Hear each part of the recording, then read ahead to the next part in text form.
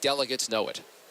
Yeah, I don't think we could ignore the fact, Rick, that what happened over the weekend has just bolstered that rallying cry behind Trump, and the way he did in the middle of that, put his fist up, telling folks to fight. It's interesting, back behind us, I heard that earlier this morning. I have a feeling we're going to hear a lot of that word being chanted from just behind both of us, Rick, there on the floor of the convention center here. Jay, I'm curious, what have you seen? You've been inside, outside, with regard to security in the wake of Saturday's attempted assassination. I mean, we know that the security plan has been locked down and hardened for quite some time now, and there could be extra assets brought in, but I mean, the feel is it's operating as they had always planned. Yes, and I'm down here on the floor as well, Kira, and if I just walk 1 foot to the other direction, I'll get right in Rick's shot, and we can be in the same image together. And I, too, heard that fight, fight, fight practice chant a little bit ago. I can tell you, I'm talking to people down here, and they say that that assassination attempt has obviously, as Rick noted, changed the political calculus for them, changed what they expect to hear at this convention. That's the politics of things, but back to your question as it relates to security, it's obviously also cast a security shadow over this event. I've talked to officials here in the city of Milwaukee who say, look, the plan that the Secret Service is put in place, and they say they're confident in, these officials in the city of Milwaukee also have confidence in. As you noted, the Secret Service says there's not going to be any changes, but there is this point of contention still because we are in the inner perimeter around the Fiserv Forum. There is what they call the hard perimeter. Beyond that is what they call the soft perimeter, and as we've been discussing over the last day or so, because of Milwaukee or Wisconsin state law, rather, you're allowed to carry, open carry weapons in that soft perimeter. And that's something that local officials had been worried about, frankly, prior to that assassination attempt on the former president. They are only even more concerned about it now. It has cast a shadow, rather, over the security of this as well. We've talked to law enforcement who say, look, there's nothing they can do about that state law, but they will be on a heightened state of alert. Jay, I don't know if you went as far to get into a conversation about that law. I was talking to one of the local members of the FBI saying there we could see some challenges to that law in light of what has happened in real time. Have you heard any word about that? Do you think that even could be a possibility that there could be some sort of, I don't know, emergency action to change that dynamic, considering how close people could come with weapons? We haven't seen that up to this hour, Kira, and also, obviously, the convention has begun, so the window for any kind of legal action like that is somewhat closing quickly. We do know, for instance, by the way, speaking of trying to do a last-minute change, that the governor of this state, Tony Evers, asked the Secret Service to reconsider its hard perimeter and try to expand its hard perimeter, the no-gun zone, to make it wider and have that no-gun zone go essentially further out into the soft perimeter. But the Secret Service declined to do that, largely because city officials tell me the security footprint is already in place, the barricades are already up, and they're confident. Got it. So, Rick, let's talk about what could be huge news today. Trump is planning to announce his pick for vice president. What are you hearing? What are you thinking? Because, as we know, President Trump, even though there's an agenda, there's an outline, there's an order of events, he could do whatever the heck he wants to do at any moment. Yeah, and with all those caveats, Kira, it's almost certain to happen this afternoon. Is on the calendar for these delegates to vote to nominate Donald Trump as president and to vote for formally to nominate his vice presidential candidate as well. And it's even possible that it happens somewhere out behind us. We've seen some rehearsals with staffers, some walkthroughs that suggest to us very strongly that they might be planning to reveal him on the, or her, on the floor of the convention itself. It would be quite a show from the ultimate showman in Donald Trump. A lot of people around him have said he's always wanted a kind of celebrity apprentice type of reveal. People around him have pushed him for months to make a pick. It's a fundraising boost. It allows someone to get an extra bite at the news cycle, but he hasn't chosen anyone publicly. So if it happens in the next couple of hours, it very much could happen with a really incredible show on this convention floor. Absolutely. All right, we're standing by. Rick, Jay, both of you just over my shoulder and behind me. Great to all be together with you here for our coverage. Special primetime coverage, of course, of the 2024 Republican National Convention will kick off right here on ABC News Live starting at 7 p.m. Eastern. And then later, our Linsey Davis, joined by our own David Muir and our entire powerhouse political team. That's tonight here on ABC News Live starting at 7 p.m. Eastern Time. All right, as Donald Trump is preparing to accept the Republican nomination this week at the RNC, the FBI is also stepping up its investigation into that assassination attempt on his life. Federal officials looking for any clues that might help them piece together a motive. The FBI believes that the shooter, 20-year-old Thomas Matthew Crooks, actually acted alone when he shot at Trump at that campaign rally in Butler, Pennsylvania. Crooks had no military experience, by the way, no links to any extremist organizations. Investigators say that Crooks was armed with that AR-15. Several possible explosive devices as well were found in his car, also at his home.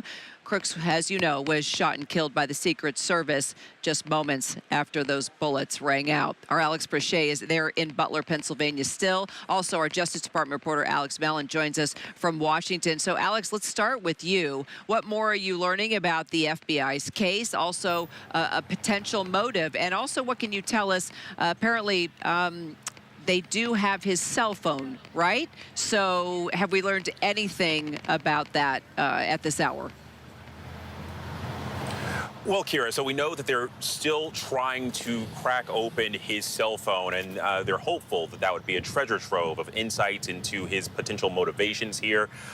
But in terms of building a profile, which we also know is really important to this case, as you laid out, Crooks was described as a loner by many people that knew him. Folks that went to school with him tell us that he was kind of standoffish and quiet, some saying that he was bullied. We also know that the law enforcement has told us that it does not appear that he was connected with any extremist groups. They believe this was a lone wolf attack thus far. They say that he consumed disinformation and conspiracy theories, but they also say none of it was threatening. Now, the other point of this is his firearms training.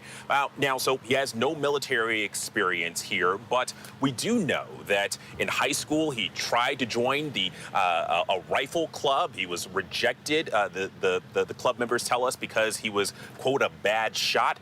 But also in his adult life, we know that he joined a local sportsman's club here about 12 miles south of Pittsburgh. And that club has many shooting ranges. He had access to that AR-15 style weapon that his father had purchased a number of years ago. But again, a lot of unanswered questions. They're hoping that the key for many of those will be unlocking this cell phone, Kira. Yeah, I think they'll hopefully answer a lot of questions that still remain.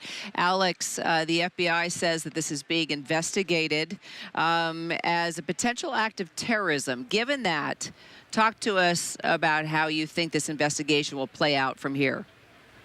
Well, in a call last night with the reporters, FBI officials stressed that they have surged resources not just to the ground in Pennsylvania, but a lot of the work that's happening behind the scenes in Quantico, trying to both get access to the assailant's cell phone, but also to examine the incendiary devices, the potential explosive devices that were recovered both in his car and at his residence. Basically, on the call last night, FBI officials described those devices as rudimentary in nature, but again, all of this part of this sweeping domestic terrorism and an assassination investigation, which the FBI says it's devoting unprecedented amount of resources to in such a quick time. Alex Brachet, Alex Mellon, thank you both so much. Straight ahead, our continued coverage from the Republican National Convention right here, live from Milwaukee, as we expect to hear Trump speak possibly about his pick for the VP. His son supposed to announce that. We are waiting with bated breath as we could have breaking news coming up in the next couple of hours.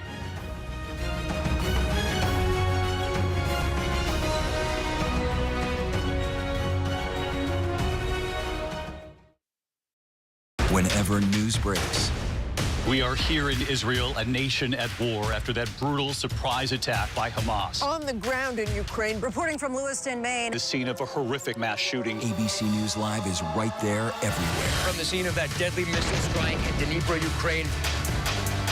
Reporting from the earthquake in Turkey. In Rolling Fork, this tornado tore through this little town. From the most devastating disaster in Hawaii. From Charleston, South Carolina, on the 2024 campaign trail. In Iceland, let's go. Traveling with the president in Mexico City. Wherever the story. From the front lines. From southern Israel. Outside the Gaza Strip. In Beirut. From the FBI. Reporting from the nurses on the picket line. Here at 10 Downing Street in London. Streaming live to you. Wherever the story is. Wherever the story is. Wherever the story is. We're going to take you there. You're streaming. ABC News Live. ABC News Live. You're streaming ABC News Live. ABC News Live. Streaming free everywhere. America's #1 streaming news. If you were coming of age in the 1980s, the Brat Pack was near the center of your cultural awareness. But for those of us experiencing it from the inside, the Brat Pack was something very different. The critics agree. Hated the Brat Pack. What a disaster. Why did we take it as an offense? I'm not going to say we were the Beatles or anything. Well, we didn't fill Shea Stadium. 1985? I think we could have. First thing in the morning. There's a lot going on. We're still in a flash flood warning. To catch you up with what happened overnight. Police in riot gear arresting dozens of protesters. What's happening today? Escalating tensions in the Middle East. What people are talking about, the migrant crisis. Fast, straightforward. With some fun in between. Check out the Gator on the 17th hole. The buzzkill in baseball. First thing in the morning. America This Morning. America's #1 early morning news. On ABC News Live.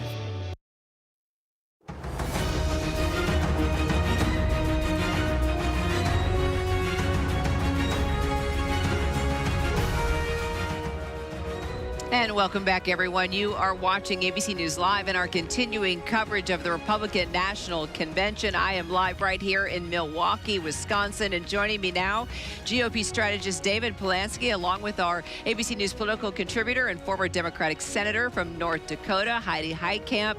Guys, so great to have you both. David, I want to start with you. You know, former President Trump says he's now going to deliver this message of unity when he steps up to that mic behind me.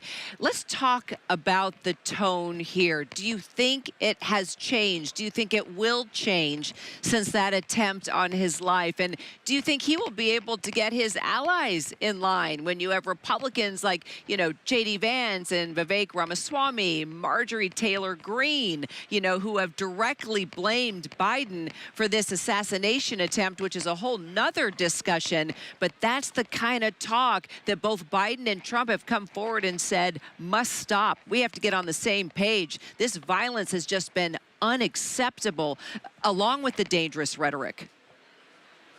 Well, first, thanks for having me. And yes, look, I think there's a great sense of excitement here in Milwaukee, a big sigh of relief. Obviously, it was a very dangerous incident that happened on Saturday night and could have sent not just shockwaves across the political spectrum, but across the world. And so I think we're all blessed, you know, to see the president here today and about to announce his VP pick. And I think what you're seeing within the party structure is not only that sigh of relief, but a great sense of enthusiasm. I haven't seen a convention with this much unity and excitement about the activities. And I think that's going to transcend into a message of not just hope and inspiration for what our future is, but really talking about unity, not just as a party, but as a country. And I think you really sense that change in tone and momentum. And I think you're going to see that start to play out right here from the stage tonight.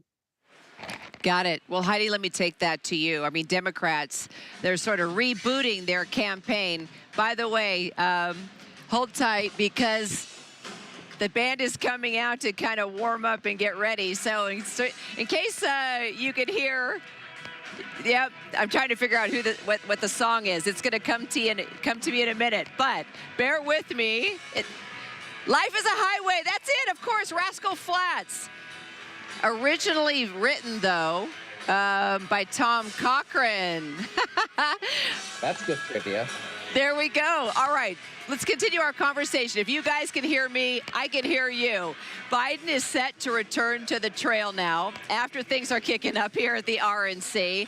Let's talk about what President Biden should be doing at this moment, Heidi. He's already said he's going to take down or has taken down his attack ads. How he's, previously had talked about Trump being a threat to democracy. Things got ugly. Things have been ugly. Do you think that Joe Biden will change his message as well? I think, number one, this is an excellent opportunity for the former president to pivot to a kinder, more gentler candidate who is going to appeal to suburban women. He's coming off some very disciplined, even before the attack on his life. He's coming off a pretty disciplined couple weeks where he did not interfere with all of the swirl around Joe Biden's debate performance. And so, when people say he can't be controlled or he can't be messaged, that's absolutely not true. You're seeing a very disciplined former president in his message. He's going to pick a vice president, I think, who's going to be much more aggressive. That's smart. And Joe Biden's going to have to figure out how he's going to stem the tide of falling poll numbers, but also create a contrast without being bombastic. And that is always difficult.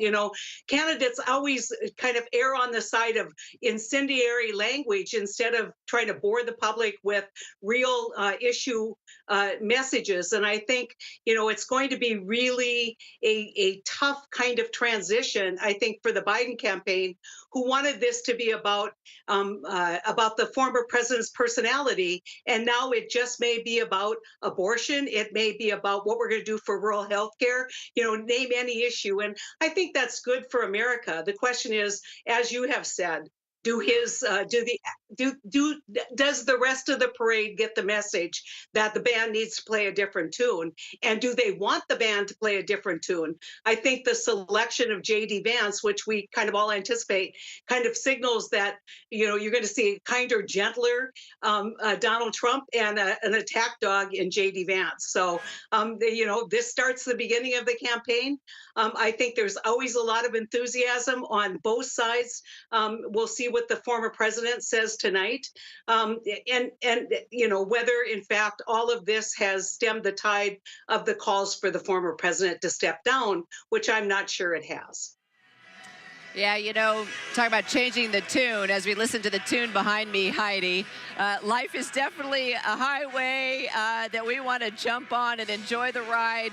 We want to also enjoy a much more peaceful and unified ride as we cover not only the RNC, but the DNC. And it's going to be interesting to see if indeed what happened over the past weekend changes the tone between these two rivals, changes the messaging. But I think you hit it on the head. Nobody wants to hear, at least in this center, anything negative about a man who almost lost his life over the weekend. It's dangerous territory for Democrats, right, to jump on that type of talk at this point. All right, looks like the band's going to keep going. We're going to keep going too. Heidi, David, I appreciate you both so much. Thanks for rolling with me. We are going to bring you some other news, including, I'll tell you what, sweltering heat from coast to coast. More than 100 million Americans under alert. We have seen record temperatures sweep the nation. What you need to know right after a break.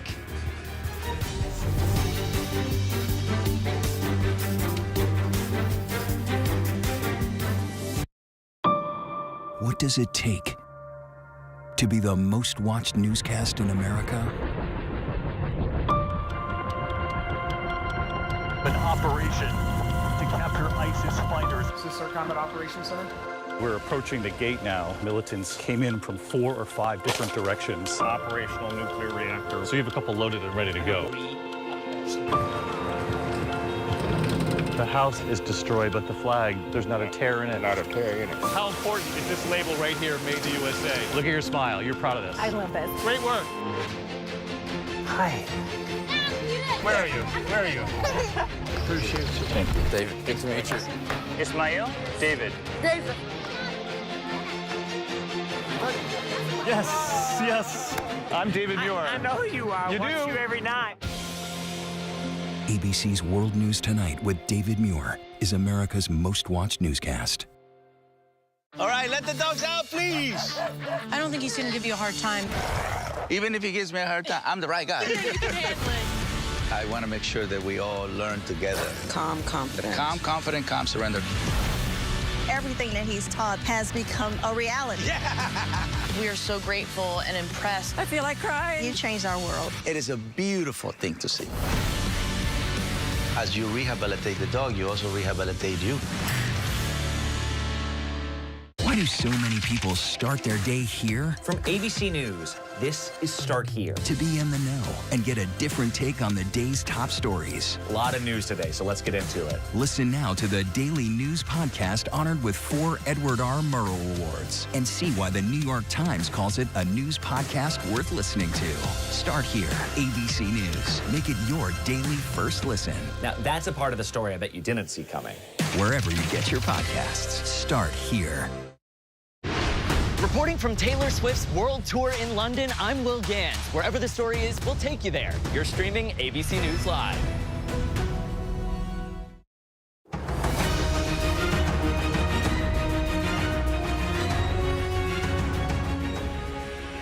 Welcome back to the Republican National Convention. I'm Kira Phillips. Yes, you do hear the band singing Foo Fighters right now, doing the best that they can as we're doing the best we can to keep the news coming right now. We do have some other headlines for you that we are following while here at the RNC. More than 100 million people now under heat advisory as dangerously hot temperatures are baking dozens of states. The mercury expected to climb into the upper 90s from Maine all the way to South Florida, all the way to the Rocky Mountains. The dangerous heat not expected to break until Wednesday at the earliest. Elizabeth Gonzalez, that 14-year-old Utah girl who went missing while visiting her grandmother in Mexico for 2 weeks, has been found safe. She was actually located with her 2 younger cousins, aged 6 and 4, in the company of her cousin's biological father, Antonio Moreno, who allegedly took the girls without permission. As you can see here, the FBI is seeking his extradition to the U.S. to face charges. And it's not coming home unless you live in Spain. Yes, Spain clinched the record-breaking 4th Euro Championship yesterday with a thrilling 2-1 win over England. A goal in the 86th minute of the match actually sealed the game for Spain as a European championship continues to elude the English national team. Coming up, more live music from the RNC as Trump is celebrating the decision to dismiss his classified documents case. How the political world is reacting.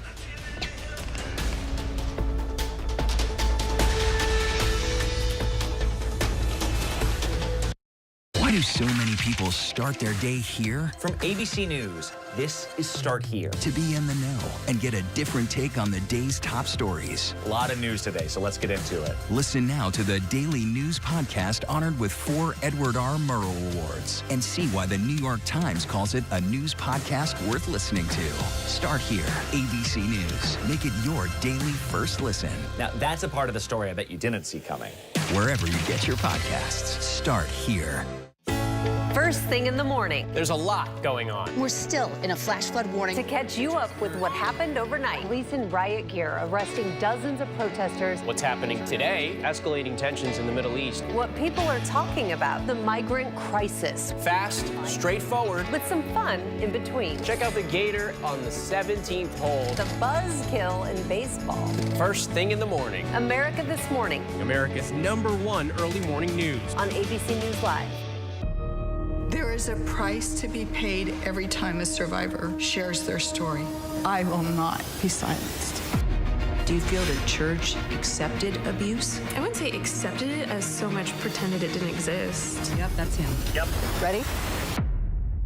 Kira Phillips with ABC News. Does your church protect sexual predators? The powerful new Impact by Nightline. Secrets of the 2x2 Church. There's nothing pretty about hearing this. Now streaming on Hulu. With so much at stake, so much on the line, more Americans turn here than any other newscast. ABC News World News Tonight with David Muir, America's #1 most watched newscast across all of television. What What's good to watch, read? Where can I get a great deal on what I'm just dying to buy? Oh, it's all right here. GMA Life. Get the latest celebrity buzz, deals and steals, and the coolest lifestyle tips from GMA. I love that so much. Streaming weekends on ABC News Live. ABC News, America's #1 news source.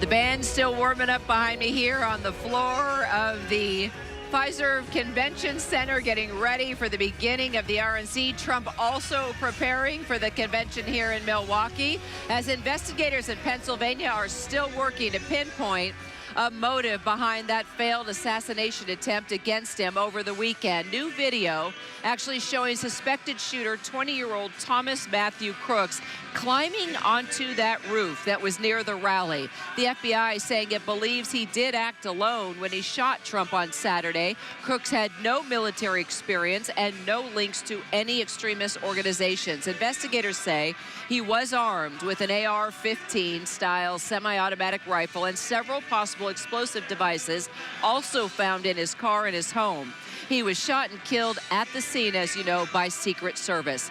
Once again, let's bring in our Alex Brachet, who is in Butler, Pennsylvania. Also, Justice Department reporter Alex Mallon in our nation's capital. Alex Brachet, let's go ahead and start with you, since you're still there in Pennsylvania. What more are you learning about the FBI's case, a potential motive, and if indeed they're going to be able to get in to the suspect's cell phone?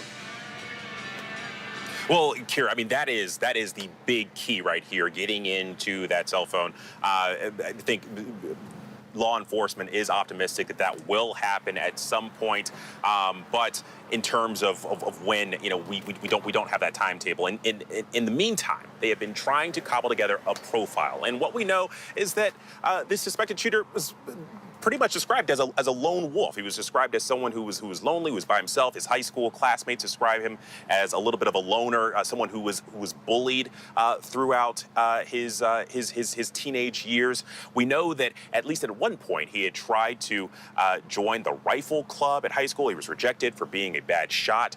As an adult, he was a part of a sportsman's club here about 12 miles from his home in Bethel Park, Pennsylvania, which is a suburb of Pittsburgh.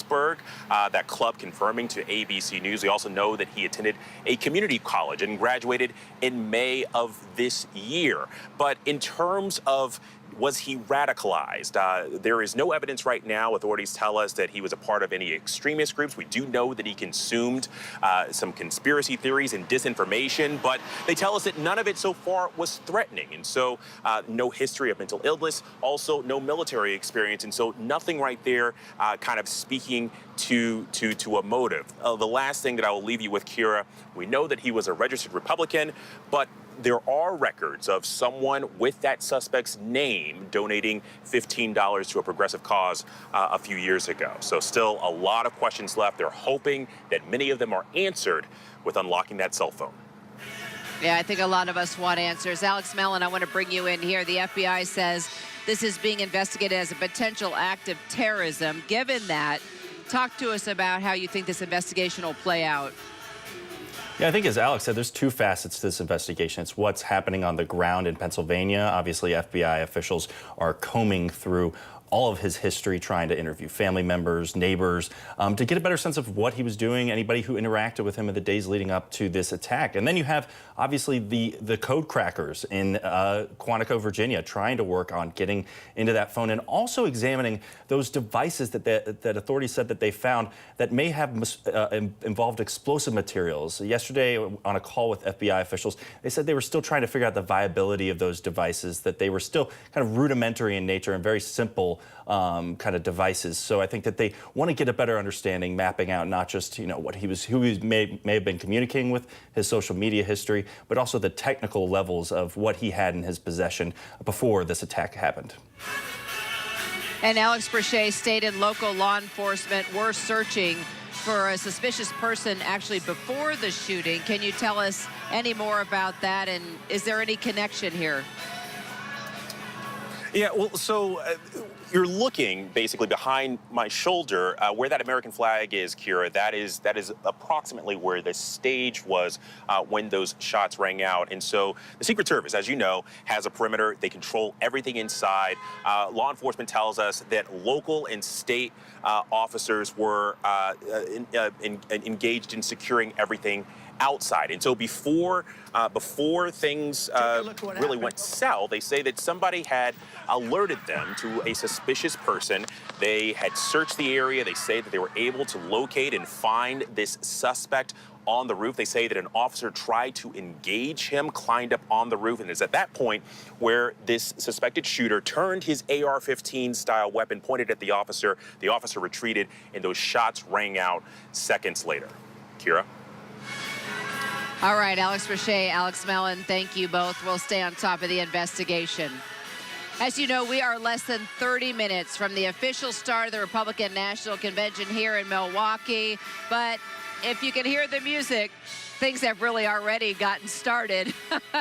We'll take you down to the floor there at the Pfizer Forum, where delegates are continuing to file in.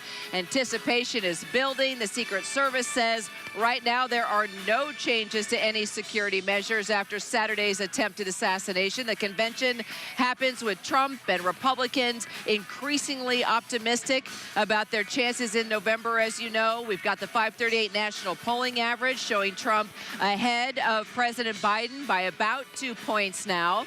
I want to take it to our Jay O'Brien, who is down on the convention floor where all the action is starting to pick up, as you can see behind him. We also have our political director and Washington Bureau Chief Rick Klein with us as well. But Jay, let's start with you. And I can hear, I think, pretty well. I'm hearing more music than I am conversation, but give us a vibe for how things are around you. Give us a little tour. I'm a few floors below you. I can see the back of your head, Kira, and it's good to see you.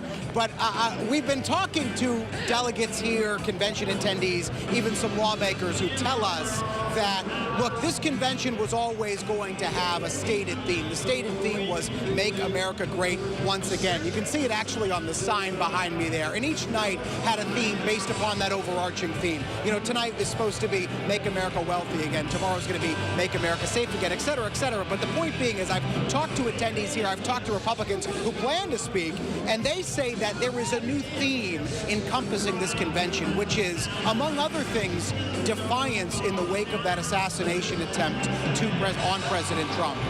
What we've heard from Republicans who are going to speak is they tell me some of them are feverishly trying to rewrite their speeches and get those changes approved by the RNC to try to capture what some of these speakers view as the different mood of the moment. We obviously already know that former President Trump has said in interviews that he is rewriting that speech he's going to give on Thursday. When I talk to people here, they tell me, look, this is not the convention that they were expecting. This is not the theme that they were expecting to either sit in attendance and listen to or talk about. But nonetheless, it just gives you a sense of how much has changed just in the last few days here. So maybe some of those folks behind you, Jay, if you want to grab them to kind of give us a sense for that sentiment. Let me take it to you, Rick Klein.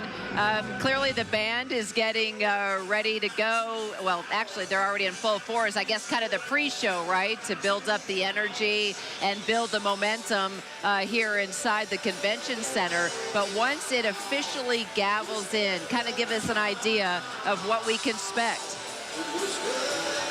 Well, look, I think this place is going to go wild over every bit of business. I've been to, I don't know, I've lost count. I should have counted before I came on. Maybe 10 conventions, something like that over 5 election cycles, maybe a little more. I've never felt the energy this early. Things are usually a little slow going, and some of the business itself is slow going, adopting the rules and having a temporary chair name. But pretty soon thereafter, we're going to get to the good stuff. And that includes the roll call vote that will nominate Donald Trump as president, as a nominee for president of the United States, and the roll call vote for vice president, which is unusual because right now, with that vote just hours away, we still don't know who that vice presidential pick is. There's a lot of rumors, a lot of conflicting information, a lot of people I've been texting with all day saying, I'm hearing this, I'm hearing this person's out, but nothing happens until Donald Trump says the word formally. When that individual is named, that might be the first time that we see him or her presented to the public. That is not normal in modern conventions. You know, it's interesting. You mentioned just the energy. Do we still have Jay O'Brien down there on the floor? Jay, question to you, just playing off with what Rick just said. You know, we've all covered a number of conventions. I guess if I were to talk about this type of energy, I would say I witnessed it absolutely for Barack Obama. And as I'm listening to just the Republicans here in the room, I'm wondering, Jay, what do you think? What are folks telling you? Do you think the events over the weekend are playing a part just in sort of a, I don't know, an elevated sense of energy, relief, excitement to be here? Because things could have been very different today if things had gone the other way over the weekend. Absolutely, and I've talked to folks who acknowledge that. The other thing I would tell you, Kira, is that while there were always this group of Republicans, this group of Trump supporters that were going to come to this convention, and this convention was always going to be well attended, I've talked to some Republicans who, you know, were maybe going to skip this convention. These are staffers, these are volunteers, you know, people that weren't necessarily going to come. And then when the news of what happened on Saturday broke, they all said they were coming. All right, Rick, Jay, thanks guys so much. We're just getting started here. I'll tell you that. But we also have special primetime coverage to tell you about of the RNC. It's going to be right here on ABC News Live starting at 7 p.m. Eastern as we carry the day. Linsey Davis is going to be joined by our David Muir and our entire Powerhouse political team tonight on ABC News Live starting at 7 p.m. You won't want to miss it. Coming up, a lot more news. Emotions running high, as you know, as Republicans are kicking off the RNC. What's Trump and Biden? How are they feeling? What are they telling supporters? And what are they urging Americans to do?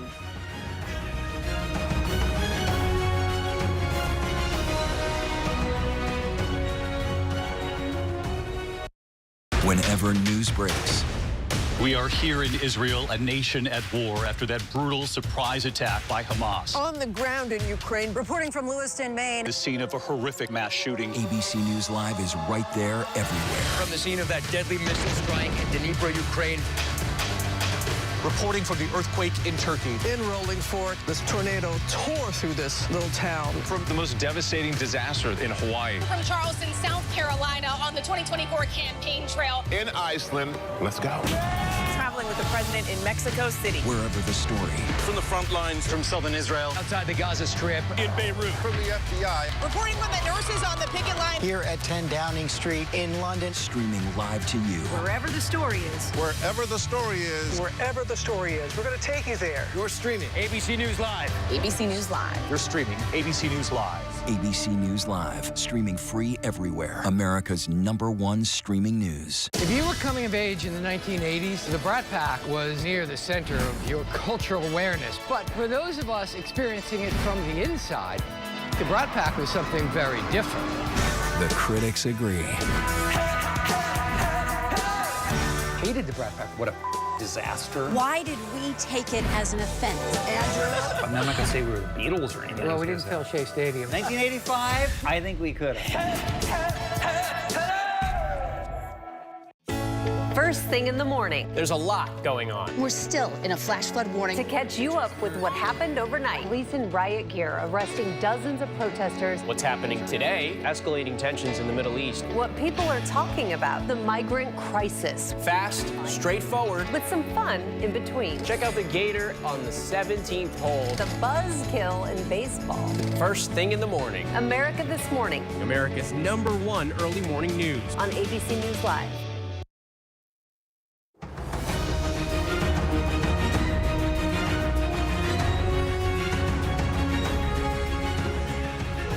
Oh, Everybody's here, signed, sealed, delivered, as you can hear the music playing behind me. While you are streaming with us, we are so glad you are with us here. President Biden urging Americans to cool the political rhetoric while we're here at the RNC. He gave an Oval address saying to remember that while we disagree, we are not enemies. Our Rhiannon ally has the latest. Violence has never been the answer. Whether it's with members of Congress of both parties being targeted and shot, or a violent mob attacking the Capitol on January 6th. President Biden last night called on Americans to turn down the political temperature. The president referencing several frightening incidents since the January 6th attack on the Capitol, including the plot to kidnap Michigan Governor Gretchen Whitmer and the attack on former House Speaker Nancy Pelosi's husband. Over the past 10 years, we've seen nearly a doubling in threats to public officials at all levels of government. Elizabeth Newman worked in the Homeland Security Department. She says inflammatory rhetoric is helping fuel the violence. We really need to get back to reasserting norms that embrace peaceful dialogue, respectful dialogue, and also not be afraid to disagree. Since Saturday's attack, disturbing examples of divisive political speech quickly surfaced online. Mississippi Congressman Benny Thompson terminated a staffer after she posted on Facebook that the gunman at the Trump rally needed some shooting lessons. Earlier this year, Thompson introduced a bill that would have terminated Secret Service protections for felons. It did not pass. We are an angry, divided nation, and that anger and division has become intertwined in our political discourse. There are indications that Saturday's tragedy could be a turning point. Former First Lady Melania Trump thanking those who have reached out beyond the political divide to send their family support. Others are looking to the past as they hope for a better future. It's going to take strong leadership to turn this ship of vitriol around. I remember back when I was in high school, America was in a very bad state. And then along came Ronald Reagan, and everyone thought he was going to start World War III. And he turned out to be a great leader for all Americans. And we need that again right now. And our thanks to Rhiannon for that. As you can hear behind me, we have a lot more special coverage coming up from the 2024 Republican National Convention. We are live in Milwaukee all afternoon. Hope you'll stay with us right here on ABC News Live.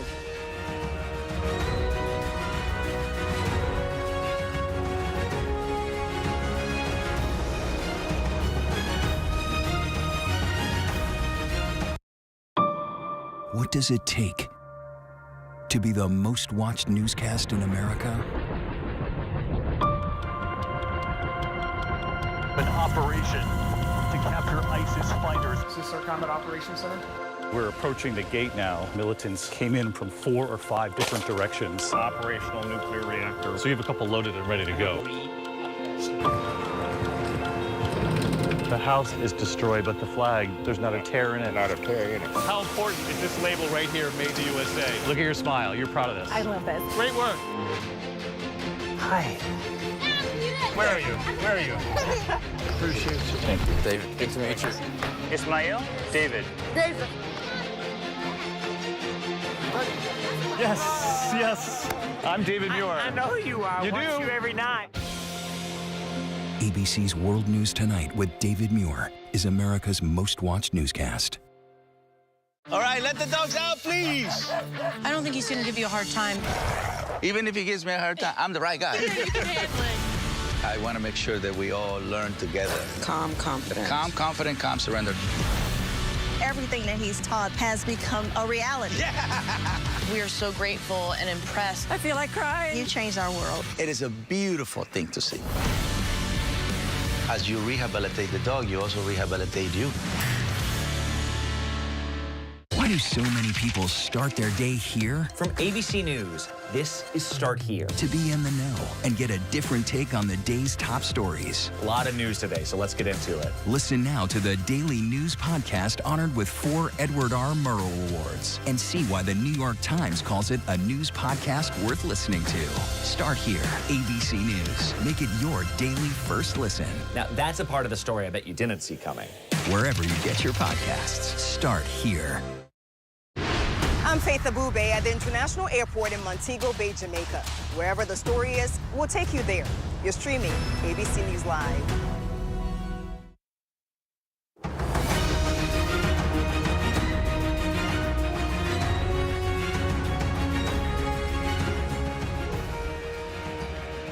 And we are so glad you are streaming with us here at the Republican National Convention. You are watching ABC News Live. We are here in Milwaukee, Wisconsin, where things have, well, I think it's fair to say, have already heated up. I think, Jay O'Brien, you are down on the floor. We have a 3-minute warning, a 2-minute warning to the actual official kickoff of the RNC. Is that right? That is correct, and you could probably hear me shouting some questions, Kira, because I'm just about a floor beneath you. I can see the back of your head. But in the entrance that's kind of actually beneath where you're sitting, Mitch McConnell just walked out, the top Republican in the Senate, who has endorsed Donald Trump for president, but the two have a very frosty history, as you know. And we asked Mitch McConnell for his reaction to that assassination attempt on former President Trump. And he just smirked and kind of gave us a look and kept on walking and looking at the venue here. Now, that's not necessarily an answer because Mitch McConnell, I can tell you from covering Capitol Hill, doesn't love to take questions shouted by reporters, but it just gives you a sense of the fact that that assassination attempt on Saturday has just changed the dynamic of what's playing out here. All right, Jay, we'll keep checking in with you. Keep us updated as you hear more as to when things are going to officially kick off. It looks like it's not going to be right on time, but definitely happening within any minute. Our Jay O'Brien down there on the floor right behind me here at the RNC. Well, my next guest is a longtime ally of former President Trump. He's also Wisconsin's home senator and serves on the Senate Committee on Homeland Security and Governmental Affairs. Republican Senator from Wisconsin, Ron Johnson, joining me now. Senator, good to see you. Well, Kira, welcome to Milwaukee in Wisconsin. Hey, in a way, I'm kind of home. I'm Irish. I have cousins still living in the Milwaukee area and on the outskirts. I used to live just down the road in Green Bay, Wisconsin, one of my first reporting and anchor gigs. So I love the great state of Wisconsin. It's exciting to see. It's a battleground state, and the votes here are very important in this upcoming election. And, you know, so much has happened and changed since over the weekend, Senator, and I want to just get your initial reaction to what we witnessed, this attempted assassination attempt on Donald Trump. The former president is actually crediting the chart that he was referencing at the time of the shooting for saving his life. This was a chart that you actually sent him. Senator, tell me what was going through your mind as this all developed. Yeah, but yeah, that was a chart that I gave him on a flight up to the Green Bay rally. And so I'm glad I played that small part in saving his life. But that aside, you know, my first thought once I saw that he was safe was that this is a man who doesn't have to do this. He's got a great life. He knew the vilification. I don't think he could have anticipated the type of weaponization of the agencies against him. He knew he was risking his life. But he did so because he loves his country. And now I am just so pleased that he has announced he's, I don't know what his convention speech was, but he's changed it around and he's going to call for unity. I appreciate the fact that President Biden did as well. You know, maybe, and this is so often happens in American history, when we experience a tragedy, first of all, we come together. We're not a naturally divided people. We share the same goals. We all love this country.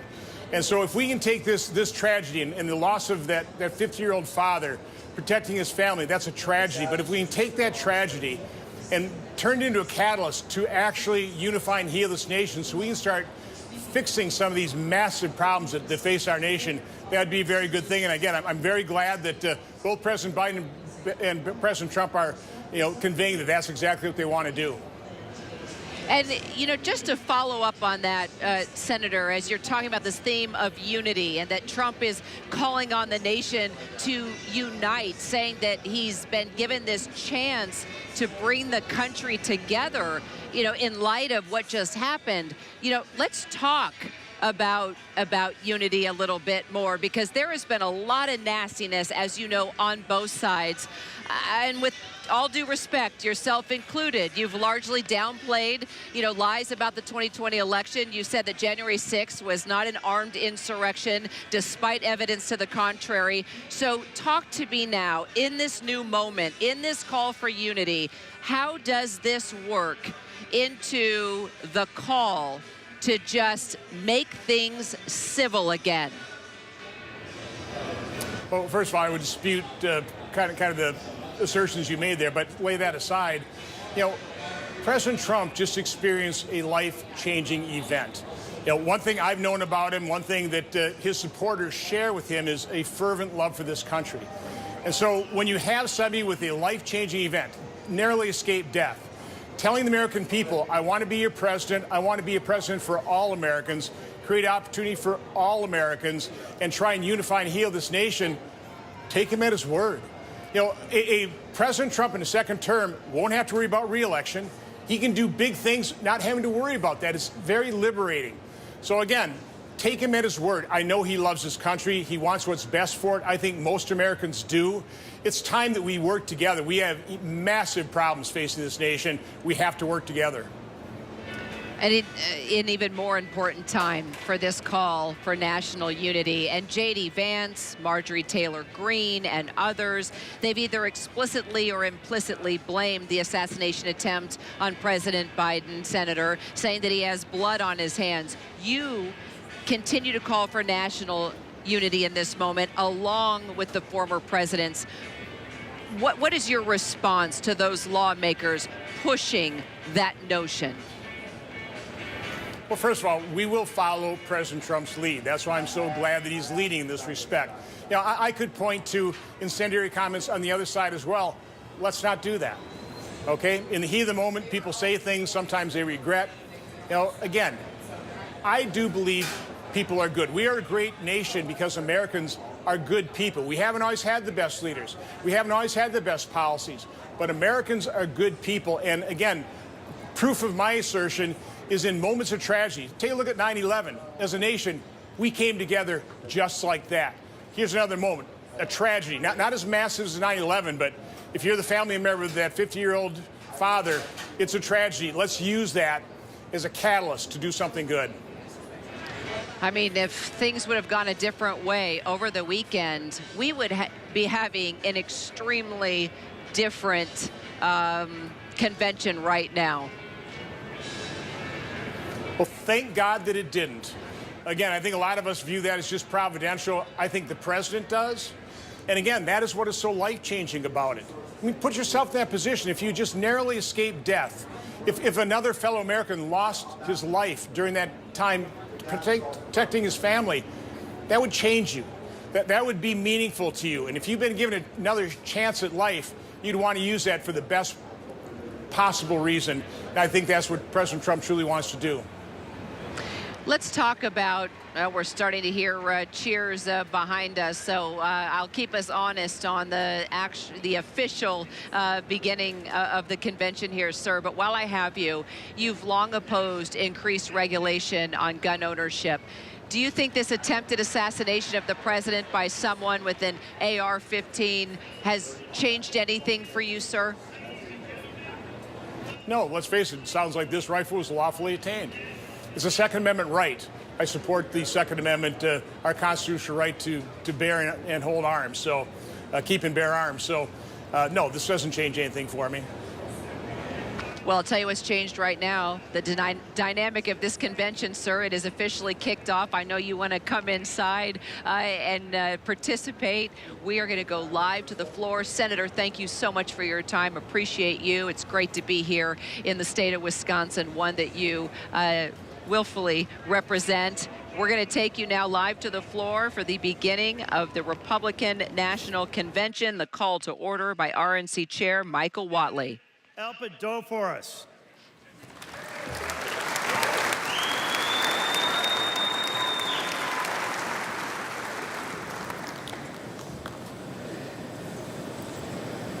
Let us pray to the Lord of all.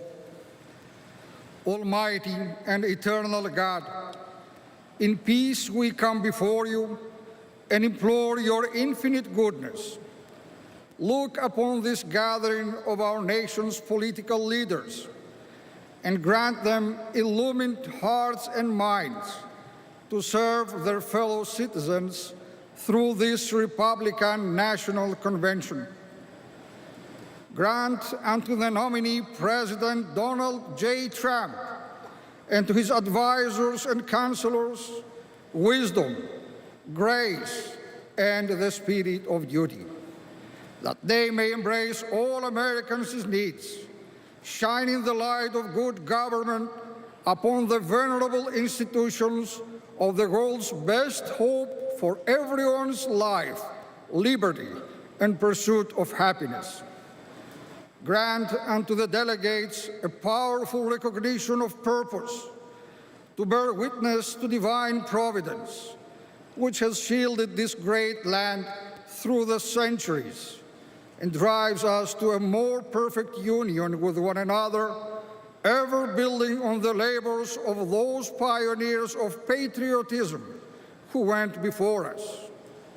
Preserve, protect, and defend the servicemen and women who daily safeguard our freedoms, so that in prosperity and tranquility we can worship you, the Creator, Redeemer, and Sanctifier of the universe, and be the blessed people whose God is the Lord. Amen.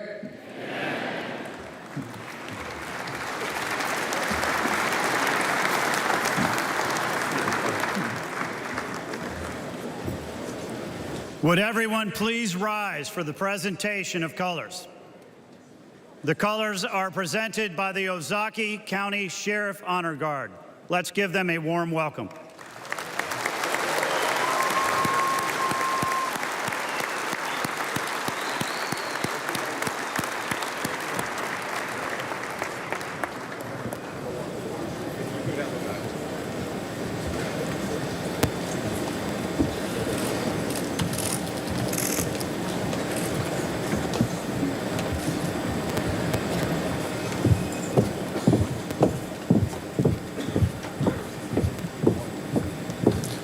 Detail. Halt. Order. Arms. Please remain standing for the Pledge of Allegiance and the National Anthem. Right shoulder. Arms. Ready. Cut. Present. Arms.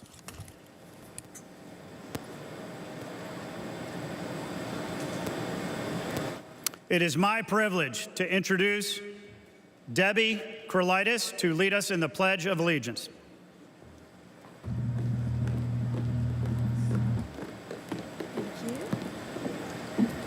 Thank you so much.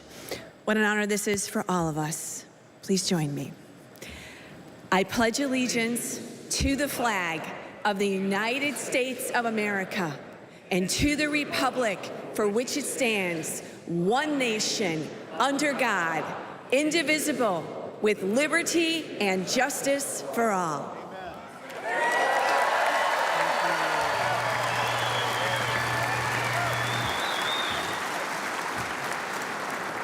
And now, to perform the national anthem, please welcome John Stanford.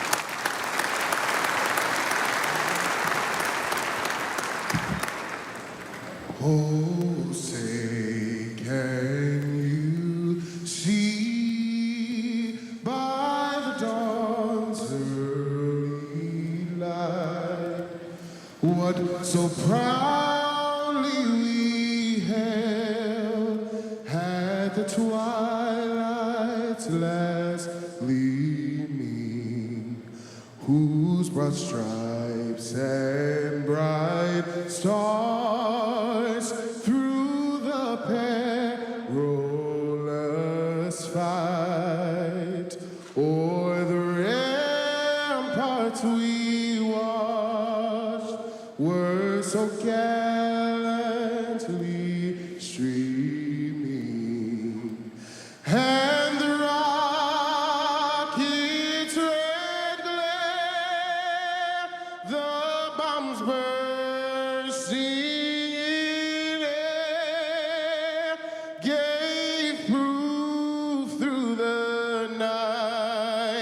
that our flag was still there. Oh, say does that star-spangled banner yet wave o'er the land of the free and the home of the brave.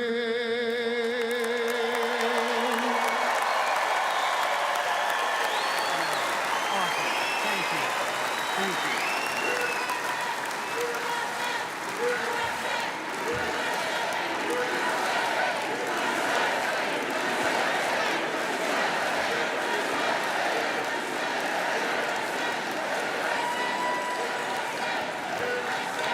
Please remain standing while the colors are retired. Arms.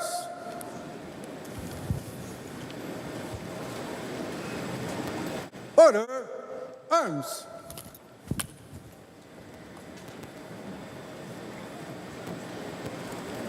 Ready. Cut. Port. Arms. Right face. Forward, march.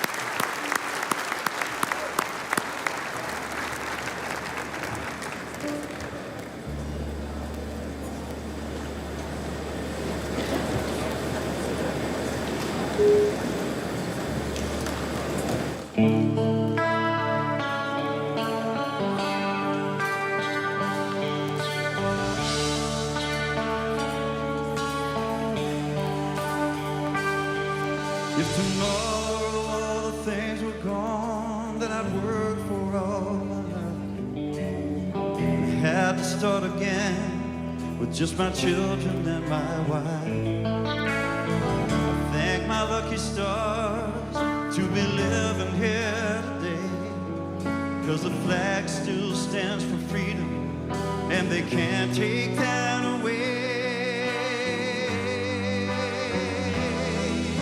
I'm proud to be an American, where at least I know I'm free.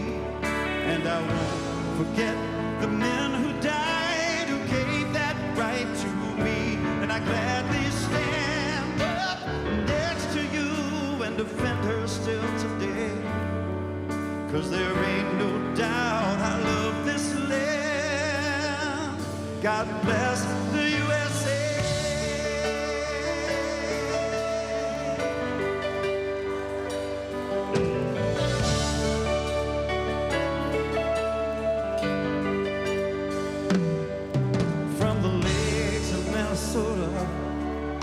To the hills of Tennessee, across the plains of Texas. I think Lee Greenwood would agree that that's probably the best song he ever cut. And you pretty much hear it at every military event to Republican Party event, and you're hearing it right now as the Republican National Convention officially gets underway with the live band. And with that, we can also report some pretty big news. We are hearing now that former President Donald Trump has selected his running mate, our Jay O'Brien, on the convention floor. I tell you what, Jay, we have a lot to talk about. Do you want to start with the former president's pick for VP and how this afternoon we are going to see that person step on that stage right behind you? I know you also had a chance to talk to Alabama Senator Tommy Tuberville there on the floor. Just bring us up to date, Jay.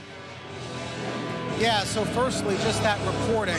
This gentleman's going to get by me here, but our John Santucci is reporting that Donald Trump has selected his running mate. We do not know who it is. Remember, Kira, the short list, as we understand it, is Florida Senator Marco Rubio, Ohio Senator J.D. Vance. We're actually near the Ohio delegation here, trying to see if we can get a sight of J.D. Vance, if he's here with his delegation, if he's a delegate or not. And then, of course, the other is North Dakota Governor Doug Burgum. Those are the three on the short list. We do not know who he's picked, but our John Santucci is reporting that Trump has made a decision. Again, this was something that Trump allies have said they wanted to do, and they wanted him to do, as they described it to me, is try to hold this pick close to the announce it on an early night of the convention. It's something that the former president also said in radio, either close to the convention or on the first night, which is tonight. We don't know what the announcing plans are. So, Kira, what you're hearing is a chant of fight, fight, fight. That is what former President Trump mouthed, remember, when the Secret Service picked him up off the stage after he was wounded.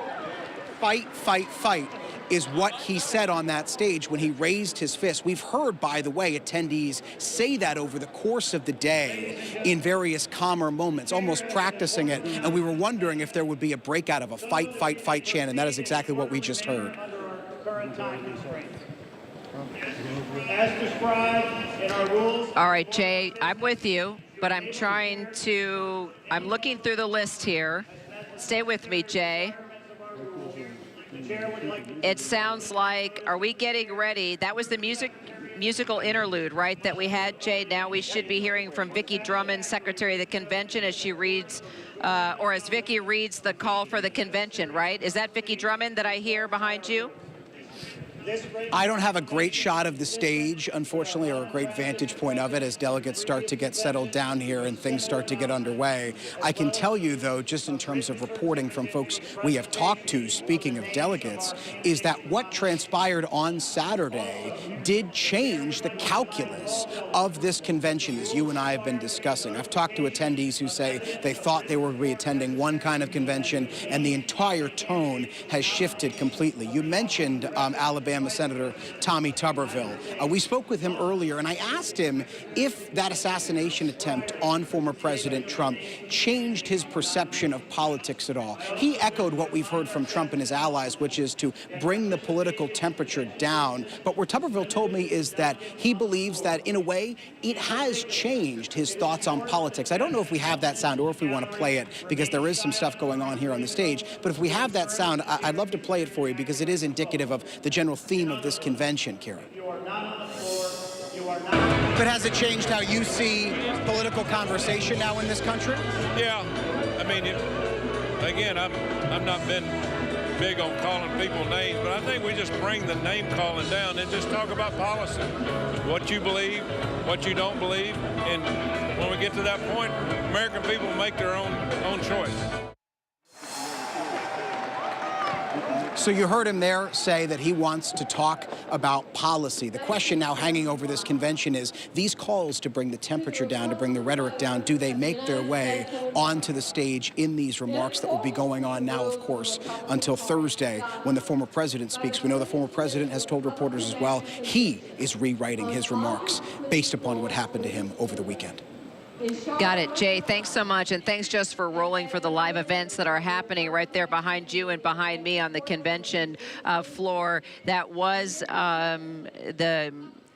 it looks like it was RNC Chair Michael Whatley that was speaking. Well, we heard from you and also your interview there on the floor. And now we are listening to Vicki Drummond, the Secretary of the Convention, as she reads the call for the convention. We will follow this as we want to take you now back to the, or actually, we want to talk to you now. It looks like we have the Speaker of Wisconsin State House with us? Okay, fantastic. Robin Voss, Speaker of Wisconsin State House. He's been the Speaker since 2013. Joins us now from just outside the convention floor here. Mr. Speaker, great to see you. Sorry about that. As you know how these conventions go, things get, thank you, great to see you. And I'm having some feedback in my ear. Let me see if we can get that fixed. Stay with me just a second. Guys, can we fix my connection to the speaker?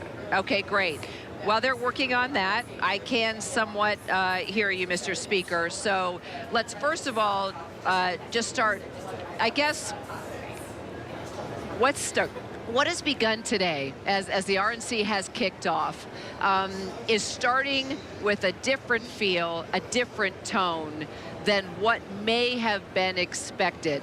That assassination attempt on the former president over the weekend, as I have talked to people here at the convention, as we have gone to our Jay O'Brien, who's down there on the floor, even our political director, that there is an energy, there is a vibrancy here, as we have heard something we haven't heard before, and that is hundreds of people down there on the floor with the mantra, fight, fight, fight. As we know, that's exactly what the former president was saying as the Secret Service was pulling him off that stage in Butler, Pennsylvania, with his fist in the ear. I'd like to ask you, as the state speaker here, do you think the tone has changed? Do you think we are entering in to possibly a new moment here of national unity, not only between the former president and the president of the United States right now, but all Americans, no matter what side of the fence you're on? Has something happened here that will hopefully push the conversation forward and be centered more on unity rather than division? Boy, I sure hope so. Well, first of all, thanks for being in Wisconsin. We spent almost 3 years getting ready for this week because we wanted to show the very best that Wisconsin has to offer. And one thing that you're going to learn as you talk to people from our state, there's something called Wisconsin nice. The people who live in Wisconsin, they are kind and generous and caring, and they want to hear people talk about policies. They're not name callers. They're not people who have a lot of vitriol. They want to talk about the public policy differences between President Trump and President Biden.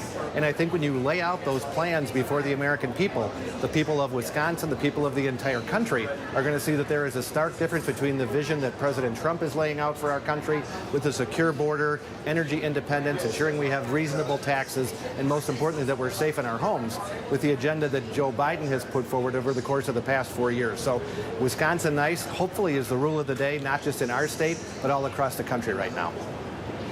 And we're just getting news that the former president has indeed picked his vice president, Mr. Speaker.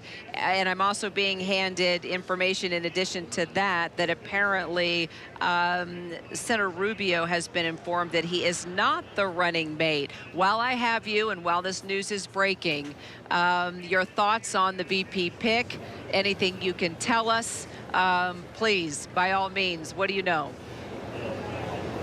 Well, the world focuses on Donald Trump, and he is obviously the head of the ticket, but making sure that we have a choice in case, God forbid, something would happen to him.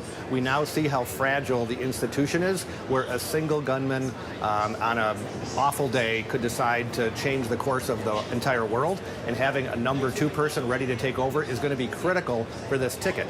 So I think Senator Rubio would have been fantastic. I think all the other names that I have heard are going to give a lot of confidence to the people of the United States that Donald Trump is thinking not only about the 4 years that he is going to serve, but also about who his successor will be, and if, God forbid, something bad should happen, that the consistency of the Trump administration and the policies that they are advocating will continue no matter who's in that office. Wisconsin,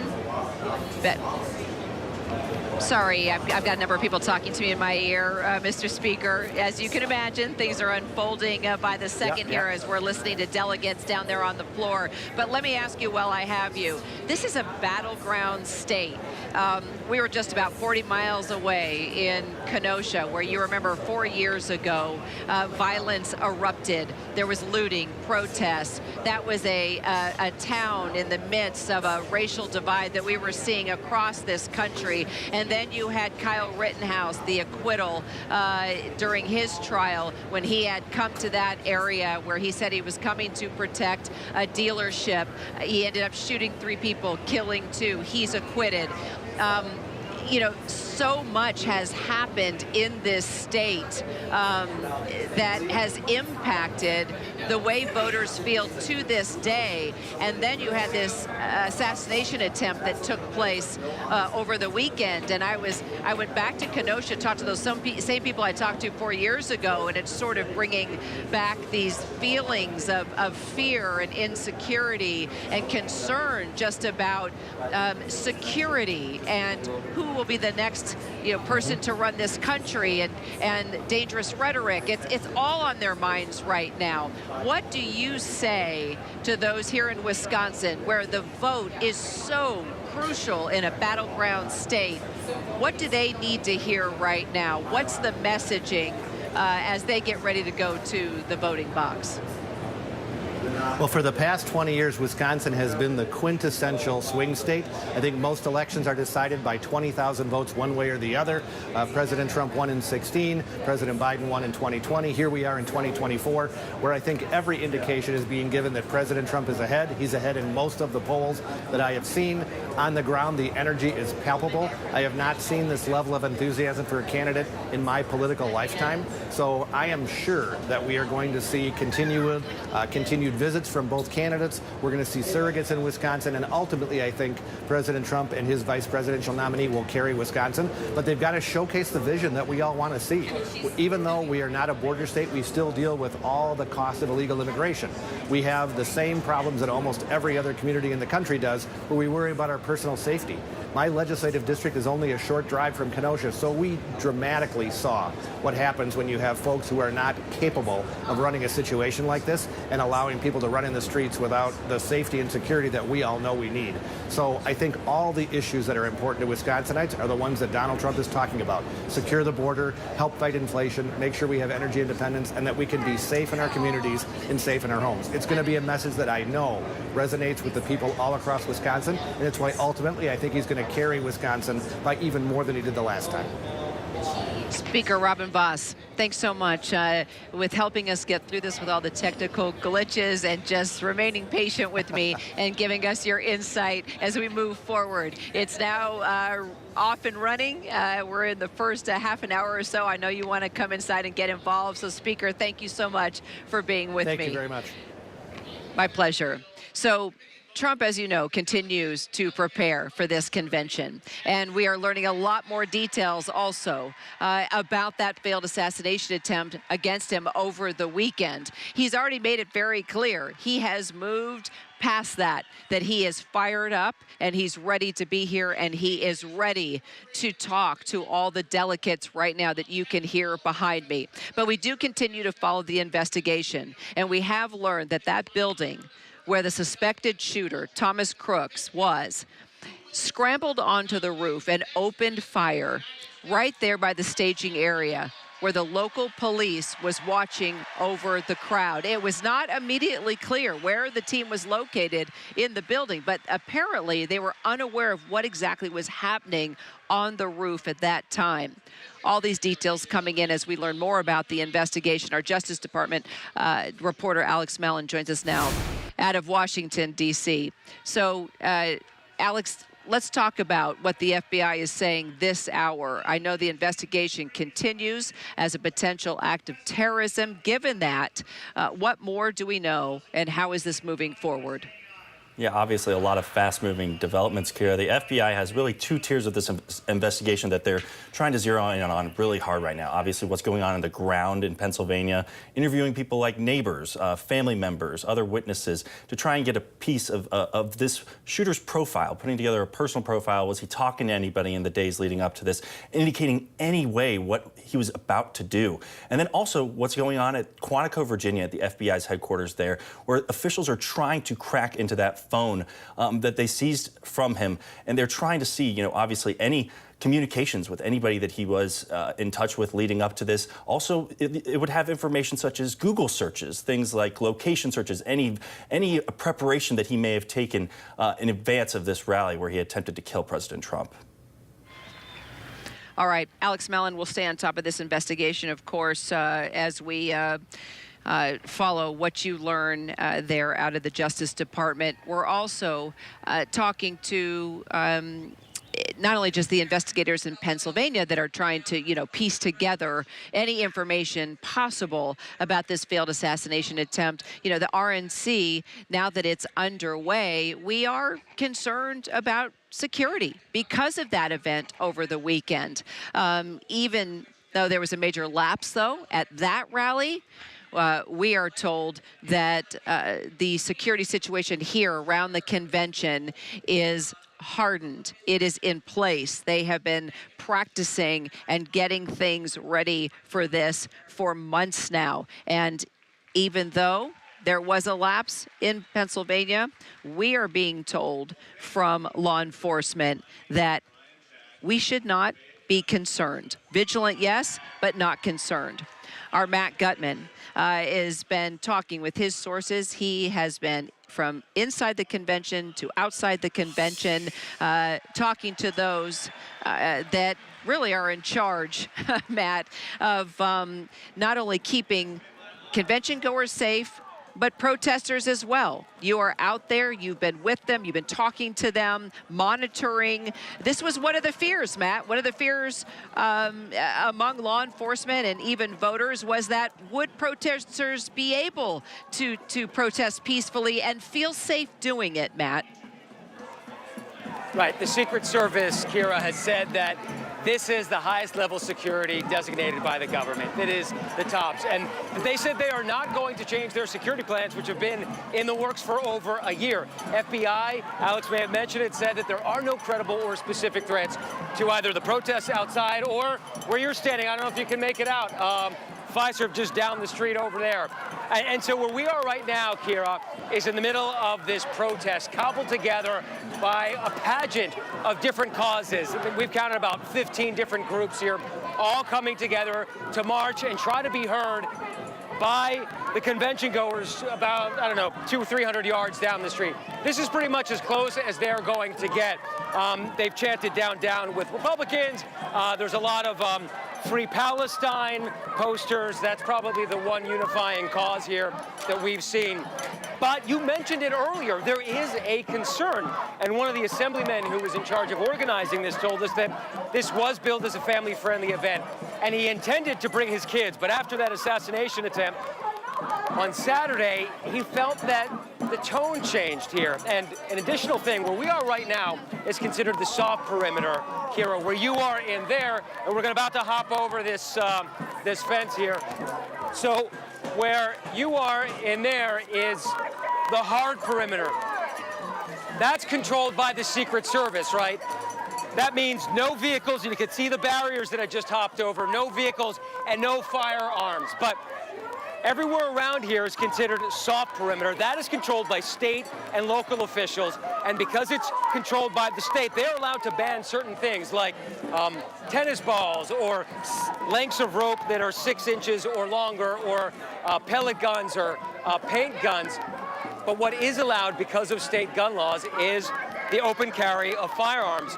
We've heard that there have been some people carrying, but you can carry an AR-15 in here because that is what the laws of the state dictate. So there has been a bit of trepidation, a little bit of concern about that, but by and large, what we've seen from this protest is incredibly peaceful and incredibly calm so far, Kira. Well, that's good to hear. And I'm curious, Matt, as you have been talking to various protesters within this march, what's on their minds? What are they talking about? What is it they are most concerned about? I mean, a lot has changed since over the weekend and this assassination attempt on Donald Trump. We've seen, more issues from human rights to international issues. That's what was in the spotlight, but the concerns are changing, and we're hearing a lot more about security, and that what happened over the weekend is impacting what each one of these protesters has on their mind, in addition to just the world issues that you and I have been talking about, from the war in Ukraine to what's happening in Gaza. I don't think that there is one unifying cause here. The one thing that the organizers have said that matters most to them is that they have nothing to do with the attempted assassination. It wasn't one of these people. And that's why they wanted to continue with this march. They wanted nothing to be different, and they wanted to distance themselves as much as possible to any security threats or concerns. But obviously that weighs heavily over this crowd. I would say the issue of Gaza and Israel is probably the one unifying force here that people are most concerned about. But there is the land back movement by Native Americans here. There are issues of poverty, of immigration, of abortion, really almost everything you can imagine.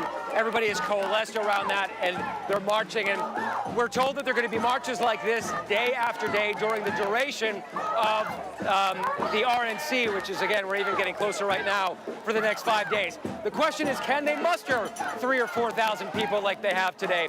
And that's unknown at this point, especially, Kira, you know it. It's incredibly hot outside, incredibly humid, so not the most comfortable conditions to be marching in, Kira. Totally understand, Matt. That's why I wanted to just kind of get a feel, and I can see even all the signs behind you addressing the Israel's war against Hamas. Wisconsin, a home to a number of Native American tribes, and I can see the land back signs there as well. Yep. In addition to no Trump, no Biden, people not happy with either candidate. So you are seeing it all there, which makes sense at any type of political convention. And that's a really good point, Kara. This is not a pro-Biden group here. The thousands of people here are not chanting in support of President Biden or former President Trump. They are sort of anti-establishment by a large degree here. All right, Matt, thanks so much. We'll keep in touch with you. We have to remember to maintain balance while we're here at conventions like this. Matt, thank you. I want to get now to our executive editorial producer, John Santucci. Just moments ago, we found out that the former president indeed has picked his VP. We also got news it looks like it is not going to be Marco Rubio. Bring us up to date, John. What do we know? Yeah, Kira, so we know everything but who the pick is, if you will. So we know, per a senior campaign official to ABC News, that Donald Trump has indeed made his selection of a running mate. Sources tell us, in addition to that, Kira, that he has informed Senator Marco Rubio and North Dakota Governor Burgum that they are not the pick. So this is absolutely a process of elimination. We know that among the final three, the other remaining individual was Ohio Senator J.D. Vance. We are also told, Kira, that we can expect to see the selection, the VP running mate, on stage at some point this afternoon. And remember, this is already a very busy day here in Milwaukee, Kira, because in addition to the VP selection, soon enough the roll call will begin where Donald Trump will formally become the Republican nominee for a third time, Kira. So a lot of excitement. You can definitely feel it here on the streets of Milwaukee. And obviously any second, we believe we're going to get news from Donald Trump of who the pick is. All right, so it looks like we can narrow it. We can take two out of the mix here. I'm seeing our senior congressional correspondent, Rachel Scott, John, putting out a note now. Doug Burgum is definitely not the pick. All right, so the list, we know the short list. It's being whittled down. All right, let us know what you learned. We'll keep in touch with Rachel, too. Thank you so much. So as you can see, as the RNC is now in full swing, it kicked off at the top of the hour. We now know that we are going to learn who the former president's pick is for VP. Back behind me, we are hearing from delegates as they speak. We heard from the RNC chair. We will continue to follow all the live events. It's happening quickly. So is the breaking news as the investigation still continues as well into that young suspect who tried to take the life of the man here who wants to be president. Our continued coverage of the RNC right after this break.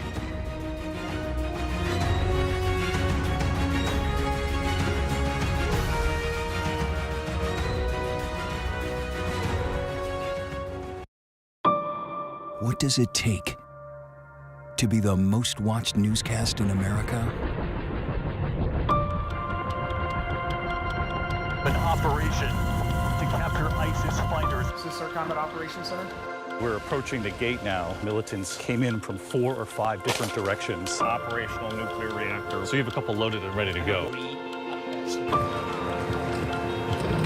The house is destroyed, but the flag, there's not a tear in it. Not a tear in it. How important is this label right here, Made in the USA? Look at your smile. You're proud of this. I love this. Great work. Hi. Where are you? Where are you? Appreciate you. Thank you, David. Good to meet you. Ismail? David. David. Yes, yes. I'm David Muir. I know who you are. You Watch do? you every night.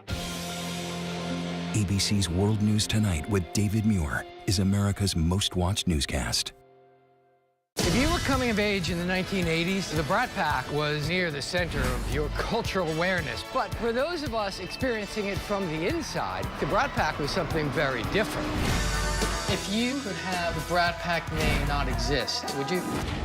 I hated the Brat Pack. What a disaster. Why did we take it as an offense? Andrew? I'm not going to say we were the Beatles or anything. Well, we didn't fill Shea Stadium. 1985? I think we could have. This is ABC News Live. The crush of families. On the ground in Ukraine. ABC News Live, America's #1 streaming news. Anytime, anywhere. Streaming 24/7, straight to you for free. Thank you for making ABC News Live America's #1 streaming news. Reporting from Spartanburg, Pennsylvania, I'm Stephanie Ramos. Wherever the story is, we'll take you there. You're streaming ABC News Live.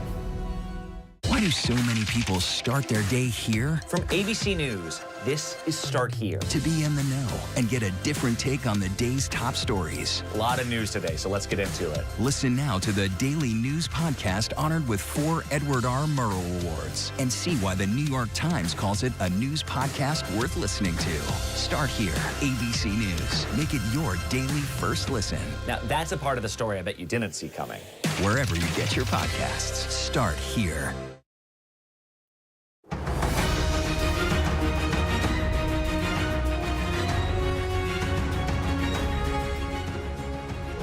So glad you continue to stream with us. You are watching ABC News Live and our continuing coverage of the Republican National Convention. I'm Kira Phillips. We are live here in Milwaukee, Wisconsin. Joining me now, GOP strategist David Polyansky, along with our ABC News political contributor, former Democratic U.S. Senator of North Dakota, Heidi Heitkamp. David, let's start with you. You know, former President Trump says that he is actually changing his speech for Thursday and plans to deliver a message of what we're told, quote, unity to meet the moment. I guess my question is, can he do that in light of just the messaging to this point? And do you think he had some sort of wake-up call after last weekend and that it has, I guess, it awakened him in a way that there's a lot at stake here, and now his life, he could have lost his life. Do you think this is causing him in many ways to have a new look at how he speaks, at politics, at how we move forward in this country? I do. First, thanks for having me. I think the short answer is yes. And in fact, I think it's changed all of us. Both Republicans and Democrats, just as Americans as a whole. Couldn't watch that video from Saturday night and not be moved, disturbed, scared for the country, but at the same time, with a great deal of hope and optimism, you know, for the future, if we take the moment now to dial it down and focus on the issues that unite us, and sometimes talk about the ones that divide us, even, but do it in a reasonable way. And look, you can't be in any position in life, no matter the circumstances, and face a near-death experience like that and have it not impact you somehow. Now, we'll see what that means in terms of the politics of the day and in terms of the speech of the moment. But it absolutely will fundamentally change a person. And I think you're seeing that already, not just by the former president's own behavior, but by those that are surrounding him and those that you're going to see on the stage here tonight and through the next few days. They've followed his lead, which is tone it down, focus on an optimistic message for the future. And if Republicans do that this week, if the president does it, if his vice presidential pick does it, and the majority of speakers that get on stage do that, we're going to set the tone, set the message, and more importantly, set the foundation for victory in November, not just for the White House, but for the entire control of Congress. And I'm optimistic and excited, and I think you're going to see that happen. Heidi, let's continue that conversation of messaging. Democrats have paused campaigning right now, actually in light of Trump's assassination attempt. But here we are at the RNC, and you know, if you want to talk about messaging, it's in full force right now. What are party members doing today on the Democratic side as the RNC kicks off today? Less worried about the RNC and the messaging that's happening in that arena than they are about making sure that the Democrats have a clear message. I want to take issue a little bit with what David just said, which is that the Trump campaign is pivoted. You think about Doug Burgum, our own governor in North Dakota, who after the attack on the president tweeted out about the courage of the president, about how important he was to the country. J.D. Vance, who's likely to be the vice president, immediately tweeted basically blaming Biden campaign rhetoric. And so I think Trump is hedging his bets a little bit. He's going to be kinder and gentler. And I think his VP pick is destined to continuing that discussion, maybe not on a stage in Milwaukee, but as we move forward.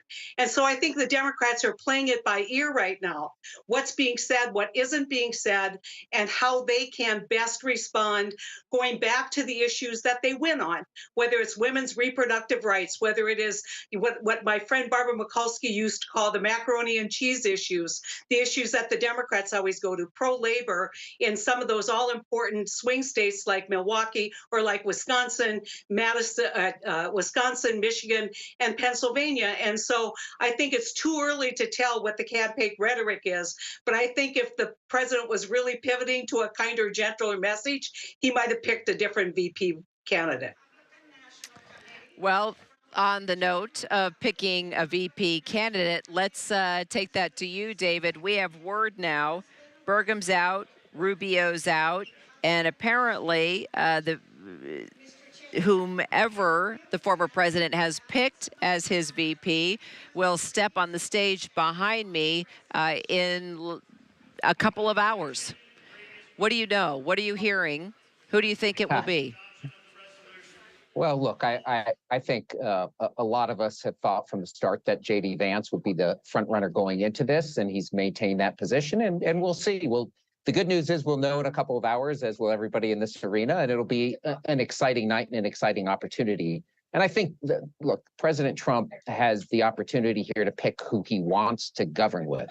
He's not in a position, he's leading every metric of this race by substantial margin, going into this convention and exiting it and heading into the final stretch.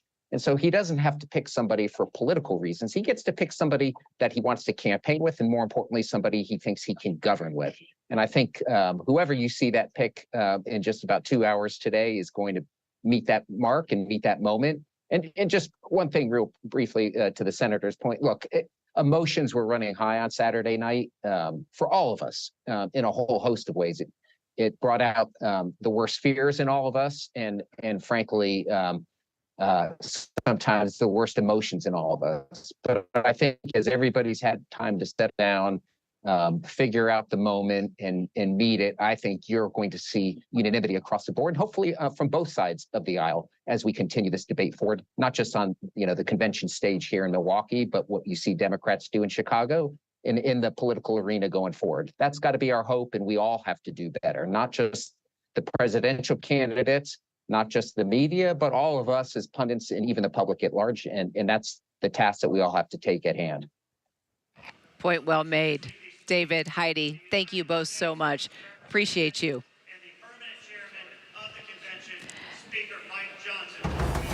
Up, and I'm hearing behind me. Do we want to take House Speaker Mike Johnson, who's coming to the stage, guys? All right, let's go.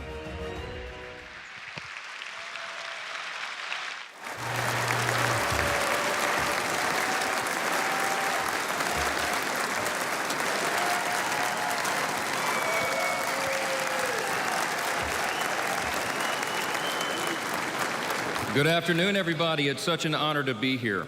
Before we begin, I'd like to remind the delegates of the provisions of the rules, which require that each candidate for a nomination for President of the United States demonstrate sufficient support prior to the presentation of the name of the candidate for nomination. The chair wishes to inform the delegates at this time that it has been furnished in a timely manner and with evidence of sufficient support of the candidates who will be presented for President and Vice President of the United States in compliance with the rules of the convention. Also, as prescribed under the rules, the total time for nominating speeches and seconding speeches for any candidate for President or Vice President shall not exceed 15 minutes. It has also been the custom at past conventions to permit the chair to recognize non-delegates for the purpose of making nominating speeches and seconding speeches. Without objection, the reading of the roll call of states for presenting the names for candidates for nomination is dispensed with, and non-delegates shall be permitted to make nominating and seconding speeches. At this time, the chair now recognizes the delegate from Iowa and the chairman of the Republican Party of Iowa, Jeff Kaufman, for the purpose of nominating. Please give him a warm welcome.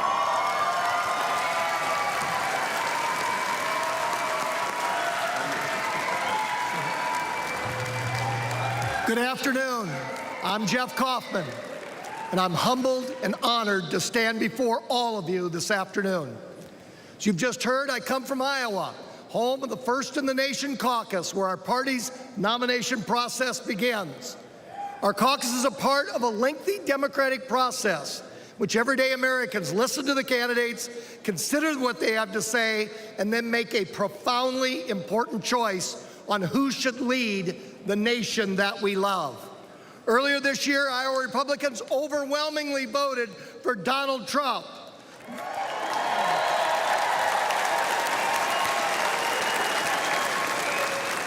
Then the vast majority of Republicans in primaries and caucuses across the nation seconded Iowa's good judgment. And as we continue to follow live coverage from the Republican National Convention, my next guest actually helped land Milwaukee as the location of the RNC, currently serving as the 45th mayor of Milwaukee. Joining me now, Mayor Cavalier Johnson. Mayor, good to see you. Good to see you as well. Thanks for having me. You bet. Well, you know, you championed for the RNC to come here to Milwaukee, despite being a Democrat.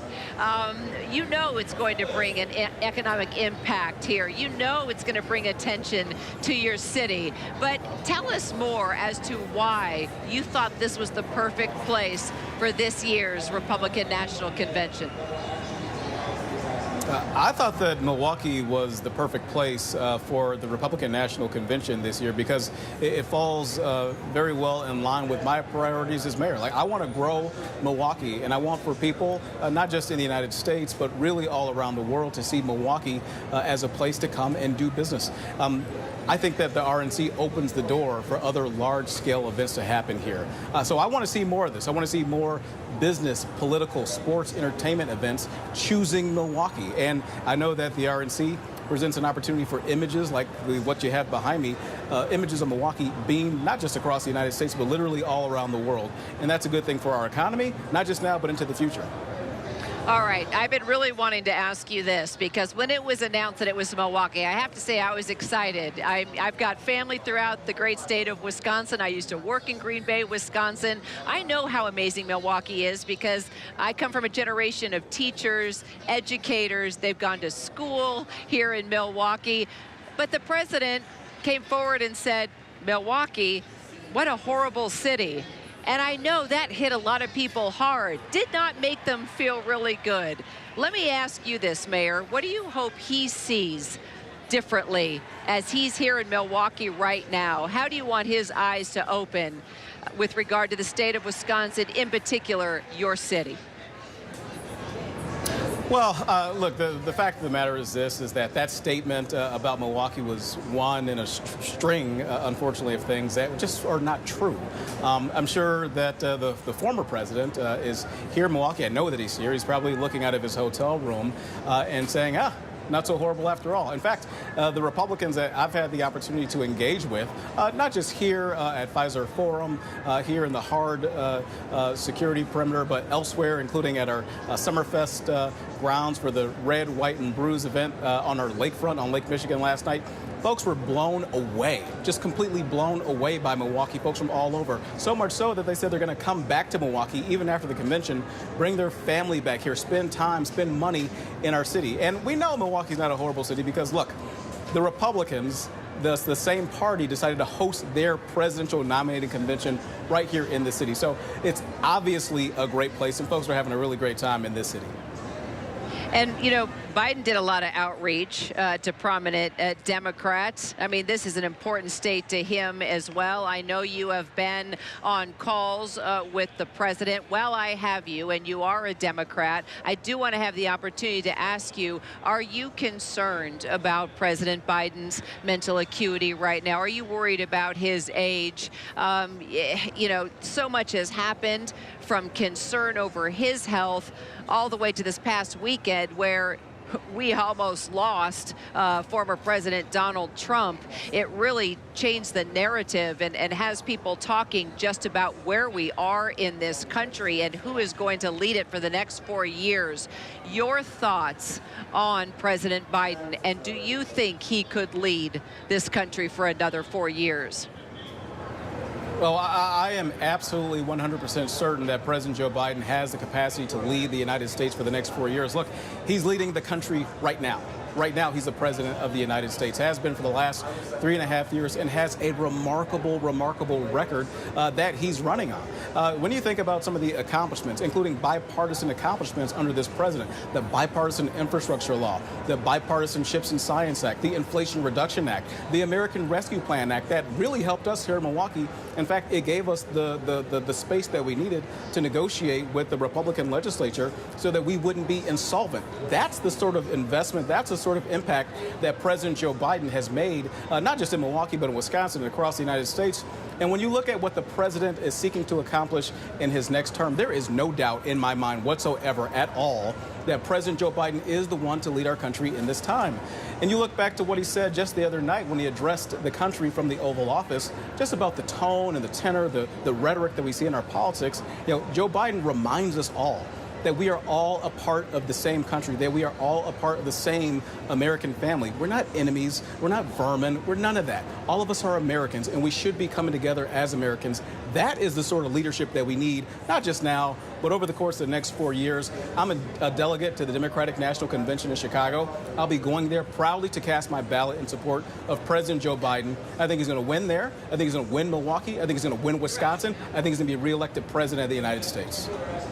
So I will be there in Chicago as well for the DNC, and Mayor Cavalier Johnson, I sure hope that we can have an interview in person on set. Will you join me? Looking forward to it. All right, bring the cheese curds. Mayor, thank you so much. Appreciate you. Thank you.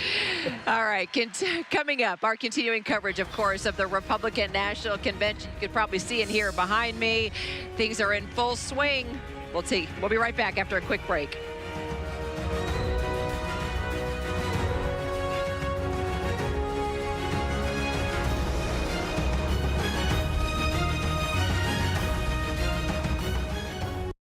Whenever news breaks. We are here in Israel, a nation at war after that brutal surprise attack by Hamas. On the ground in Ukraine, reporting from Lewiston, Maine. The scene of a horrific mass shooting. ABC News Live is right there everywhere. From the scene of that deadly missile strike in Dnipro, Ukraine. Reporting from the earthquake in Turkey. In Rolling Fork, this tornado tore through this little town. From the most devastating disaster in Hawaii. From Charleston, South Carolina, on the 2024 campaign trail. In Iceland, let's go. Traveling with the president in Mexico City. Wherever the story. From the front lines, from southern Israel. Outside the Gaza Strip. In Beirut. From the FBI. Reporting from the nurses on the picket line. Here at 10 Downing Street in London. Streaming live to you. Wherever the story is. Wherever the story is. Wherever the story is. We're going to take you there. You're streaming ABC News Live. ABC News Live. You're streaming ABC News Live. ABC News Live. Streaming free everywhere. America's #1 streaming news. First thing in the morning. There's a lot going on. We're still in a flash flood warning. To catch you up with what happened overnight. Police in riot gear arresting dozens of protesters. What's happening today? Escalating tensions in the Middle East. What people are talking about. The migrant crisis. Fast, straightforward. With some fun in between. Check out the Gator on the 17th hole. The buzzkill in baseball. First thing in the morning. America This Morning. America's #1 early morning news. On ABC News Live. There is a price to be paid every time a survivor shares their story. I will not be silenced. Do you feel the church accepted abuse? I wouldn't say accepted it as so much pretended it didn't exist. Yep, that's him. Yep. Ready? Kira Phillips with ABC News. Does your church protect sexual predators? The powerful new Impact by Nightline. Secrets of the 2x2 Church. There's nothing pretty about hearing this. Now streaming on Hulu.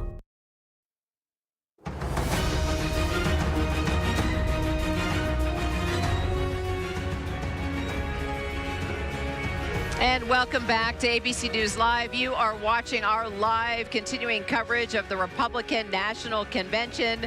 I'm Kira Phillips, live here in Milwaukee, Wisconsin. We are so glad you are streaming with us as we cover the RNC from beginning to end. I want to bring in our contributing political correspondent, Rachel Bade, along with our Jay O'Brien, who's there on the convention floor.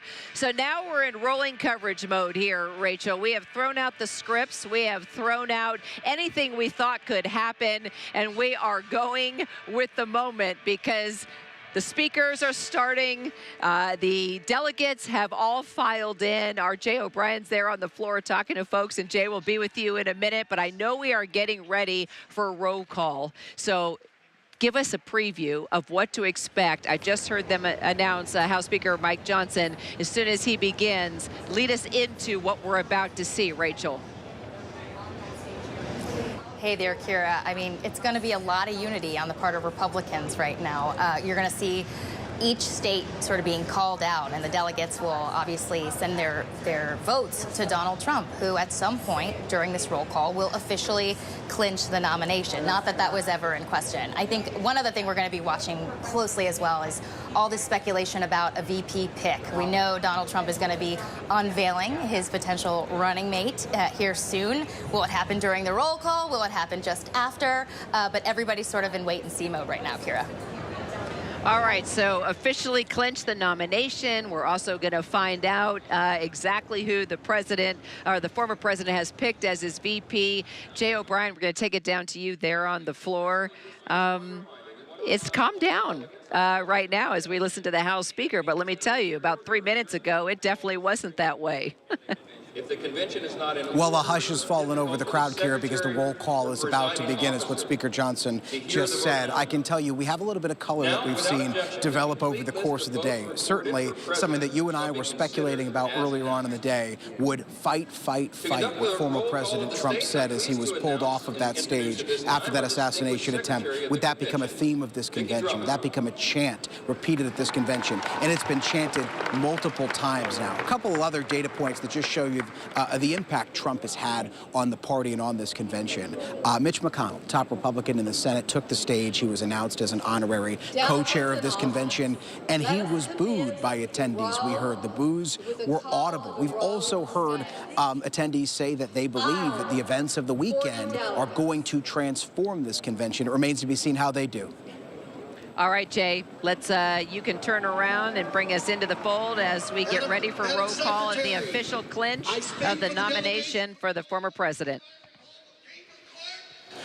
And Madam Secretary, the great state of Iowa proudly cast all of its 40 votes for President Donald J. Trump.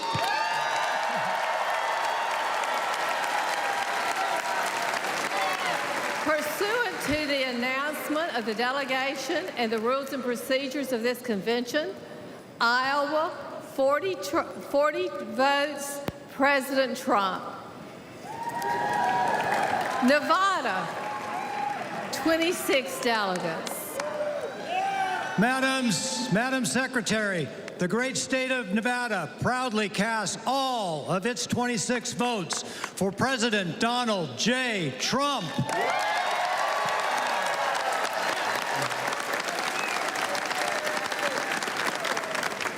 Pursuant to the announcement of the delegation and the rules and procedures of this convention, Nevada, 26 votes, President Trump. Yeah, there you go. Oklahoma, 43 delegates. Madam Secretary, I'm Nathan Dahm, Republican Party Chairman of the great state of Oklahoma, the crossroads of our country, and the first state to have a President Donald J. Trump highway, and the only state to have all 77 counties vote for President Trump 2 elections in a row, with a 3rd time coming up this November. Yeah! The state of Oklahoma proudly cast all of its 43 votes for President Donald J. Trump.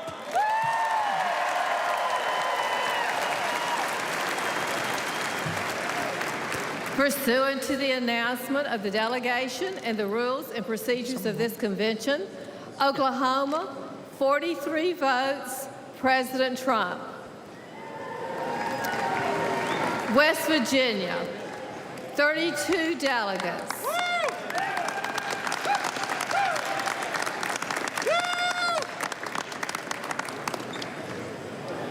Madam Chairman, on behalf of the West Virginia delegation, my name is Patrick Morrissey, and I am very proud to cast all 32 votes for the Mountaineers, where we're always free, and to cast those 32 votes for our former and future president, Donald J. Trump.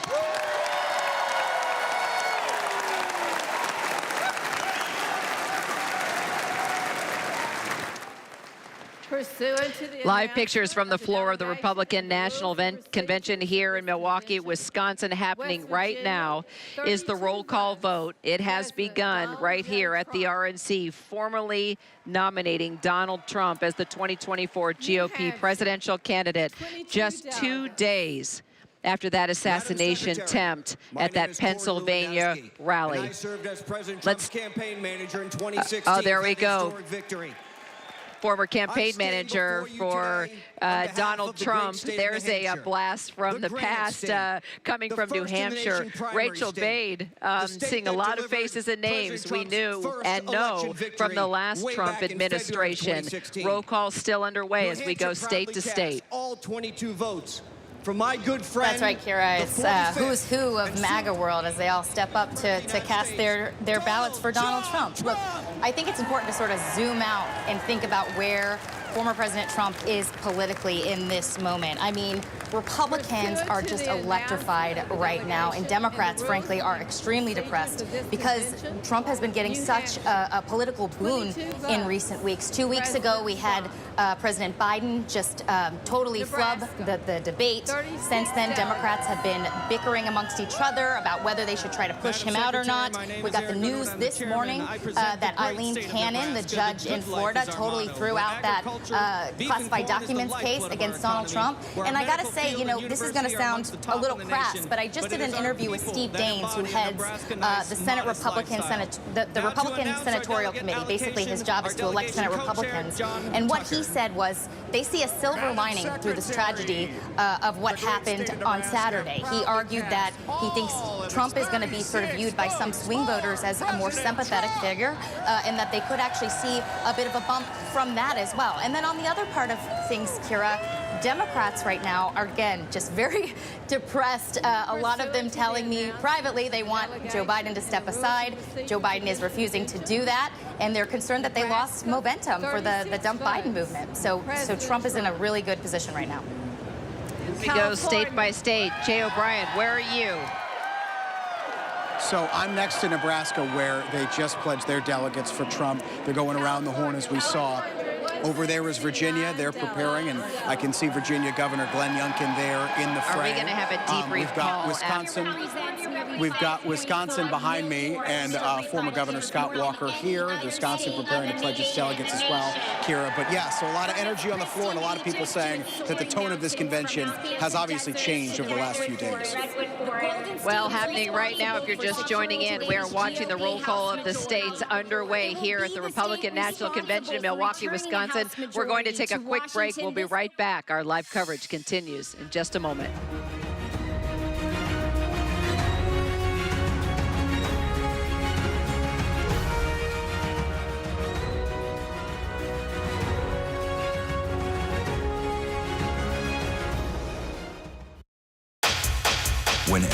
news breaks. We are here in Israel, a nation at war. In Rolling Fork, this tornado tore through this town. From Lewiston, Maine. The scene of a horrific mass shooting. From the scene of that deadly missile strike. ABC News Live everywhere. In Iceland, let's go.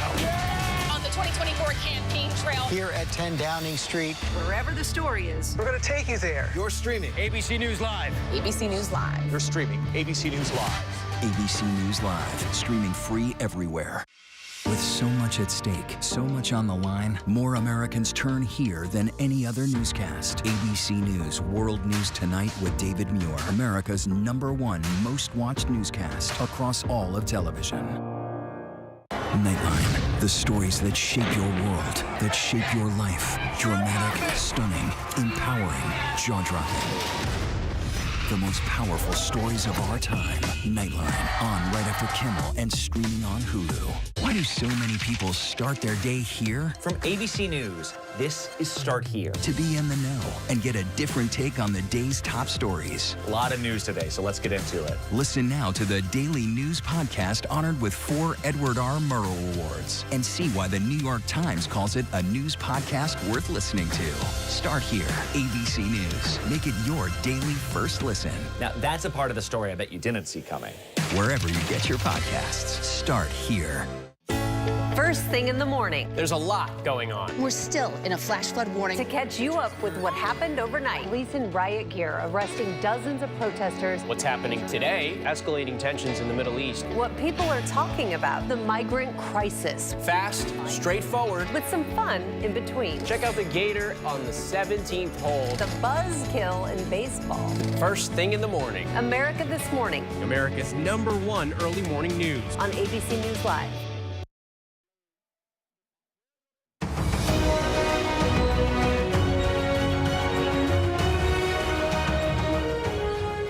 And welcome back to our live coverage from the floor of the Republican National Convention here in Milwaukee, Wisconsin. I'm Kira Phillips. We want to get straight to the breaking news, and that is the former president's pick for vice president. Good afternoon. We're coming on the air live from the Republican National Convention this afternoon right here in Milwaukee. Day 1 of the RNC already making headlines. And there is breaking news at this hour from Milwaukee because just moments ago, former President Donald Trump revealing his pick for vice president. Senator J.D. Vance, now his running mate. Trump making his choice from a short list from 4 or 5 finalists in the end. This is the first time in 36 years that a presidential candidate has announced a running mate during the convention. Of course, the convention just getting underway. The last time this happened, 1988, George H.W. Bush introducing Dan Quayle. That was actually during a rally. But while the convention was underway, I think it was day 2 of the convention back then. So many decades later, Donald Trump announcing on day 1 of the convention that his running mate will be J.D. Vance of Ohio. I'm joined here in the broadcast booth by Martha Raddatz, John Carl, our team on the floor, Rachel Scott and Terry Moran. But John Carl, first to you, your reaction on the choice of J.D. Vance. Well, first of all, I believe this will be the youngest running mate if he becomes vice president, the youngest vice president since Vice President Breckinridge, who served Buchanan back before the Civil War. So he's only 39 years old. He's been in the United States Senate for less than 2 years, elected in 2022. But he is somebody who is extremely popular among what you might call the MAGA wing of the Republican Party, a conservative firebrand, came on the scene with a best-selling book, of course, Hillbilly Elegy, yep. Which was seen as a way of kind of explaining the Trump phenomenon. But back then, this is somebody who was strongly anti-Trump in 2016. He was very critical of Trump, but after Trump won, he came on, as a big Trump supporter, and this will electrify the MAGA wing of this convention, which I think is the convention. And I'm not even sure people on the floor recognize that the announcement has been made because this is roll call, also another significant moment. We'll talk more about J.D. Vance here in just a moment. Let's take you live down to the floor and let's listen. This is the roll call. We're getting closer to the state of Florida, which I believe, given the math so far, will be the state that puts Donald Trump over the top. We're on Massachusetts right now. Let's listen in and get a sense of the energy on the floor. Pursuant to the announcement of the delegation and the rules and procedures of this convention, Massachusetts, 40 votes, President Trump. The The roll call, Indiana. Massachusetts, on to Indiana next, Georgia, Utah, Maryland, Texas, Ohio. J.D. Vance representing that state as the junior senator. So as we stick with these pictures on the floor, Martha Raddatt's also here with me. And Martha, the selection of J.D. Vance, Donald Trump has actually said in the past that the selection of a running mate really isn't that important. But he has signaled in recent days that given what the country has witnessed, just Saturday, the attempted assassination of a former president spells out how important all of these choices really are. We've actually seen it for Biden-Harris as well, as people debate whether or not President Biden is up to the job for a second term. A lot of eyes have been focused on the Vice President, Kamala Harris. So in this particular year, perhaps the choice of VP looms even larger than what we've seen in modern politics. It certainly does. And after this weekend and after what happened, it is a very, very critical choice. You have to wonder whether Donald Trump decided days ago on J.D. Vance or after that assassination attempt. But he's got this young man, as John said, 39 years old. He will be a player in the Republican Party for decades to come. And he not only understands Trump's base, he came from that base. His memoir is about him and his life story. He grew up in poverty. He said, the idea is we have grim statistics. If we are lucky, we will get off welfare. If we're unlucky, we'll die of a heroin overdose. J.D. Vance was raised by his grandparents in part, joined the Marine Corps, fought in Iraq, and then went to Yale Law School. So he is an extraordinary success story. I interviewed him in 2016 about that book, Hillbilly Elegy, and John's exactly right. He wasn't saying nice things about Donald Trump at the time, not at all. But he really has explained himself and his transformation into a Trump supporter quite eloquently. You're absolutely right on that point, and he'll face that question moving forward now that he is on the national stage beside Donald Trump. But in answering that question to ABC News, in fact, he talked about watching Donald Trump at work as president, speaking to his record and saying the record speaks volumes here that Donald Trump should be given another chance when it comes to the economy, foreign policy, and some of the other key parts of his administration's accomplishments as J.D. Vance sees it. Again, the Ohio senator has been chosen as Donald Trump's running mate. Major breaking headline out of the Republican convention already. What you're watching live right now, roll call on the floor. Terry Moran is down on the floor, I believe, near the state of Texas. Unclear how soon we'll see Senator J.D. Vance, but perhaps it'll be right around the roll call in Texas, Terry. That's what we're hoping for, no question about it, David. And earlier, this aisle was cleared. It isn't clear now, so we may be wrong about it. But just on J.D. Vance, that flip-flop as he was accused of performing from being a very fierce Trump critic to being a strong Trump supporter. He explained it once this way. He said that he had to make a choice between the people that had gotten him to Yale Law School, to venture capital and major American law firms, and the people that he came from. And he said that's who he wanted to represent. Now, that may be political opportunism, but anybody who's read Hillbilly Elegy or seen that movie or talked to him about it knows that he didn't want to forget where he came from, no matter what kind of success he had. And here we go. It does look like J.D. Vance is coming down the aisle right now. Oh, no, this is Donald Trump Jr. Sorry about that. There you see Donald Trump's son, Don Jr., Eric Trump there as well. Do we see J.D. Vance in that scrum of people? Larry Hogan. We know that after Maryland, Texas and Ohio comes next, and I would suspect that as you get pretty close to his home state of Ohio, you're going to see J.D. Vance. Yeah, I would suspect. And by the way, Donald Trump Jr. was among the most vocal in Trump's inner circle, pushing for J.D. Vance. I mean, really leading an all-out campaign to say J.D. Vance was the person that his father should pick. There were some in Trump's inner circle who, right until I think as early as this morning, were pushing the former president to pick somebody else. But this is Donald Trump Jr.'s candidate, close friend, and somebody he's been pushing for a long time. J.D. Vance, of course, we have not seen yet here on the convention floor in Milwaukee. We are seeing the children of Donald Trump Some of them, Don Jr., obviously, Eric Trump, Tiffany Trump, I was told, was in the crowd. There she is. You can see her right there. Here to support their father when the math sets him over the top as the nominee. Is the economic powerhouse of America. They're talking about Texas now. Ohio is next, and of course, Ohio, the state that J.D. Vance represents. Obviously, two senators there, one a Democrat, Sherrod Brown, the other J.D. Vance, the junior senator. It was one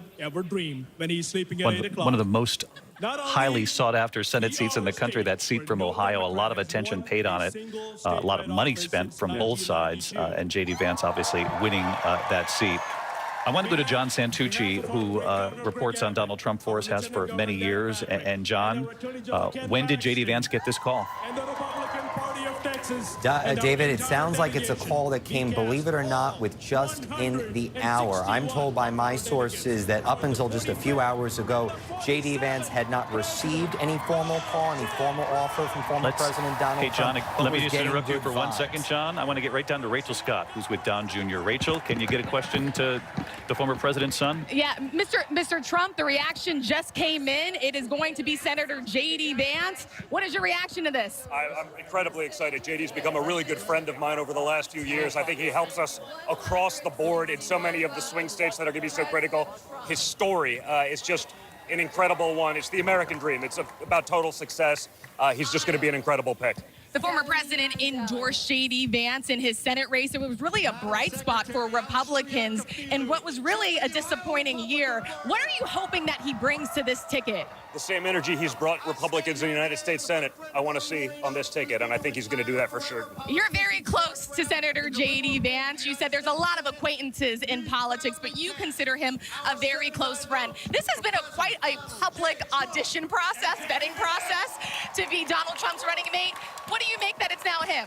Well, I'm super excited because I know the man, I know the character, I know his resolve. There's no weaknesses there. I'm just super excited about it. Thank you so much, sir, for the time. I really appreciate it. Well, there you have it. That is the former president's son. This is a close confidant of his, as you can see. It's really crowded here as the former president's family. I'm going to get back just a little bit to give them a little bit space here, David, as I toss it back to you. But a very, very happy Donald Trump Jr., a very close confidant to Senator J.D. Vance, overjoyed by this choice, saying it's exactly what this ticket needs, David.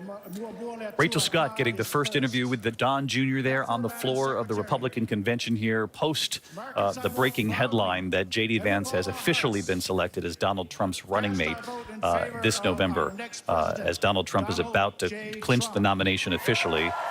Roll call as we're watching it play out here.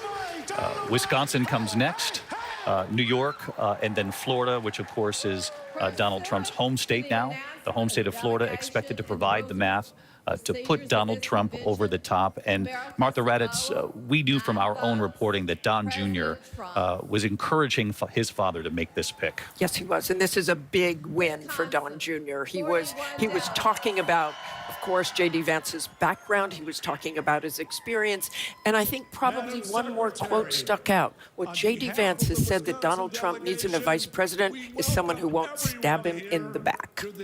And we know precisely what he's talking about, given the very real tension between Donald Trump and Mike Pence, certainly post January 6th here on full display. John? You know, what's fascinating about this is the second time J.D. Vance in 2 years has been in an apprentice-style competition to be chosen by Donald Trump. In that Senate race in 2022, there were half dozen Republican candidates, and Trump had them all come down to Mar-a-Lago to make the case that he should endorse them. Any one of them could have won, and that's a conservative state. The Republican was likely to win. J.D. Vance had to overcome the fact that he had said incredibly negative things about Donald Trump. In 2016, he had said things like, "I can't stomach Trump.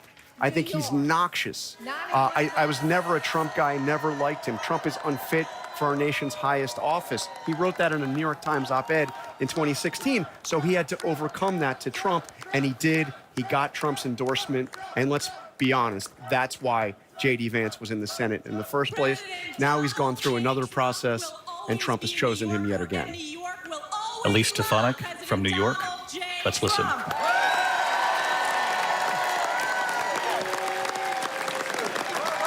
We believe that President Donald Trump will be the first Republican in a generation who will win New York State.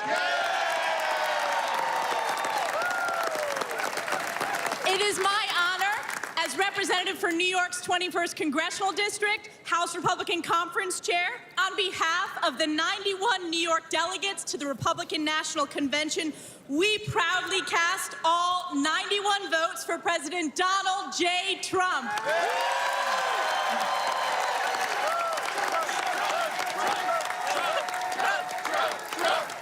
Pursuant to the announcement of the delegation and the rules and procedures of this convention, New York, 91 votes. Of course, New York, Donald Trump's longtime home. Florida coming next. Florida. His new home in recent years. And this will be a key moment here at this convention. Let's listen. Florida, 125 delegates. Madam Secretary and everybody in this great city.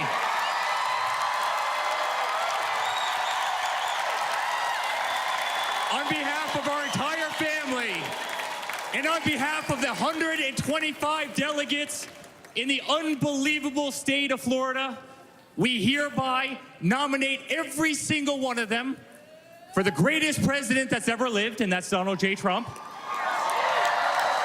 Hereby declaring him the Republican nominee for President of the United States of America.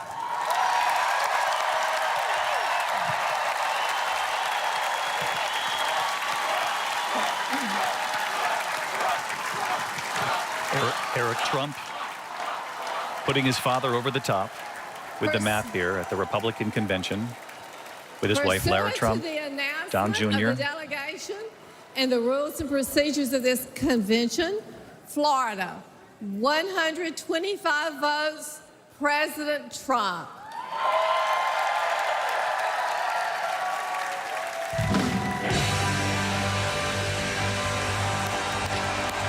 See it up on the big screen over the top. Says it all. Donald J. Trump will be the Republican nominee for president for the Republican Party. Obviously, we all knew that, but it is an extraordinary headline nonetheless.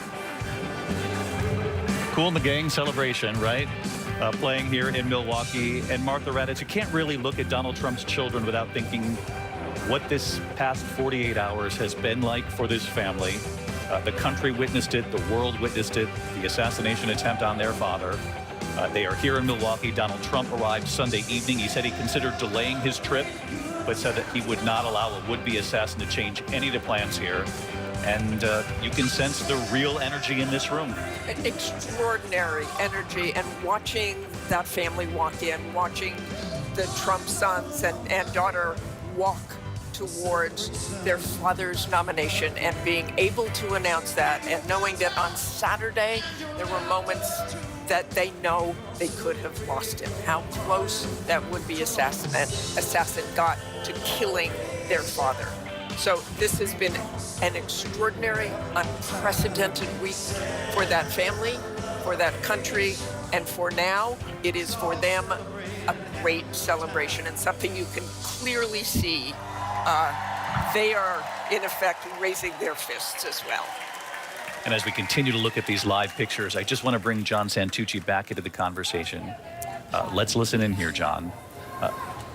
We will now continue with the roll call of the state. As they continue with the roll call, John, one of the things that you had mentioned to me in the moments after what we all witnessed as a country Saturday afternoon in Western Pennsylvania, it took some real trying to get Donald Trump in touch with his children, his adult children, who were wondering, they were not there in Pennsylvania with their father. There was some time that went by before they knew if their father was okay. Yeah, and it's interesting, David. Actually, my understanding is that some of the first communications Donald Trump's children were able to make were to former members of his Secret Service detail. Remember, Donald Trump has been a Secret Service protectee since late 2015. His children, when he won the presidency in 2016, also received Secret Service protection. And that relationship, David, that the children formed with their detail was the first way they were able to actually learn that their father was okay. They were seeing it play out on TV over and over again. And it was a smaller group of aides that were around Donald Trump at that rally this past Saturday, David. Today, though, obviously a very different story. Donald Trump's two adult sons, Eric and Don Jr. there. We talked earlier about Donald Trump Jr. and the force for which he has been behind J.D. Vance to be the running mate on this ticket. What's going to happen later this week, though, David, frankly, has not happened in a number of years. What we're going to see eventually is all members of the family under the roof. Yeah. Another moment here, John. Mitch McConnell, the Republican leader in the Senate, being booed here. John Carl booed here in the hall. He fully endorsed Donald Trump in this nomination, but as you know, it was Mitch McConnell who stood on that floor in the hours after January 6th and said Donald Trump bears responsibility for what played out in front of the world. It was Mitch McConnell who went 3.5 years without speaking to Donald Trump, suggesting he could be prosecuted. Donald Trump insulting his wife with a frankly racist insult, even though his wife had served in his cabinet for 4 years. So that's quite a moment to see Mitch McConnell, ever the Republican. I don't think he ever thought he would be in a situation where he would be on a floor casting votes for Donald Trump. This is an extraordinary moment in the history of this party, David. I mean, we have to just put this in a larger context. Donald Trump, now for the third consecutive time, the Republican nominee. When he left the White House in 2021, disgraced by what happened in January 6th, facing an impeachment trial in the United States Senate, where 7 senators from his own party voted to convict him, and others like McConnell, who didn't vote to convict, made it clear they felt he was responsible for what happened on January 6th. For him to come back the way he has, as the dominant figure in this party, it may be the greatest comeback story in the history of American politics. I don't even know what would be close. Yeah, and regardless of where you feel, where you stand, where you are politically, this country, and Terry Moran is down on the floor. And Terry, you witnessed there firsthand that swift change in temperature there on the floor when the folks realized it was Mitch McConnell who was speaking next. Yeah, it got real cold down here, David. There were some people trying to hush the boos because it doesn't look good, but those boos were from the heart, right? Mitch McConnell is considered persona non grata, as John Carl was just talking about, because he did criticize Donald Trump. And one of the things, the feel down here walking around this afternoon is different. It's different than 2016. It's different than 2020. These people, they're no longer outsiders, insurgents, deplorables. They know and they believe that the events of the past couple of weeks have confirmed through destiny, through the hand of God, as some of them have said to me, that they made the right choice back in 2016, that this is their destiny to be the governing party in this country. It's a different feel, a more certain feel here than it has been in past conventions that nominated Donald Trump. Something's happened. Terry Moran on the floor of the convention, where he'll be throughout the course of these next 4 days. Terry, thank you. Also on the convention floor, we want to check back in one more time here with Rachel Scott before we sign off. Rachel, we have just learned, ABC News has learned, that we will hear from Senator J.D. Vance at some point today. Of course, when we do, we'll come back on the air. But you were the first to get contact, if you will, with Donald Trump's family, his son Don Jr. right there on the floor. And it was Don Jr., we know, who leaned in heavily and said, in so many words, Dad, this is your pick. Exactly, David. And Donald Trump Jr. has said himself that there's a lot of acquaintances in politics, that there's actually very few close friends. And he calls Senator J.D. Vance a very close friend. Sources tell ABC News, including our own John Santucci, that Donald Trump Jr. himself was pushing for this. He wanted to see him on the ticket with the former president. Also very striking here, I just talked to Lara Trump just moments ago, who is obviously the daughter-in-law of the former president and heading up the RNC as well. I asked her what this moment means, right, coming off of this attempted assassination of former President Donald Trump. She said this is all about bringing the party together. She says today is about unity. David. Rachel Scott live on the floor of this convention hall here in Milwaukee. So again, you're watching ABC News live coverage of the breaking news from here in Milwaukee. We have learned just moments ago that Donald Trump is now the official nominee. Over the top is the term that they use on these convention floors when they hit the math. He is now officially the Republican nominee in this presidential election. At the same time, and Donald Trump knows timing, he did announce that his running mate will be J.D. Vance, the senator from Ohio, the Republican senator, of course. There were a number of names in the end, down to 2 or 3. Governor Burgum of North Dakota. We also had Marco Rubio, the senator from Florida. There were people within Donald Trump's inner circle pushing for Marco Rubio, we learned, right up until the very end as well. We know in recent days, Donald Trump said publicly, if Marco Rubio isn't my pick for VP, he'll have a place in my administration, perhaps in my cabinet. We'll see if that bears out if Donald Trump is successful come November. But for now, we know the ticket. It's Donald Trump and J.D. Vance from Ohio. Our coverage will continue. ABC News Live, abcnews.com. We'll be back with a special edition of World News Tonight, this first night from Milwaukee. And, of course, the entire team assembled here in Milwaukee will be right here with you tonight in prime time, right here on ABC. We'll see you soon. Good day.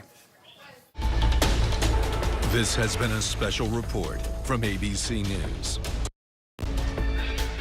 And we continue our coverage here from the Republican National Convention. The biggest piece of news, as you know, the former president, Donald Trump, the announcement has been made. His pick for VP, J.D. Vance.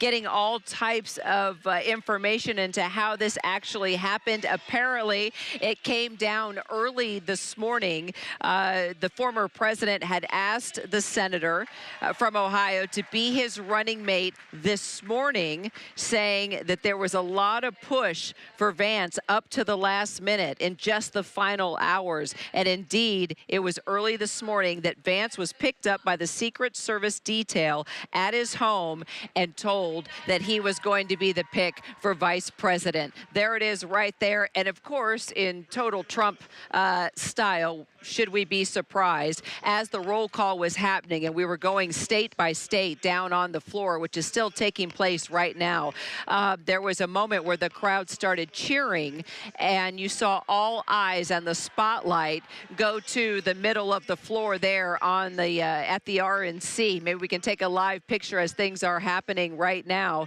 And you saw the former president's sons coming down through the crowd. And it was then that the announcement was officially made. His son, Don Jr., very close with J.D. Vance, had been pushing for J.D. Vance, hoping that his father would pick him as his running mate.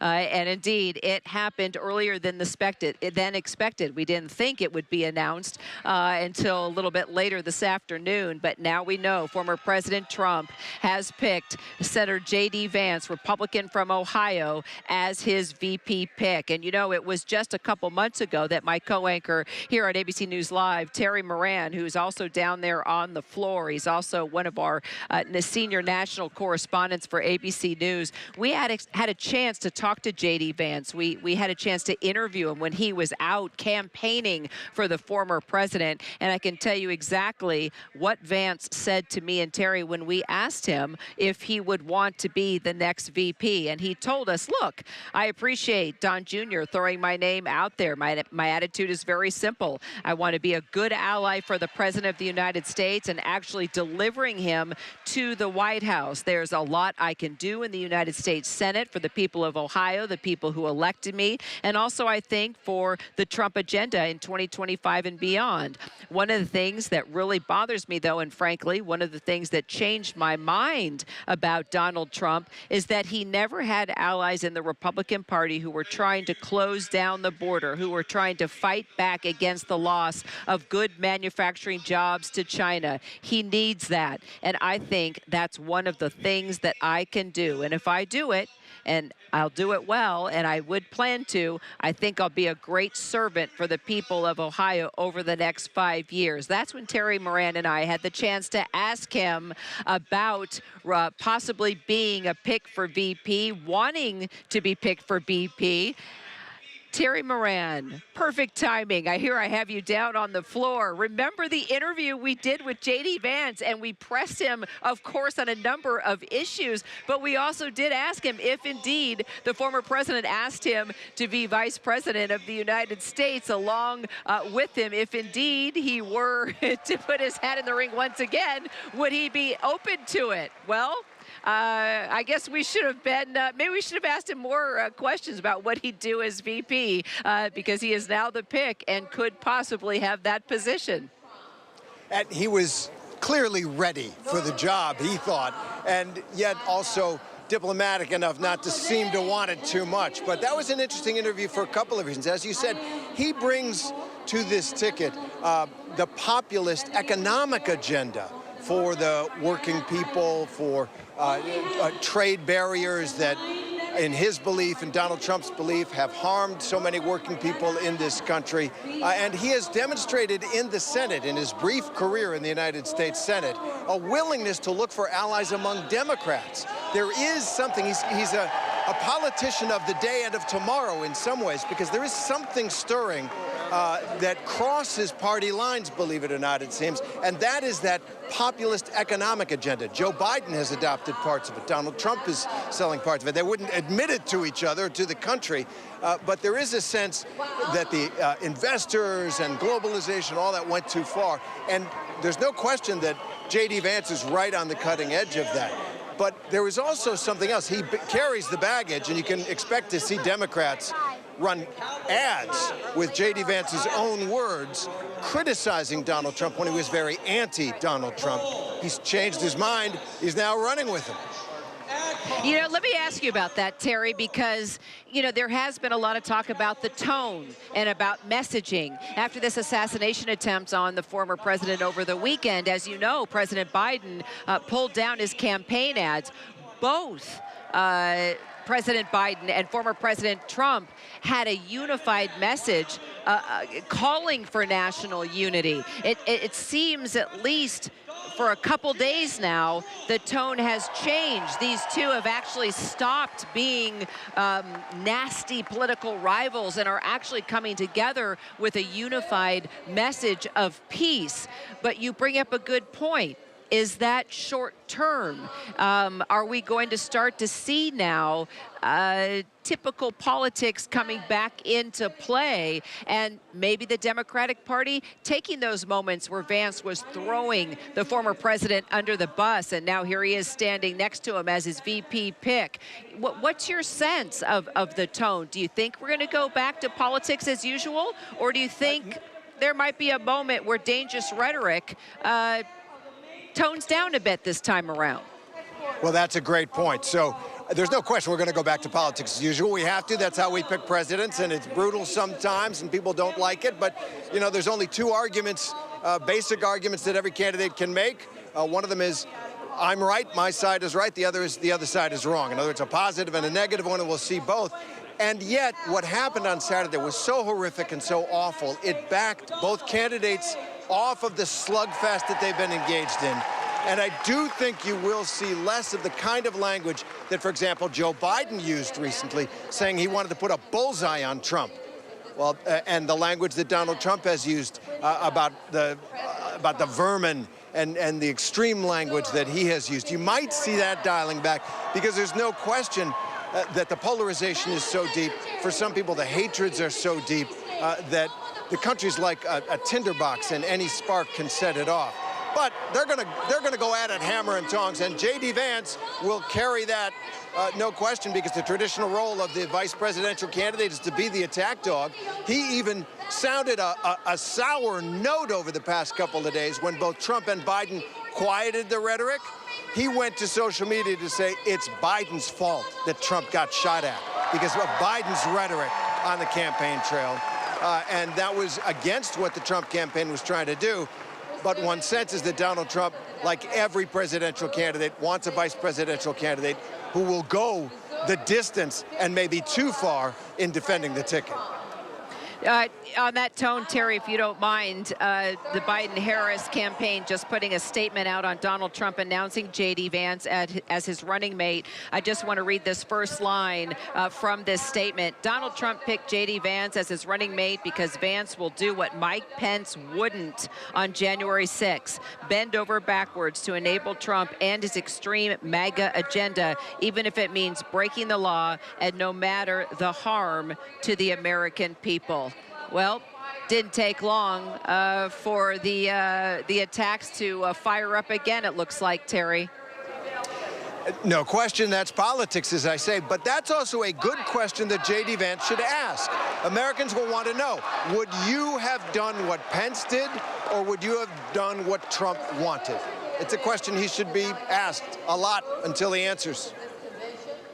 Our Terry Moran down on the floor here at the RNC. Terry, thank you so much. Let us know, please, who you get a chance to talk to as we continue to follow the latest breaking news that the VP pick is indeed J.D. Vance, that Republican senator from Ohio, executive editorial producer John Santucci. We were talking about the possible VP pick. We were talking earlier that we knew it would probably more than likely be Trump's kids that would walk through the crowd down here on the floor at the RNC and create a splash, and indeed that's exactly what happened. We saw Don Jr. make the big announcement. He, his sister, his brother, wife, girlfriends, all in tow in the crowd, and they went wild. They absolutely did. Kira, I do want to pick up on the question you just asked Terry, because I'm staying right on point with you, Kira, because you mentioned that statement that came out a few minutes ago from the Biden-Harris campaign. Clearly, the gloves coming off. Donald Trump Jr., who, as we saw, speak to our Rachel Scott, and I can tell you has been really the architect between J.D. Vance getting on the ticket with his father, just put out this tweet, Kira. I want to read it in part. It reads, quote, Biden is stuck with the worst VP in the history of our nation. President Trump is one of the most dynamic young leaders in the country, referencing J.D. Vance. He goes on to say our party has never been more unified. But again, that tone clearly stripping away from what we have seen over the last 48 hours of trying to take the temperature down. You know, as President Biden said from the Oval Office at some point over the last few days, Kira, it was going to get back to vigorous debate, and clearly we're very much entering that. But look, I do think that this is a major win for Donald Trump Jr., who I can tell you, Kira, up until late this morning, early this afternoon, was continuing to work the phones, continuing to try to convince his father that J.D. Vance was indeed the right person. And we can tell you that up until just the last few hours here, Kira, our team reporting in real time that Senators Marco Rubio and Governor Todd Burgum were informed in just the last few hours that they were not going to be amongst the individuals that would join Donald Trump on this ticket heading into November. Listen, I do think that one of the things we're going to see shortly is J.D. Vance come into this arena here in Milwaukee. It'll be one of the first times we have seen him formally since it was announced by the former president he would join the ticket. The big thing, though, that possibly, I don't think we're going to see this afternoon, but maybe this evening, many people I can tell you around this arena have been coming up saying to me, or I've overheard conversations, Kira, they want to see President Trump. He has not been seen in a public way. We've only seen some videos of him boarding his aircraft, but nobody has really seen him since that horrific assassination attempt on Saturday. Perhaps shortly we will see him here, Kira. Okay, stay tuned. We do await, and I know you'll bring us the latest details from the family as we get them. John, thank you. I want to bring in our ABC contributor, Asma Khalid. She is also here, and she's been talking to her sources. A couple of questions for you, Asma, if you don't mind. First of all, just looking at J.D. Vance becoming the favorite here, becoming the pick for VP. I mean, talk about a switch. Where do you think it actually happened? From the day that J.D. Vance was throwing the former president under the bus without hesitation, he now will be standing side by side with Donald Trump on the ticket for the Republican win in 2024. We know that the former president has come forward saying, well, sources close to the president saying that Rubio was risky and Vance was becoming more of a contender. But where did that change happen between J.D. Vance and the former president? I think it's really when J.D. Vance became a senator. You know, if you look back to comments he made when Trump was running for election, in fact, I recall he did an interview with my colleague Terry Gross of Fresh Air, and at that point in time, he said he was likely going to vote third-party candidate. You know, he was very critical and has made a lot of really publicly critical comments of Donald Trump. But once he got into the Senate, he was a staunch ally of the president on this America First policy agenda. You talk about things like funding the Ukraine war. I would argue that J.D. Vance is sort of more of a staunch isolationist in some ways than even Donald Trump. So he sort of, I think, from a world vision perspective, has been a very, very loyal ally. And look, one thing I will say, Kira, why I think that this is a particularly smart move is J.D. Vance wasn't always a true believer. He's a convert to Donald Trump, and he can go out on the trail, on the campaign trail, and make this pitch to lukewarm supporters about being a convert himself and say, hey, look, I wasn't always a believer, but here I am now. Now, on the side of Democrats, there was a moment, Asma, maybe about 30 seconds, where we were having a conversation about the tone changing in this election since Saturday and that assassination attempt, and how the president called the former president to see how he was doing, to talk about national unity, to change the course of the conversation. But the minute the VP pick was made, the statement came forward on behalf of the Biden-Harris campaign, and immediately, immediately coming forward and talking about J.D. Vance, he was picked because, you know, he will do what Mike Pence wouldn't on January 6th and just bend over backwards to enable Trump and his extreme MAGA agenda. It sort of looks like we are going back to where we were, and no matter normal. Yes, exactly. And this talk of national unity, wait, what happened to moving forward? Very short-lived, very short-lived. Yes. Yeah, you know, I was out listening to different people this morning, Vivek Ramaswamy, Donald Trump's former chief of staff, Reince Priebus, and I was struck by this message of unity. There was this idea they felt that, you know, the Republicans ought not to demonize Democratic voters. They need to understand it's the ideology that's the problem, not individual fellow Americans. But one thing I will say is if you look at the public statements after the assassination attempt on Donald Trump, J.D. Vance himself had some sharp words. He was pretty clear that this was not an isolated incident. He on social media said that that attack was the result explicitly of rhetoric from the Biden campaign, and he was very quick to point the finger. So while I will say there was this push for unity we might have seen from some corners of the Democratic and Republican parties, you didn't exactly see that push from J.D. Vance himself. And so, yes, I can imagine that the push for unity will be very short-lived. I don't anticipate that it will last very long, as we're already seeing. All right, Asma, thank you. I want to take it straight to the floor now where all the action is happening. Our Jay O'Brien is there. You know, Senate Minority Leader Mitch McConnell isn't exactly getting a warm reception down there from his fellow Republicans, Jay. As they were doing the roll call, all of a sudden we didn't know where we were in the roll call because we started hearing a loud boo, to which we turned around, went straight to your live location, and it was Mitch McConnell front and center. What's going on down there? Yeah, so this is a little bit ago. Mitch McConnell was booed when his name was mentioned a few times at this convention. He and obviously former President Trump have had a frosty relationship since the 2020 election. Our Jonathan Karl has reported that out extensively. It's another example of how Trump has really cemented his grip on the Republican Party. Meantime, what we've heard down here is a positive reception to this Vance pick.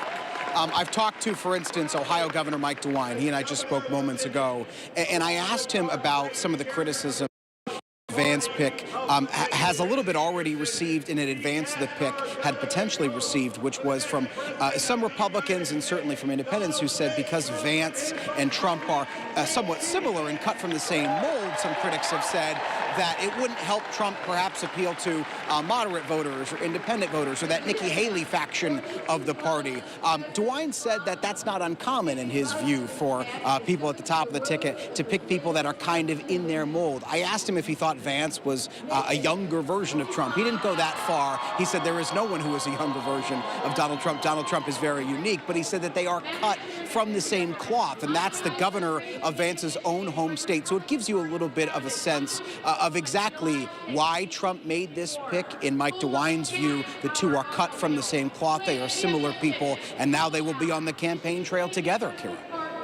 Well, looking back at what J.D. Vance said at CPAC, Jay, I criticized Trump in 2016 because I didn't think he was going to be a good president. I was very happy to be proven wrong. I think he's earned the spot as the leader of the Republican Party. I guarantee you the majority Republicans are behind the president right now. Well, you can definitely see it from where you are, Jay, there on the floor. And let me ask you, speaking of the floor, in total Trump family style, Don Jr.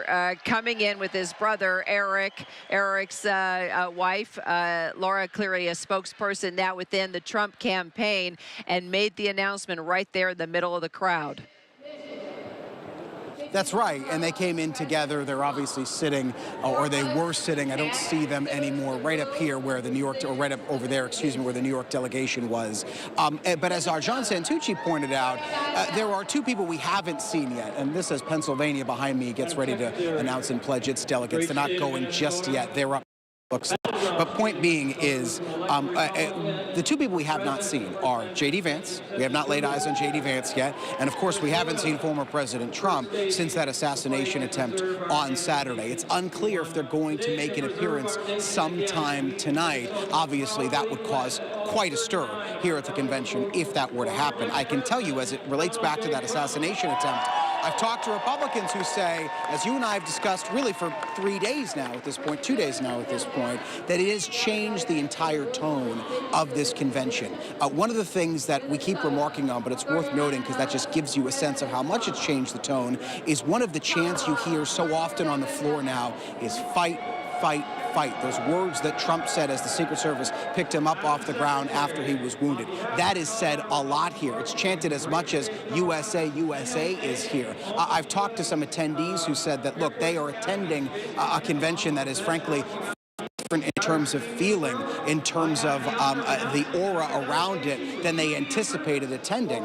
And the question hanging over all of this, as you were just talking with Asma about, is does that message of unity hold true?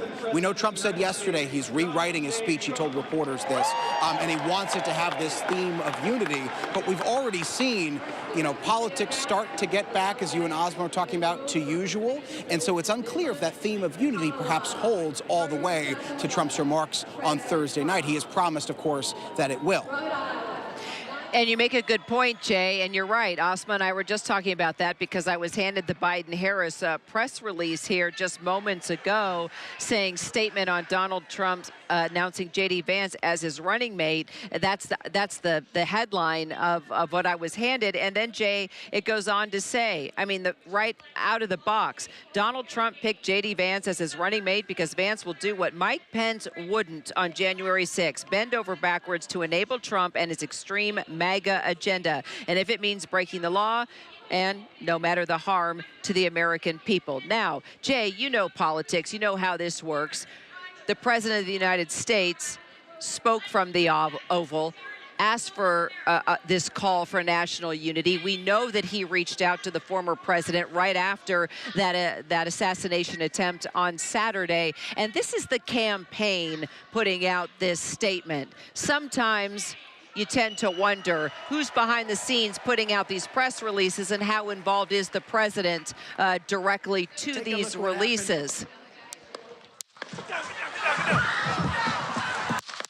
How much does this idea of politics as usual, as you were saying, creep back into the calculus here? One of the things that Trump said, or excuse me, Pennsylvania is going right here next to me, so I'm going to get a little bit closer because there's some folks in the delegation I do want to talk to, Kira. But I'll say this.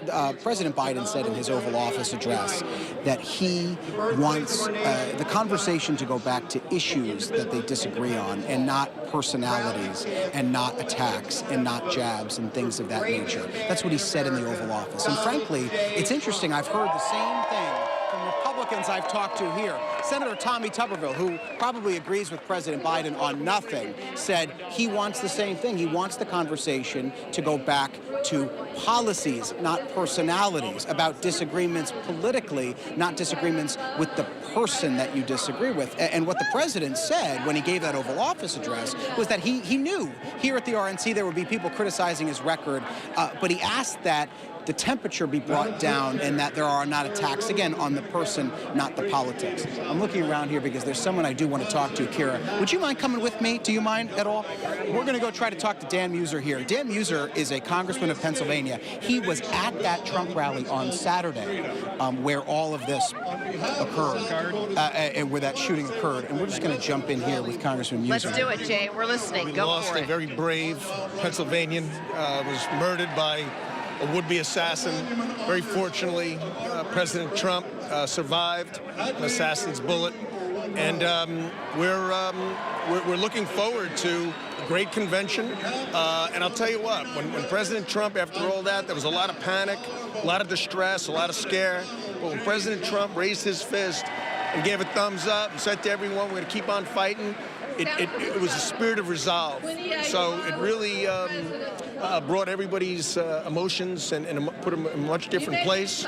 And on the same note, we mourn the loss of Pennsylvanian I mentioned, Corey, and our hearts go out to his family. And there's two others that were injured in the attack on the rally as well. Does today and this week feel different in light of the events on Saturday? I think so, right? I mean, certainly for me, I was there, but I think for a lot of people, it was very traumatic. I mean, it was a near-death experience for the president, but clearly he's responded incredibly to it, showed all kinds of moral fortitude and strength of character, and he's here speaking today, and I think it's given more resolve to people than sadness. And that's our Jay O'Brien on the floor there of the Republican National Convention. He there is close to the state of Pennsylvania where that assassination attempt happened on Saturday. And we will bring you more of what Jay is able to get from the congressman there in reaction. But for now, we want to thank all of you for rolling with us for the past 3 hours. We will be back here tomorrow all afternoon with live coverage here from the RNC. But special primetime coverage does continue of the 2024 Republican National Convention. It kicks off right here on ABC News Live tonight at 7 p.m. Eastern. And then later, Linsey Davis is joined by our own David Muir and our entire powerhouse political team. Again, that's tonight. ABC News Live starting at 7 p.m. Eastern. I'm Kira Phillips. Thanks so much for joining us. My colleague, Kana Whitworth, picks up coverage on the other side right after the break. Stay with us.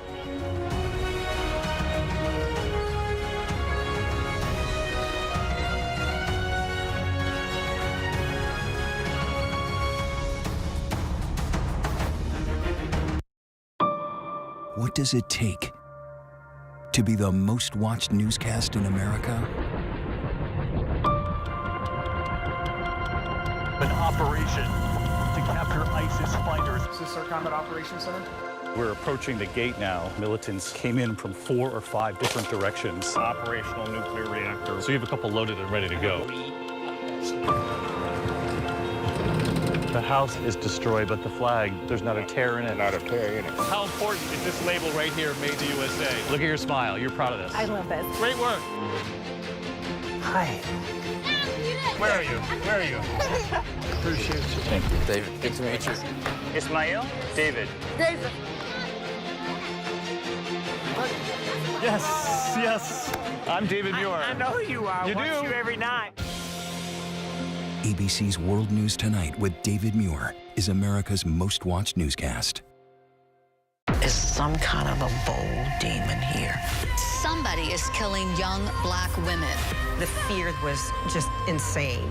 I was not gonna stop until I found out who did this. Knew all of his victims. He portrayed himself as a good friend. Now Friday, the prison interview with the killer. Once I touched him, And the first interview with the only surviving victim. 2020, Friday night on ABC. If you were coming of age in the 1980s, the Brat Pack was near the center of your cultural awareness. But for those of us experiencing it from the inside, the Brat Pack was something very different. The critics agree. Hated the Brat Pack. What a disaster. Why did we take it as an offense? I'm not going to say we were the Beatles or anything. Well, we didn't fill Shea Stadium. 1985? I think we could have.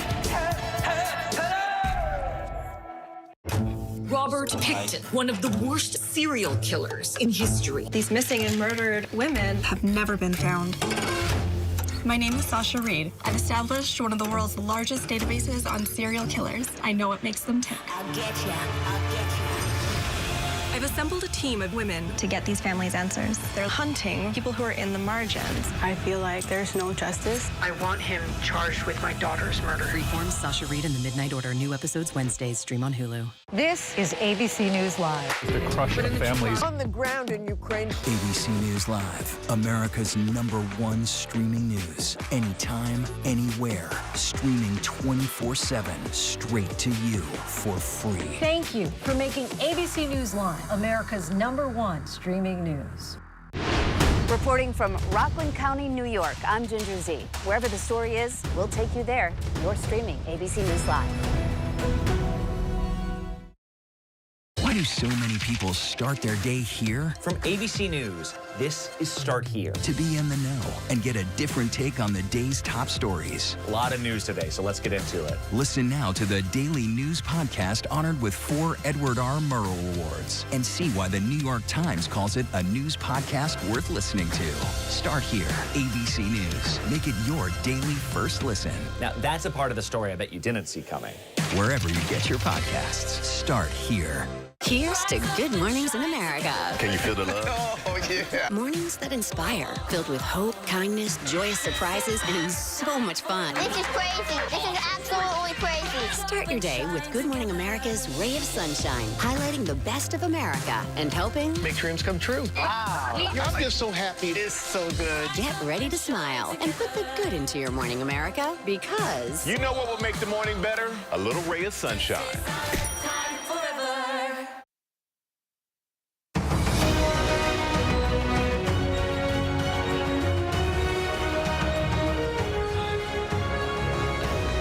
And welcome back. Thank you for watching ABC News Live. I'm Kana Whitworth here live at the Republican National Convention in Milwaukee. And you are seeing live images there of Speaker Mike Johnson, who is currently at the podium. A sea of happy and proud Republicans here. You can make out the state of Texas clear as day in their cowboy hats there as people are announcing and pledging their delegates all here to support Donald Trump. Again, I'm Kana Whitworth, and this is ABC News Live special coverage of the historic gathering in the key battleground state of Wisconsin. And right now at the convention, Donald Trump, officially the GOP presidential nominee, just 2 days after narrowly escaping an assassination attempt.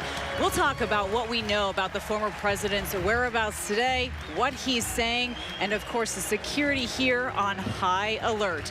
Also, Donald Trump selecting J.D. Vance as his running mate. Of course, the Ohio senator set to be officially nominated in a roll call from delegates.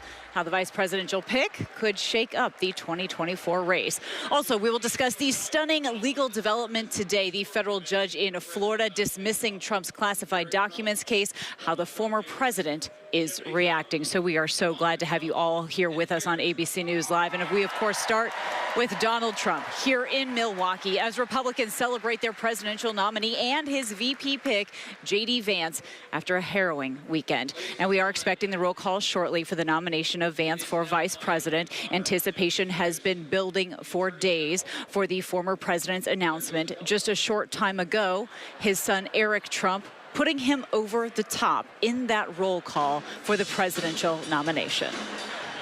And on behalf of the 125 delegates in the unbelievable state of Florida, we hereby nominate every single one of them for the greatest president that's ever lived, and that's Donald J. Trump. Hereby declaring him the Republican nominee for President of the United States of America.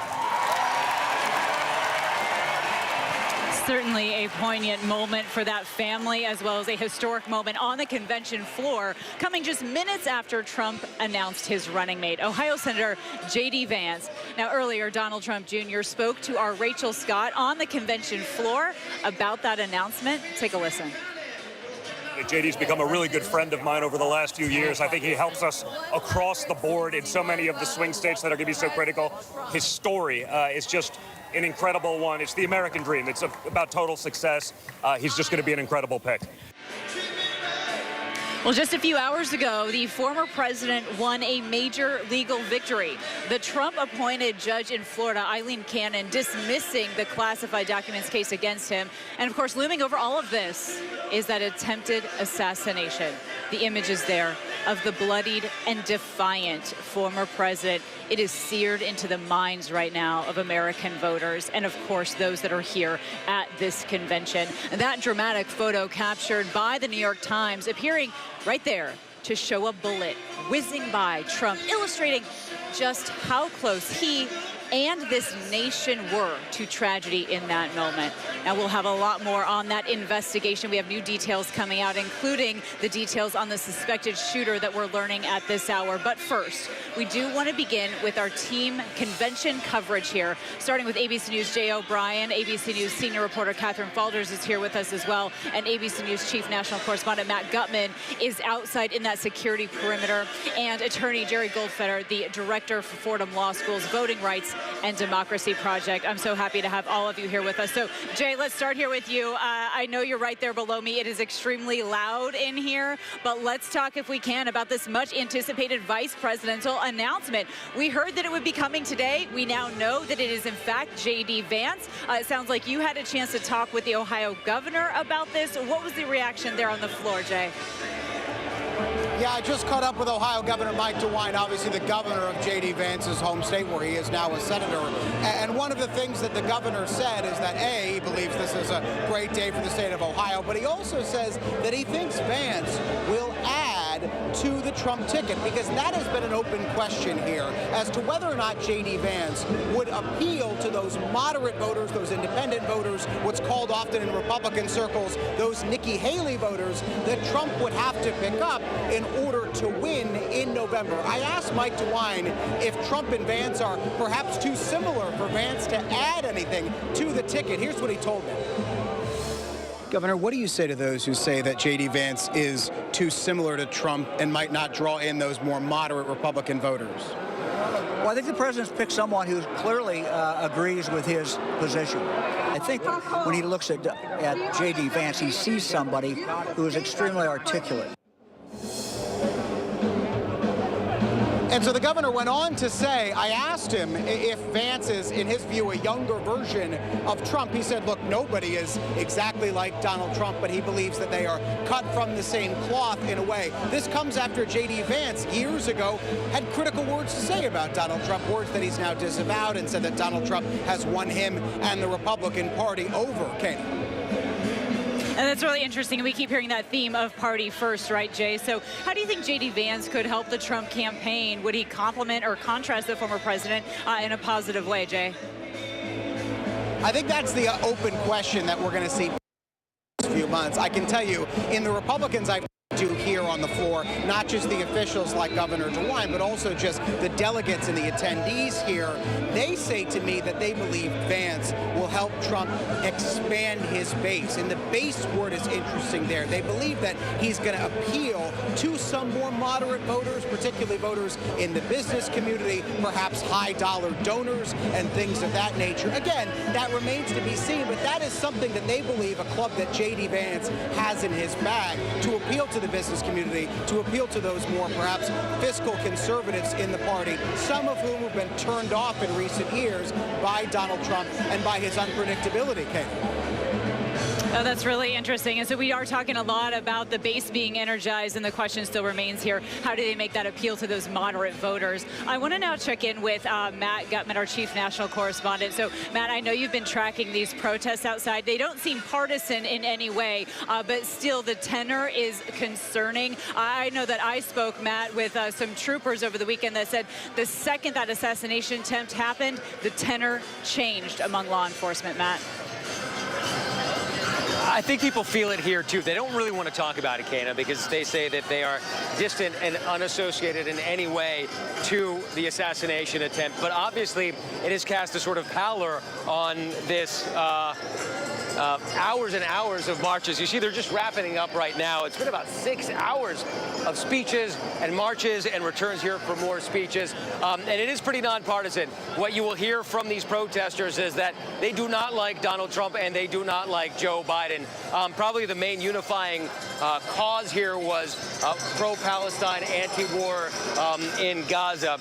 But other than that, there were myriad causes that people were promoting here.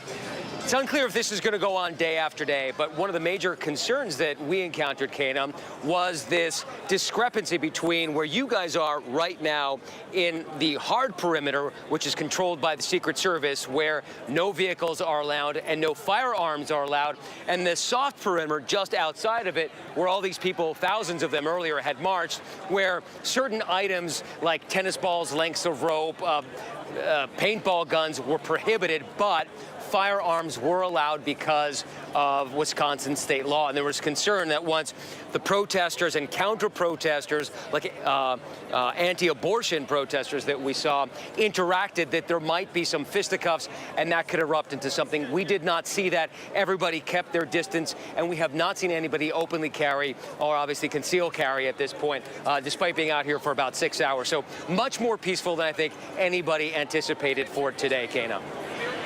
And you certainly highlight something of concern that we heard from the Wisconsin governor prior to all of this. Matt Gutman, our thanks to you, especially for being out there with those protesters all day today, highlighting such an important part of this convention as well. But we want to turn now to Catherine Falder. So, Catherine, we learned today of this stunning legal development. Judge Cannon dismissing special counsel Jack Smith's documents case. Listen, Catherine, she called this his very appointment, Jack Smith's very appointment, unconstitutional. You were in court for those hearings in that case. What is the reaction today from both sides here on this legal battle? Yeah, all of this is pretty striking and frankly surprising, Kana. Look, I was in court for those proceedings, as you mentioned. It seems that the judge wasn't really entertaining Donald Trump's lawyers' arguments on this, that she was skeptical of some of the arguments they were making when they were essentially arguing that Jack Smith's appointment was unconstitutional. Well, clearly she's changed her mind there in a lengthy opinion over 90 pages. She's tossed out the whole case. That's all 40 counts against Donald Trump for his alleged mishandling of classified information and obstructing the government's investigation.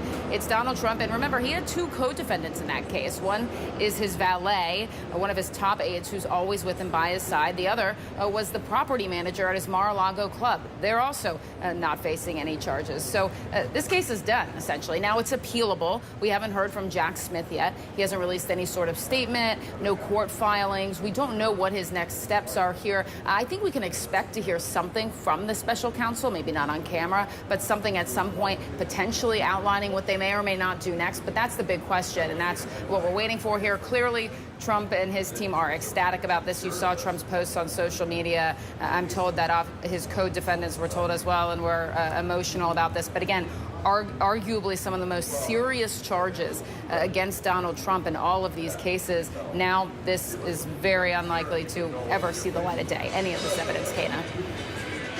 Just a stunning development there. Catherine Falders, our thanks to you. Jerry, I want to turn now to you here for your take on this notion here that the special counsel's appointments are unconstitutional and the potential for an appeal now from the special counsel's team. How do you see that playing out? Well, I think the decision is bogus. The judge seems to think that that there was no statutory provision that allows for the appointment of Jack Smith. That's just wrong. There's been a statute on the books for the law students who are listening, 28 U.S.C. 533, that gives the Attorney General the authority to appoint people to investigate, prosecute crimes against the United States. She's wrong. It's over 90 pages, as was just said, so she's been holding on this. What a coincidence that it's released on the first day of the Republican convention. The only other judge who I know agrees with this position is Clarence Thomas. I think Jack Smith will appeal, and this appeal will probably include a request to remove her, because the 11th Circuit, the appeals court that covers Florida, has struck down her decisions twice with vigorous decisions showing that she's wrong. I think they'll do the same thing here. Well, we will wait and see, and we will cover it every step of the way. Catherine, Jay, Matt, and Jerry, our thanks to all of you. Now, we have a lot more special coverage ahead here on ABC News Live. There's new details now in the attempted assassination of former President Trump. We'll talk about what we know about the shooter as well as the victims as our coverage continues right here in Milwaukee. Stay with us.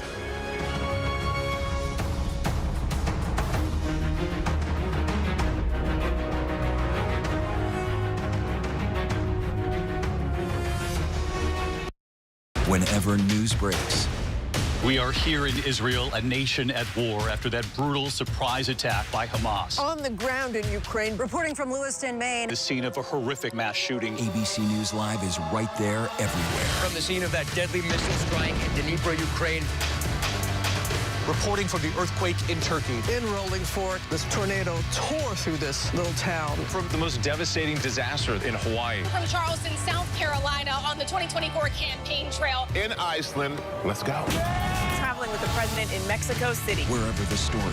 From the front lines, from southern Israel. Outside the Gaza Strip. In Beirut. From the FBI. Reporting from the nurses on the picket line. Here at 10 Downing Street in London. Streaming live to you. Wherever the story is. Wherever the story is. Wherever the story is, we're going to take you there. You're streaming. ABC News Live. ABC News Live. You're streaming ABC News Live. ABC News Live, streaming free everywhere. America's #1 streaming news. First thing in the morning. There's a lot going on. We're still in a flash flood warning. To catch you up with what happened overnight. Police in riot gear arresting dozens of protesters. What's happening today? Escalating tensions in the Middle East. What people are talking about, the migrant crisis. Fast, straightforward. With some fun in between. Check out the Gator on the 17th hole. The buzzkill in baseball. First thing in the morning. America This Morning. America's #1 early morning news. On ABC News Live. There is a price to be paid every time a survivor shares their story. I will not be silenced. Do you feel the church accepted abuse? I wouldn't say accepted it as so much pretended it didn't exist. Yep, that's him. Yep. Ready? Kira Phillips with ABC News. Does your church protect sexual predators? The powerful new Impact by Nightline. Secrets of the 2x2 Church. There's nothing pretty about hearing this. Now streaming on Hulu.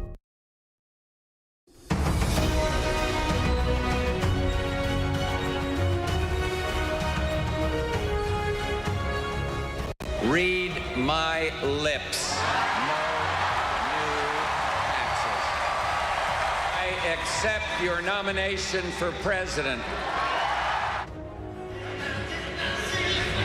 Well, that was, of course, George H.W. Bush accepting the GOP nomination for president at the 1988 Republican National Convention. As we look back there in that moment in history, Bush and his running mate Dan Quayle went on to win the presidency against Democrat Michael Dukakis later that November, with Bush becoming the 41st president of the United States. Welcome back, everybody. We're so glad to have you. And for more now on the terrifying assassination attempt on former President Donald Trump, I want to bring in ABC's Alex Mallon, who's in Washington, D.C. and covers the Justice Department for us. And we're jumping right into this. Alex, thank you for being here with us, because we just have some new information here. It sounds like we've learned at this point, Alex, that we know the FBI was trying to get into this shooter's phone. It sounds like they have accessed the phone. What's the latest there? Yeah, Kana, the FBI said in an updated statement this afternoon that they have gotten into the shooter's phone. Investigators were analyzing it at the FBI's headquarters in Quantico, Virginia, and it took some cracking to get in this phone.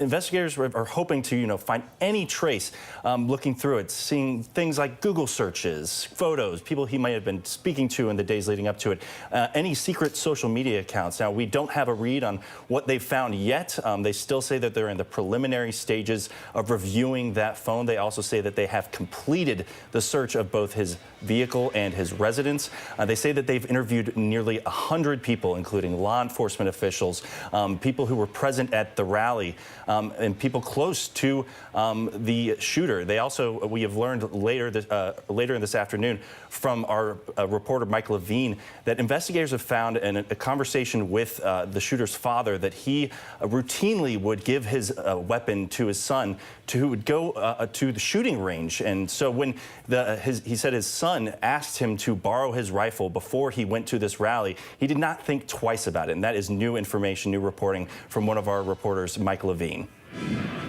Right, so that he didn't think it was out of the ordinary in any way for his son to go to the shooting range that day. But I am curious here, Alex, do we anticipate that perhaps his parents might be facing any charges here? You know, it's complicated to say at this point. I mean, there's no indication, at least that we've heard, that there was any knowledge, foreknowledge by them that he was going to carry out this atrocity.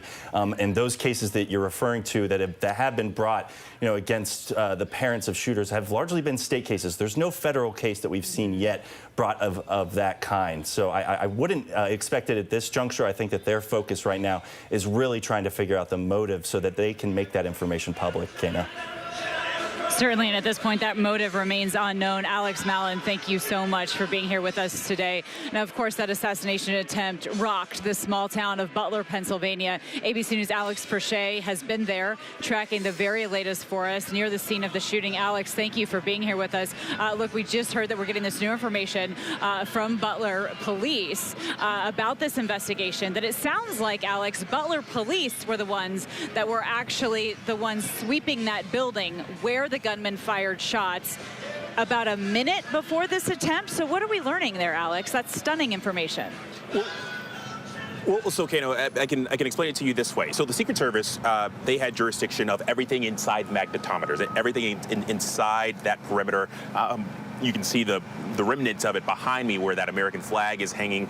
Local and state police were patrolling the areas outside. And so that building where the suspected gunman gained access, where he climbed up onto the roof, we're now told by law enforcement that was a local law enforcement staging area. And it's believed that a response team was there in some capacity.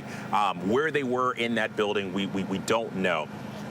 But the other piece of that we've learned is that Secret Service had actually swept that building. It had been cleared. What we don't know is whether or not that roof where he gained access had been locked down and deemed secure. And so that is part of this ongoing investigation, but a little more inkling into how and what was going on that day. Yeah, it's almost as like we get more clarity in this case. It almost raises more questions. Alex Perche, our thanks to you as always. And look, there is a lot more special coverage ahead on ABC News Live of the Republican National Convention as we await the roll call where they will officially solidify the vice presidential nominee of J.D. Vance. So you're listening to music right now. It is an energized atmosphere here in Milwaukee, and we'll be right back.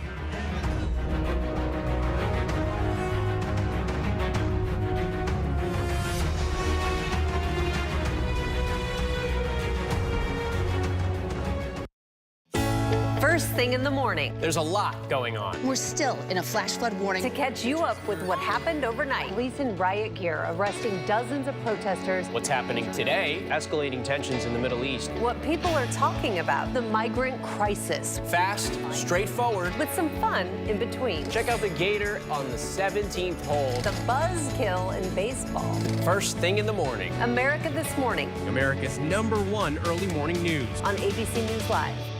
Nightline, the stories that shape your world, that shape your life. Dramatic, stunning, empowering, jaw-dropping. The most powerful stories of our time. Nightline, on right after Kimmel and streaming on Hulu. With so much at stake, so much on the line, more Americans turn here than any other newscast. ABC News World News Tonight with David Muir, America's #1 most watched newscast across all of television. Why do so many people start their day here? From ABC News, this is Start Here. To be in the know and get a different take on the day's top stories. A lot of news today, so let's get into it. Listen now to the Daily News Podcast honored with 4 Edward R. Murrow Awards and see why the New York Times calls it a news podcast worth listening to. Start Here, ABC News. Make it your daily first listen. Now, that's a part of the story I bet you didn't see coming. Wherever you get your podcasts, Start Here. Babe Ruth, Hank Aaron, Shohei Ohtani, legends of the game. But now the list of greats redefined. From ABC News, Reclaim the Forgotten League, a side of the story of baseball you have never heard before like this. The award-winning podcast is back. Listen wherever you get your podcasts or scan the QR codes you see here. Reporting on the campaign trail for the Taiwanese presidential elections, I'm Rick Clement. Wherever the story is, we'll take you there. You're streaming ABC News Live.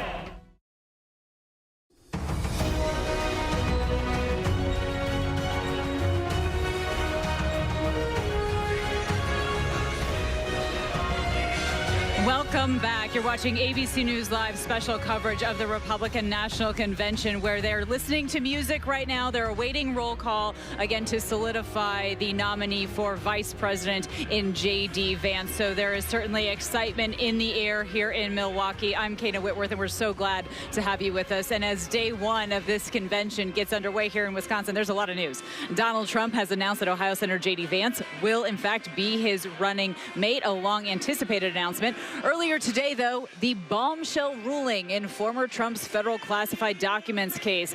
Judge Eileen Cannon dismissing the criminal case today, siding with defense lawyers who said the special counsel was illegally appointed by the Justice Department. All of this just 2 days after former President Trump survived that assassination attempt at the rally in Pennsylvania. I want to bring in ABC News political contributor and editor of the National Review magazine, Ramesh Ponnuru, and Democratic commentator Kaivan Shroff. Gentlemen, thank you for being here with us. And Ramesh, let's start with you and let's talk VP. What are your thoughts here on J.D. Vance, and what does that announcement, do you think, mean about the direction now of the Trump campaign? Well, I think it means that the Trump campaign is very confident about its chances in this election. I don't think that this was a conventionally political selection to try to get a state or constituency. Ohio, where Senator Vance comes from, is a reliably Republican state in this election. I think Trump was looking for somebody who is going to support his basic worldview and be a loyal MAGA soldier.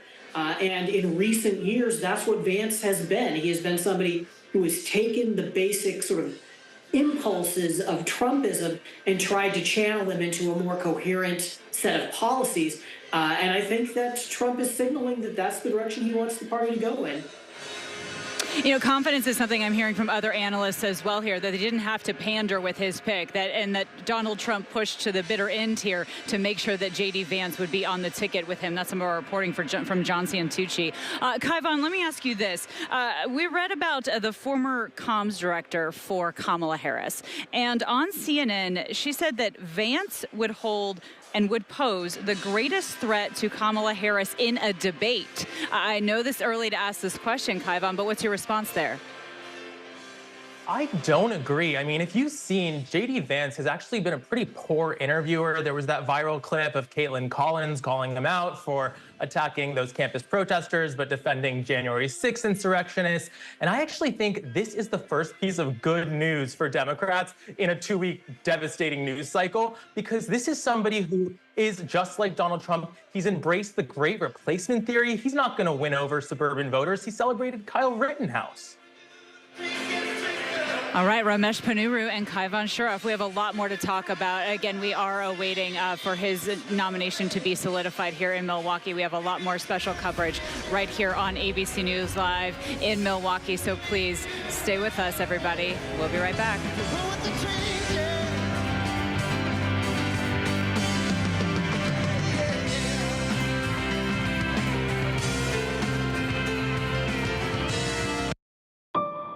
What does it take to be the most watched newscast in America?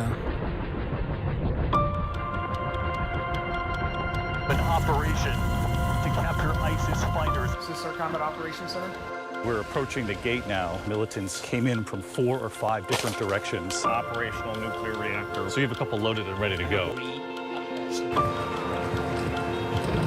The house is destroyed, but the flag, there's not a tear in it. Not a tear in it. How important is this label right here, Made in the USA? Look at your smile. You're proud of this. I love this. Great work. Hi.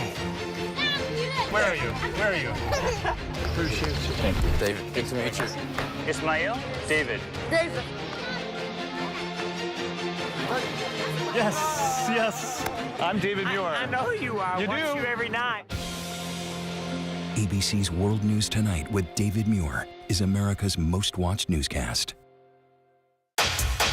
Whenever news breaks, We are here in Israel, a nation at war. In Rolling Fork, this tornado tore through this town. From Lewiston, Maine. The scene of a horrific mass shooting. From the scene of that deadly missile strike. ABC News Live everywhere. In Iceland, let's go. On the 2024 campaign trail. Here at 10 Downing Street. Wherever the story is. We're going to take you there. You're streaming ABC News Live. ABC News Live. You're streaming ABC News Live. ABC News Live, streaming free everywhere.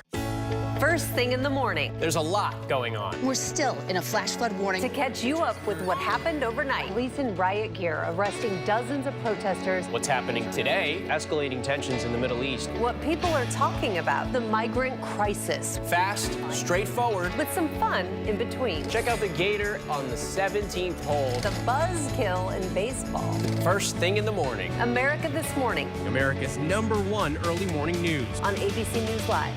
Why do so many people start their day here? From ABC News, this is Start Here. To be in the know and get a different take on the day's top stories. A lot of news today, so let's get into it. Listen now to the daily news podcast honored with 4 Edward R. Murrow Awards and see why the New York Times calls it a news podcast worth listening to.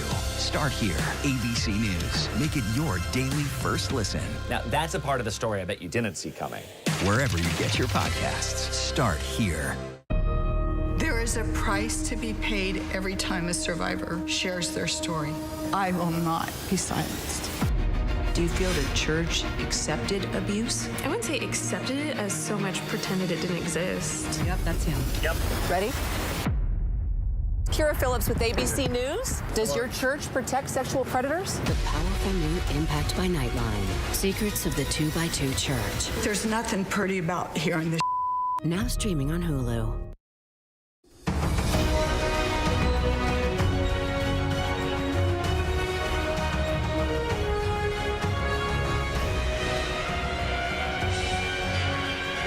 I'm Kana Whitworth, and welcome back to ABC News Live special coverage of the Republican National Convention. Donald Trump here in Milwaukee as Republicans celebrate their presidential nominee and his VP pick, J.D. Vance. Of course, this was a harrowing weekend. Now, we do want to let you know the roll call is set to start shortly, and that would be to solidify J.D. Vance with that nomination there for vice president. The announcement was made just a short time ago, but anticipation has been building over that announcement for days.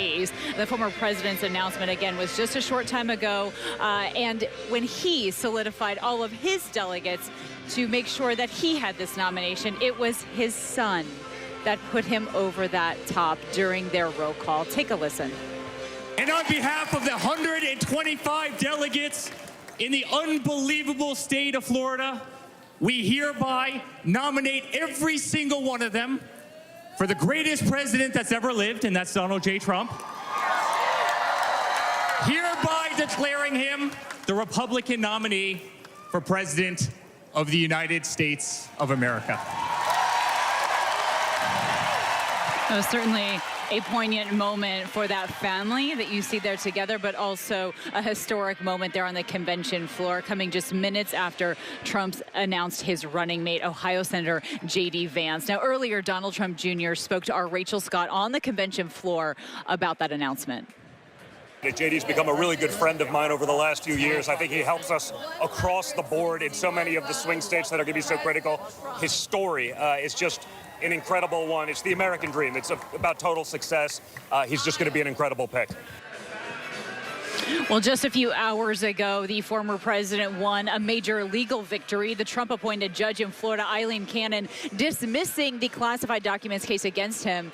And, of course, looming over all of this is that attempted assassination. You see there the images of the bloodied and defiant former president. It is seared into the minds of American voters and those that are here at the convention as well. I want to bring back our ABC News political contributor and editor of the National Review magazine, Ramesh Ponnuru, and Democratic commentator Kaivan Shirov. Gentlemen, I'm so glad to have you here with us. And Kaivan, if I can, I want to follow up on the conversation we were having here just before we had to go to break, that essentially, in your opinion, as a Democratic strategist, the announcement of J.D. Vance as the running mate for Trump is the first piece of good news the Democrats have gotten here in some weeks. Can you elaborate that on that a little bit, please?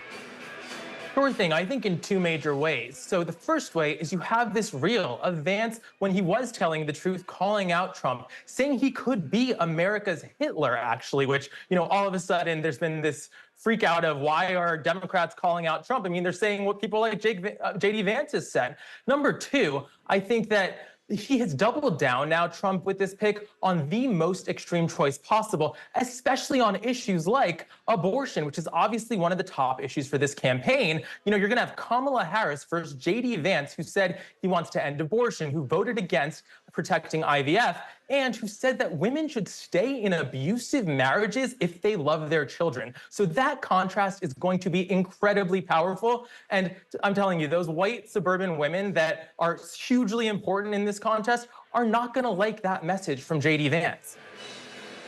Well, Ramesh, I'd like to bring that directly to you here. I mean, there is a lot of talk about the suburban vote in this election, the moderate vote in this election, and specifically women and mothers. How do you see them reacting to J.D. Vance, and is he the kind of vice president that could gain their vote?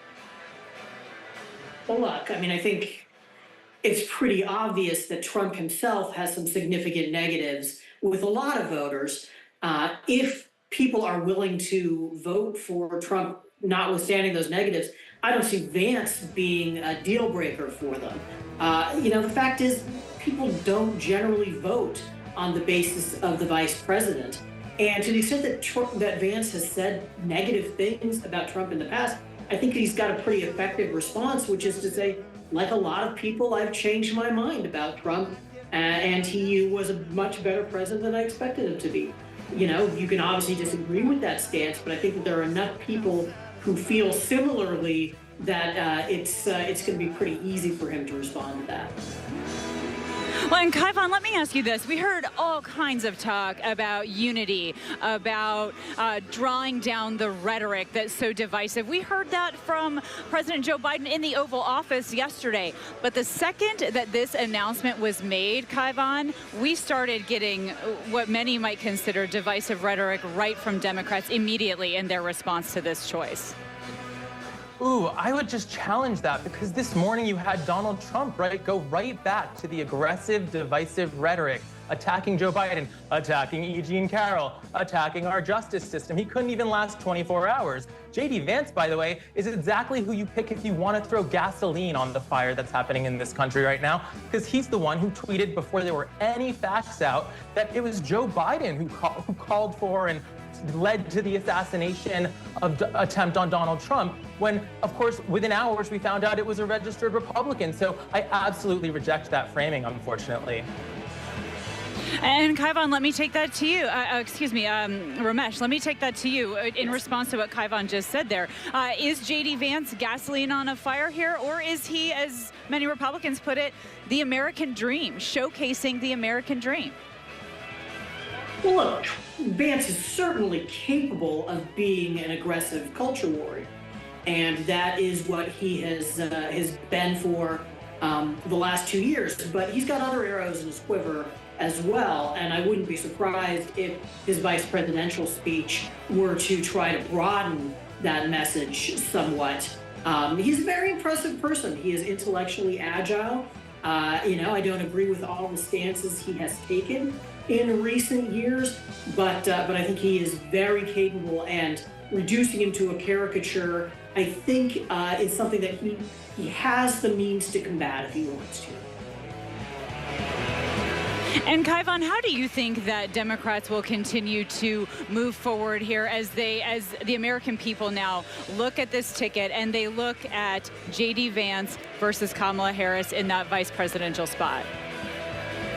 Well, I think it's pretty interesting because, we've been hearing some pretty sexist and racist, I think, attacks on Kamala Harris for the last 4 years. She's a well-qualified vice president. If you actually look at the modern history, J.D. Vance is one of the least, at least resume-wise, qualified selections to be vice president in history. So I think that contrast will be drawn. And you just had, of course, a couple of weeks of people focusing on Kamala Harris and a lot of people who were past critics of her saying she would be a great president and making that argument. So I think we're actually going to see the Kamala Harris moment come into focus, and J.D. Vance isn't going to be a valid match there. And Ramesh, I want to bring this back to you. This is essentially a question that I brought to Kaivan here earlier in the program, but bringing up what Kamala Harris's former communications director said on CNN about J.D. Vance being a fantastic debater and that he potentially could be the greatest challenge for Kamala Harris in a debate. I want to read to you a little bit more what she said. She said, I think that he has a quality that makes him seem palpable to the 1 or 2% of those undecided voters. He's smart, sharp, quick-witted, and I think it's going to be a challenge to see the two of them face to face. Ramesh, how do you see that playing out? Well, look, I think all of that's true. I also think it is in the interest of the Harris camp to promote Vance in a way before the debate in order to raise expectations so that however he does, it doesn't look as good, and however she does, it doesn't look as bad as it otherwise might. But the fact is, I think that fundamentally it is true that Vance is very fast on his feet. He is smart. The only risk, the main risk I think he would face up against Harris is if he comes across as too aggressive and in a way that, reads as gendered and can turn off suburban women. Certainly. These next few hours, days, and weeks will really matter how he handles himself. I heard one analyst say to these vice presidential picks, just don't mess it up at this point. We will continue to watch this. Kaivan and Ramesh, I'm so happy to have you both here with us, and we value your time, so thank you for joining us. We have a lot more special coverage ahead here on ABC News Live. Again, we are live at the Republican National Convention here in Milwaukee, but we leave you with these disturbing images of what happened in Butler, Pennsylvania, when there was an assassination attempt made on former President Donald Trump, a moment that rocked this entire country, and you see the flags there. The one thing that unites the United States of America is the flag there in the sky. We'll be right back. You're watching ABC News Live.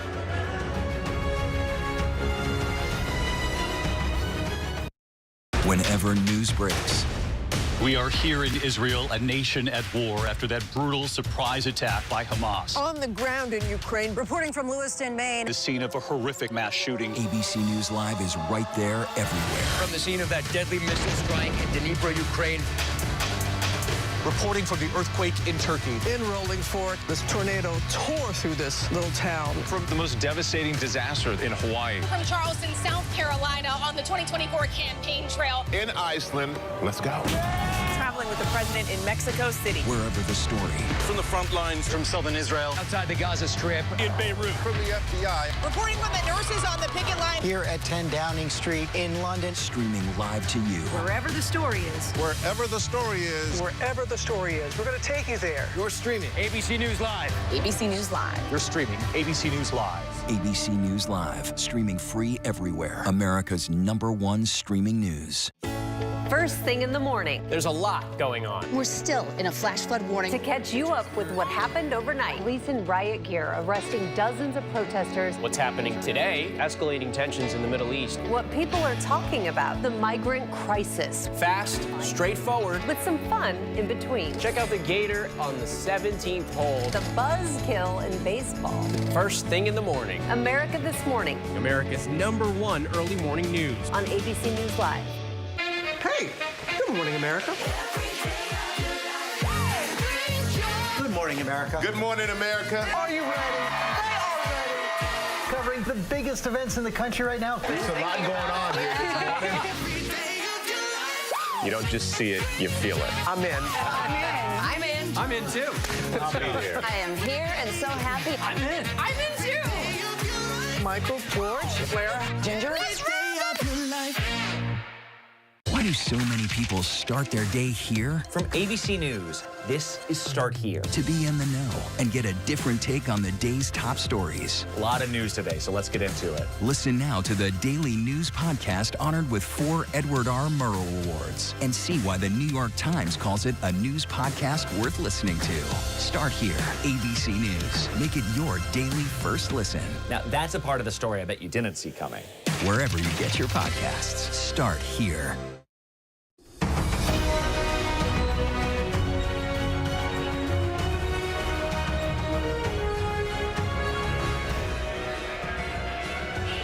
And welcome back to the ABC News Live special coverage of the Republican National Convention.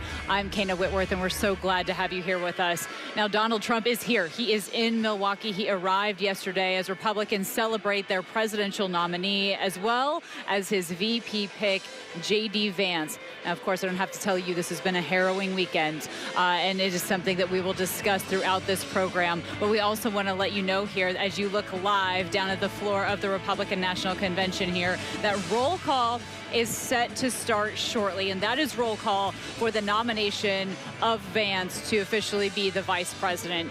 As you know, anticipation has been building for days for the former president's announcement here. And just a short time ago, it was his son, it was Eric Trump, that officially put Donald Trump over the top in terms of delegate for that roll call in the presidential nomination.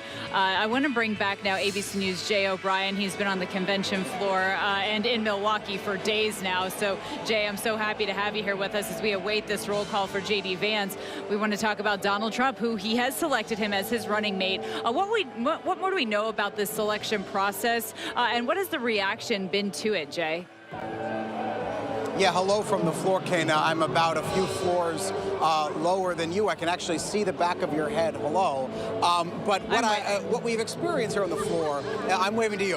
What we've experienced here on the floor is asking Republicans here how the Vance nomination or how the Vance pick has settled with them. And one of the things I can tell you is just hearing from rank and file delegates here, there are delegates here who believe that the Vance pick could add significantly to the Trump campaign because it might help him appeal to, because of Vance's business background, for instance, his personal story, it might help him appeal to fiscal conservatives, members of the business community, etc. This question that does hang over the Vance pick, though, is what does this do for moderates and independents? Ever since the primary was over, Trump has been confronted with this question of, does he make an olive branch to those Nikki Haley voters? Does he reach out to them, the more moderate Republicans who pulled for Nikki Haley, who even after she dropped out, voting for her in some states as a protest vote in pretty decent numbers? Does Trump try to make an overture to them? And as of right now, he has not yet. The question becomes, does Vance try to do that? And does the Vance pick actually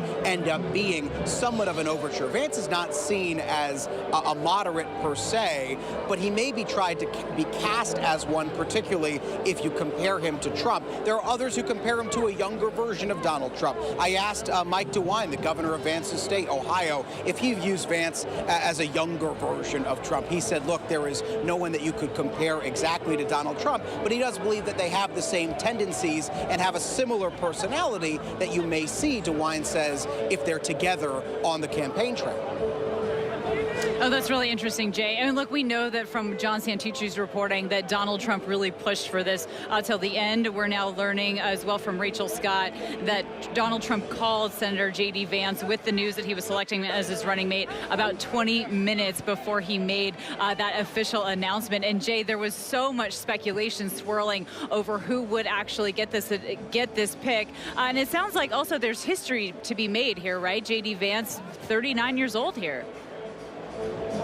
Yeah, he is young to be a vice presidential pick. It would be if Trump were to win and Vance would be the vice president, he'd be the youngest vice president in modern political history. I do want to take you somewhere, Kana, though, because we're going to work without a little bit of a net, if you don't mind. Bear with me. Our transmission might cut out, our wires might get tangled, but you know what? It's live television. I want to take you all the way to the Arizona delegation because I think I saw someone walk over there that I want to talk to. And even if I didn't see someone walk over there that I want to talk to, or if my eyes deceived me, there are delegates in Arizona that I think are still worth asking a question of because it's a swing state, and we want to see essentially how this Vance pick is settled with voters in that swing state, particularly with delegates, obviously, the Republican convention. Again, here's what I can tell you, though. There is this question, you know, despite the fact of J.D. Vance's age, right, and the fact that he is young for this ticket and he can bring new blood into this campaign, the question facing Donald Trump is, are they saying the same thing, Vance and Trump, and are they complementing each other, or are they saying different things? Or rather, are they saying the same thing and not complimenting each other, or are they saying different things and trying to appeal to a broader swath of voters? Let me see if I can find the chair of this delegation, who I just walked by a moment ago. He has eluded me, Kana, Jay, but let's see if we can just grab somebody. Jay, yeah, go ahead, Jay. And as you're walking through again, trying to find some delegates here from Arizona, I think you bring up a really important point here about these swing states. I mean, that's part of the reason that we're in Wisconsin, right? They believe, Republicans believe that this is a crucial state here, and so to come to Wisconsin to have the Republican National Convention here was a serious choice for Republicans to make, and it's one that they feel very confident in. This is a state that we see it across the country, like many others, where the bigger city areas tend to vote blue, and in those rural counties, they vote red. And I spent the day out with some dairy farmers who are looking forward to casting their vote for Donald Trump come this November election. But again, Jay is back down there on the floor. He's making his way through all the delegates, trying to find a delegate from Arizona to try to talk to us about what it might mean for a swing state voter now that J.D. Vance will be sharing this ticket with Donald Trump. And can J.D. Vance be the one to convince some of these more moderate voters that we keep hearing about, suburban women? How will they vote? Because they really can change this election. And Jay, if you're still here with us, those suburban women are crucial, and that's part of the economic message that we know we will be hearing from Republicans. And Jay, it sounds like, did you find your guy? I didn't find the person that I thought I saw walk by, but I did want to grab some from the Arizona delegation. This is a guy named Steve Zipperman. Mr. Zipperman, you've got your Trump 2016 button on. You're a delegate from Arizona. I want to ask you how the J.D. Vance pick has settled with you. Do you think it was a good pick? Is it a missed opportunity? Should he have picked someone else?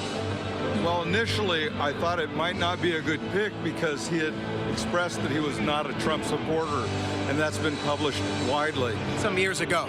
But it was some years ago, and I received a text updating my knowledge about the situation, and he is very conservative, and apparently he comes from a conservative family, and he will be a very good vice president. Do you think they are too similar, and is there a potential there that there's no one making that outreach to more moderate, let's say, Nikki Haley voters in a state like yours, a swing state like Arizona? I think reaching out to moderates sometimes is a big mistake because the liberals are very far liberal, and reaching over the aisle to compromise with them compromises what you believe in. Steve Zipperman, thank you very much for your time, sir. I appreciate it. Delegate from Arizona there. We're just trying to get a sense. All right, we'll go to the stage now. All right, Jay, thank you so much. Yeah, so you are hearing there from delegates in Arizona that are commenting on the loyalty test that was put forth. Let's go down to this stage now as they start roll call for Vice President. Senator J.D. Vance.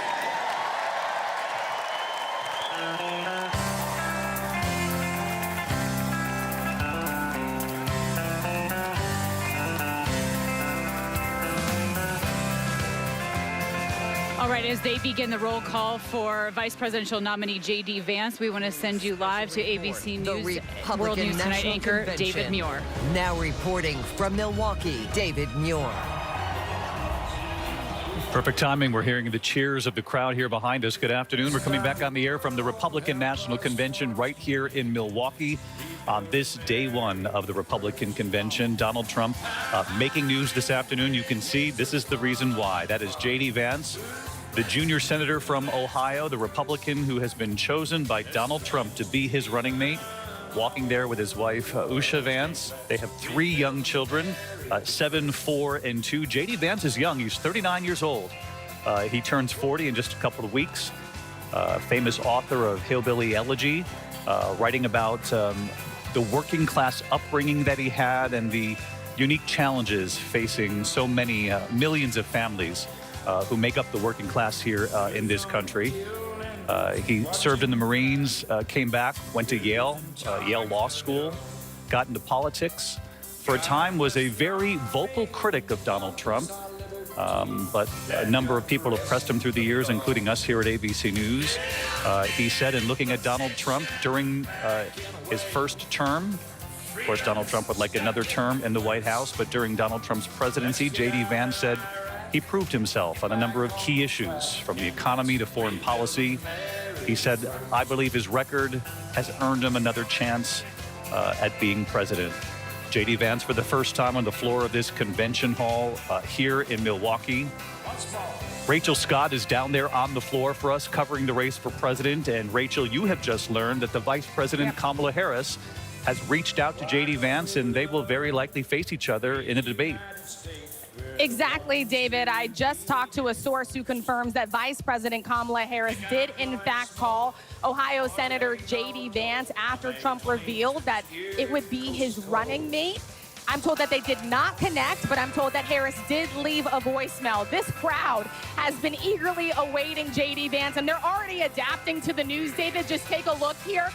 So many people writing in the name J.D. Vance on these Trump Make America Great Again signs. They were chanting J.D. Vance, J.D. Vance, J.D. Vance. You're starting to hear some of the cheers as he makes his way down the aisle. David, we're also learning just how much of a heads up Senator Vance got ahead of this announcement. We know the former president had this sort of public vetting process. He said that this was a highly sophisticated version of The Apprentice. A source also tells me that Senator J.D. Vance was called about 20 minutes before the former president made that Truth Social announcement, David. Extraordinary. Thank you, Rachel, for that reporting. 20 minutes before the announcement on Donald Trump's Truth Social, J.D. Vance getting word that he would be Donald Trump's pick. As you know, this was narrowed down in the end to about 2 or 3 people.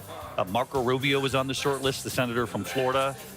Governor Burgum also on that list, but in the end it would go to Senator J.D. Vance. It will be Trump Vance. In fact, an image just in to our control room of the campaign plane where they're already putting Vance, the name on, just like they have done here in the hall. So many of the supporters of Donald Trump.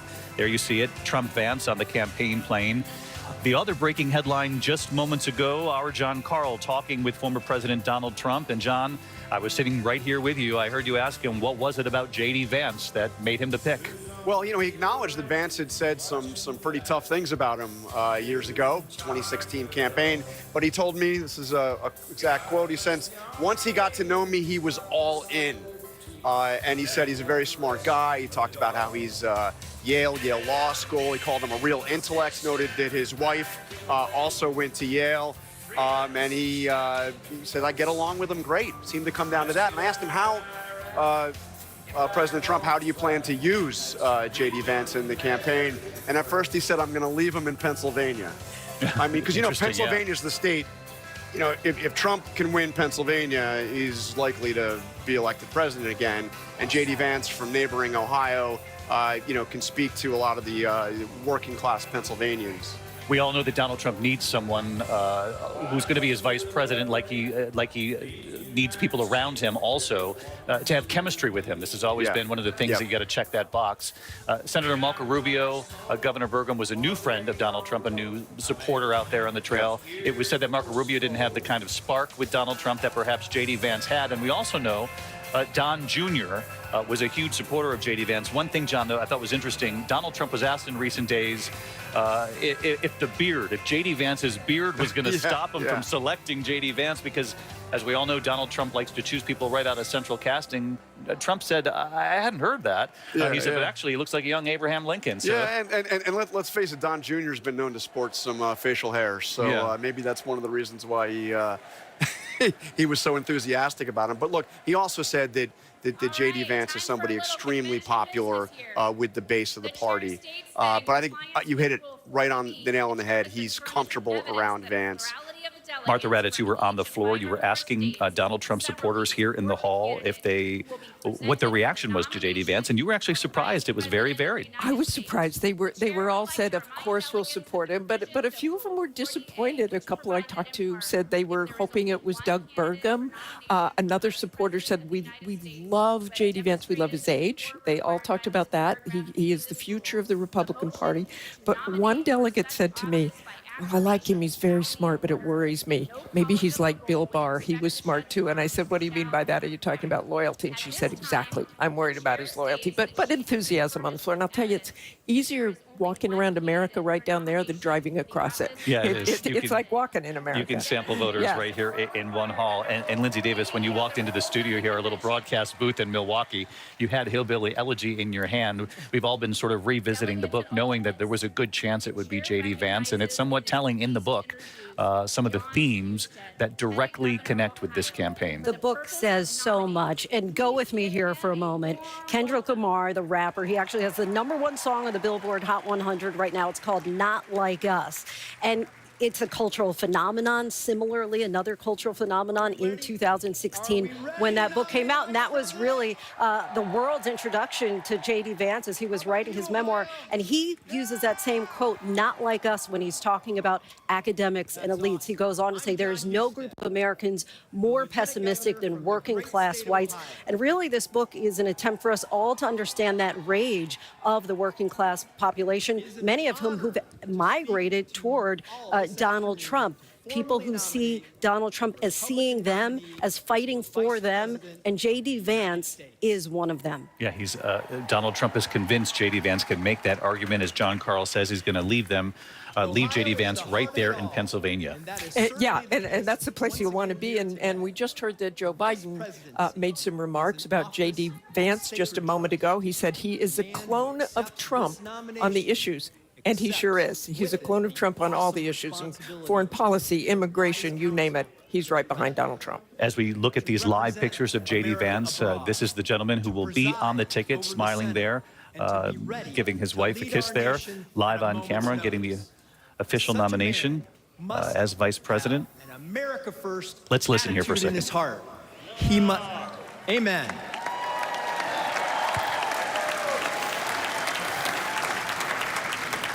He must embrace his obligation to the American family, the American worker, and the American soldier. He must believe that America is exceptional.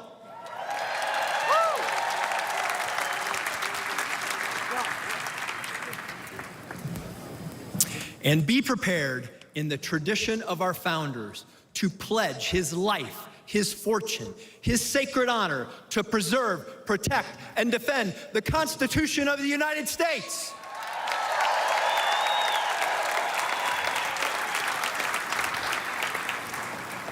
He must share the values and principles of our presidential nominee and be trusted to faithfully implement the will of the people. J.D. Vance is such a man.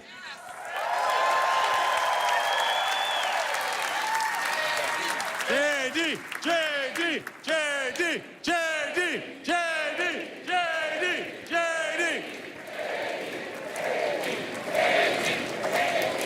A man who loves America and will represent our people with moral courage, strength, and honor. J.D. is a living embodiment of the American dream. He came from humble beginnings, and even as his life took him to places he might have never imagined, he never forgot where he came from. Ohio values are in his blood. There you hear it in the hall, the description of J.D. Vance for the supporters here in Milwaukee who learned just a short time ago that J.D. Vance would be the pick for VP on this Trump ticket. It is now Trump Vance. We've seen the campaign plane. We've seen the placards here in the hall. The handheld sort of signs people are holding up have already been changed with their own handwritten sort of addendum to put Vance on the card as well. An extraordinary sort of circle closed here, at least when it comes to supporting and standing by Donald Trump. We know J.D. Vance said along the way, I can't stomach Trump. I think he's noxious. He's leading the white working class to a very dark place, he told NPR at one time.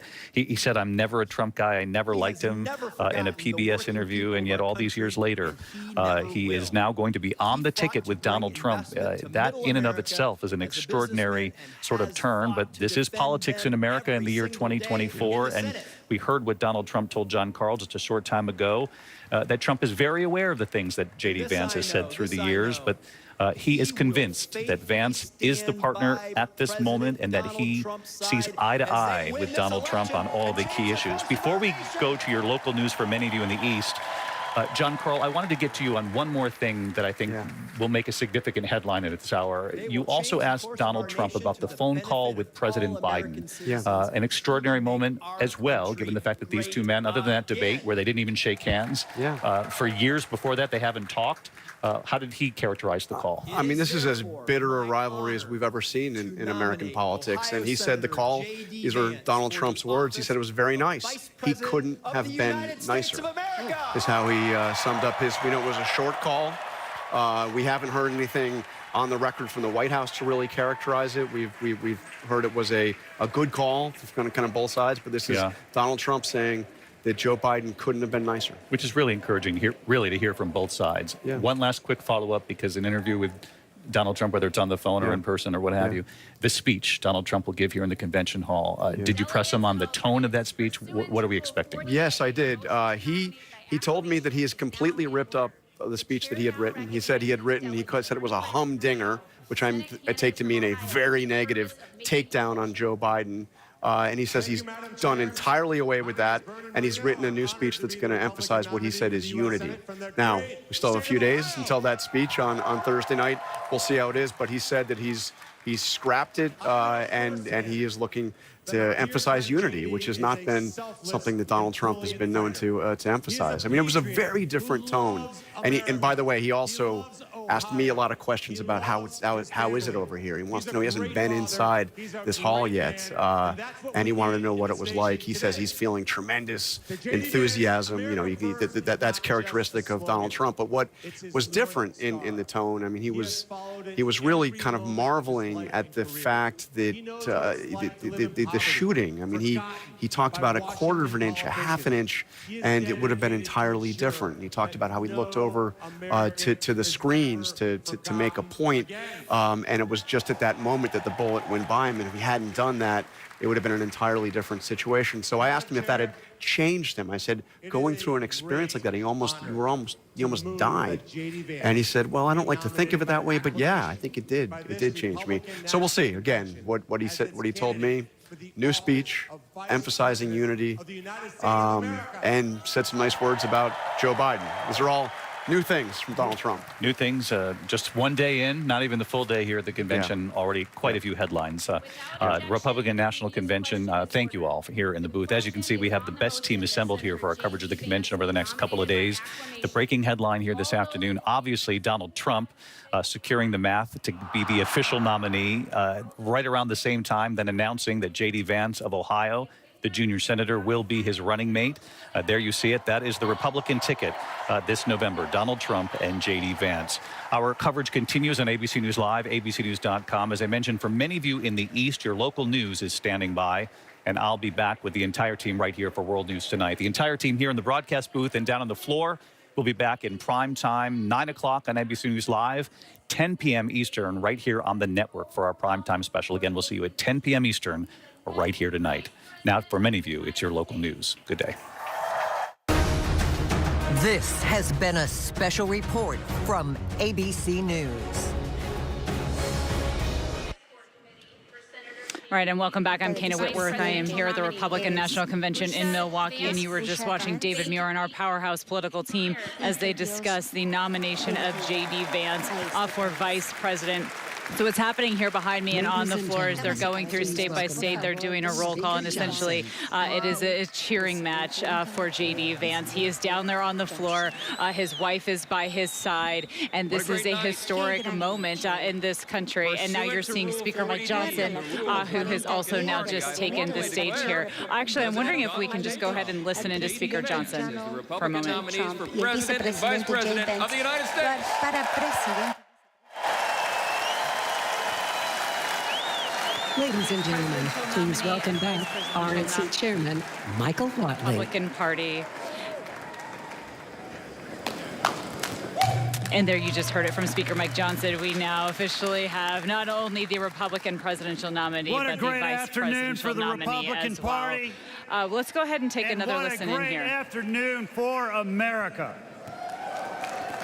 It is now time to take the official convention photograph. If all of the delegates would please stand and turn to the center camera directly opposite the stage, we will take the official photograph.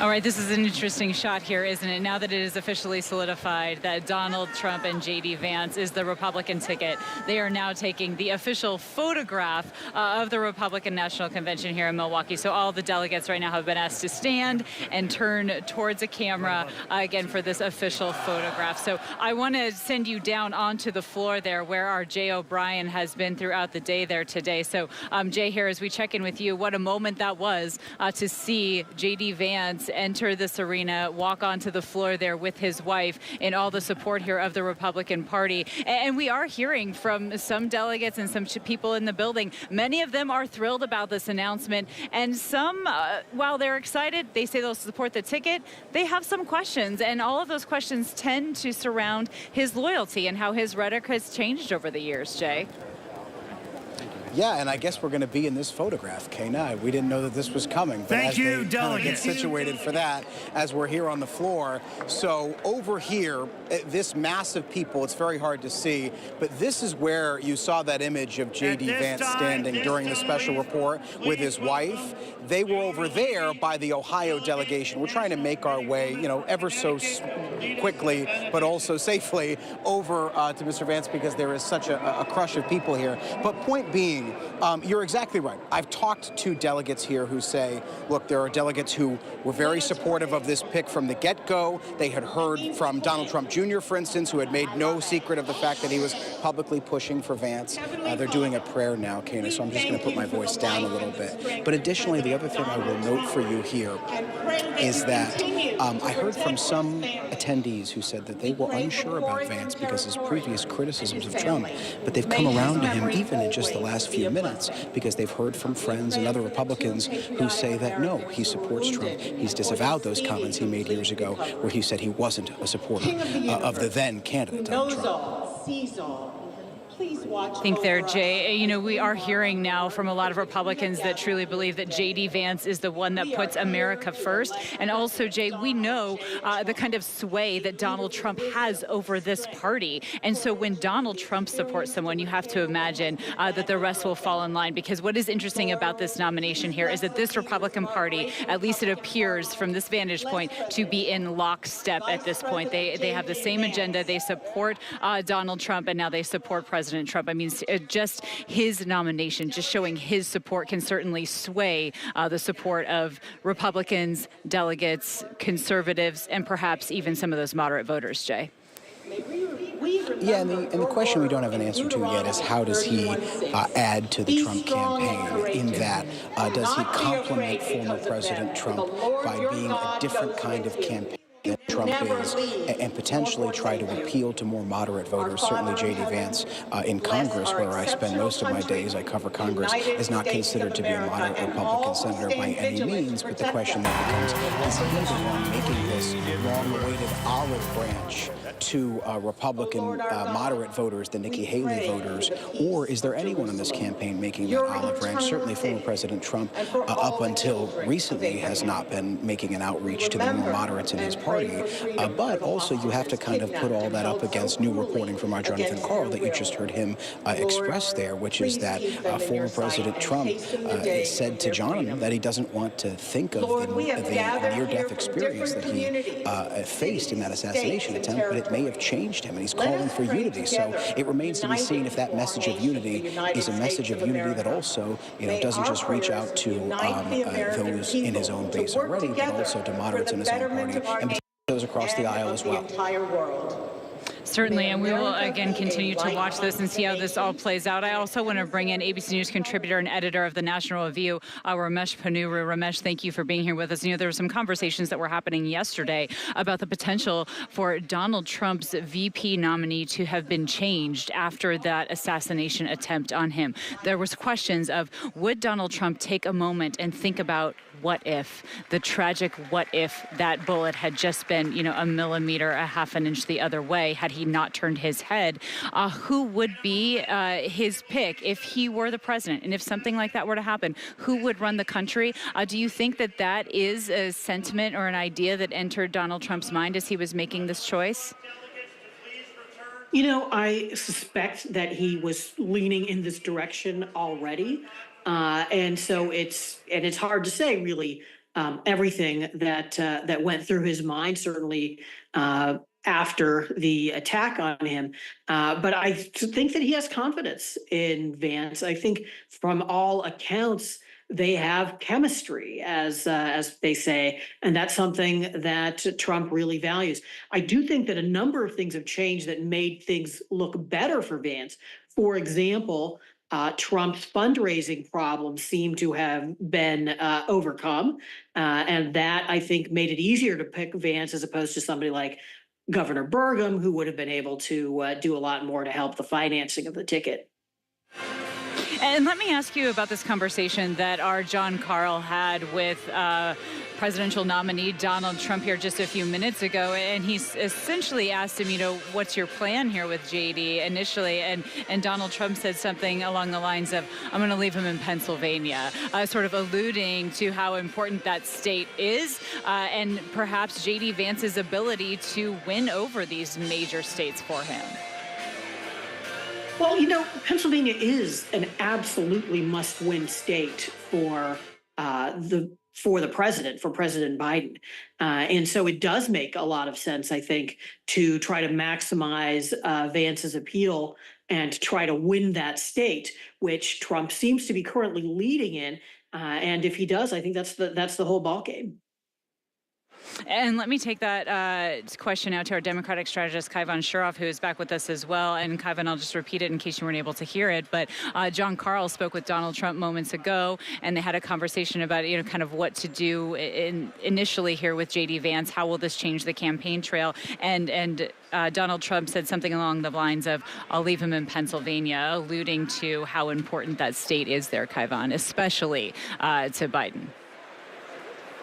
I think it's an interesting tactic. Certainly agree with Ramesh that he's going for that working class vote, but I sort of question it because even that book that he wrote, right, Hillbilly Elegy, really was a creature of 2016 when there was sort of that economic anxiety excuse being pushed around to cover for, racism and sexism. And I think that's been largely debunked. So it's not a new message. It's an old message, which is an interesting choice. And then number two, J.D. Vance really is a double Ivy Leaguer cosplaying as one of these MAGA folks. And so that only gets you so far. And I think we're going to see, maybe he'll give a good speech today, but he really doesn't have Trump's charisma. So I think it's going to be a much harder sell to real folks. Oh, interesting. A charisma question here. So, Ramesh, let's take that to you. Again, it will be telling what we hear from their speeches today. I also want to share with you that Donald Trump told John Carl that he has essentially ripped up the speech that he planned on making, that he has changed it, and that he plans to focus a lot more on unity in his speech today. So, Ramesh, how do you think that what we hear in the next couple of days here at the Republican National Convention, will that change the hearts and minds of American voters? Well, I'm a little bit skeptical, honestly, on that point, because I think that even if Trump does make the theme of this convention and his own remarks unity, that's going to be hard for him to sustain over the course of an entire campaign. And I think that if it's not sustained, then any impact it has will be pretty fleeting. I don't think it's a bad tactic. I'm just not sure it's one that Trump himself is really capable of sticking with over the long haul. Right. Certainly, this is an interesting moment in time, and you were just watching Vice Presidential candidate J.D. Vance there walk through. He's shaking hands, and you can see that people here at the convention have already changed their signs, right? It says Trump, and now it says Vance, and they're making that change to the campaign plane as well. And before we go, I do want to share this with you that Biden, as he was leaving, he, quote, said that J.D. Vance is a clone of Trump on the issues. Listen, we will be here throughout the day. Our thanks to Ramesh and Kaivan and Jay O'Brien for being here with us. We have a lot more special coverage of the Republican National Convention here in Milwaukee. I'm Kana Whitworth. Stay with us.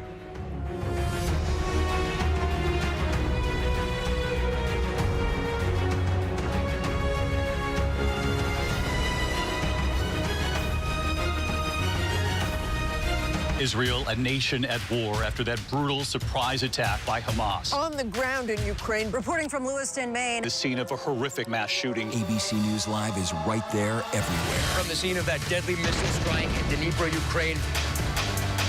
Reporting from the earthquake in Turkey. In Rolling Fork, this tornado tore through this little town. From the most devastating disaster in Hawaii. From Charleston, South Carolina, on the 2024 campaign trail. In Iceland. Let's go. Traveling with the president in Mexico City. Wherever the story.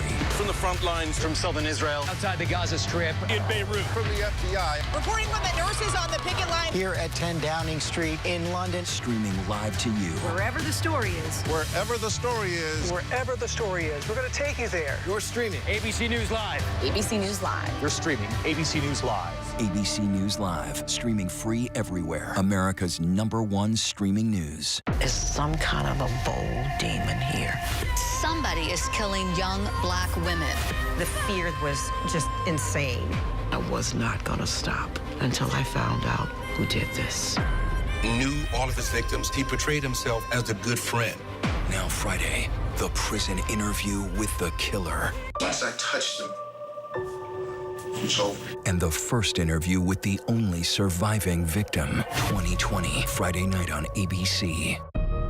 There is a price to be paid every time a survivor shares their story. I will not be silenced. Do you feel the church accepted abuse? I wouldn't say accepted it as so much pretended it didn't exist. Yep, that's him. Yep. Ready? Kira Phillips with ABC News. Does your church protect sexual predators? The powerful new Impact by Nightline. Secrets of the 2x2 Church. There's nothing pretty about hearing this. Now streaming on Hulu.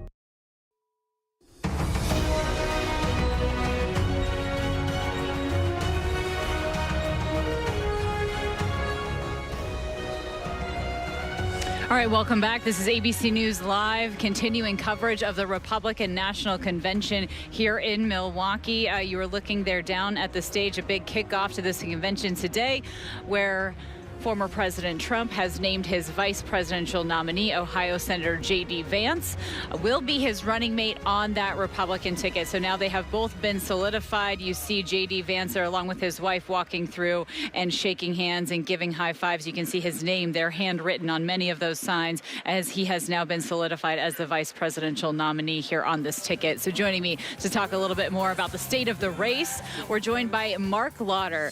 Mark is the Chief Communications Officer for the America First Policy Institute, and he worked as press secretary to Vice President Mike Pence during the Trump administration. We're so happy to have you here with us. Thank you so much. And clearly, you have a lot of insight into the vice president's office. And so first of all, what do you think of the decision today to choose Vance, right? We knew that he was on this short list, and this was a hotly anticipated choice. No, I think it makes perfect sense. In fact, where Joe Biden told people he would be a bridge to the next generation and now is clinging to power, Donald Trump is actually setting the stage to be the bridge for the next generation. You have a young, energetic Senator J.D. Vance will be the vice presidential nominee, and I can see him obviously being a very energetic candidate out on the campaign trail, but also someone that can continue on after 2028 and keep the America First movement going forward. In fact, President Biden was asked that question after his high-stakes press conference, and he was reminded that he said he would be a bridge to the next generation here. And now we do see J.D. Vance, to your point, if they were to win, he would be one of the youngest vice presidents in history. He's 39 years old. He's going to turn 40 later this summer. But I want to ask you, we also heard from President Biden today as he was, walking out, a quick question was shouted at him, and he said that J.D. is a clone on Trump on the issues. What's your response to that? And do you see that as a strength or a weakness? Well, obviously, Joe Biden's confused again because that's absolutely a strength. When you look at the race right now, you've got to remember that Joe Biden was losing before the debate, before the 2 weeks after the debate. That's why they called the debate. And he was also losing on all the policy. People don't like the cost of groceries and gas. They're angry about the wide open southern border. They see a world raging at war. None of those things were true when Donald Trump was in the White House. And so he's winning on the policy. You'll see that laid out here each and every night at the Republican National Convention. And I have no doubt that J.D. Vance is a clone of Donald Trump on the policy because those policies work.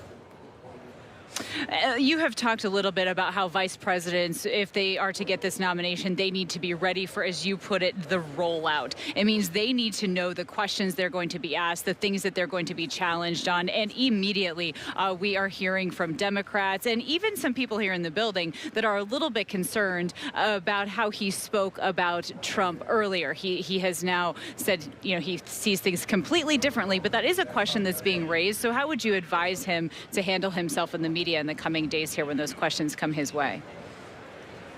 I actually think this could be an advantage to J.D. Vance on the campaign trail, because if there are people, probably not many of them are in the arena right now, but if there are people who are at home who are still not 100% sold on Donald Trump or weren't sold on Donald Trump, you've got a guy himself who had some critical comments, but then became enamored with the policies and enamored with where this man wants to take our country. So I think he can actually reach out and say, guys, I was one of you at one time. But when I started looking at the policy, when I started looking at what the president's talking about, it got me fully on board. And so I think as you're trying to win that ever-shrinking, smaller number of undecided swing voters, having somebody who just was like them a few years back could be an asset.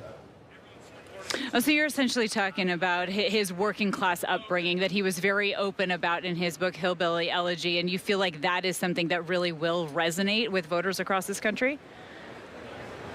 I think it will, and I also think the fact that he obviously, as you mentioned earlier, had some critical things to say years ago about the president. So again, he can tap into those experiences and actually turn them into positives, because many of the people who we are still trying to attract may feel the exact same way. And let me ask you this about the ticket as a whole here. We really have not heard a lot from Republicans. We really haven't heard a lot from Donald Trump specifically in the aftermath of that debate that he had with Biden. And you have said that it oversimplifies it to suggest that Biden is losing the election simply because of that dismal debate performance. Do you feel like Democrats are really overlooking here some of the issues that Republicans will hone in on this week at the convention?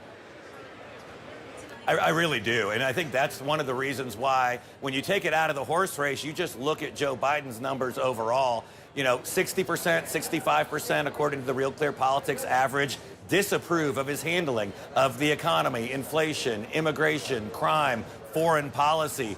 2/3 of the American people say our country's headed on the wrong track. That tells you right there, not in a political head-to-head kind of fashion, it just tells you American people don't like what's going on right now. So Donald Trump has tapped into that. I don't think that the White House and the president's campaign have realized that what they've caused and the results of their policy have people really upset. Right, and we are talking with voters across this country that are very concerned about not only the state of play for their families and their pocketbooks right now, but how that will look in the next 4 years. And before I let you go, Mark, I want to ask you about your rule number 5 for vice presidents to just don't mess up. Absolutely. So J.D. Vance has got to understand that for the next 4 months, and this is no disrespect to you guys, but the media are going to look for any opportunity to show daylight between Senator Vance and former President Trump. It was something we were very aware of when I was working with then Governor Pence before he became vice president. And so everything you say will be dissected, and they will try to find a place where you two may not disagree. Don't give them any room.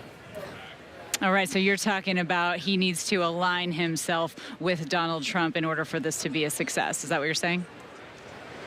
Nobody votes for the vice. Nobody walks into the voting booth and says, I'm voting for blank for vice president. All right, Mark Lauder, thank you for spending the time here with us today. We Absolutely. so appreciate your insight. Yeah, thank you for being here. All right, look, we have a lot more special coverage ahead here on ABC News Live from the Republican National Convention in Milwaukee. We're so happy to have you here with us, and we'll be right back.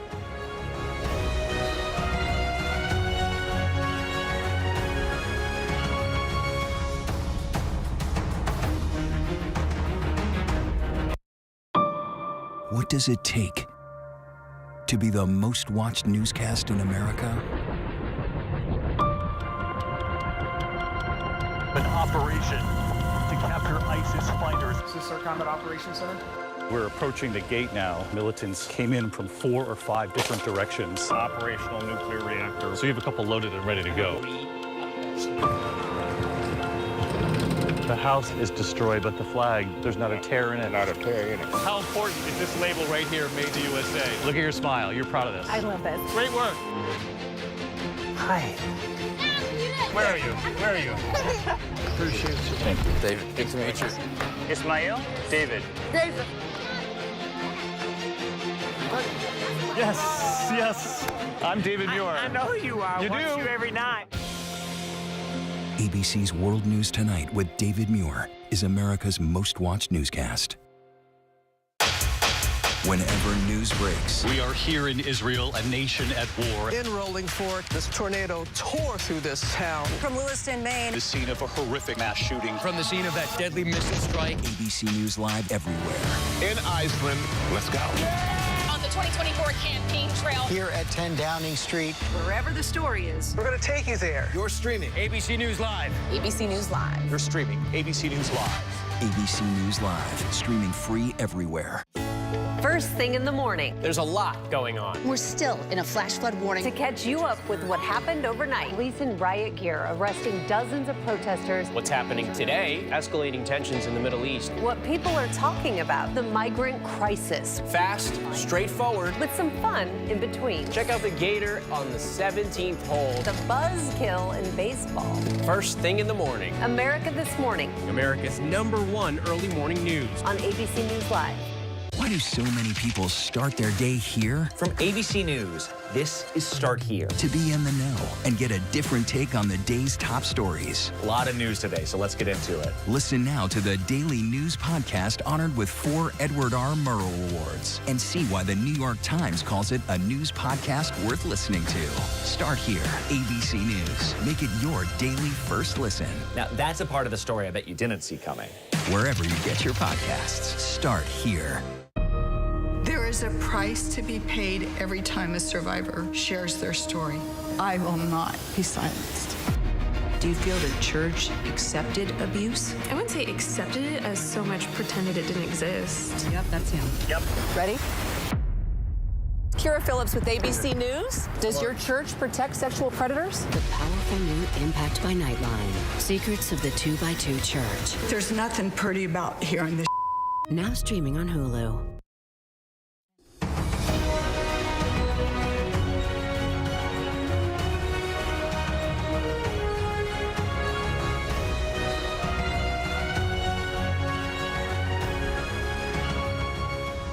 And welcome back to ABC News Live special coverage of the Republican National Convention. I'm Kana Whitworth, and we're so glad to have you here with us. Now, of course, Donald Trump is here in Milwaukee. He arrived last night as Republicans celebrate their presidential nominee and his VP pick of J.D. Vance. Now, of course, I don't have to tell you this was a harrowing weekend, but we are going to talk about the investigation into the assassination attempt on former President Trump here in just a moment. But we also want to take you down to our Rick Klein, who is our Washington bureau chief and our political director, here to talk a little bit more about this vice presidential pick in J.D. Vance. So, Rick, if you can hear me, I know it's a little bit loud, although it's quieter now today than it has been for most of the day.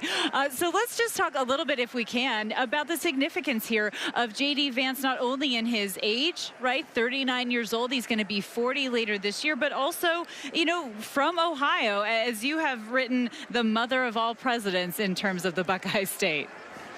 Yeah, Kana, and I'm down here on the just off the convention floor, just kind of staged right of the podium, and it was fascinating to see the buzz that went through the room as word got out. Donald Trump, of course, put this on his social media platform, and people were finding out rather organically. Suddenly, there was kind of a rush of people over to the Ohio delegation to find Governor DeWine and other big Ohio Republican names to try to find out what they knew and to congratulate them as the word was confirmed. But you're right, it is interesting because Ohio, even though it was the birthplace of some 8 different U.S. presidents, it's been a long time since we had anyone from Ohio on the ticket. And J.D. Vance represents someone in a region of the country that has moved a little bit toward the red column. Ohio used to be a classic battleground state. Now it pretty much is a red state, but it is a part of the country where there are other states that kind of look like it demographically, geographically. We're looking about like Wisconsin's and Pennsylvania's and Michigan's.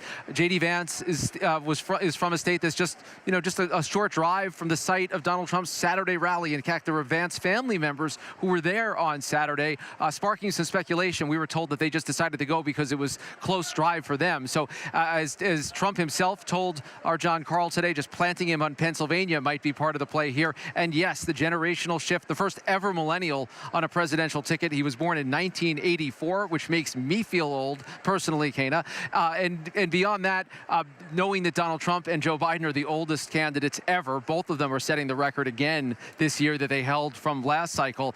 The idea of that generational ticket balancing, I think, is more important than any kind of ideological balancing, because these two men are very closely aligned, at least now, or any geographical benefit, because Donald Trump hails from now Florida, a very red state now, and J.D. Vance from Ohio, also a very red state.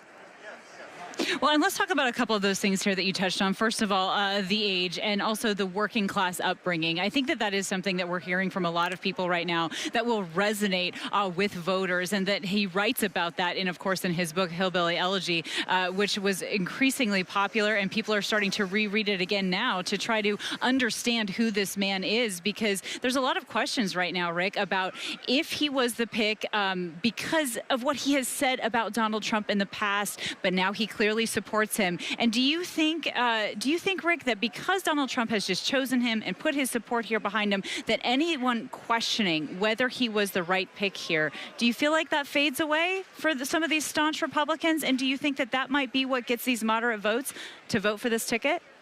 I don't think this is about getting moderate voters. I think it is more about locking down the MAGA base. They'll have to read and see how the coverage plays out. It was interesting talking to some delegates. They're not necessarily a ton of J.D. Vance fans, but I think I'll make the rounds later and get a sense, but I do think you'll hear more and more say they're very comfortable with him. But you're right. Much like Barack Obama before him, his political rise was fueled by a memoir, his own story that he told so eloquently, and then it became a bestseller that happened to coincide with the rise of Trump. It was viewed at the time as kind of predicting the rise of Trump, although in 2016 he made clear, as you mentioned, Kana, that he was no Trump fan. For a while, you would think of him as more of a never Trump Republican. That said, I remember on election night 2016, we went to him on our election night set late in the night when it was clear that Donald Trump was going to be the next president of the United States, to ask him what to make of it, because so many of the trends of disillusionment of the working class seemed to be things that he could talk about in his own family and his own family upbringing. And yes, that autobiography and the tale that he's able to tell of someone with those extremely humble beginnings, going on to serve in Iraq, going to an Ivy League school for an education, meeting a woman of color, by the way, an Indian American woman. All of those things, I think, add to the portrait that America is now going to learn, and that Donald Trump is buying into at this moment. And at 39 years old, right, he's talking about his past that really wasn't all that long ago. And that is certainly something that a lot of Americans will listen to and that will resonate with them. But, Rick, I'm also curious about your thoughts on how he matches up with Vice President Kamala Harris, especially in terms of a debate. And I'll just share with you that we heard from her former comms director on CNN that she said that J.D. Vance is the one. This was prior to his nomination, that J.D. Vance would be the greatest threat to her in a debate. So interesting. You know, they both served in the Senate very briefly, although not together, because J.D. Vance was just elected in 2022. Harris herself was chosen after a relatively brief career in the United States Senate by Joe Biden in 2020.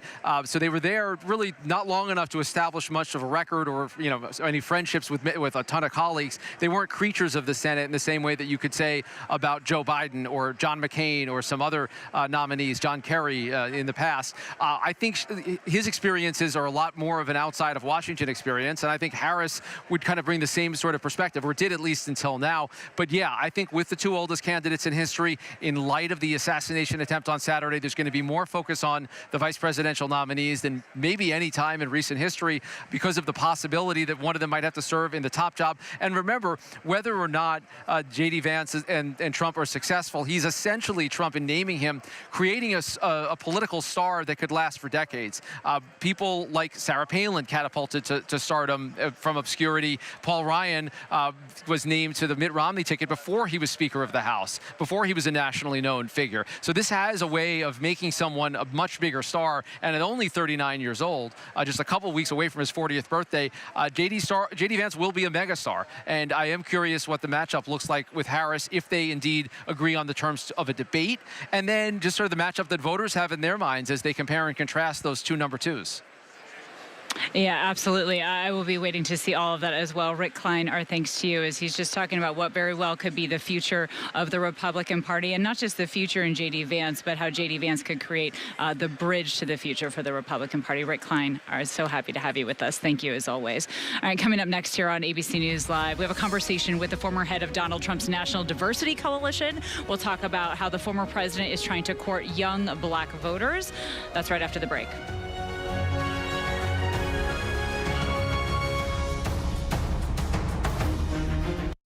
Whenever news breaks, we are here in Israel, a nation at war after that brutal surprise attack by Hamas. On the ground in Ukraine, reporting from Lewiston, Maine. The scene of a horrific mass shooting. ABC News Live is right there everywhere. From the scene of that deadly missile strike in Dnipro, Ukraine.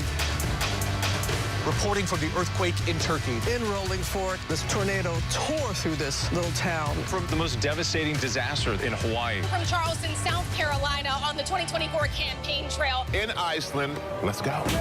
Traveling with the president in Mexico City. Wherever the story. From the front lines, from southern Israel. Outside the Gaza Strip. In Beirut. From the FBI. Reporting from the nurses on the picket line. Here at 10 Downing Street in London. Streaming live to you. Wherever the story is. Wherever the story is. Wherever the story is, we're going to take you there. You're streaming ABC News Live. ABC News Live. You're streaming ABC News Live. ABC News Live, streaming free everywhere. America's #1 streaming news. First thing in the morning. There's a lot going on. We're still in a flash flood warning. To catch you up with what happened overnight. Police in riot gear arresting dozens of protesters. What's happening today? Escalating tensions in the Middle East. What people are talking about. The migrant crisis. Fast, straightforward. With some fun in between. Check out the Gator on the 17th hole. The buzzkill in baseball. First thing in the morning. America This Morning. America's #1 early morning news. On ABC News Live. There is a price to be paid every time a survivor shares their story. I will not be silenced. Do you feel the church accepted abuse? I wouldn't say accepted it as so much pretended it didn't exist. Yep, that's him. Yep. Ready? Kira Phillips with ABC News. Does your church protect sexual predators? The powerful new Impact by Nightline. Secrets of the 2x2 Church. There's nothing pretty about hearing this. Now streaming on Hulu. Why do so many people start their day here? From ABC News, this is Start Here. To be in the know and get a different take on the day's top stories. A lot of news today, so let's get into it. Listen now to the daily news podcast honored with 4 Edward R. Murrow Awards and see why the New York Times calls it a news podcast worth listening to. Start Here, ABC News. Make it your daily first listen. Now, that's a part of the story I bet you didn't see coming. Wherever you get your podcasts, Start Here.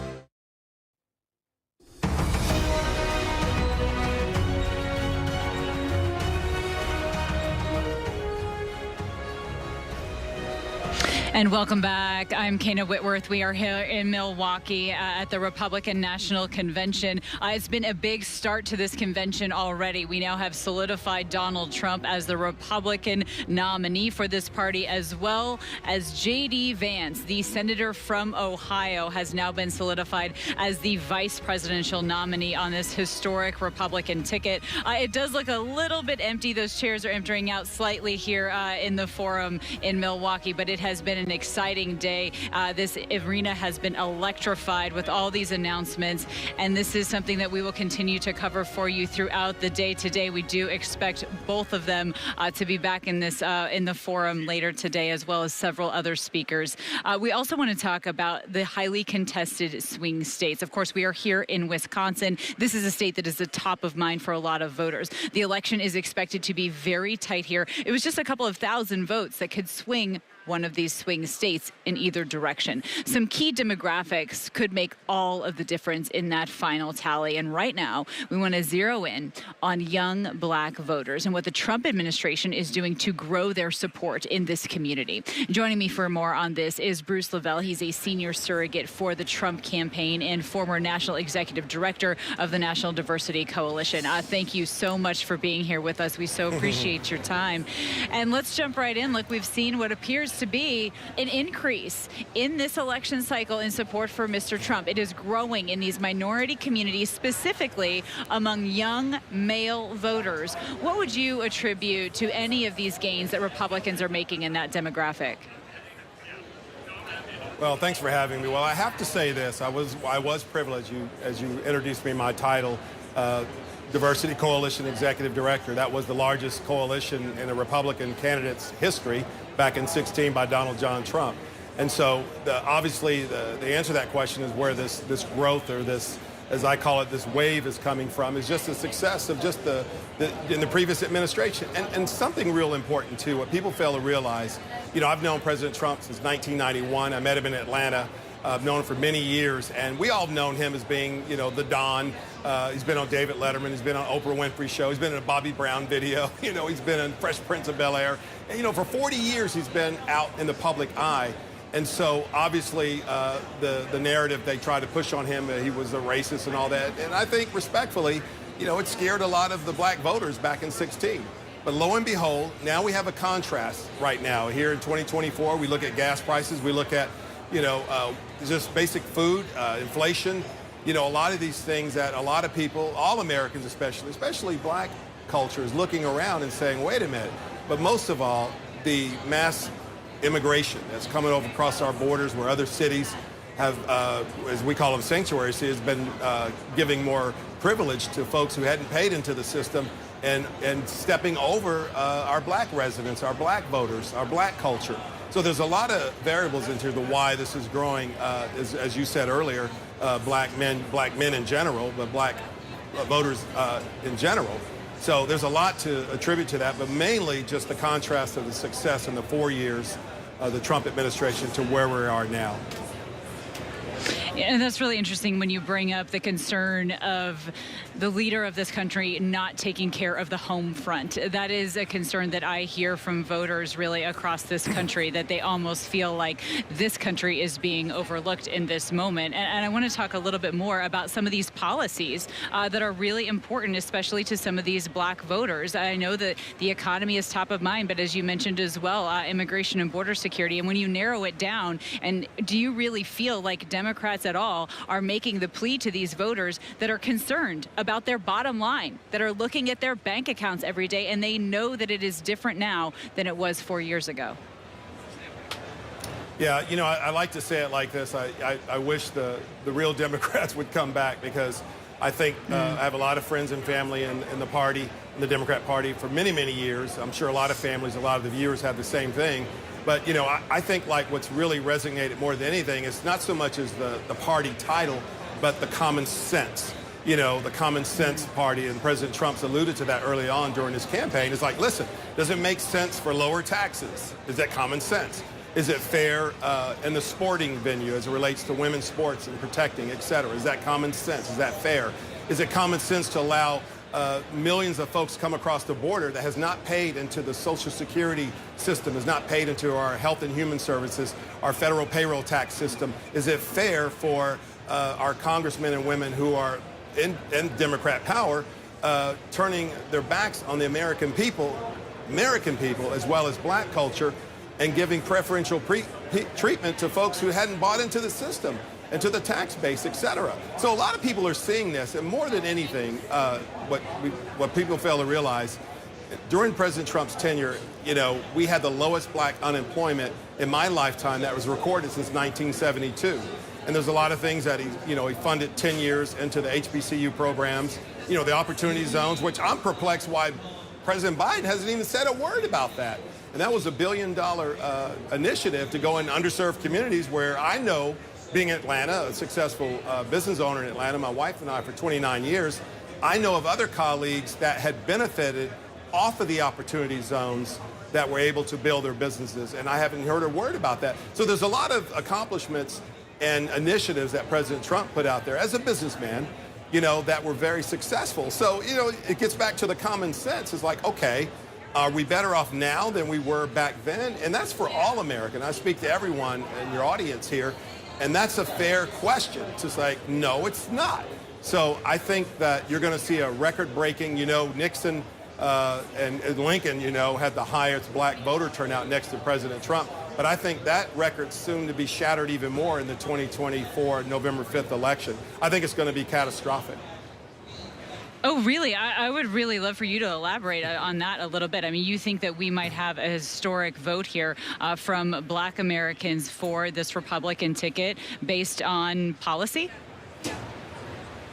Yeah, I think so. And I said earlier in the segment where, let's take the black wealth gap, for example. You talk about a businessman that understands, I call it the balance sheet. I understand profit and loss statements, business.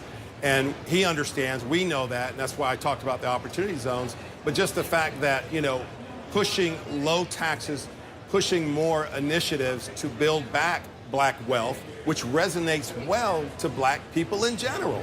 I mean, come on, look what we've been through historically. And more than anything, and this is a very important something I want to share with you and your viewers about President Trump. Remember, coming down the escalators and all the time to now, he ran on a platform of not being beholden to pay-to-play and special interest. Now, we all know what that does to our nation on both sides of the aisle.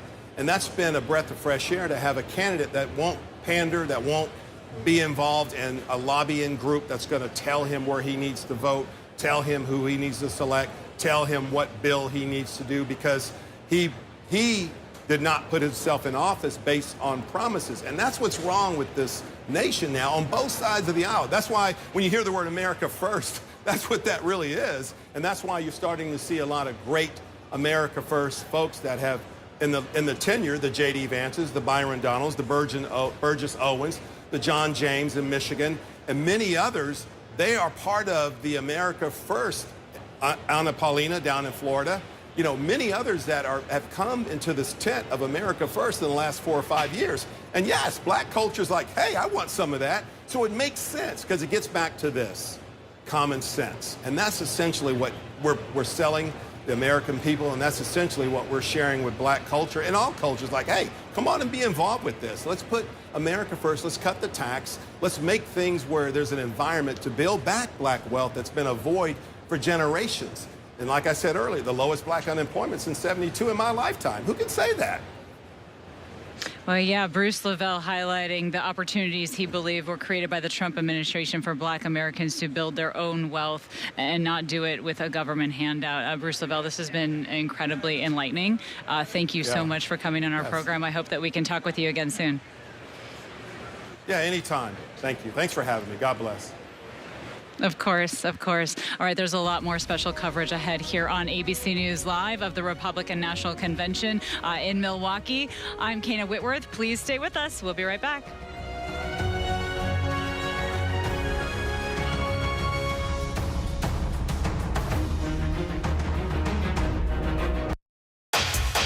Whenever news breaks. We are here in Israel, a nation at war. In Rolling Fork, this tornado tore through this town. From Lewiston, Maine. The scene of a horrific mass shooting. From the scene of that deadly missile strike. ABC News Live everywhere. In Iceland, let's go. On the 2024 campaign trail. Here at 10 Downing Street.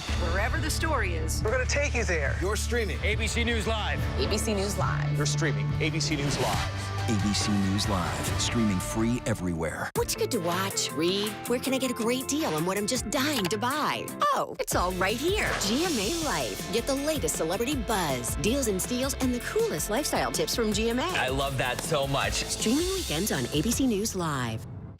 With so much at stake, so much on the line, more Americans turn here than any other newscast. ABC News World News Tonight with David Muir, America's #1 most watched newscast across all of television.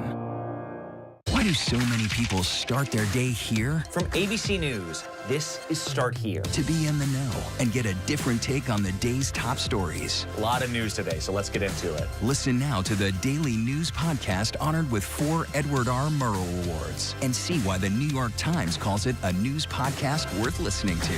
Start Here, ABC News. Make it your daily first listen. Now, that's a part of the story I bet you didn't see coming. Wherever you get your podcasts, Start Here.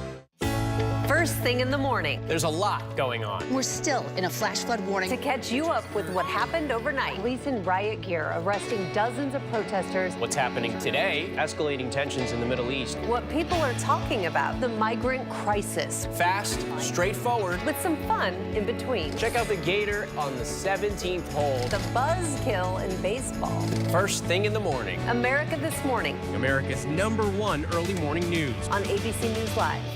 Hi, I'm Andy. And I'm Sabrina. And we're moms, juggling tons of stuff every day, like all you moms out there. And you know what we love? Really love? Pop culture. So what happens when being obsessed with pop culture collides with being a mom? You get us. So listen now to our new podcast, Pop Culture Moms, wherever you get your podcasts.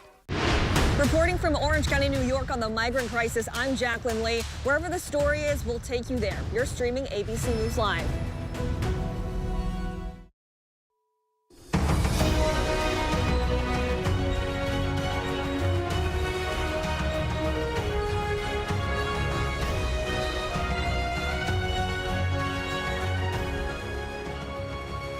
All right, this is ABC News Live, continuing coverage of the Republican National Convention in Milwaukee. I'm Kana Whitworth, and we're so glad to have you here with us. So let's start with the big news, right? Ohio Senator J.D. Vance will now join Donald Trump as the Republican vice presidential nominee. The convention is taking place just days after former President Trump survived an assassination attempt at a campaign rally in Pennsylvania. And you're seeing there J.D. Vance shaking hands, and now the striking image, the one that is in all Americans' minds right now, of Donald Trump bloodied and defiant as he was raced off that stage there in Pennsylvania.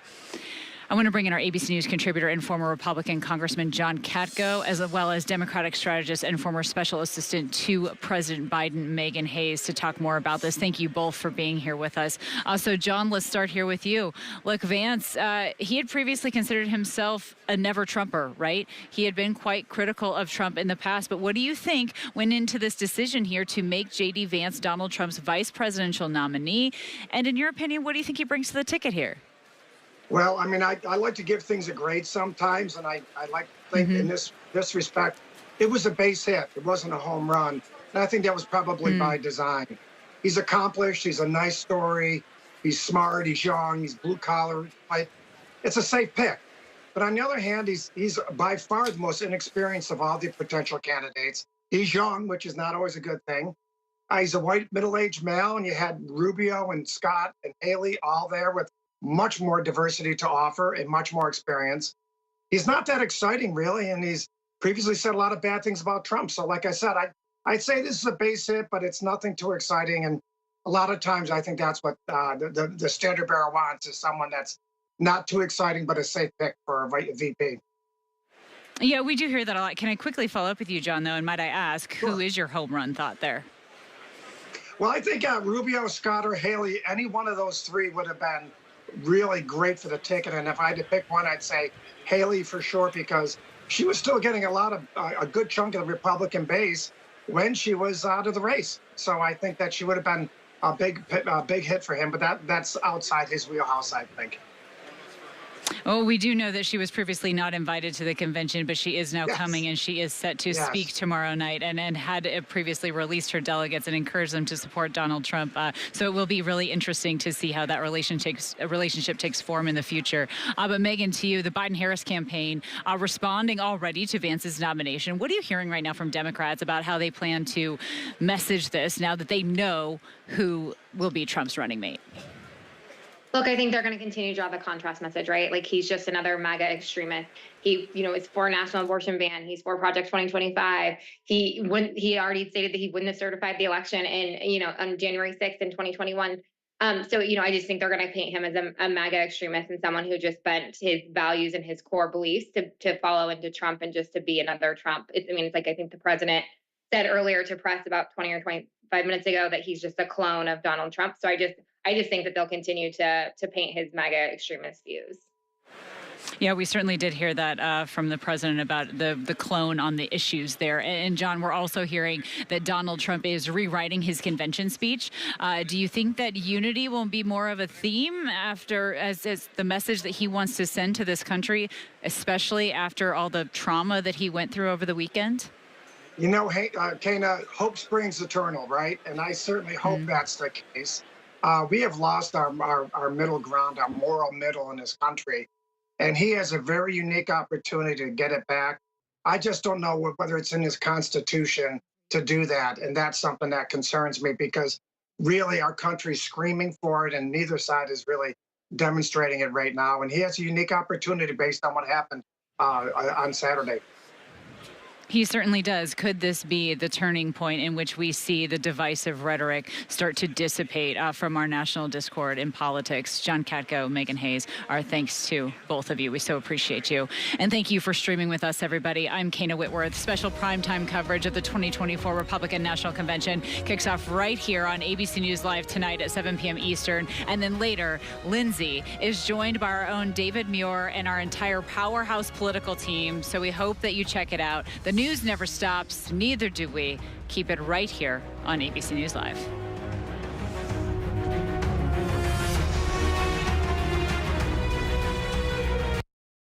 What does it take to be the most watched newscast in America?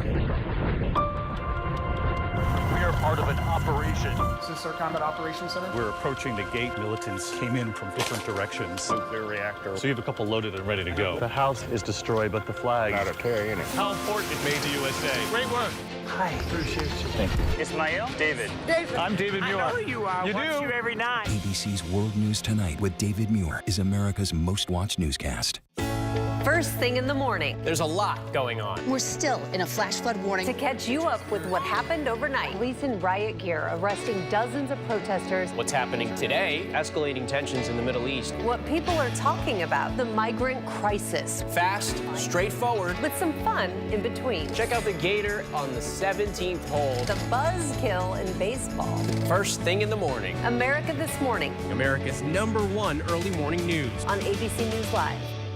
Whenever, wherever news breaks, it's so important to always remember that lives are changed. Here in London, in Buffalo, Uvalde, Texas, Edinburgh, Scotland. Reporting from Rolling Fork, Mississippi. Ukrainian refugees here in Warsaw. We're heading to a small community outside of Mexico City. Getting you behind the stories as they happen. ABC News Live Prime. We'll take you there. Stream ABC News Live weeknights wherever you stream your news. Only on ABC News Live. All right, let the dogs out, please. I don't think he's going to give you a hard time. Even if he gives me a hard time, I'm the right guy. You can handle it. I want to make sure that we all learn together. Calm confidence. Calm, confident, calm, surrender. Everything that he's taught has become a reality. Yeah. We are so grateful and impressed. I feel like crying. You changed our world. It is a beautiful thing to see. As you rehabilitate the dog, you also rehabilitate you. Why do so many people start their day here? From ABC News, this is Start Here. To be in the know and get a different take on the day's top stories. A lot of news today, so let's get into it. Listen now to the daily news podcast honored with 4 Edward R. Murrow Awards and see why the New York Times calls it a news podcast worth listening to. Start Here, ABC News. Make it your daily first listen. Now, that's a part of the story I bet you didn't see coming. Wherever you get your podcasts, Start Here. This is ABC News Live. The crush of families. On the ground in Ukraine. ABC News Live, America's #1 streaming news. Anytime, anywhere. Streaming 24/7, straight to you for free. Thank you for making ABC News Live America's #1 streaming news. Reporting from Des Moines, Iowa, I'm Alex Perchet. Wherever the story is, we'll take you there.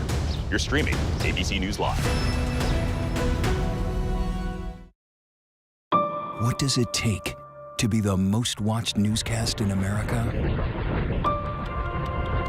We are part part of an operation. Is this our combat operations center? We're approaching the gate. Militants came in from different directions. Nuclear reactor. So you have a couple loaded and ready to go. The house is destroyed, but the flag. Not a tear in it. How important it made the USA. Great work. Hi. Appreciate you. Thank you. Ismail? David. I'm David Muir. I know who you are. You Watch do? you every night. ABC's World News Tonight with David Muir is America's most watched newscast.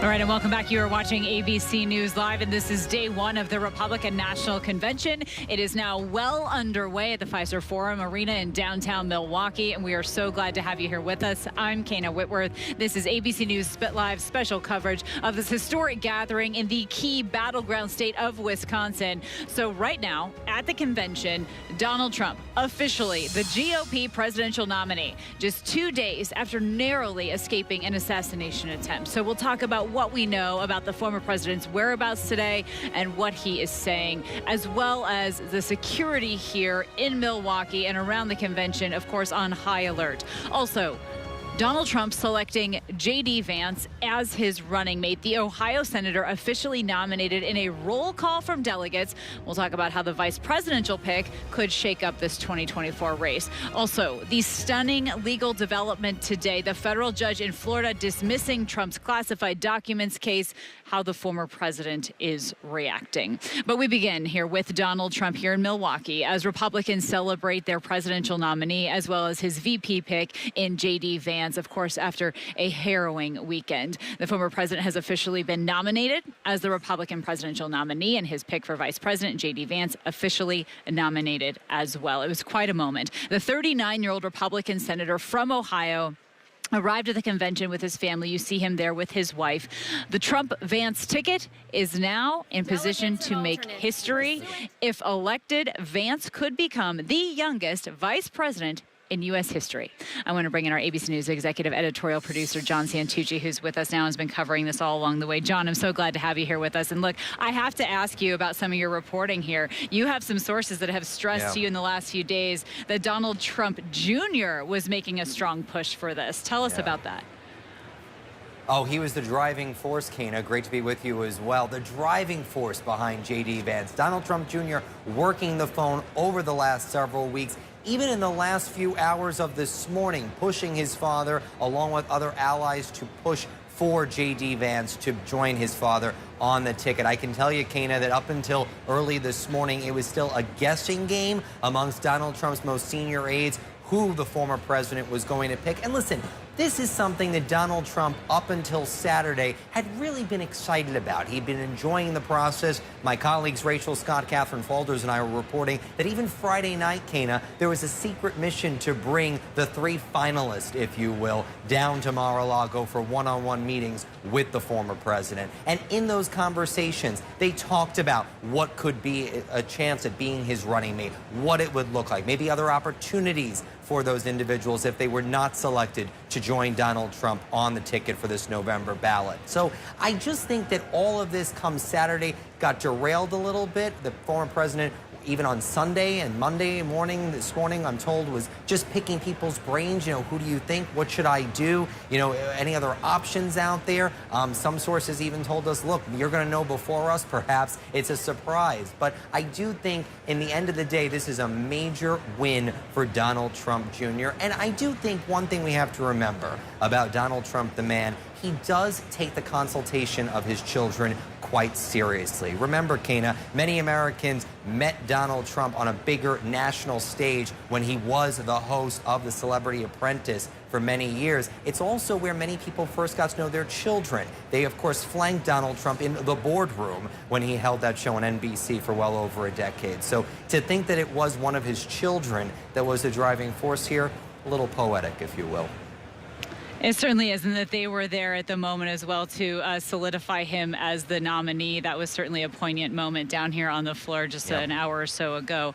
But look, also, John, we know that Vance was on this short list, right? And that included Marco Rubio, Doug Burgum, and it seemed as the morning ticked on that they sort of started to fall off the list there a little bit earlier, way before we actually knew who was the pick. Still, around Milwaukee, there was a lot of talk also last night, John, about what if it's someone someone who's not on that short list. There was a lot of speculation happening. But what overall has been the reaction to Trump's pick? Is anyone surprised that it was J.D. Vance? No, not at all, Kana, because again, I think the driving force of the family was really something that topped everything else. You know, there were certainly people that were supporting Marco Rubio that were pretty disappointed. I can tell you from Rachel Scott and my reporting that Senator Lindsey Graham was a driving force for his Senate colleague from Florida and was rather disappointed that in the end Marco Rubio was not the person picked by Donald Trump. But again, listen, Joe Biden, believe it or not, said it best, because this is what many people in Trump world believe. J.D. Vance is carbon copy what Donald Trump says and believes. Now, let's be clear. This is a person that years ago did not support the former president, said a lot of mean things about him. You saw John Carl's reporting just a couple hours ago after he spoke to the former president that Donald Trump himself acknowledges this is a guy that has not always said nice things about him. That's a quote, believe it or not. But the reality is that this is where they are now. And I think that one of the things we know about Donald Trump, right, is that he is a consumer of television news. And J.D. Vance, among many of them, but certainly the top, I would argue, in the last several weeks, several months, especially as the court cases, the 4 indictments around Donald Trump are ringing, J.D. Vance has been one of his most constant supporters. So that fact alone, Kana, I'm not surprised. Yeah, certainly. We saw that loyalty test, right, play out very publicly over these last few months. And that is not surprising for a lot of people to see J.D. Vance end up with this nomination if they watch that loyalty test closely. Look, we also know that Donald Trump and his campaign, I mean, they are electrified, amped to say the very least, in the wake of that assassination attempt. The resiliency is palpable in this room. And now that he has this VP pick, political ads are already running, John. What are the messages that they're sort of leaving everyone with ahead of Trump's remarks later tonight?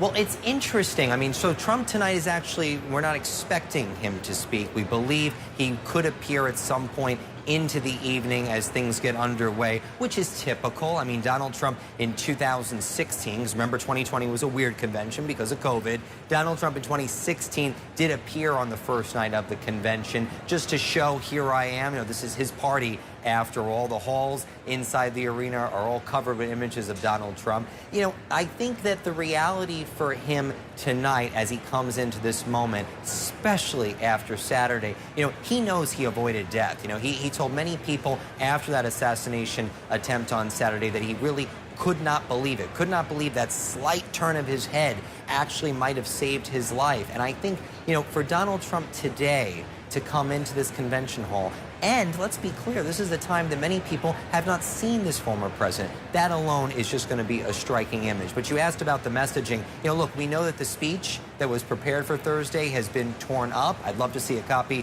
of what that was. The new speech, so we hear, is going to have more themes of unity. But I do think, look at a little bit of some of the Twitter, some of the social media posts from Donald Trump and his aides. You know, listen, we've covered him for how many times, right? Reins in a little bit and then eventually gets back to what he knows best. I think we'll have to see how the coming days sort of play out. But certainly right now, and you can hear a little bit of the noise behind me and the crowds and the heat. Kana, I hope you're enjoying the air conditioning inside. Side note, my friend. But the reality is it is a true party atmosphere here for him, and that's certainly what he wants. It really is, and I think you were so smart to point out, John, what that moment will be like. Even if he doesn't speak tonight, if he were just to walk in into the forum tonight, it'll be the first time that his supporters and that this country see him really up close after that assassination attempt, right? We saw him board the plane. We saw him get off the plane here in Milwaukee, but that will certainly be a triumphant moment for Donald Trump and for this Republican Party. John Santucci, thank you so much for being here with us. We always appreciate you. Thanks, Kana. Thanks. Of course, now we're following some of the day's other major headlines here today. Earlier today, the former president won a major legal victory. The Trump-appointed judge in Florida, Eileen Cannon, dismissing the classified documents case against him. So I want to bring in our ABC News legal contributor and trial attorney, Brian Buckmeyer, for more on this. So, Brian, we have just learned here, good to see you, by the way, my friend. We're just learning here that that Jack Smith has said he's going to appeal this. I'm sure that didn't come as a surprise to you to hear that he would appeal this. But he decided to appeal this very quickly and put that announcement out within hours. What does that process actually look like? And are you surprised at all by the timing? Yeah, so not surprised at the timing. In fact, it would be more accurate to almost say that the DOJ gave Jack Smith the authority to appeal the case, and that's just how the mechanism works. And it's an important fact and distinction because of how this case was ultimately dismissed. There were multiple ways that the DOJ could have gone about this, but I think this was the one that made the most sense. So just to give your viewers also some context, though, this appeal will go to the 11th Circuit. And from there, the 11th Circuit will decide how they want to address this case. But one way or another, I can imagine an appeal from the 11th Circuit. And there are 13 circuits throughout the United States. Each one of the Supreme Court justices oversees at least one circuit. Justice Clarence Thomas oversees the 11th Circuit, and this decision closely resembled his decision in the immunity case. So I think that this appeal process could be a long process, potentially even going up all the way to the Supreme Court. Oh, interesting. And when you say long process, can you give me exactly an idea there of what you mean by long? Well, we already knew that this case was not going to be resolved prior to the election. And so when I talk about a long process, I say we're going to go to the 11th Circuit. Jack Smith has already said we're going to appeal there. And I think regardless of where we go, this decision being somewhat of an outlier from other cases, especially in DC, where you see a lot of these appointment cases. You don't see a lot of them in Florida. This is actually what we call a case of first impression, meaning it's the first time that this district have seen these arguments. If the 11th Circuit looks to other circuit courts and say, hey, we're going to follow their guidance and give Jack Smith back his appointment, I would expect Donald Trump to appeal the case and then go to the Supreme Court, thus creating an even longer extension. The Supreme Court's out of session for this year. They won't be back until next year. And it's not even a guarantee they may see it in this session. They may see it in the second or third session, which is maybe 2 or 3 years down the road. Okay, and so if the appeal was successful, though, from Jack Smith, could the indictment be reinstated before Trump had a chance to appeal the appeal? So in the appeal, we might also see, and this would be interesting to see whether or not Jack Smith does this, is ask for an injunction, basically to stay the ruling of Judge Eileen Cannon's ruling to say, hey, we still need to get this case up to some point. So can you hold off on her ruling, allow us to appeal, and then go forward? But I think Donald Trump would have a strong argument of, no, this is an issue that needs to be decided before we take a single step forward, and that injunction may be dismissed. So I think an injunction is probably the first battleground of this appeal, and then the merits of the case we'll see fought out by both sides. And Brian, we know that this classified documents case, from a lot of legal perspective, was one of the most clear-cut cases against the former president in this time, as he's facing several. But we also know that Trump is saying that what he thinks this dismissal should be just the first step, and that the other 3 cases, which he calls witch hunts, should also be thrown out. Do you see something like that happening? I don't necessarily see that happening for 2 reasons. Judge Cannon specifically said that this ruling is limited to this district and this area. If the other states and the other cases, for example, want to go a similar route, for example, in DC, their case law is what we call binding. There's persuasive and binding. So if you go to DC, higher courts have already decided that this type of appointment does occur. So I can't see her decision crossing state lines, so to speak, as Donald Trump wants. And this is a very technical aspect as to the appointment and the powers that Jack Smith has that comes from the Attorney General. Judge Cannon is saying here that this was inappropriate, and it may only resolve this case and not the others for Donald Trump. All right, this is very interesting. We know you will be watching this very closely for us, Brian Buckmeyer. Thanks to you, as always. For more now on all of the headlines that are emerging here in Milwaukee and at this convention, I want to bring in our ABC News contributing political correspondent and co-author of the Politico Playbook newsletter, Rachel Bade. And I do want to share with our audience, everybody, I saw Rachel Bade earlier running through the convention center saying, if I don't have a mic on, I need to report. This woman is a hungry journalist, and we're all better for it. So, Rachel, thank you for being here with us. Listen, I'm curious as to your thoughts on this, because it was suggested to me that the pick of J.D. Vance signifies optimism and confidence within the Republican Party and from Donald Trump as well, that he felt like he could do that pick because he didn't really have to pander to other voters with his VP pick. What are your thoughts? Yeah, absolutely, Kana. I think that's right. I mean, look, Donald Trump had a choice here. He could go with his gut instinct and somebody who actually liked, who was sort of a mini Trump himself in terms of the MAGA sort of views he has, or he could have tried to pick someone with a potential appeal to swing voters. And that was the big debate going on behind the scenes. I mean, on the short list, Donald Trump was looking at a number of candidates who actually did have that swing voter appeal. People like potentially Elise Stefanik, who is a woman, the only woman who is on this short list. She is from a district that has, you know, some Democrats. She is obviously a big MAGA supporter herself, but could help with those suburban moms who Trump lost in 2020 and who went over to vote for Joe Biden. He was also looking at, obviously, Marco Rubio, who speaks Spanish and is the son of Cuban immigrants who could reach out and help with the Hispanic community around the country. Tim Scott could also help with the black vote, something that Donald Trump has said he wants to prioritize since Joe Biden is having trouble with black voters. Instead, he chose somebody that he likes. And Santucci was talking about this just a few minutes ago. Don Jr., the former president's son, was very much pushing for J.D. Vance. And this is a guy who's basically gone from a never-Trumper, a self-described never-Trumper, to the king and heir apparent of the MAGA movement after Donald Trump. You know, that's really interesting. And John Santucci did talk a lot about the influence that Donald Trump, the influence that his children have over him. And perhaps that is really indicative of the future of the GOP and the future of the Republican Party here, when you see some of these younger Republicans making their voices heard. And then you have 39-year-old J.D. Vance now sharing this ticket with Donald Trump. That's so interesting, Rachel. What about RFK Jr.? What are we hearing from him in terms of how he's feeling in this moment and how he feels like his appeal to some of these moderate voters might go now one way or the other, right? Will these moderate voters end up supporting Donald Trump and J.D. Vance? Will that change their minds?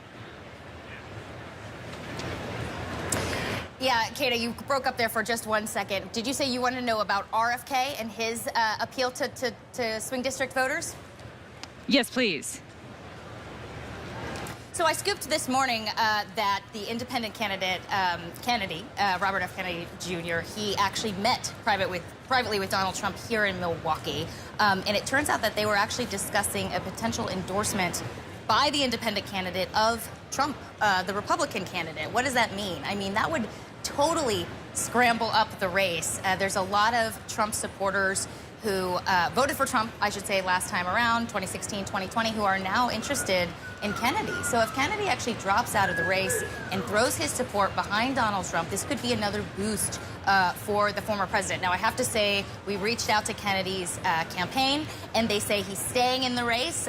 They say that he was meeting with Trump to talk about unity, and he plans to meet with Democratic leaders. But the fact that this meeting happened at all, and these conversations are ongoing about a potential endorsement, that's definitely good news for Trump if he can land that.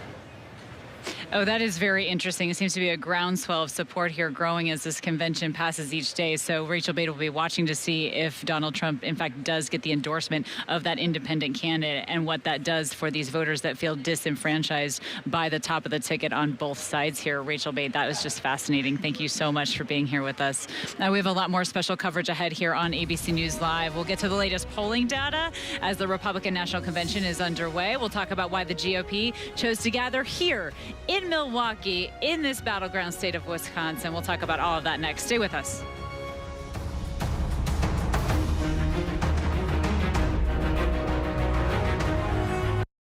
Whenever news breaks, we are here in Israel, a nation at war after that brutal surprise attack by Hamas. On the ground in Ukraine, reporting from Lewiston, Maine. The scene of a horrific mass shooting. ABC News Live is right there everywhere. From the scene of that deadly missile strike in Dnipro, Ukraine. Reporting from the earthquake in Turkey. In rolling forward, this tornado tore through this little town. From the most devastating disaster in Hawaii. From Charleston, South Carolina, on the 2024 campaign trail. In Iceland. Let's go. Traveling with the president in Mexico City. Wherever the story. From the front lines. From southern Israel. Outside the Gaza Strip. In Beirut. From the FBI. Reporting from the nurses on the picket line. Here at 10 Downing Street in London. Streaming live to you. Wherever the story is. Wherever the story is. Wherever the story is, we're going to take you there. You're streaming ABC News Live. ABC News Live. You're streaming ABC News Live. ABC News Live, streaming free everywhere. America's #1 streaming news. All right, let the dogs out, please. I don't think he's going to give you a hard time. Even if he gives me a hard time, I'm the right guy. You can handle it. I want to make sure that we all learn together. Calm, confident. Calm, confident, calm, surrendered. everything that he's taught has become a reality. We are so grateful and impressed. I feel like crying. You changed our world. It is a beautiful thing to see. As you rehabilitate the dog, you also rehabilitate you. There is a price to be paid every time a survivor shares their story. I will not be silenced. Do you feel the church accepted abuse? I wouldn't say accepted it as so much pretended it didn't exist. Yep, that's him. Yep. Ready? Kira Phillips with ABC News. Does your church protect sexual predators? The powerful new Impact by Nightline. Secrets of the 2x2 Church. There's nothing pretty about hearing this. Now streaming on Hulu.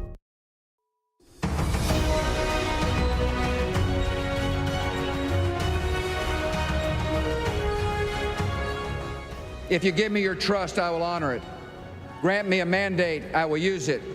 Give me the opportunity to lead this nation, and I will lead. I know how serious the task is before me. I know the presidency is an office that turns pride into prayer. But I am eager to start on the work ahead, and I believe America is ready for a new beginning. Mr. Chairman, delegates and my fellow citizens, I proudly accept your nomination. Well, that was a clip from George W. Bush's acceptance speech at the Republican National Convention in 2000. Bush went on to win the presidency after a contentious Supreme Court ruling, resulting in the defeat of Democratic nominee, then Vice President Al Gore. The election of 2000 was one of the closest in history and the first since 1888 in which the winning candidate lost the popular vote. Now, I'm Kana Whitworth, and you are watching ABC News Live. We are here at the Republican National Convention in Milwaukee, but of course, looming large over this convention here was the assassination attempt on former President Donald Trump. It has also rocked the small town of Butler, Pennsylvania. ABC News' Alex Perche is there. He's been tracking the very latest on the scene and looking into this investigation. So, Alex, I know that the shooter's parents have been speaking with investigators. What are you learning at this point? I know it's early on in the investigation, but every detail is critical here. Absolutely, Kana. And so we know that the Crooks family is cooperating with investigators. We also know that investigators were able to access this suspected shooter's phone. That's going to be huge in their investigation. But another point that we learned this afternoon was the day of the shooting, this suspected gunman told his father that he was going to the gun range.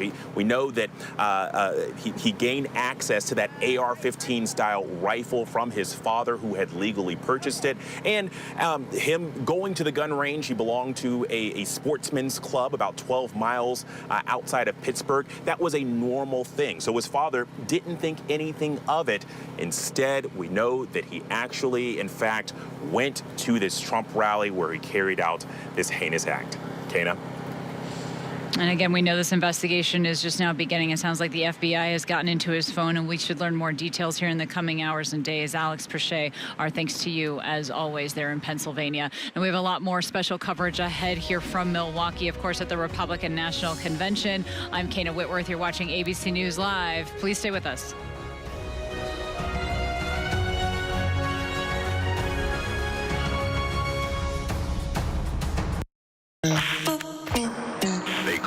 The beauty queen killer.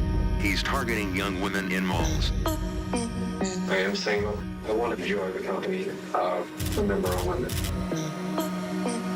He tortured me. How did she survive 9 days of terror? The word accomplice came up. Nobody knows the real story. The beauty queen killer.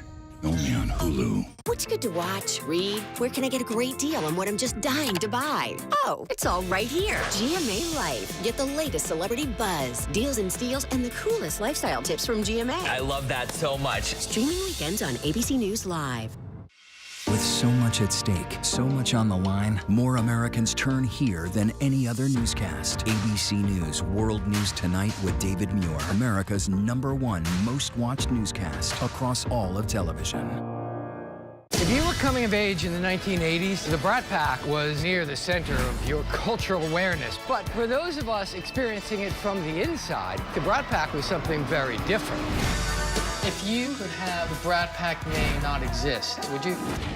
I hated the Brat Pack. What a disaster. Why did we take it as an offense? Andrew? I'm not going to say we were the Beatles or anything. Well, we didn't fill Shea Stadium. 1985? I think we could have. Hi, I'm Andy. And I'm Sabrina. And we're moms, juggling tons of stuff every day, like all you moms out there. And you know what we love? Really love? Pop culture. So what happens when being obsessed with pop culture collides with being a mom? You get us. So listen now to our new podcast, Pop Culture Moms, wherever you get your podcasts. Reporting from Joint Base Andrews, I'm Gio Benitez. Wherever the story is, we'll take you there. You're streaming ABC News Live.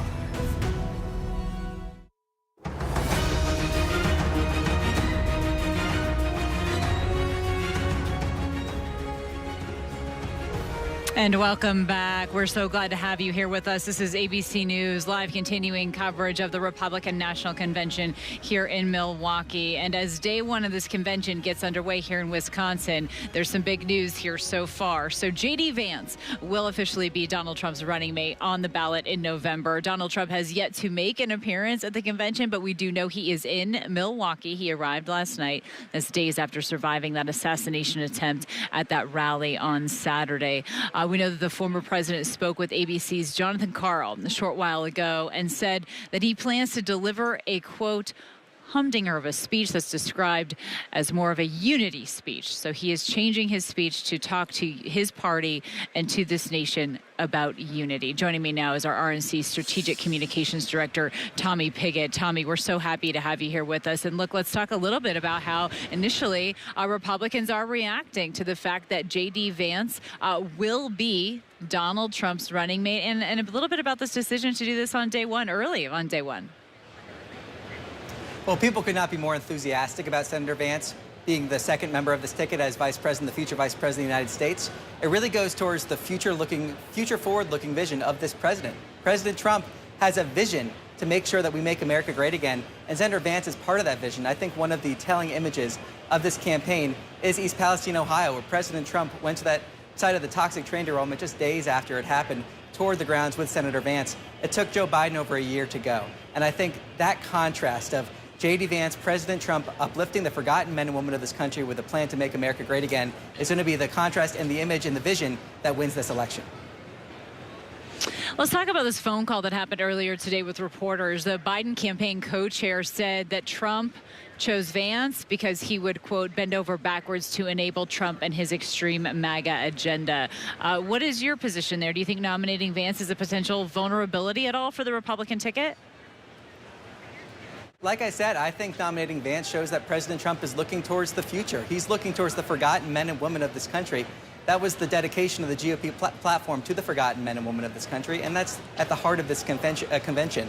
A convention that is designed to uplift the voices of everyday Americans, give them a platform, and nominating Vance is part of that effort. It's part of that effort to say we're looking forward, and we have a vision for prosperity for all Americans. We have a vision for prosperity and security for all Americans. That's exactly what Americans want to see, and that's part of why J.D. Vance was chosen to be the vice president nominee. Let me ask you about this speech that is a highly anticipated speech here from Donald Trump when it happens at this convention. It's our understanding that he has rewritten it entirely, and he's changing to voice more unity and to tone down some of that divisive rhetoric that we've heard from both parties here over the last several months. What do you anticipate from that speech? Well, I think what we're going to see is a continuation of what we've seen from President Trump over the last few days since surviving the assassination attempt. In the moments after the assassination attempt, he stood up and he gave a signal to the world and the country with that fist bump. And he was asked, why did you get up there? Why did you do that? And he said, first of all, so people would know that I'm okay. And second of all, because he wanted to signal that America is moving forward and America is strong. I don't know if there's many people in the world that after surviving such an attempt, their first thought would be the American people. President Trump has shown his character. He's shown he is determined to unite America. And at this speech, we're going to see a continuation of that character that he has shown on that agenda as well, Make America Great Again agenda, to unite Americans with a vision for prosperity and security for all. He certainly showed his defiance in that moment. And Tommy, if I can, just before you go, any indication of when we might actually see Donald Trump take the stage or arrive in the forum here? I don't want to get ahead of any potential special announcements if there are any. All I can say is tune into the convention. Make sure you're watching. You never know what you might see. All right, I understand, but I could not ask. Tommy, thank you so much for being here with us. We appreciate you. We have a lot more special coverage ahead here on ABC News Live. We, of course, are at the Republican National Convention here in Milwaukee. We have a lot to talk about, so stay with us.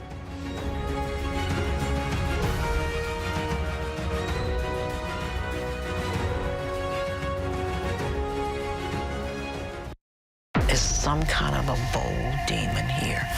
Somebody is killing young black women. The fear was just insane. I was not gonna stop until I found out who did this. Knew all of his victims. He portrayed himself as a good friend. Now Friday, the prison interview with the killer. Once I touched him, it's over. And the first interview with the only surviving victim. 2020, Friday night on ABC. All right, let the dogs out, please. I don't think he's gonna give you a hard time. Even if he gives me a hard time, I'm the right guy. I want to make sure that we all learn together. Calm confidence. Calm, confident, calm, surrender. Everything that he's taught has become a reality. We are so grateful and impressed. I feel like crying. You changed our world. It is a beautiful thing to see. As you rehabilitate the dog, you also rehabilitate you. If you were coming of age in the 1980s, the Brat Pack was near the center of your cultural awareness. But for those of us experiencing it from the inside, the Brat Pack was something very different. If you could have the Brat Pack name not exist, would you? I hated the Brat Pack. What a disaster. Why did we take it as an offense? Andrew? I'm not going to say we were the Beatles or anything. Well, we didn't fill Shea Stadium. 1985, I think we could have. With so much at stake, so much on the line, more Americans turn here than any other newscast. ABC News World News Tonight with David Muir, America's #1 most watched newscast across all of television. Hey, good morning, America. Good morning, America. Good morning, America. You don't just see it, you feel it. I'm in. I'm in. I'm in too. I am in. I'm in. I'm in too. I'll be here.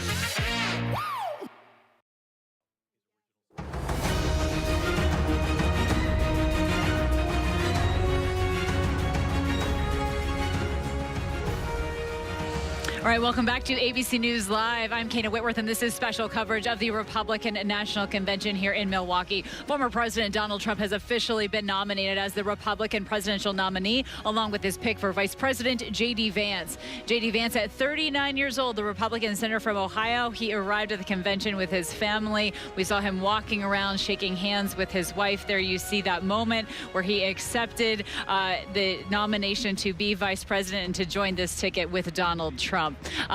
They're in a position to make history here. If elected, Vance would become the youngest vice president in U.S. history. Again, he's 39 years old right now. He turns 40 sometime this summer. And at any moment, this convention will officially commence. But first, I want to bring in our team coverage with ABC News senior reporter Catherine Falders, as well as ABC News' Jay O'Brien, who is standing alongside Kevin McCarthy down there on the floor here in Milwaukee. What a sighting there, Jay O'Brien.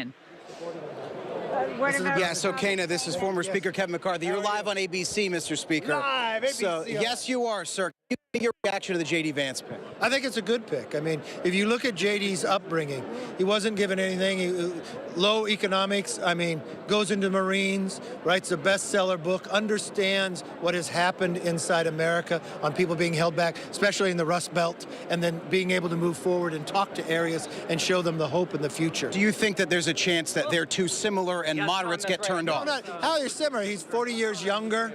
He's got a great opportunity to show different things as he's able to do, and I think it's be a great addition, especially the contrast with where Biden is, with an open border, with inflation going forward. I mean, people really want to look to not only just have a strong leader, but someone that will represent them, someone they'll fight for them. And I think when you look at the Trump-Vance ticket, it's much stronger than what we've had right now. And have you spoken to the former president since that incident on Saturday? Yeah, I talked to him yesterday.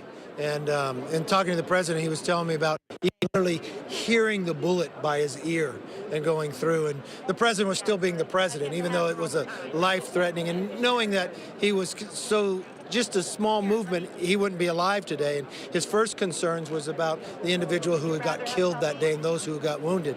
But then he was still the president explaining to me that he learned from the doctor that there's a lot of blood in your ear. And you don't really know that. I didn't know that before. And then he'd say, now, Kevin, you'll learn because you have big, beautiful ears, right? So you'll learn that one day. But no, he was still looking through there. And really what you're hearing from him, the word unite, he's really taking this moment in stride, understanding what it meant, right? He didn't run from it. He stood up to fight for the American public, and he wants to unite all Americans. Speaker, we're live also on NBC right now. Can I ask you quickly, we've heard a lot about change. The former president's posture is going to change in the wake of this assassination attempt. What do you think that change is going to look like? I think with the president, I don't take it as a change. I take it as always an improvement, right? You learn from your experience. Think about if a life-threatening experience like that and someone actually lost their life there. He understands the value of it, and he picked himself up. Where here's a sick person comes in, tries to destroy America. So, Kana, we're going to step out of this. Willing to fight for it. I think the thing you're hearing from the president, too, is also... No, we're going to come back in, Kana. We're going to keep listening. Right? How can I bring more people in and unite them from this experience at the same time? And I think those are the things you'll hear from him. You use the word tone. Do you think there'll be a policy shift in any way, in any type of policy? Obviously, immigration policy was very divisive during the administration. We've heard a lot about abortion during this campaign. Is there going to be any type of policy shift in order to unify the country? Or is it, what did he say about what that means to him? I don't see how the president has to change his policies to unite. I mean, the president wouldn't be leading right now, and the current President Biden wouldn't be such low approval rating if his policies were wanted. I mean, I think this is really good and healthy for America to have a debate on policy. Do you want your border wide open, or do you want a secure border? Do you want to curb inflation, or do you want inflation to still be rampant? Do you like the idea that Putin has invaded other countries, but the only time he didn't invade anywhere is when President Trump was in? Do you like the idea that you had 5 embassies that had to be evacuated under Biden, and you didn't under Trump? Did you like the idea that North Korea is testing missiles again, but they didn't under President Trump? So I think that debate of policies was really what the country's looking for, and less about personality. So, Kana, we're going to step away here. Kevin McCarthy will continue making his way around the floor.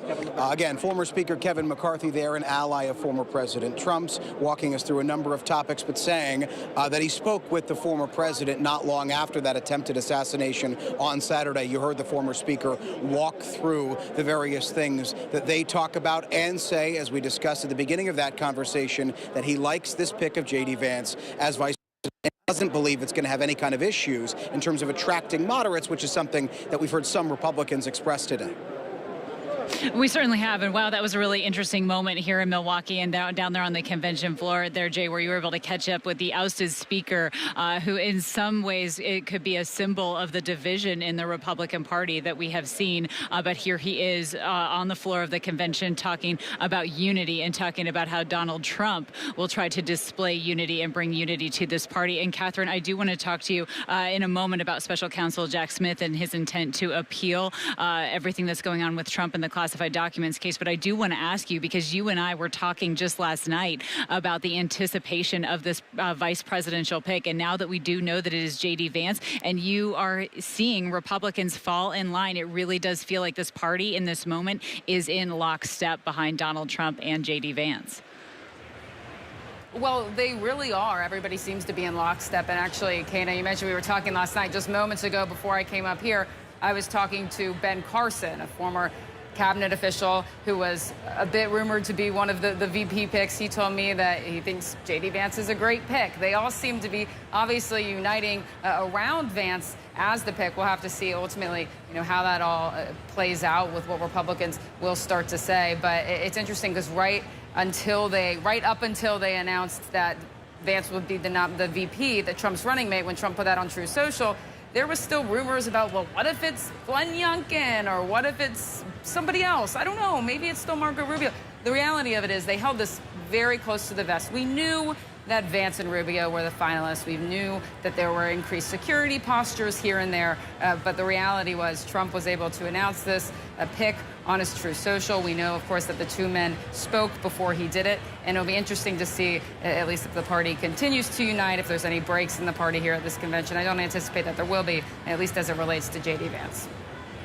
And certainly we will see how those speeches play out, as we know that Donald Trump is rewriting his speech. Jonathan Karl has reported that he does plan to use more unity. And Kevin McCarthy talked about you may see a change in tone here from this Republican Party, but not a change in policy. And Catherine, I do want to follow up with you, if we can, about Special Counsel Jack Smith. Now, we've learned that he does intend to appeal this judge's dismissal of the classified documents case against former President Donald Trump. Not at all really a surprise that he is going to appeal that, but what are you hearing right now from your sources?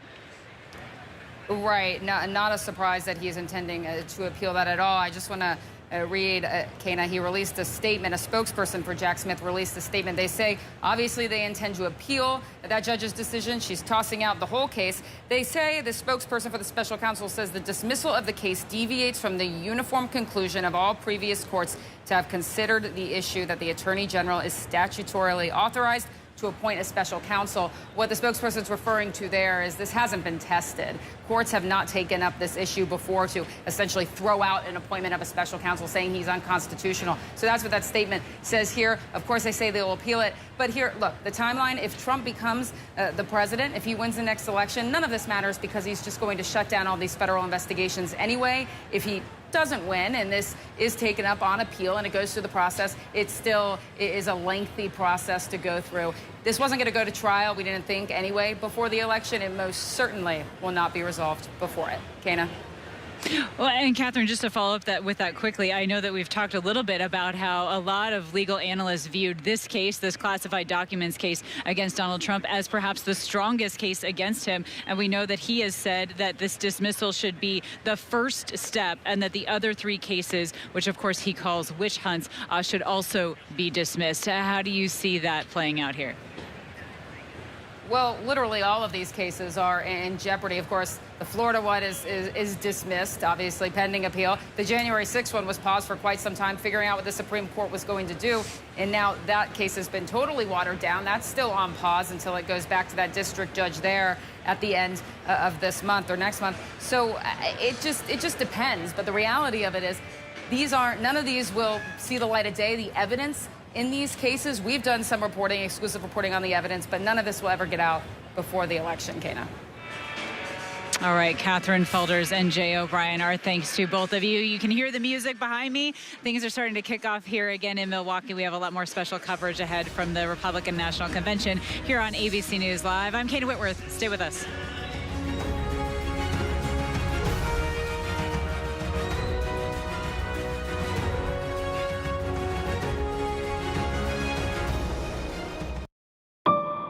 What does it take to be the most watched newscast in America? An operation to capture ISIS fighters. Is this our Combat Operations Center? We're approaching the gate now. Militants came in from 4 or 5 different directions. Operational nuclear reactor. So you have a couple loaded and ready to go. The house is destroyed, but the flag, there's not a tear in it. Not a tear in it. How important is this label right here, Made in the USA? Look at your smile. You're proud of this. I love this. Great work. Hi. Where are you? Where are you? Appreciate you. Thank you, David. Good to meet you. Ismail? David. David. Yes, yes. I'm David Muir. I know who you are. You I watch do? you every night. ABC's World News Tonight with David Muir is America's most watched newscast. All right, let the dogs out, please. I don't think he's going to give you a hard time. Even if he gives me a hard time, I'm the right guy. You can handle it. I want to make sure that we all learn together. Calm, confident. Calm, confident, calm, surrender. Everything that he's taught has become a reality. We are so grateful and impressed. I feel like crying. You changed our world. It is a beautiful thing to see. As you rehabilitate the dog, you also rehabilitate you. Why do so many people start their day here? From ABC News, this is Start Here. To be in the know and get a different take on the day's top stories. A lot of news today, so let's get into it. Listen now to the Daily News Podcast honored with 4 Edward R. Murrow Awards and see why the New York Times calls it a news podcast worth listening to. Start Here, ABC News. Make it your daily first listen. Now, that's a part of the story I bet you didn't see coming. Wherever you get your podcasts, Start Here. Whenever, wherever news breaks, it's so important to always remember that lives are changed. Here in London, in Buffalo, Uvalde, Texas, Edinburgh, Scotland. Reporting from Rolling Fork, Mississippi. Ukrainian refugees here in Warsaw. We're heading to a small community outside of Mexico City. Getting you behind the stories as they happen. ABC News Live Prime. We'll take you there. Stream ABC News Live weeknights wherever you stream your news. Only on ABC News Live.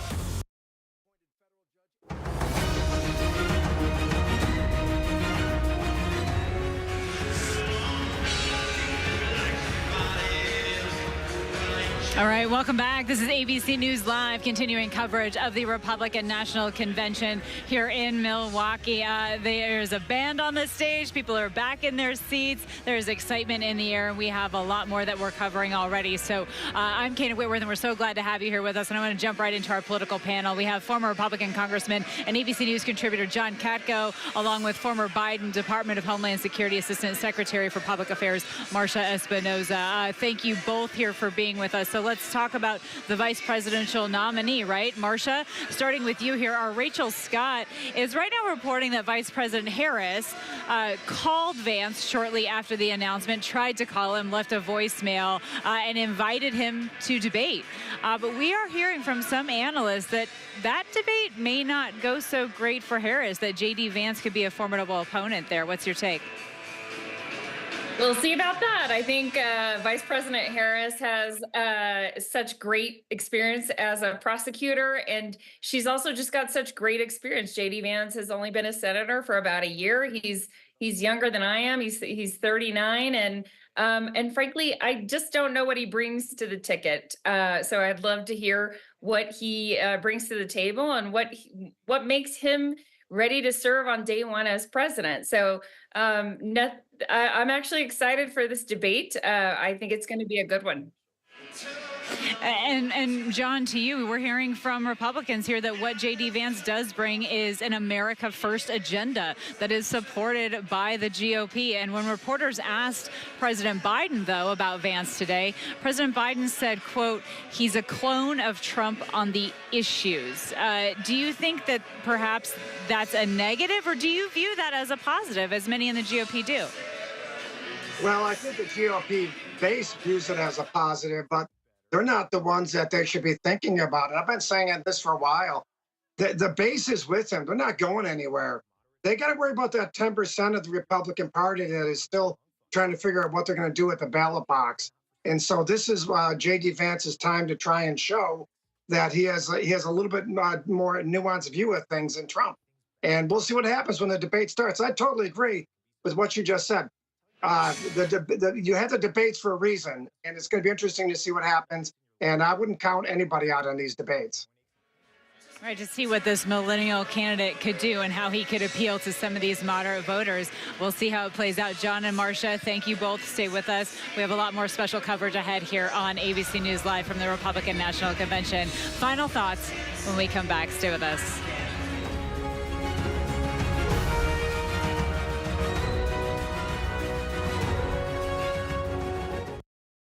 Whenever, wherever news breaks, it's so important to always remember that lives are changed. Here in London, in Buffalo, Uvalde, Texas, Edinburgh, Scotland. Reporting from Rolling Fork, Mississippi. Ukrainian refugees here in Warsaw. We're heading to a small community outside of Mexico City. Getting you behind the stories as they happen.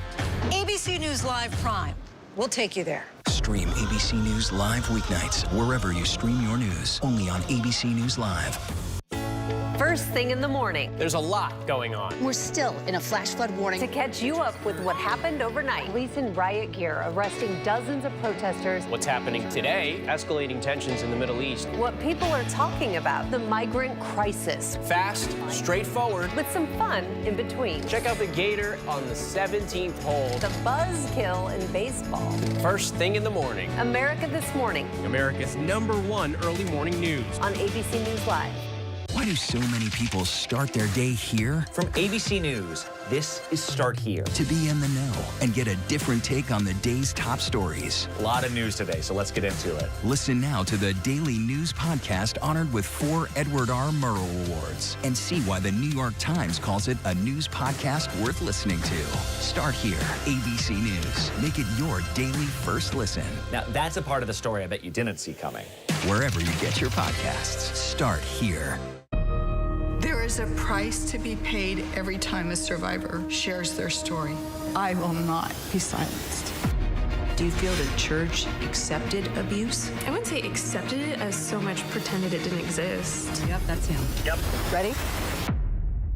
Kira Phillips with ABC News. Does your church protect sexual predators? The powerful new Impact by Nightline. Secrets of the 2x2 Church. There's nothing pretty about hearing this. Now streaming on Hulu. What does it take to be the most watched newscast in America? We are part of an operation. Is this our Combat Operations Center? We're approaching the gate. Militants came in from... Hi. Appreciate you. Thank you. Ismail? David. ABC's World News Tonight with David Muir is America's most watched newscast. Reporting from federal court in downtown Miami, I'm Aaron Katursky. Wherever the story is, we'll take you there. You're streaming ABC News Live.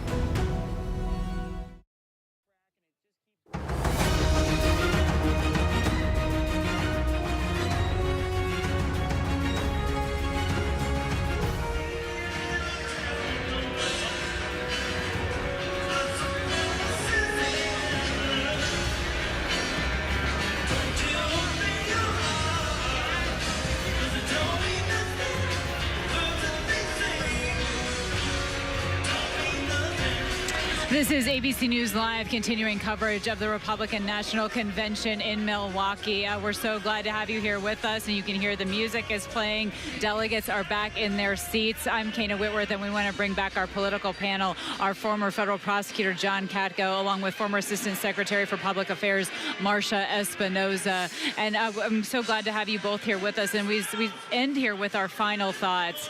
We do want to talk about this assassination attempt on Saturday that injured former President Donald Trump. It also killed a father and a firefighter, and in many ways really changed this country in one moment. And so, John, this investigation right now is in its infancy. Right now, they do believe that this was a lone wolf attack. But as a former prosecutor, I'm curious as to your thoughts on this investigation right now.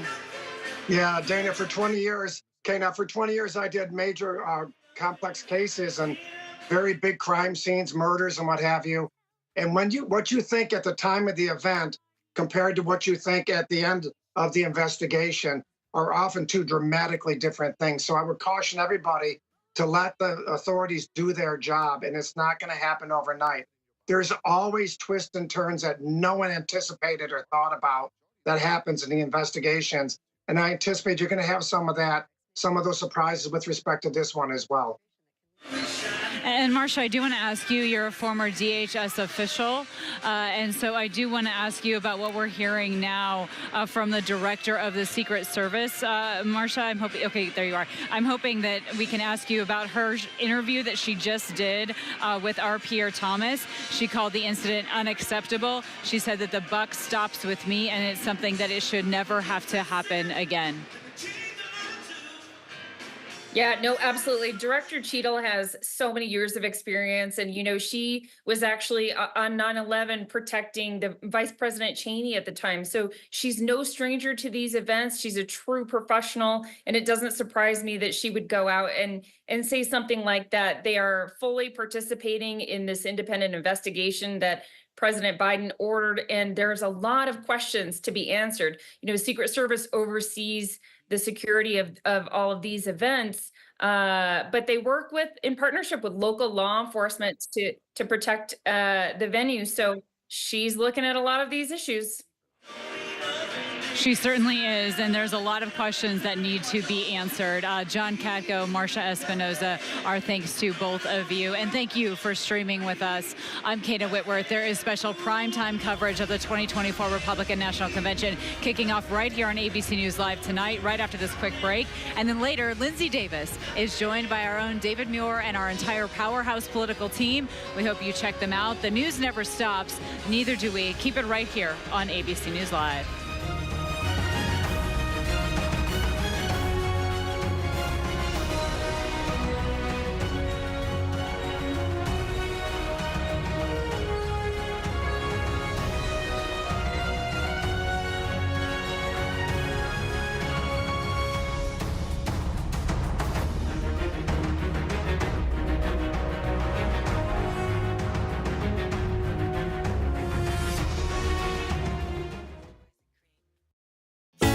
First thing in the morning. There's a lot going on. We're still in a flash flood warning. To catch you up with what happened overnight. Police in riot gear arresting dozens of protesters. What's happening today? Escalating tensions in the Middle East. What people are talking about. The migrant crisis. Fast, straightforward. With some fun in between. Check out the Gator on the 17th hole. The buzzkill in baseball. First thing in the morning. America This Morning. America's #1 early morning news. On ABC News Live.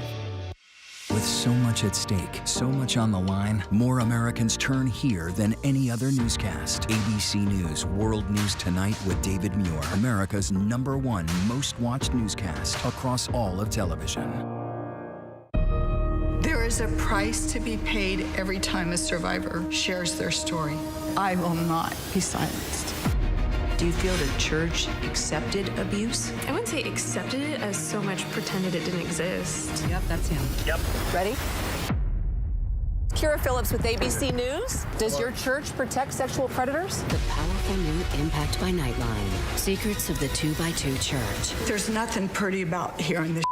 Now streaming on Hulu. Why do so many people start their day here? From ABC News, this is Start Here. To be in the know and get a different take on the day's top stories. Start here. Now, that's a part of the story I bet you didn't see coming. Make it your daily first listen, wherever you get your podcasts. This is ABC News Live. The crush of families. On the ground in Ukraine. ABC News Live, America's #1 streaming news. Anytime, anywhere. Streaming 24/7, straight to you for free. Thank you for making ABC News Live America's #1 streaming news.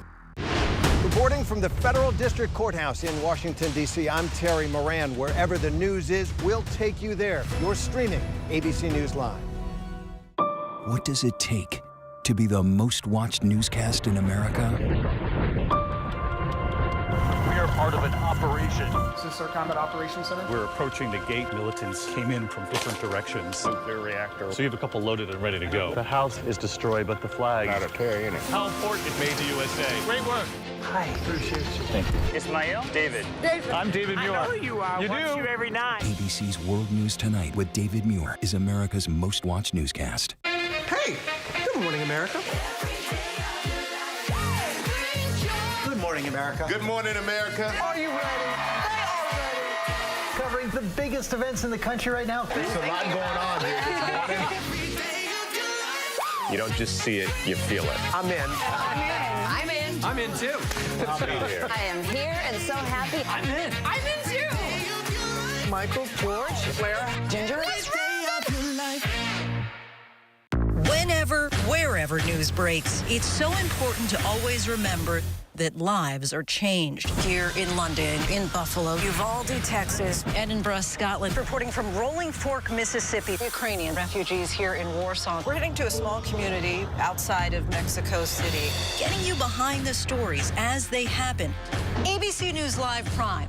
We'll take you there. Stream ABC News Live weeknights wherever you stream your news. Only on ABC News Live. Tonight, a presidential ticket and GOP nomination is etched into history. On behalf of our entire family, 25 delegates in the unbelievable state of Florida, we hereby nominate every single one of them for the greatest president that's ever lived, and that's Donald J. Trump. Hereby declaring him the Republican nominee for President of the United States of America.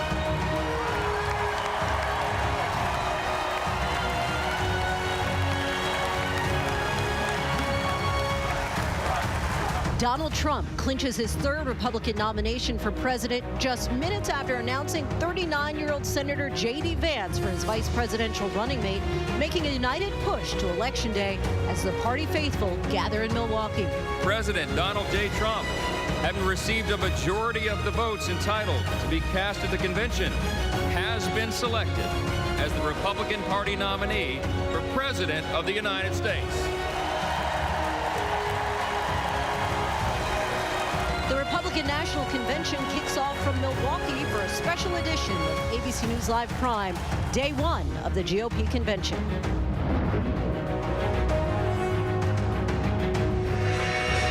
Good evening, everyone. I'm Linsey Davis. Thanks so much for streaming with us. We are coming to you live from the Republican National Convention here in Milwaukee, where it has been a day of high drama, capping a two-day period that has rocked this campaign and stunned the country. Tonight, as the evening session gavels in, it is official. Former President Donald Trump now has a running mate, Senator J.D. Vance of Ohio. It's a decision Trump said took on even more importance after the assassination attempt on his life Saturday night. Just hours ago, Trump told ABC News the near-death moment has changed him. He says he's ripped up his humdinger of a speech and will now be more focused on unity. We have not yet seen Trump on the convention floor, but Trump's new VP pick, Senator Vance, received a raucous welcome here this afternoon. We're told the 39-year-old only got a 20-minute heads up before Trump announced his pick to the world. The campaign making quick work getting the campaign plane outfitted with Vance's name. Tonight, Donald Trump, for the third time, is the official nominee of the Republican Party. His children, Tiffany, Eric, and Don Jr., cast all 125 delegates for Trump on behalf of the family's new home state of Florida. Those delegates put the former president over the top as this convention now gets into full swing. The RNC has echoed Trump's call for the tone here to be one of unity, and we are just minutes away from hearing for ourselves if the speakers heed that call. We have our powerhouse political team standing by to weigh in on the convention, plus a legal bombshell that surprised even the former president this morning. But first, our Rachel Scott leads us off with more on the president's new running mate. So here we go. Tonight, Donald Trump officially becoming the Republican presidential nominee for the third time. His sons Eric and Don Jr. and daughter Tiffany representing Florida, putting him over the top in the roll call of states. It came just minutes after Trump announced his running mate, first-term Ohio Senator J.D. Vance. And elect Donald Trump in 2024. God bless you, sir. Sources tell us Trump broke the news to Vance just 20 minutes before he told the world. The senator and his wife, Usha, taking a lap today on the convention floor. J.D. At 39 years old, Vance would be one of the youngest vice presidents in American history, elected to his first term in the Senate just 2 years ago. A Marine who served in Iraq, Vance then graduating from Yale Law School. A former venture capitalist, his working-class memoir, Hillbilly Elegy, a bestseller. Vance once had tough words for Trump. I'm a never Trump guy. I never liked him. I can't stomach Trump. I think that he's noxious and is leading the white working class to a very dark place.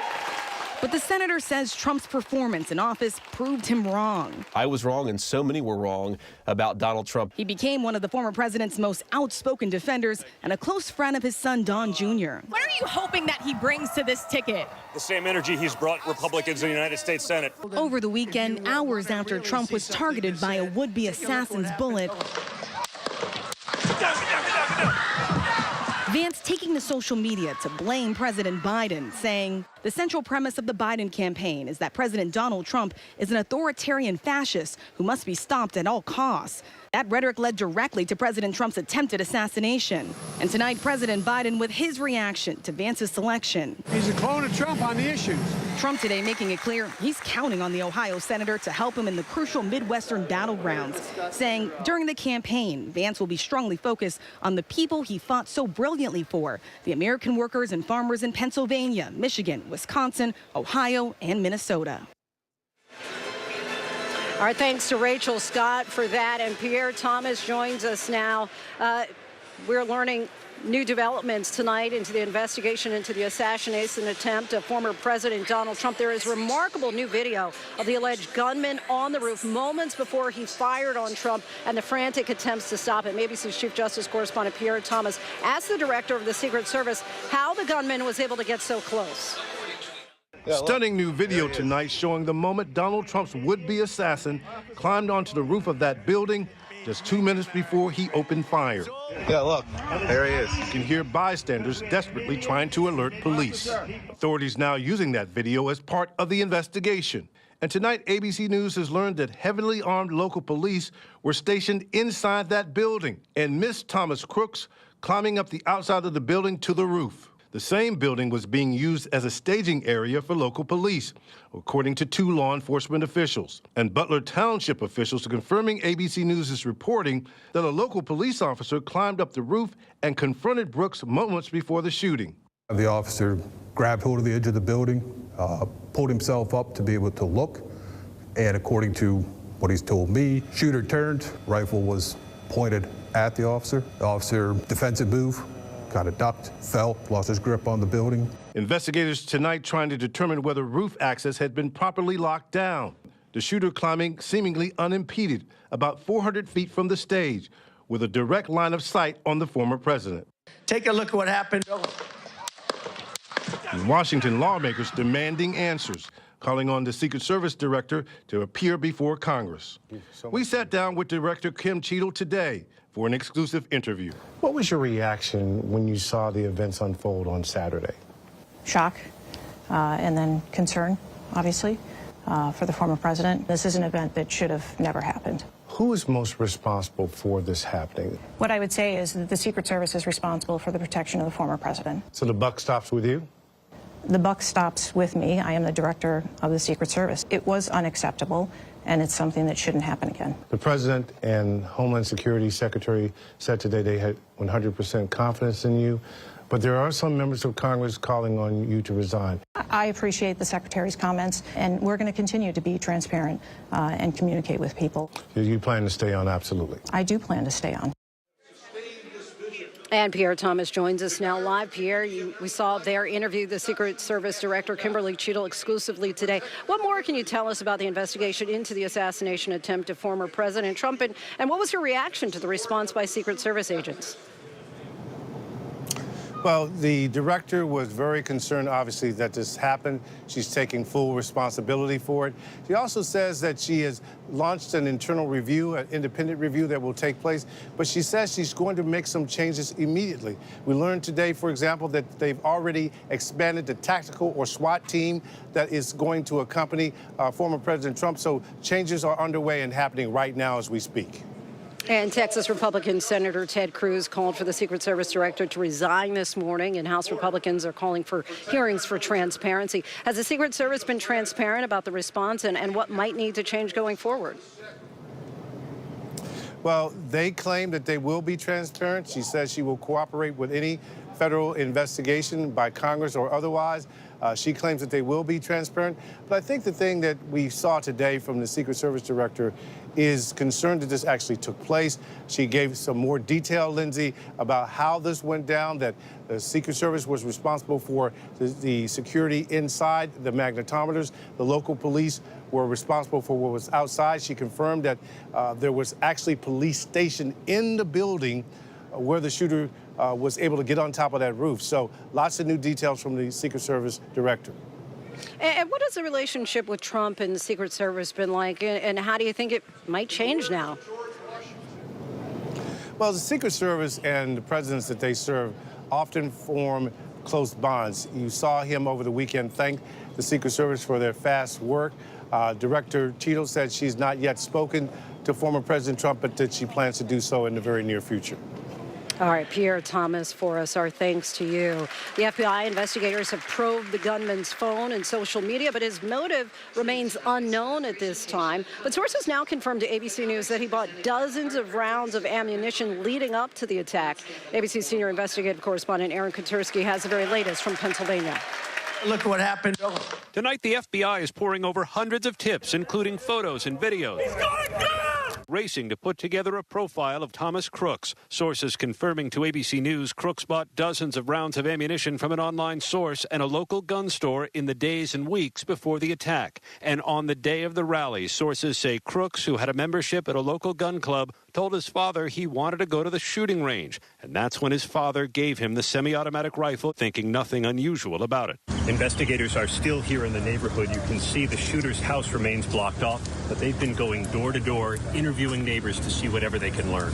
The FBI has conducted more than 100 interviews. Liam Campbell lives across the street. The parents, I'd say, are they're nice people.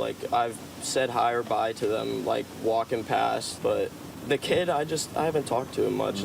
Nobody really knows him. He sticks to himself. Aaron Katursky joins us now live from Butler County, Pennsylvania. Aaron, what else have investigators learned about his devices? Oh, finally, the FBI has been able to gain access to his phone. That was a priority, Lindsay, and they had sent it to the FBI lab at Quantico, Virginia. Technicians were able to get into it. But even with that new information, sources are telling us his motive remains a mystery, the shooting a crime without a cause. Aaron Katursky for us. Thanks so much, Aaron.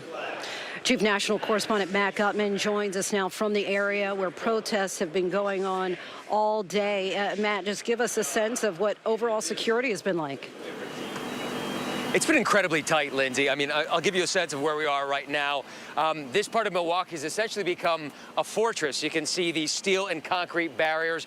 There are miles of them. You can see this Bearcat here from the Sheriff's Department. There are thousands of officers that you see and many, many that you don't see. You see one of those bicycle cops over there. We've seen hundreds of them roaming the streets on patrol. There are boats in the river with machine guns mounted on them. So there is a sense that this is secure.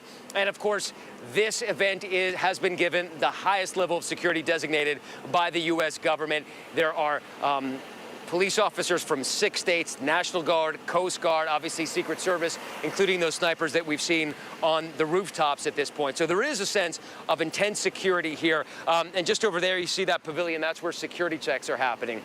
Very tight security here. And where we are right now is the hard perimeter. You see Fiserv, that sort of round-shaped building just behind me, Lindsay. And where we are right now is sort of that softer perimeter. And this area is controlled by local and state authorities. And the issue is that you can't bring tennis balls, paintball guns in here, but you can, because of the state gun laws, you can openly carry a weapon in this area, Lindsay. And Matt, I want to stay with you for a moment, but I do want to just, if you'll stick with us for a moment, just want to listen in live right now as we have the national anthem playing here inside the RNC.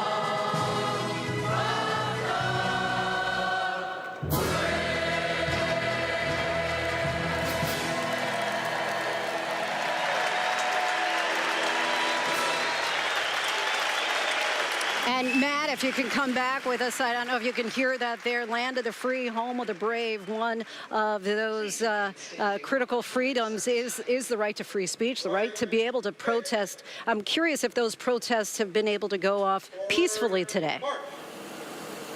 They were, and they were actually 2 years in the making, Lindsay. It took months and months, even recently, and just into the past couple of days, for the protesters, a coalition of marchers, to get permission to march right up to where we are over there, just near that bridge area.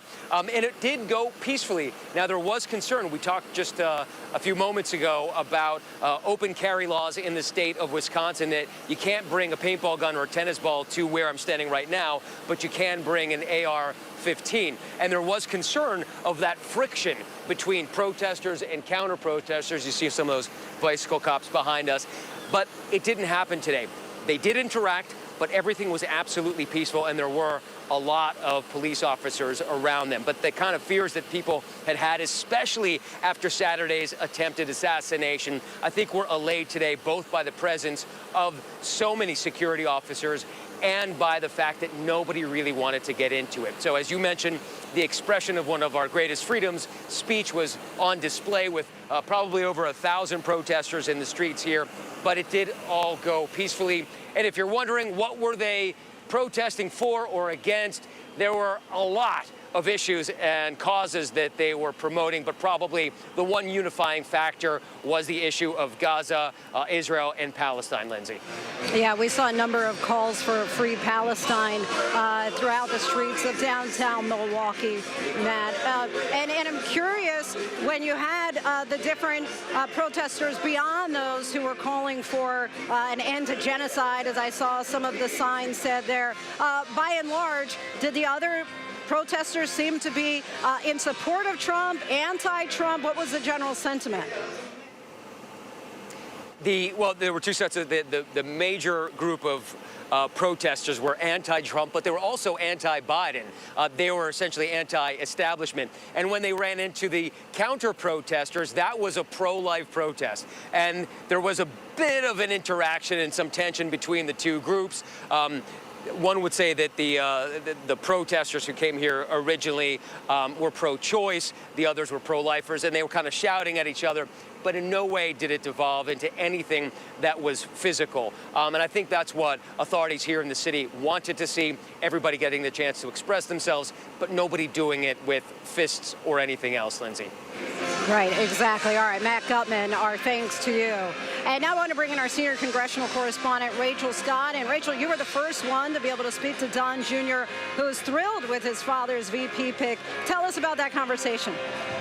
Yeah, Don Jr. has said in the past that in politics there are really only acquaintances, that there are very few actual friends, and he considers Senator J.D. Vance a very close friend. Sources tell us that it was Donald Trump Jr. that was personally appealing to his father to select Senator Vance as his running mate. And part of that reason, Lindsay, is because they believe that Vance can really energize their base in those critical battleground states, Pennsylvania, Michigan, and of course, we're standing right here over the Ohio delegation, his home state, Lindsay. And Rachel, do you have any sense? We know that Vice President Kamala Harris had reached out to Senator Vance earlier today, left a voicemail. Have the two of them connected just yet? No word yet on the two of them and whether or not they have connected. We know the vice president did reach out, sort of extending a congratulations to him. The campaign says that she's looking forward to facing off with him on the debate stage as this race heats up. Senator J.D. Vance missed the call. Sources tell us it was a private number, but their staffs are in contact and hoping to get that on the books. We know that she has already agreed to a debate, even not knowing who the VP pick was going to be with CBS, with the Trump campaign. Prior to this announcement, had agreed to do a debate on Fox. So we'll see how that all settles in the coming days and weeks. Rachel Scott, our thanks to you as always. ABC's Jonathan Karl was able to catch up on the phone with Donald Trump today. He talked about a number of issues, including surviving that assassination attempt. The former president told John that he threw out the speech that he had planned to give here on Thursday, and he plans on doing a new one instead, one that he calls more unifying. Here's our chief Washington correspondent, Jonathan Karl. Tonight, I asked Donald Trump if his close call with an assassin's bullet had changed him. I don't like to think about that, he told me, but yes, I think it has had an impact. Trump told me he has seen the Doug Mills photograph of the bullet flying right by him and marveled that if he had turned his head, if the bullet had been just a half inch or even a quarter inch closer, he could have been killed. He described his call with President Biden in the aftermath, telling me It was very nice. He couldn't have been nicer. And Trump told me that in the wake of the shooting, he has completely rewritten his convention address, saying he had written a humdinger, but now it'll be more of a unity speech. As for the injury to his ear, he says he is doing fine, and he hopes the bandage will be off by the time he gives his convention speech on Thursday night. All right, thanks to Jonathan Karl for that. And joining us now is ABC News legal contributor Brian Buckmeyer.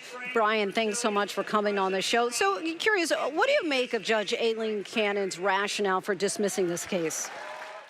Lindsey, thanks for having me. It's an interesting rationale. I've read through all 90-plus pages, and it basically walks you through the idea of, is there a statute or a law that Congress gave the Attorney General the power to appoint someone in the role of Jack Smith? And it's pretty much, in many ways, very closely bound to what Justice Thomas had written in the immunity decision in his concurrence, where basically they're saying that the power that Jack Smith has exceeds that of what the statutes have pointed to, and even that the history that Jack Smith has pointed to of being this is always the way it's been done seems to be by canon to say that's not the way we should do it here. It's really stepping away from tradition and other courts' decisions.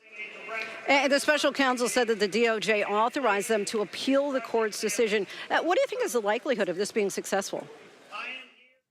I think it's going to be a difficult, successful argument for the DOJ. And the reason why I say that is I see the trajectory in which this case will move. When you appeal from a district court in Florida, you go to the 11th Circuit. And a little unknown fact for many is that the Supreme Court justices each oversee at least one, and some of them oversee two of the circuit courts in the United States. The 11th Circuit is overseen by Justice Thomas. And so if this case does get appealed and goes up to the 11th Circuit and gets appealed from there, which I'm thinking if the DOJ wins, Donald Trump will definitely appeal. Justice Thomas is already in the position where he said that this is how he believes the appointment of Jack Smith should be negated. And Judge Cannon has all but simply just followed that step-by-step process that I think Thomas will agree with. So I think it does get appealed all the way to SCOTUS, and then the question becomes what happens from there?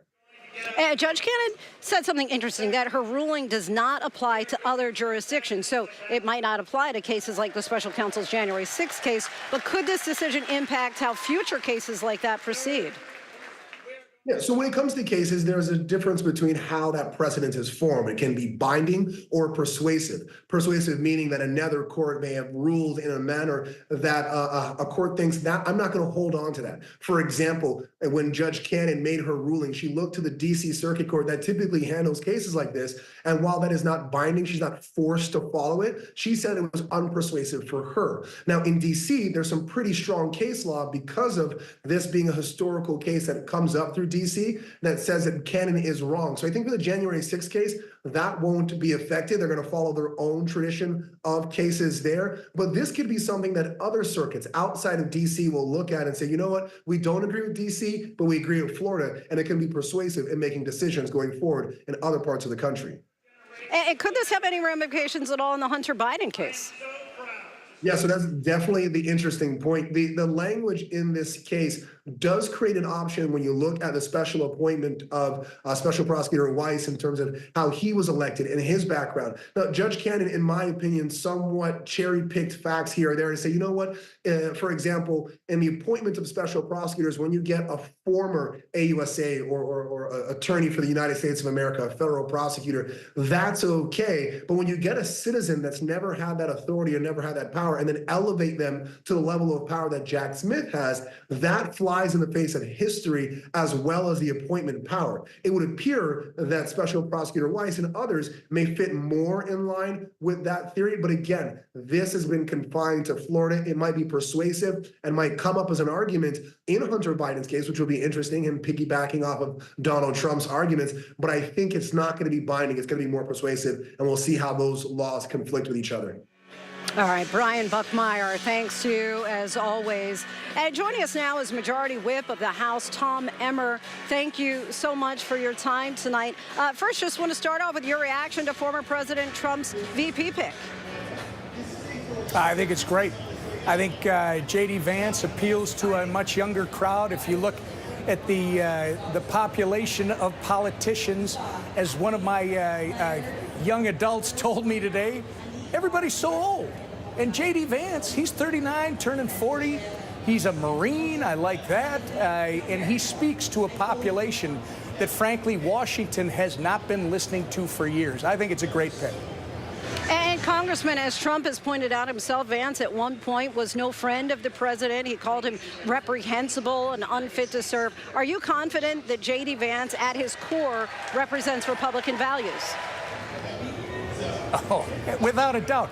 We're allowed to have some disagreements within the Republican Party, but it's about getting to where we need to go. And Donald J. Trump is the reason that all of this is being pulled together. Donald J. Trump is the leader of the 21st century. That picture, Lindsey, the other day, where he stands up with his fist in the air and the flag waving behind him, that is going to be a picture that you see for 100 years. He is the patriot of the 21st century. He's going to win the election in November, and he's a big reason why the Republican Party is so unified. I do want to just say, though, Congressman, it's a little bit more of a disagreement when you're saying, relating the former president to Hitler, or saying, I'm grappling with having to vote for Hillary Clinton instead. Wouldn't you say that is a little beyond the pale of just, we're having a little bit of a disagreement along party lines?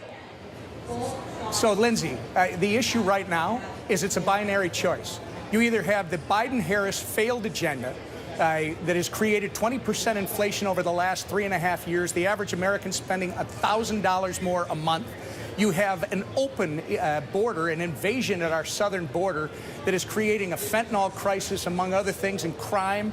You have unrest around the world. You can either vote for that, or you can vote for Donald J. Trump and J.D. Vance, who represent something completely different, an economy that works for everybody, a border that is sealed, and peace through strength around the globe. I think this is a great ticket, and I think the choice is very easy. That's why Donald Trump is going to win in November.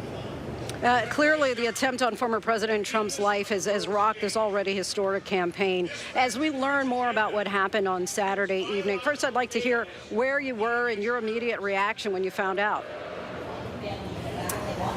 Well, first, Lindsey, I'd like to respond by saying, before we get into the details of this, we should all be praying, regardless of our political persuasions and our likes and dislikes, for the family that lost a husband and a father, for the families that have a couple critically injured that are fighting for their lives, for everybody who was there and actually witnessed this firsthand, and for Americans. I think we've got a lot of questions that need to be answered about what happened on Saturday. How did a shooter get so close to the president and have an unobstructed view of the podium where he was speaking from? There are a lot of questions that need to be answered for Saturday, and a personal note, I was actually at the hospital where one of our new grandchildren was being delivered. Oh, well, congratulations to you on that. And you're going to be set to address this convention tomorrow night. We're hearing that President Trump has already ripped up his self-described humdinger of a speech and will focus more on unity. I'm curious to know if you've altered your speech at all. I'm going to be talking about the things that matter most, and I'm going to be talking about how Minnesota, my state of Minnesota, that has not voted for a Republican presidential candidate in 50 years, Lindsey, is in play. I believe Donald J. Trump is going to win Minnesota in November. I'll be talking about that, and I'm excited to hear the president, because the message the president is going to give is one that isn't about Republicans and Democrats. It's about Americans. It's about getting back together, understanding that we can have our differences in this country, but it's a country of ideas, not personalities. And guess what? We all want basically the same things: an economy that works for us, safety and security in our communities and around the world, a sealed southern border. Those are the things that I look forward to him talking about, because those cross party lines on all those issues. And congratulations again on your new grandchild, Majority Whip of the House, Tom Emmer of Minnesota. We thank you so much for your time, Congressman. Thank you, Lindsey. And as we hear the why starting to play, as there's a lot of excitement here in the room, I do want to bring in Terry Moran, who's here with me just below a little bit on the floor of the convention. Terry, you were at the 2016 convention and now today. What would you say are some of the biggest differences?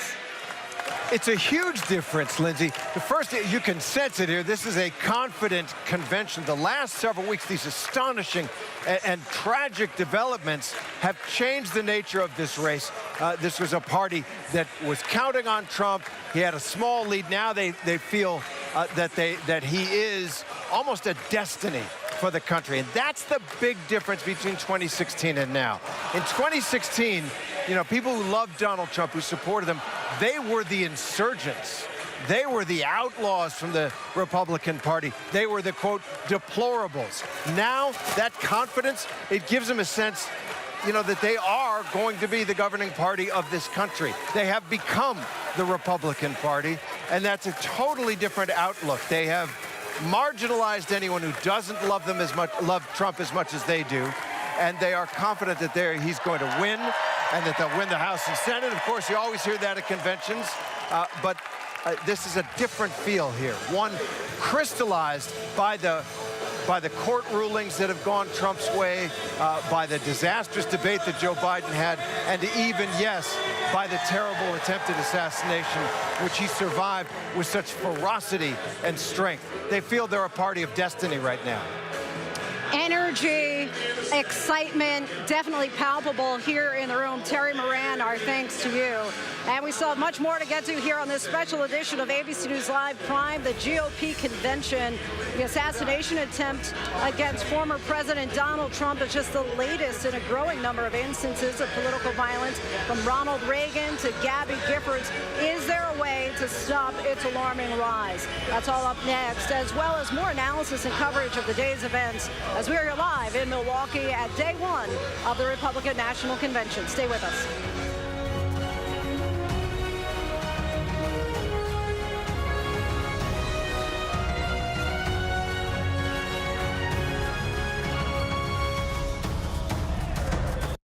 Whenever news breaks, we are here in Israel, a nation at war after that brutal surprise attack by Hamas. On the ground in Ukraine, reporting from Lewiston, Maine. The scene of a horrific mass shooting. ABC News Live is right there everywhere. From the scene of that deadly missile strike in Dnipro, Ukraine. Reporting from the earthquake in Turkey. In Rolling Fork, this tornado tore through this little town. From the most devastating disaster in Hawaii. From Charleston, South Carolina, on the 2024 campaign trail. In Iceland, let's go. Traveling with the president in Mexico City. Wherever the story. From the front lines, from southern Israel. Outside the Gaza Strip. In Beirut. From the FBI. Reporting from the nurses on the picket line. Here at 10 Downing Street in London. Streaming live to you. Wherever the story is. Wherever the story is. Wherever the story is. We're going to take you there. You're streaming ABC News Live. ABC News Live. You're streaming ABC News Live. ABC News Live. Streaming free everywhere. America's #1 streaming news. First thing in the morning. There's a lot going on. We're still in a flash flood warning. To catch you up with what happened overnight. Police in riot gear arresting dozens of protesters. What's happening today? Escalating tensions in the Middle East. What people are talking about. The migrant crisis. Fast, straightforward. With some fun in between. Check out the Gator on the 17th hole. The buzzkill in baseball. First thing in the morning. America This Morning. America's #1 early morning news. On ABC News Live. What does it take to be the most watched newscast in America? We are part of an operation. Is this our combat operations center? We're approaching the gate. Militants came in from different directions. Nuclear reactor. So you have a couple loaded and ready to go. The house is destroyed, but the flag. Not a tear in it. How important it made the USA. Great work. Hi, appreciate you. Thank you. Ismail? David. I'm David Muir. I know who you are. You Watch do? you every night. ABC's World News Tonight with David Muir is America's most watched newscast. If you were coming of age in the 1980s, the Brat Pack was near the center of your cultural awareness. But for those of us experiencing it from the inside, the Brat Pack was something very different. If you could have the Brat Pack name not exist, would you?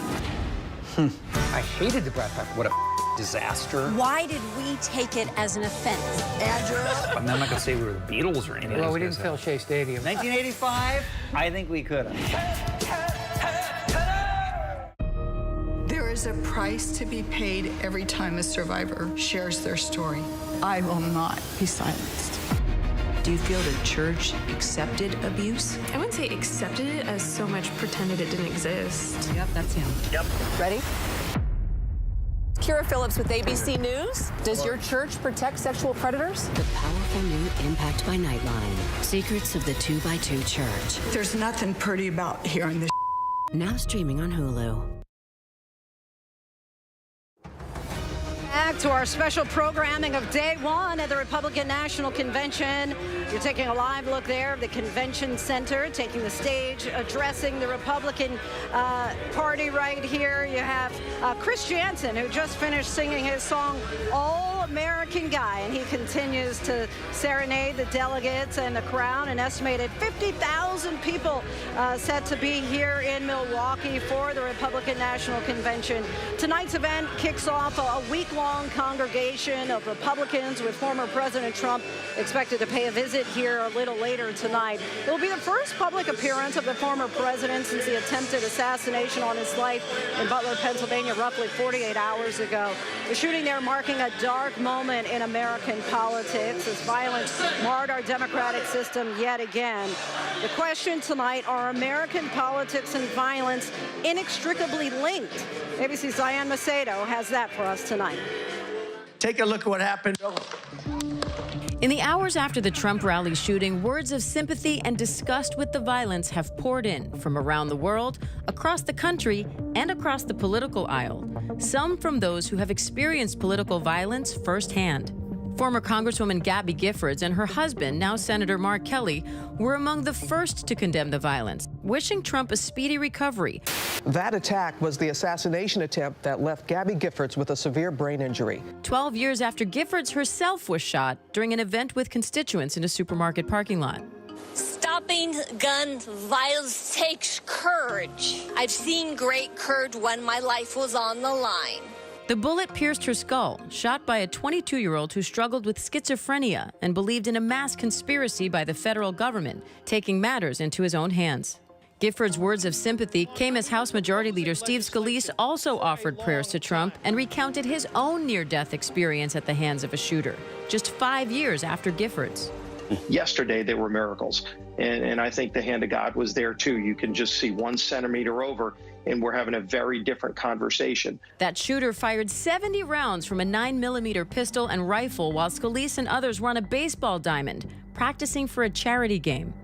5 people were wounded during that attack, including Scalise and 2 U.S. Capitol Police special agents. And in the years since that 2017 attack, threats to congressional lawmakers have increased. I hope someone cuts that throat from ear to ear. Cut his head off.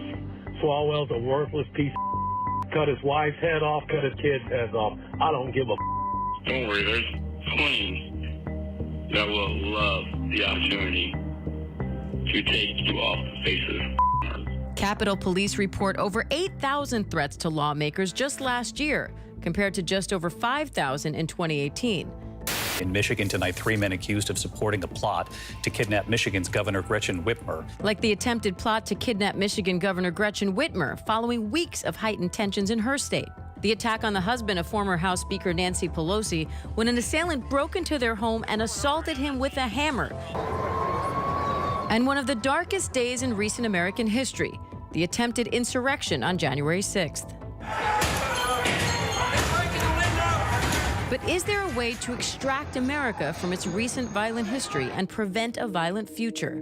I think we get out of this by focusing local, by getting more engaged in our local communities, by literally loving our neighbor, by knowing who in our community needs help and how we can help them, working across differences, finding those values again that we can share across our community, even if the person we're sharing them with might have a different political perspective or might come from a different background than us. Or we may disagree. We are not enemies. We're neighbors. We're friends. While former President Trump and President Biden are both calling for unity, in a nation that came together following attacks on leaders like Reagan in 1981, Roosevelt before him. The blame game is now growing among political rivals, which experts warn could set the course for another catastrophic moment waiting in the wings. Our thanks to Diane Macedo for that report. So much more context and analysis to get to here on this special edition of ABC News Live Prime, the GOP convention. The theme today is Make America Wealthy once again. As we go to break, let's take a look back at former President George H.W. Bush talking economics on the night he accepted the GOP nomination in 1988.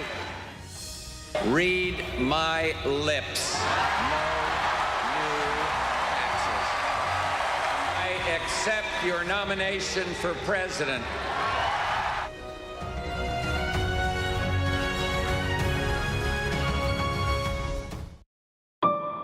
What does it take to be the most watched newscast in America? An operation to capture ISIS fighters. Is this our Combat Operations Center? We're approaching the gate now. Militants came in from 4 or 5 different directions. Operational nuclear reactor. So you have a couple loaded and ready to go. The house is destroyed, but the flag, there's not a tear in it. Not a tear in it. How important is this label right here, Made in the USA? Look at your smile. You're proud of this. I love this. Great work. Hi. Where are you? Where are you? Appreciate you. Thank you, David. Good to meet you. Ismail? David. David. Yes, yes. I'm David Muir. I know who you are. You I watch do? you every night. ABC's World News Tonight with David Muir is America's most watched newscast. Whenever news breaks, We are here in Israel, a nation at war. In Rolling Fork, this tornado tore through this town. From Lewiston, Maine. The scene of a horrific mass shooting. From the scene of that deadly missile strike. ABC News Live everywhere. In Iceland, let's go. On the 2024 campaign trail. Here at 10 Downing Street. Wherever the story is. We're going to take you there. You're streaming. ABC News Live. ABC News Live. You're streaming ABC News Live. ABC News Live, streaming free everywhere. All right, let the dogs out, please. I don't think he's going to give you a hard time. Even if he gives me a hard time, I'm the right guy. You can handle it. I want to make sure that we all learn together. Calm, confident. Calm, confident, calm, surrender. Everything that he's taught has become a reality. We are so grateful and impressed. I feel like crying. You changed our world. It is a beautiful thing to see. As you rehabilitate the dog, you also rehabilitate you. First thing in the morning. There's a lot going on. We're still in a flash flood warning. To catch you up with what happened overnight. Police in riot gear arresting dozens of protesters. What's happening today? Escalating tensions in the Middle East. What people are talking about. The migrant crisis. Fast, straightforward. With some fun in between. Check out the Gator on the 17th hole. The buzzkill in baseball. First thing in the morning. America This Morning. America's #1 early morning news. On ABC News Live. Why do so many people start their day here? From ABC News, this is Start Here. To be in the know and get a different take on the day's top stories. A lot of news today, so let's get into it. Listen now to the daily news podcast honored with 4 Edward R. Murrow Awards and see why the New York Times calls it a news podcast worth listening to. Start Here, ABC News. Make it your daily first listen. Now, that's a part of the story I bet you didn't see coming. Wherever you get your podcasts, Start Here. It's lunchtime in America, so what are we serving up? Well, how about everything you need to know? Give it to me. Your health, your money, breaking news, pop culture, with the biggest stars, music, trends, and of course, good food. It's all coming up on GMA3. You're going to love it. We'll see you then.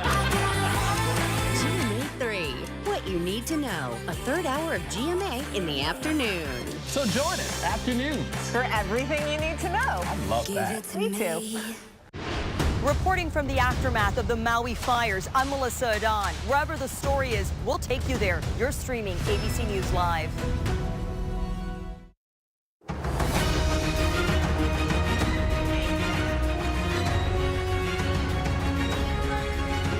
Welcome back, everyone. On the stage right now, Congresswoman Marjorie Taylor Greene talking about the somber moment that we find ourselves in 2 days after the attempted assassination on Donald J. Trump. Let's take a listen.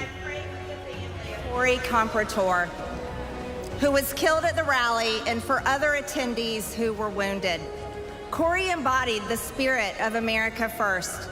He displayed the ultimate show of love, when he shielded his wife and daughter, sacrificing his own life.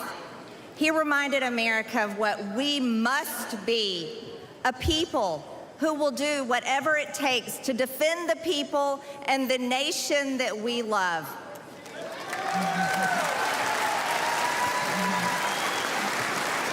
Thank you. I love you too.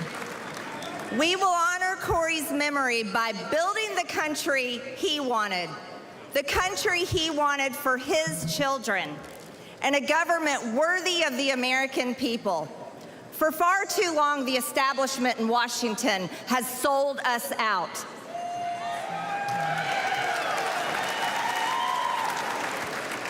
They promised unity and delivered division. They promised peace and brought war. They promised normalcy and gave us Transgender Visibility Day on Easter Sunday.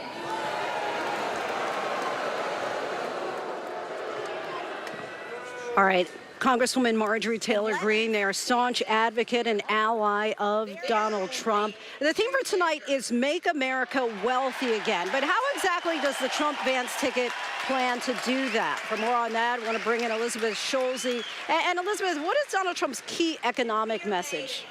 You know, and Lindsay, Donald Trump is making some big promises on the economy. You really saw this laid out in the 2024 GOP platform that was approved there in Milwaukee today. And at the top of the agenda is what Trump says is lowering prices. Basically, he calls it making America affordable again. So when you look at how he wants to do that, a lot of the themes of his campaign when it comes to economic policies, and by the way, hard to get specific details from the former president, but we can draw some clues also from his first term. One of the themes is cutting taxes. He has made clear, Lindsay, that he does want to cut taxes, including extending tax cuts for companies and for the wealthiest Americans. Former President Trump also talks all the time about the policy that has been protectionist around tariffs. He wants to put tariffs in place on all products that are entering the U.S. as a way to say that this is a way to boost jobs and manufacturing in the country. It's something that his running mate announced today is fully on board with some of those policies. I will admit, though, some of the economists I've talked to worry that that might trickle into some higher costs for consumers when you think about the impact of some of those economic policies, Lindsay. And let's talk about specifically the daylight between Trump and Biden. How do Trump's economic policies contrast with President Biden's? And frankly, Lindsay, when you look at the polling, Trump does have the upper hand when it comes to his handling of the economy. Time and time again in every poll, Trump outranks Biden in his handling of the economy. And when you look at key issues like inflation, Trump has an overwhelming lead. So one of the things the former president wants to do over the next couple of days there at the RNC is highlight that he can do a better job than what we've seen under President Biden when it comes to the cost of everyday prices. You know, we've seen some of those prices. They are getting better. They're not going up as much as they were a couple of years ago. But former President Trump quick to highlight that inflation under President Biden has been a key issue, a lingering issue for so many households. The fact for former President Trump is that he wants to say it will be better under me. He doesn't feel like he has to be clear on a lot of those policy details because he sees that voters already are buying into that message, Lindsay.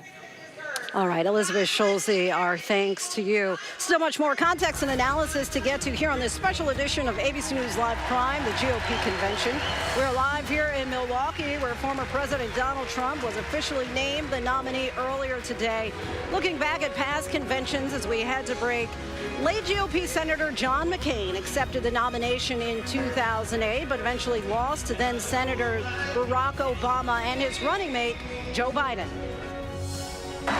And after we've won, we're going to reach out our hand to any willing patriot. Make this government start working for you again and get this country back on the road to prosperity and peace. Tonight, I have a privilege given few Americans. The privilege of accepting our party's nomination for President of the United States.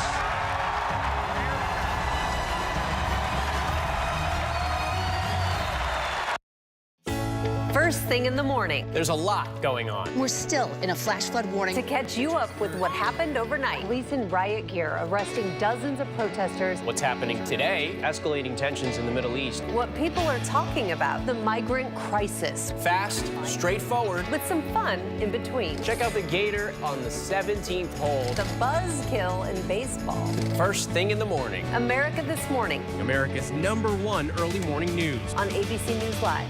Get ready, America, every Friday. The hottest trends, styles, and must-have. What's the right stuff to buy right now? I really love that. It's time to buy the right stuff. Yes! And save big time, too. The right stuff. Fridays on GMA. You're going to love it. Why do so many people start their day here? From ABC News, this is Start Here. To be in the know and get a different take on the day's top stories. Start here. Now, that's a part of the story I bet you didn't see coming. Make it your daily first listen, wherever you get your podcasts.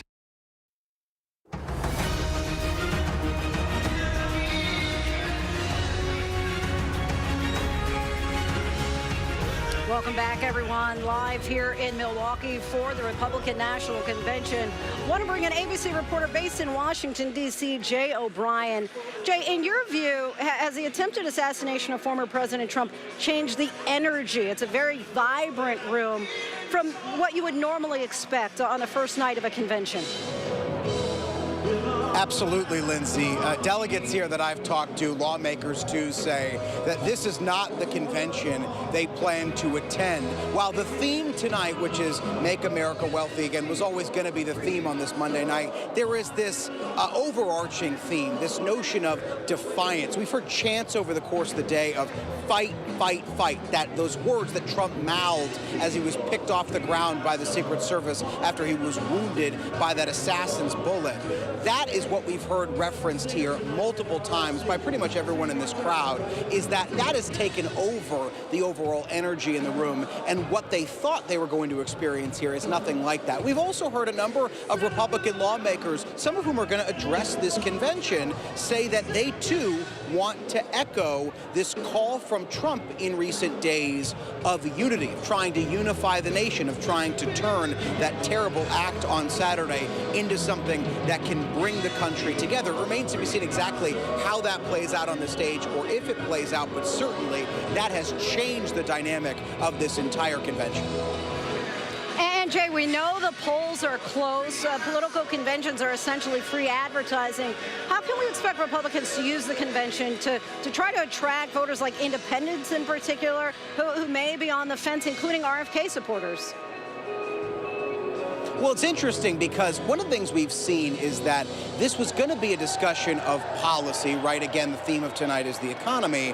But we've heard from Republican lawmakers and from the former president, who's told our Jonathan Karl and others that he's rewriting his speech that he plans to deliver on Thursday night, that is one of the things that they're going to try to do to sell President Trump to the American people, which is reference this idea of unity. I was talking to a GOP lawmaker who actually was in the crowd at that Pennsylvania rally where those shots rang out, Congressman Dan Muir, and he said what struck him the most wasn't just the defiance of former President Trump, but the way that voters he spoke with subsequent to what transpired rallied to that defiance. And so that is one of the things that you can expect tonight, is that to be a selling point to the American people that Republicans mention. Now, it's unclear if, by the way, some of that's going to make its way into the planned remarks on this stage, because these remarks are locked, as they say. They are written weeks in advance. And what I've heard from some lawmakers who say that while they wanted to change their speech, they were not allowed to change their speech because the RNC has certain themes that it wants people to hit. So it's unclear exactly what we're going to hear as it relates to that Saturday attack from this stage. But certainly there is this feeling from Republicans in the crowd I talked to, particularly elected officials, that they want to address it. Lieutenant Governor Mark Robinson on the stage right there. And Jay O'Brien, we thank you so much for your time. Let's bring in contributing political correspondent and Politico Playbook co-author Rachel Bade. Rachel, big news of the day, Senator J.D. Vance. How did Trump make that choice ultimately? And does it signal anything about his own feelings about the race, not going with someone who would have had more of appeal to centrist voters? Yeah, look, Lindsay, Donald Trump chose to go with his gut instincts over what a lot of Republicans have told me privately would have been the politically savvy move. I mean, if you look at his list of potential running mates, it was chock full of Republicans who could have potential cross-voter appeal, maybe not cross-voter, but certainly swing voter appeal. People like Elise Stefanik, a woman who could appeal to suburban moms who turned against Trump and went for Biden in 2020. People like Marco Rubio, the son of Cuban immigrants who also speaks Spanish, who could potentially reach out to the Hispanic vote across the country. Instead, Donald Trump went with someone who lives and breathes MAGA just as much as he does. And what that tells us is that he went with somebody he liked, somebody he trusted. He liked J.D. Vance because he was good on TV. At least that's what Donald Trump thinks. And Vance has been one of the top Republican lawmakers who has been at Trump's side defending him on a number of controversial things over and over again. So he went with Vance for that reason. Now, what Republicans are telling me right now is that it doesn't necessarily help them politically. It doesn't expand the party's tent to sort of bring in and attract more voters. But what it does tell us is that Trump and his inner circle right now feel very confident about where they are in the polls. They don't feel like they need to necessarily go with the politically expedient candidate here. And Rachel, you also have some details on a meeting between Trump and another presidential candidate discussing a possible endorsement. What can you tell us about that? That's right, Lindsay. Robert F. Kennedy Jr. This morning met with Donald Trump here in Milwaukee. I'm told that they discussed a potential endorsement from the independent presidential candidate for the Republican nominee. Now, that would be huge. As you know, RFK is a spoiler for Donald Trump. He draws a number of his supporters are actually Trump supporters who have actually turned to someone else if RFK throws his backing behind Trump. Those people could potentially go home, as Republicans in the Trump inner circle are telling me right now. Now, I have to say, RFK and his team said in a statement to me that they are still in this race. They said that they were talking about unity with Trump and that he also plans to meet with Democratic leaders. But still, the fact that this meeting actually happened here in Milwaukee is certainly a good sign for the former president, Lindsay. Rachel Bade, our thanks to, as always. Still much more to get to tonight here on this special edition of ABC News Live Prime, the GOP convention. We're in Milwaukee this week for all 4 nights of the Republican National Convention. We'll have our team of correspondents and experts breaking down the most notable moments of the day and what's coming up next. A little RNC fact for you on the screen as we head to break.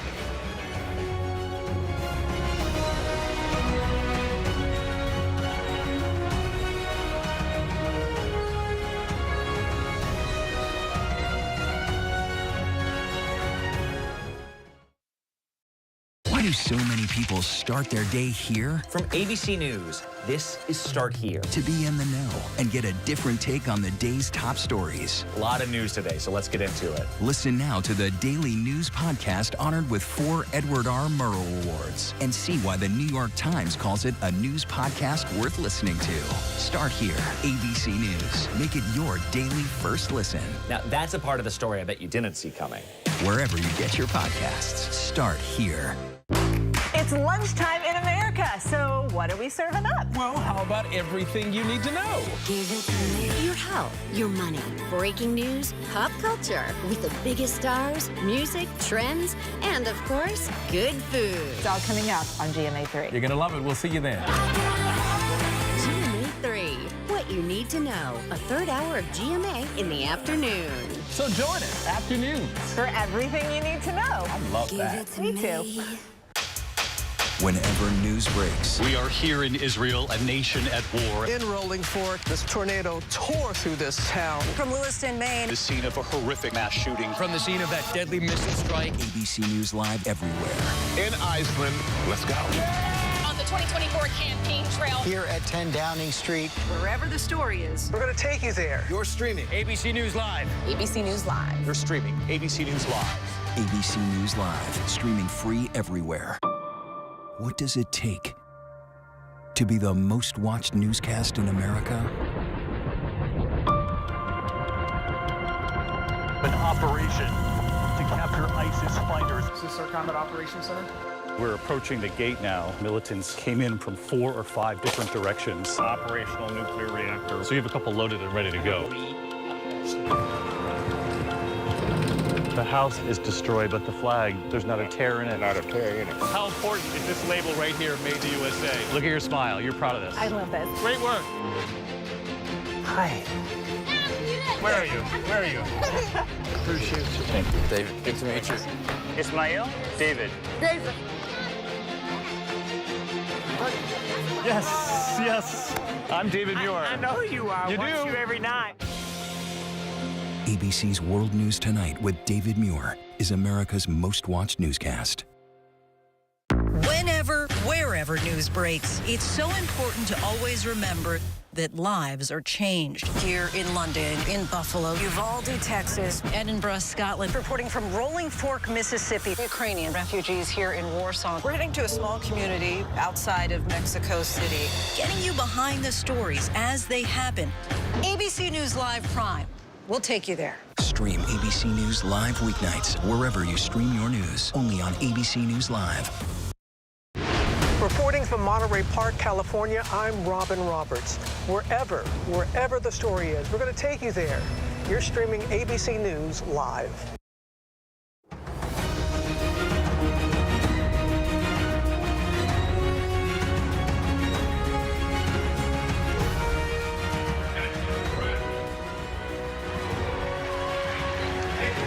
Good evening, everyone. I'm Linsey Davis. Thanks so much for streaming with us. We are coming to you live from the Republican National Convention here in Milwaukee, where it has been a high day of drama, capping a two-day period that has rocked this campaign and stung the country. Tonight, as the evening session is now well underway, it is official. Former President Donald Trump now has a running mate, Senator J.D. Vance of Ohio. It's a decision Trump said took on even more importance after the assassination attempt on his life Saturday night. Just hours ago, Trump told ABC News the near-death moment has changed him. He says he's ripped up his humdinger of a speech, and it will now be more focused on unity. We have not yet seen Trump on the convention floor, but Trump's new VP pick, Senator Vance, received a raucous welcome here this afternoon. We're told the 39-year-old only got a 20-minute heads up before Trump announced his pick to the world. The campaign making quick work, getting the campaign plane outfitted with Vance's name. Tonight, Donald Trump, for the third time, is the official nominee of the Republican Party. His children, Tiffany, Eric, and Don Jr., cast all 125 delegates for Trump on behalf of the family's new home state of Florida. Those delegates put the former president over the top. As this convention now gets into full swing, the RNC has echoed Trump's call for the tone here to be one of unity. It is 7 o'clock here, 8 o'clock on the East Coast, and we are set to hear from Senator Tim Scott, Senator Katie Britt, and Virginia Governor Glenn Youngkin this hour. But I do want to take a listen to Glenn Hunt, who is now on the stage. Wesley Hunt. Changed. Ladies and gentlemen, that is why we must win in November to take our country back.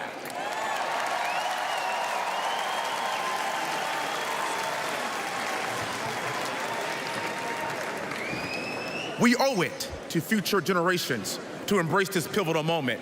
I owe it to my two daughters, Victoria and Olivia. I owe it to my one-year-old little boy, Willie, and I owe it to all American children and their future.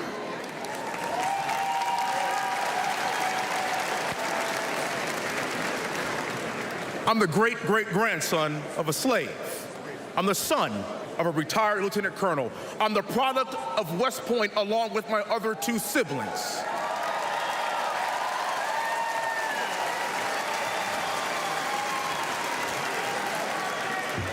And I risked my life in combat to preserve our nation.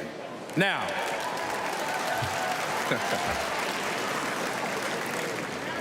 there's another man who is putting it all on the line to save our nation. His name is President Donald Trump.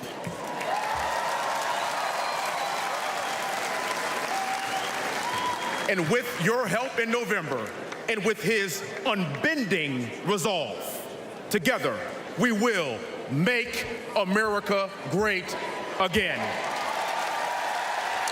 And there you have Representative Wesley Hunt of Texas. I want to bring in our senior congressional correspondent, Rachel Scott. And Rachel, we know that you were the first one to speak to Don Jr., who is thrilled with his father's VP pick of Senator J.D. Vance. Tell us about that conversation. Yeah, you know, Donald Trump Jr. has said in the past that he really feels like there's few acquaintances in politics, but he really considers Senator J.D. Vance a very close friend. So sources tell us that it was Donald Trump Jr., the former president's own son, that was really making this plea to Donald Trump for him to choose Senator J.D. Vance. Part of this is because really it's hard to find another fierce defender, anyone that defends the former president harder than J.D. Vance on Capitol Hill. He showed up obviously outside of that Manhattan courthouse as well, defending the former president there as well. We know he is a fierce critic of providing additional aid to Ukraine, but also the Trump campaign really hopes that Senator J.D. Vance is beneficial to them when it comes to energizing their base in those critical battleground states that will ultimately decide this election. So Pennsylvania, Michigan, as well as J.D. Vance's home state of Ohio, Lindsay. And Representative John James right now on the stage there. Rachel, do you know if Vice President Harris has reached out to Senator Vance yet, if they were actually able to connect? We know she had reached out and left a voicemail, but have they talked yet, do you know? Yeah, it's been fascinating to see how all this has sort of played out, because Donald Trump has had this very public sort of vetting, auditioning process when it comes to choosing his running mates. So not only was the press sort of left in the dark, but so also was the Biden campaign. So we were told today by a source that right after the former president made his pick known, that it was Senator J.D. Vance, Vice President Kamala Harris did initiate a call.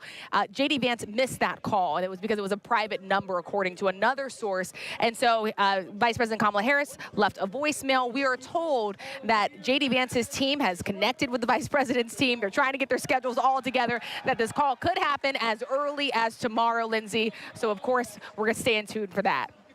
And, Rachel, are we expecting to see Donald Trump here a little bit later tonight, at least just a walkabout?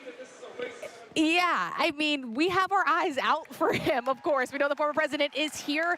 And, of course, so many people here want to see him because he's just off of surviving that assassination attempt. I mean, we were just there in Pennsylvania. Obviously, we were at that rally. We've talked about that on the air. And so this is a crowd also that really wants to see the former president. They want to look at him. They feel like he's, coming off of this assassination attempt. They want to show their support for him as well. We've had a lot of people tell us today that they're really hoping to see the former president sooner rather than later.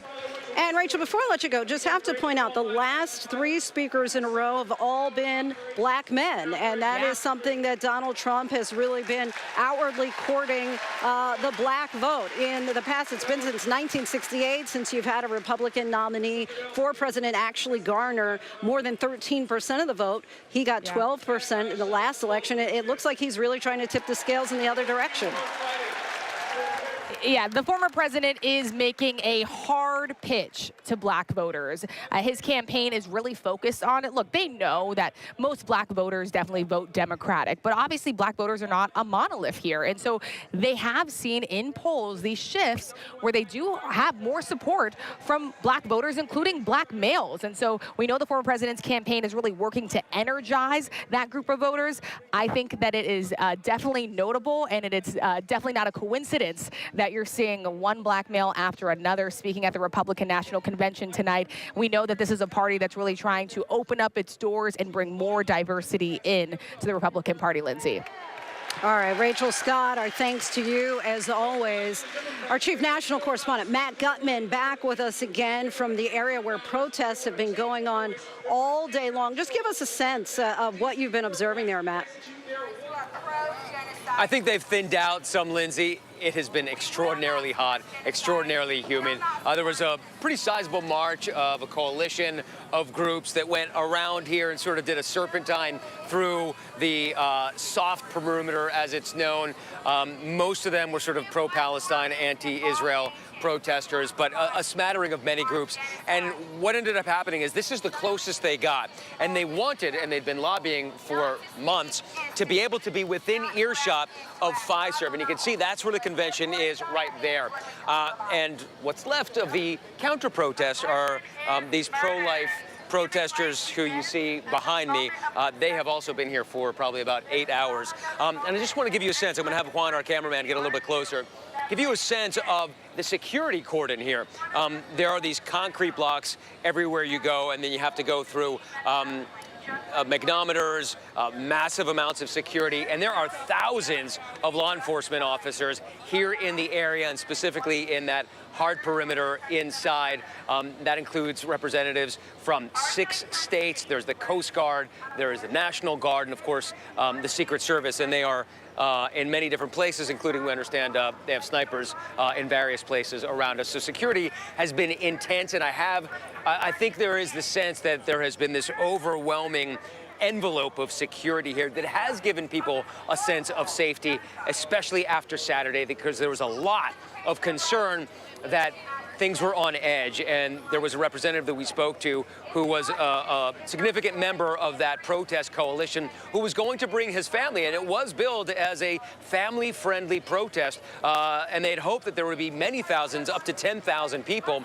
But that assassination attempt, Linsey, really changed the tenor of things here. And that assemblyman here from Wisconsin told me that he did not feel comfortable bringing his wife and kids to today's protest, despite the massive security here, for a couple of reasons. One, because he said that Wisconsin lacks sensible gun laws. And the idea is that where we are right now has a security perimeter, and you can see down the road here how clear it is. So there aren't cars coming through here, and you're not allowed to bring tennis balls or a length of rope that's more than 6 inches long or a 2x4, but according to state laws, you can open carry here, including an AR-15 rifle, and that gave a lot of protesters here some pause, Linsey.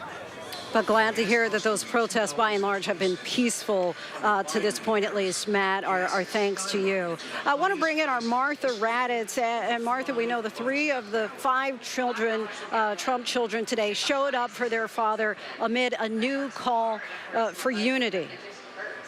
Yeah, there was a lot of talk about unity today with Eric Trump, with Donald Trump Jr., with Tiffany Trump. We didn't actually hear her speak, but that was the tone that they are trying to set at this place right now. I also was very struck, Linsey, watching them walk in to the convention hall for the first time and remembering it really is about 48 hours ago, Saturday night, that their father was nearly assassinated. And the story of that, and they were not there.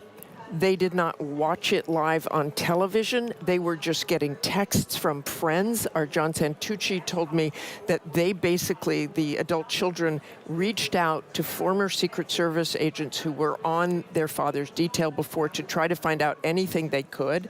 They quickly found out that he was okay. But I think all of us, even when we saw that video and watched that rally live on video, there was always that moment where you thought, is he all right? And I was remembering the attempted assassination of Ronald Reagan in 1981, where he waved and looked fine when he was put into that car, but then we found out later he had actually been shot and didn't know it. So there was a period of time where people really didn't know whether he was actually okay, despite that defiant fist in the air, and certainly traumatic for his family, whatever your politics are. That was a horrible event for the nation, and especially for his family watching that. And of course, we all heard President Biden just yesterday saying it's time to cool it, to tone things down a bit, taking a step back from some of his more aggressive messaging, even saying that he was sorry that he had used the terminology to put Trump in the bullseye, even though he said he meant to shift the focus, and of course didn't have any violent intentions there. It was also interesting to hear from Jonathan Karl talking about his call with Donald Trump, saying that Donald Trump described the call is very nice, that they had a cordial call between President Biden and former President Trump. Well, it seems now here that things might change, but I think you will certainly see an energetic Donald Trump. He's not going to change his policies. He's not going to change what he thinks the Democrats are doing wrong. Donald Trump, as you know, blames others for things, but he has talked about unity, and that in itself is something very new and very different for Donald Trump. That event, I mean, watching Donald Trump get up and with that fist in the air saying, fight, fight, fight, was an extraordinary moment for so many reasons. I have been around and know a lot of people because I've covered the military for many decades, who have been shot or shot at. It is an incredibly frightening thing to go through. But Donald Trump's instinct immediately was to try to get up and put his fist in the air, even though he was bleeding. He didn't really know what had happened to him or how serious that was, but his instinct was to do that. I think one of the things that's going to happen here, Linsey, is the talk about age or trying to compare the two candidates. Donald Trump got up and showed a lot of strength in that moment. And I think that one thing that's interesting, Martha, is just even when you hear the speech tonight from Congresswoman Marjorie Taylor Greene, for example, she seemed to really have toned it down. And we'll see if we continue to see more of the same from the additional speakers that we have throughout the week. Of course, the RNC has to approve every word.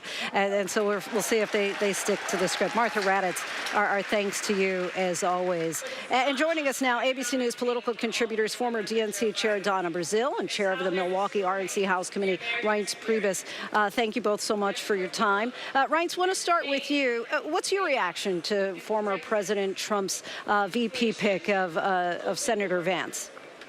Woke indoctrination in our schools, violence in our schools. The narrative going, a narrative of strength, determination, being unwavering, and that's a strong pick. I mean, he had other choices, and he decided to pick, a very determined senator from Ohio that I think plays into what Donald Trump wants to keep pressing forward, which is that, he believes that the agenda that's currently in place is not an agenda of strength, but it's an agenda of weakness.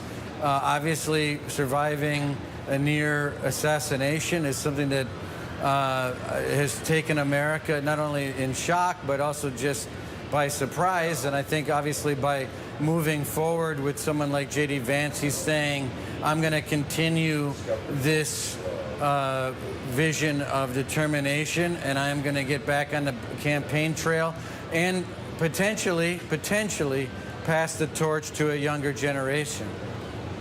And Donna, we've of course learned that Vance and Vice President Kamala Harris are expected to talk on the phone as soon as tomorrow. She's already left him a voicemail. What's your reaction to the selection of Vance, and how does he measure up with Vice President Harris? Well, we'll see as soon as the two of them can get to the debate stage. For now, I think the chairman is absolutely correct.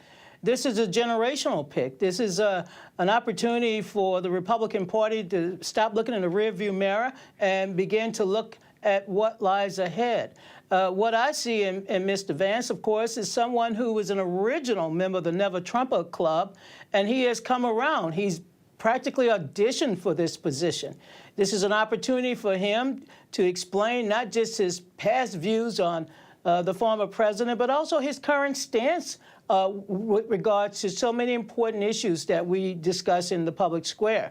So we will have that debate and conversation, but as usual, I like to start out with just congratulations.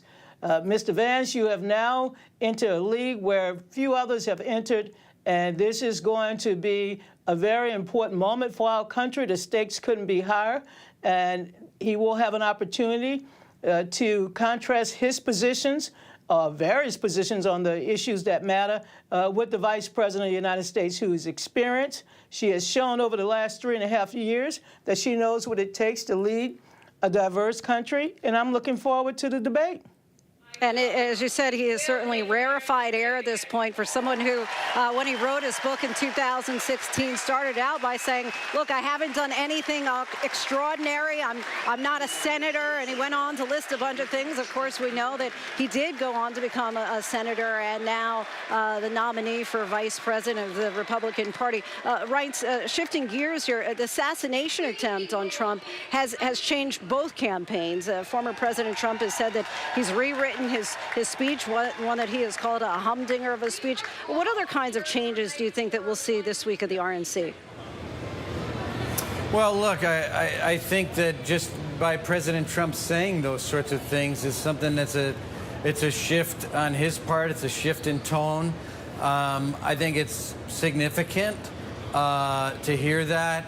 And so far tonight, we've started to see a little bit of that, a little bit more of a unity message, a little bit more of a unified country message.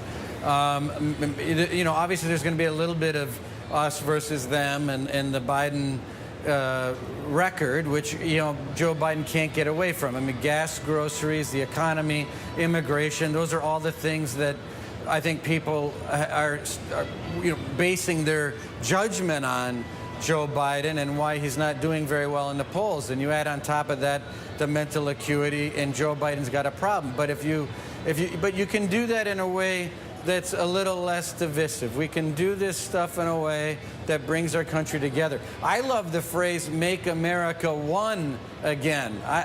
I'm saying it so that maybe it might catch on. We might see a T-shirt or two with that.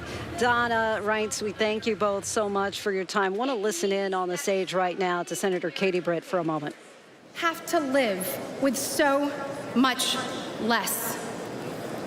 This is too high a price to pay for an administration that has brought us to such lows. The American people won't have the wool pulled over our eyes. We see how Biden and Harris keep making things worse. And we know the current president is not capable of turning things around.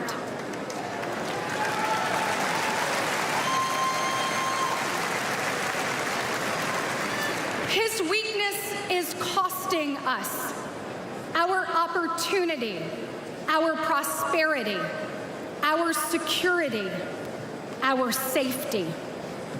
Each diminished, all in decline, just like the man in the Oval Office.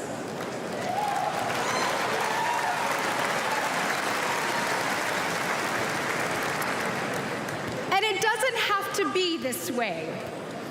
Under President Trump, we had the strongest economy in history. That's right. You didn't need to go into debt just to make ends meet. Energy dominant, stable prices, secure borders, safe streets, strong families and communities. That's what Donald Trump will deliver.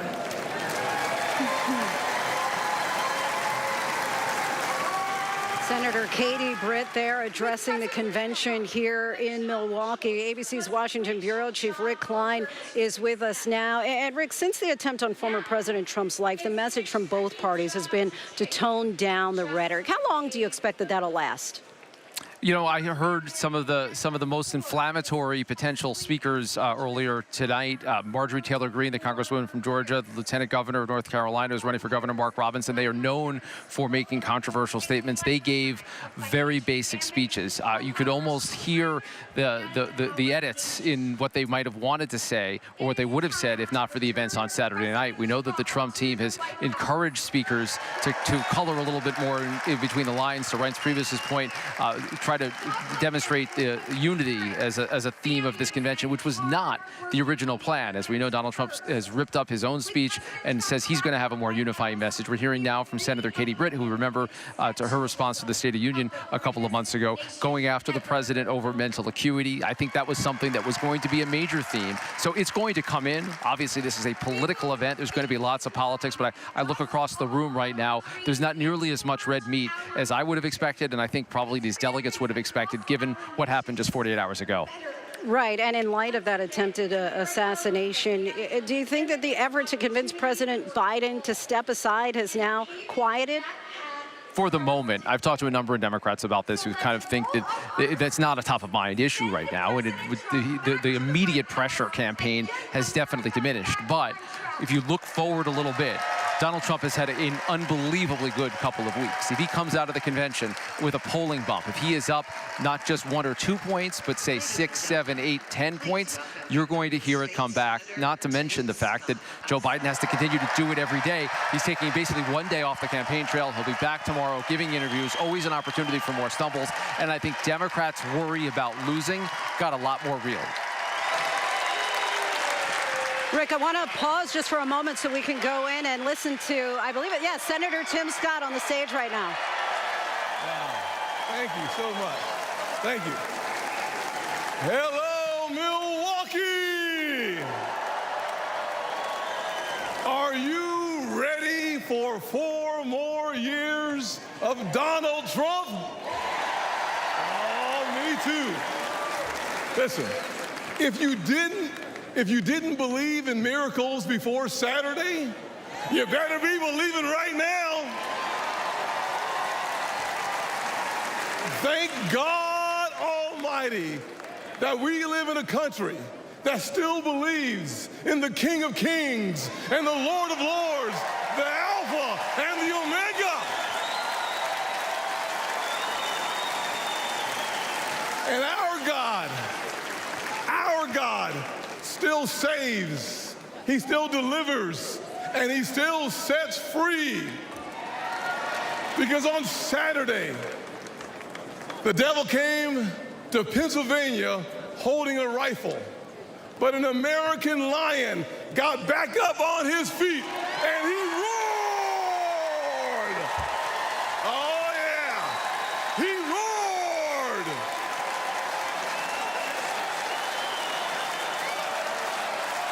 Yeah, yes he did.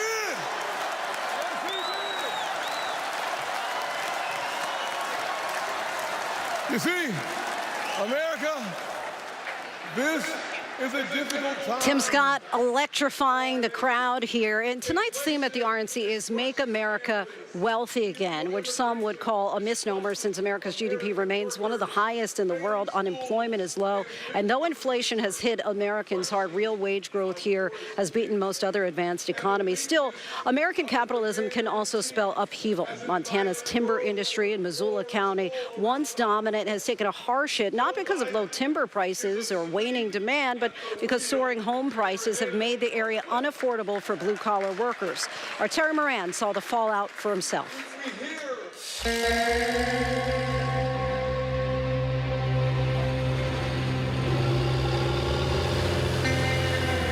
I've never drawn a paycheck from any other business in my whole life. I started here in 6th grade. This is all I've ever known.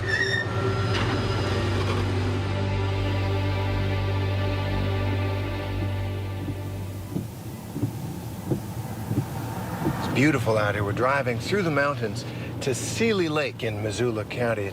It's a small town, about 1,600 people.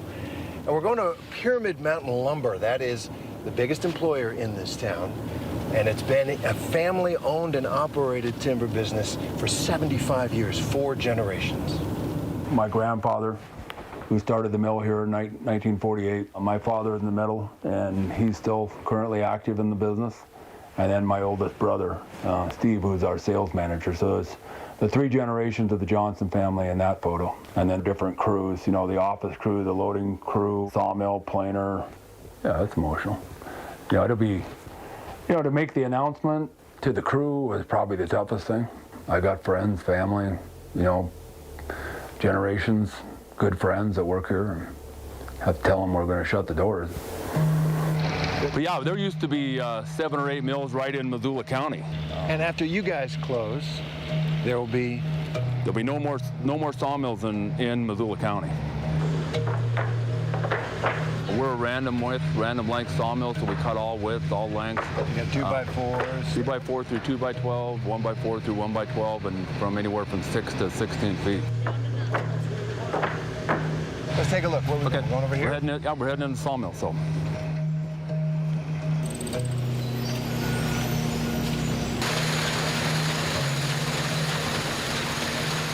So every piece of lumber out there is scanned. If this computer can find a better solution based upon the characteristics of that board that'll yield a higher value product, it'll send it back into the mill.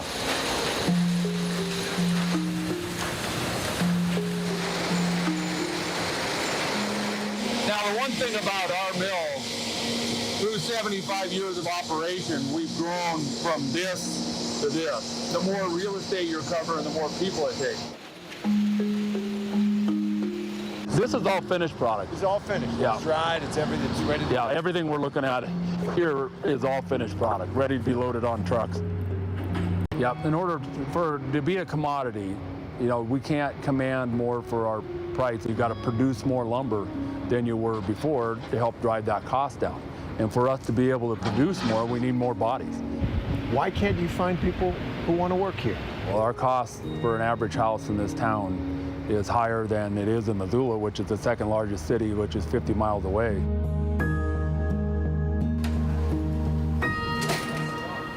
I also see all over the store this sign, hiring. Yeah, we've got them all over. I'm the lowest staff that I've ever been in this store in the almost 22 years that I've been here. We're running on a skeleton crew right now, coming into the busiest season of the year. What's going on? Why? Lack of housing, no affordable housing here anyway. Rentals have diminished since COVID hit and everybody came up here, bought every rental darn near that was available and turned them into vacation rentals or moved up here themselves. The locals are being priced out of buying a house, starting a family, working here or some of the other places around town because they can't afford to live in this place anymore. Exactly. I tell people we're centered on Montana arts and crafts. The biggest challenge for us, and you'll probably hear this wherever you go, is there's no labor force here. There could be low-income housing built, but the people in the town cannot come to an agreement with Missoula County, and this has been going on for years and years. Contrary to what some folks might think in terms of why a mill would be closing in the western United States, it really has nothing to do with the environmental wars of years gone by in the past, and everything to do with lack of infrastructure that is the groundwork for housing. So for instance, in Sealy Lake, what they really need is a centralized sewer system, wastewater facilities that would allow for new housing to be constructed. There hasn't been an apartment, duplex, or fourplex built in this town in over 30 years. So there's no, when you're talking about entry-level housing for more blue-collar workers, they're just not, it's not available.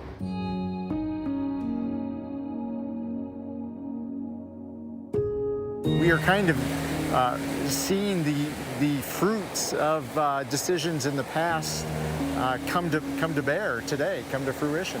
Because it feels like the people don't want to vote for a sewer system because it would be very expensive.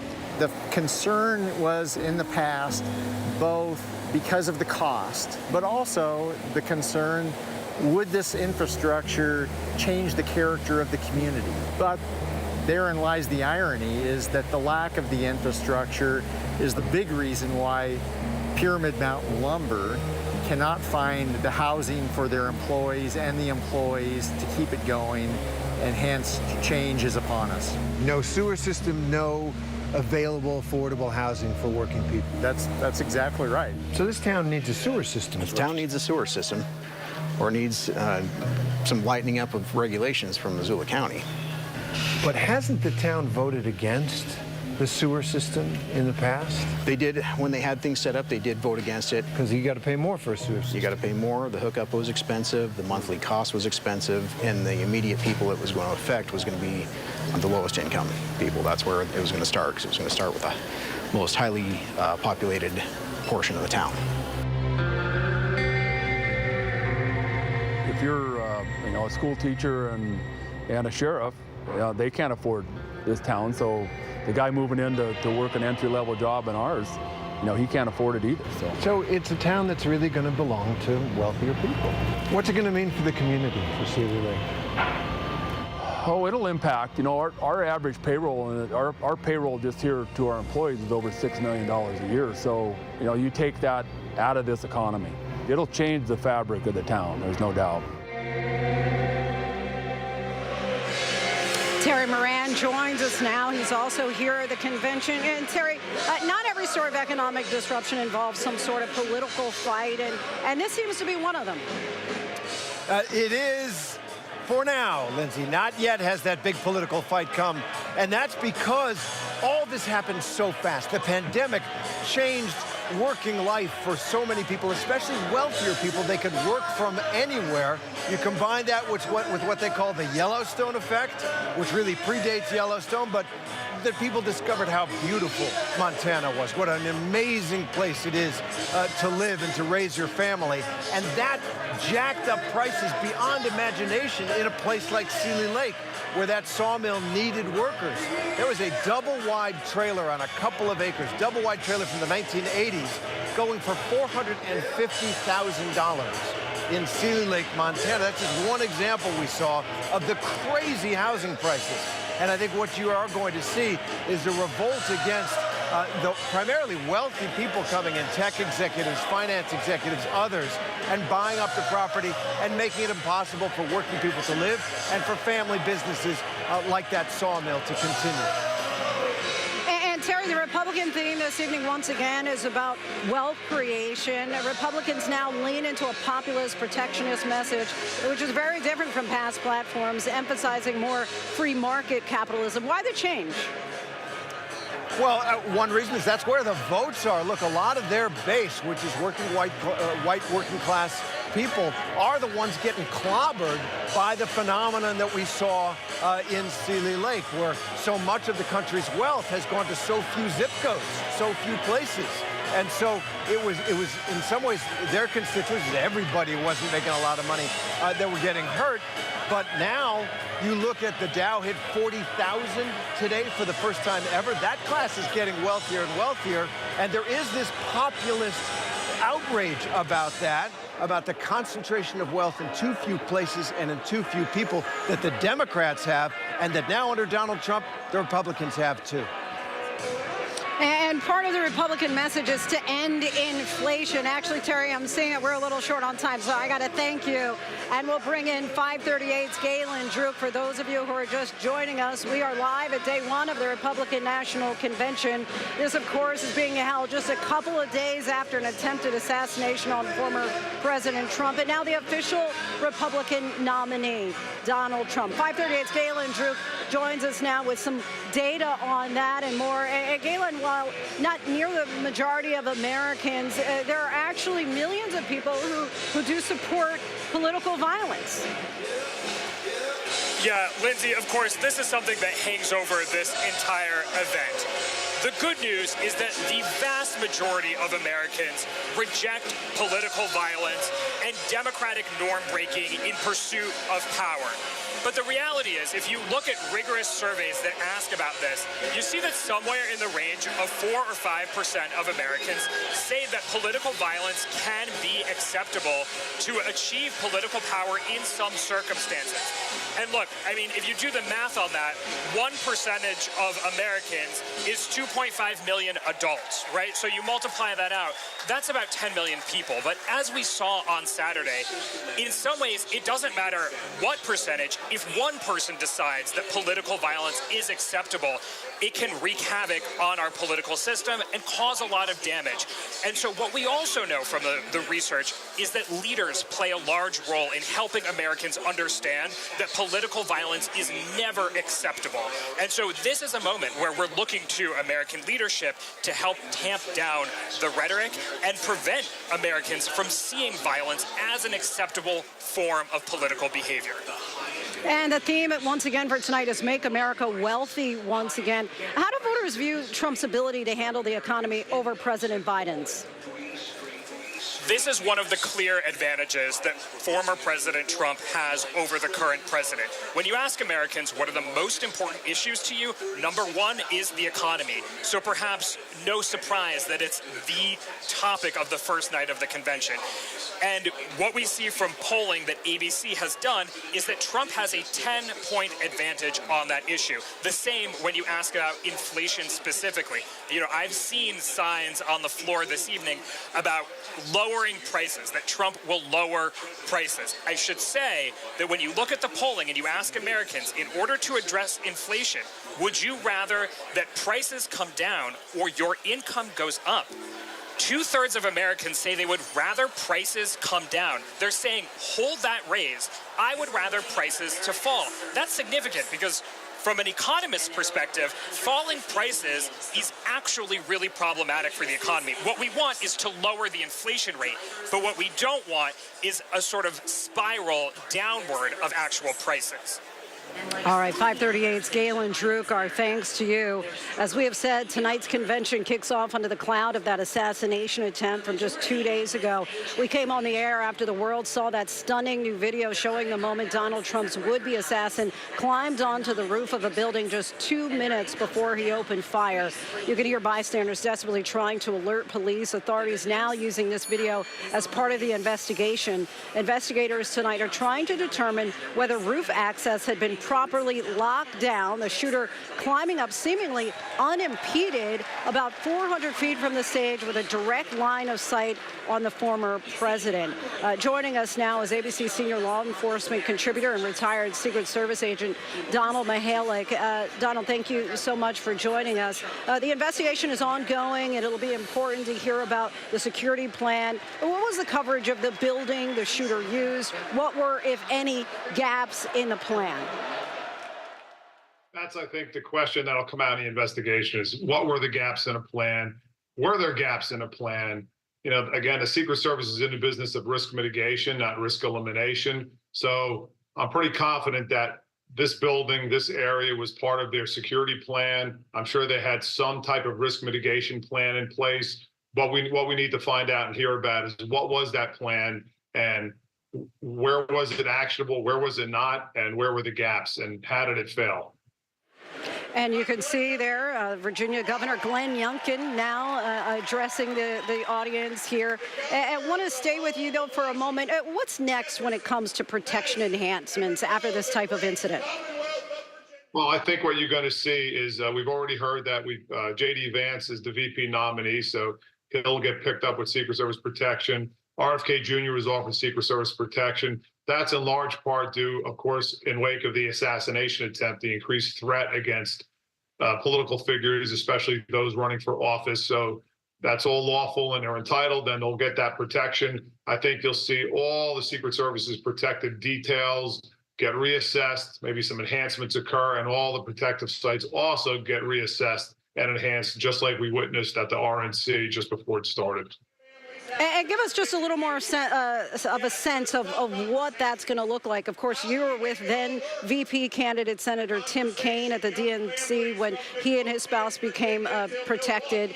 What is that process going to be now for J.D. Vance and his family? J.D. Vance and his family are going to get a quick lesson in how to become a Secret Service protectee. Typically, when somebody becomes a Secret Service protectee, there's actually a briefing that occurs about threats against them, which can be sobering, threats against their families, and then the Secret Service runs them through a training cycle of this is what to do, this is what not to do, this is how protection works, this is what you can kind of do, this is what you shouldn't do, and then they go over some personal specific things the individual may like, things they don't like. All that happens just after a person gets nominated or becomes a Secret Service protectee, and that process all gets put in place before they step foot into the limo for the first time. All right, Donald Mihalik, we thank you so much for your expertise. Really appreciate you joining us. Thanks for having me. And once again, the theme of tonight is Make America Wealthy Again, a topic many of the speakers have been discussing. Our Elizabeth Schulze joins us now. Elizabeth, what are we hearing about the economy and the RNC platform? Linsey, the main issue that we're hearing about on the economy is one that's proven to be a big liability for President Biden, and that's inflation. We just saw a little bit ago a video that was highly produced, played in the program there, talking about how everyday Americans are struggling to pay for day-to-day costs like groceries or gas. And the fact is, this has been something that has plagued President Biden's presidency. We saw inflation peak at 9% a couple years ago. It has come down, but a lot of people are still feeling the impact of those higher prices. sources, and as you guys have been talking about, that is reflected in the polls when you look at how people rank their handling of the economy, of Trump overwhelmingly favoring him against President Biden. Another message we hear is the message that Trump wants to cut taxes. He continues to say that he wants to extend tax cuts for corporations and the wealthiest Americans. That's something, Linsey, that's helped get some big donors on board. In recent weeks, we've seen a lot of Wall Street executives come out in favor of former President Trump. It's perhaps given a little bit of a boost to the stock market, and we did see the Dow Jones Industrial Average hit another record high today. But it is also worth pointing out that when you look at the record of the stock market, something that former President Trump always likes to talk about, President Biden not so much.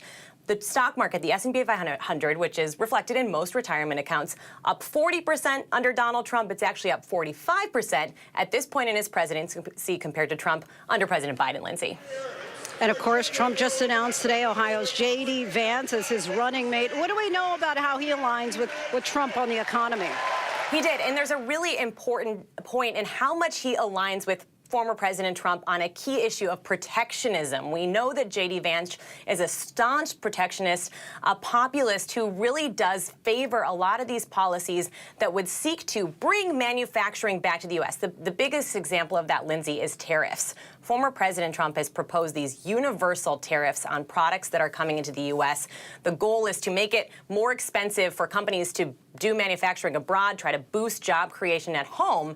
Though what we have seen is that does often lead to consumers paying higher prices for day-to-day goods. But we really do see J.D. Vance aligning himself with former President Trump on that. That's something that we know the former president hopes will resonate with voters, especially in some of those Midwestern states that have struggled from lower manufacturing over several decades now, Linsey.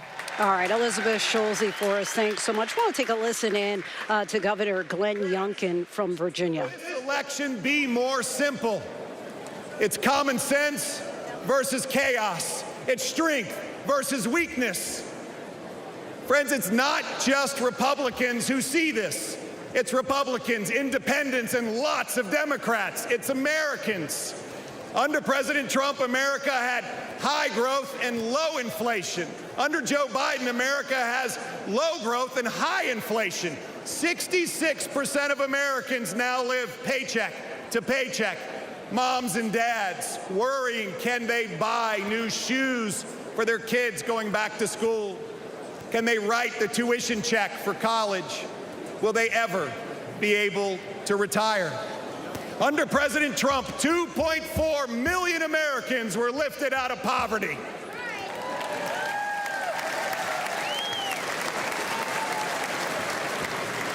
Women, Black Americans, Hispanic Americans, Asian Americans all saw record low employment. Under Donald J. Trump, we once again will have that rip-roaring economy that lifts up all Americans. That is our tomorrow. Virginia Governor Glenn Youngkin addressing the stage here. Reporter Jay O'Brien joins us now. And Jay, I understand you have someone there with you? Yeah, well, we don't quite yet, but we're going to go try to talk to her if we can. So, Linsey, we're down here on the floor, obviously. Glenn Youngkin is up there on the stage. And I just want to see if I can interrupt this woman here. I think she's doing a live stream. Congresswoman Kamek, I'm Jay O'Brien. We're live on ABC News. You mind if we ask you a question very quickly? Hold on a second. Let me hand my phone off to somebody. Well, you're doing a live stream, and so are we. Okay, we're doing a live stream. You're doing a live stream. There we go. Here. Live stream that? Can I just ask you one question very quickly? So one of the things that has been one of the key questions of this convention is how have the events on Saturday changed the environment, changed the tone? How have they for you? For me personally, I mean, being the wife of a first responder, and we lost a fire chief that day, it hits really close to home. You know, that fire chief, he jumped on his daughter and his wife to protect them and gave his life in the process. Oh, it gets me every time. But when you think about what happened right in the aftermath, that was the greatness of America. You had Donald Trump stand up and show, just in a sign of defiance, that he will not be defeated, and he urged the crowd, fight, fight, fight, and immediately the crowd started chanting USA.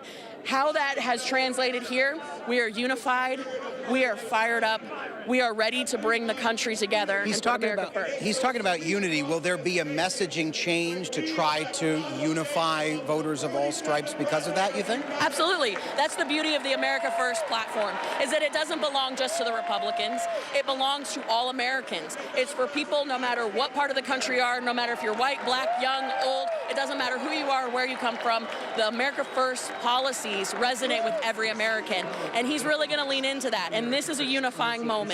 And this is really where we should be seeing our colleagues on the other side of the aisle saying, you know what, there has been rhetoric that is unacceptable. We do need to bring the temperature down. And I would add, we are going to take responsibility for our past comments. Things like saying he needs to be eliminated. That needs to be addressed. Would you say the same thing on the right, too, as well? Absolutely, absolutely. I think part of the America First policy and the platform is about personal responsibility.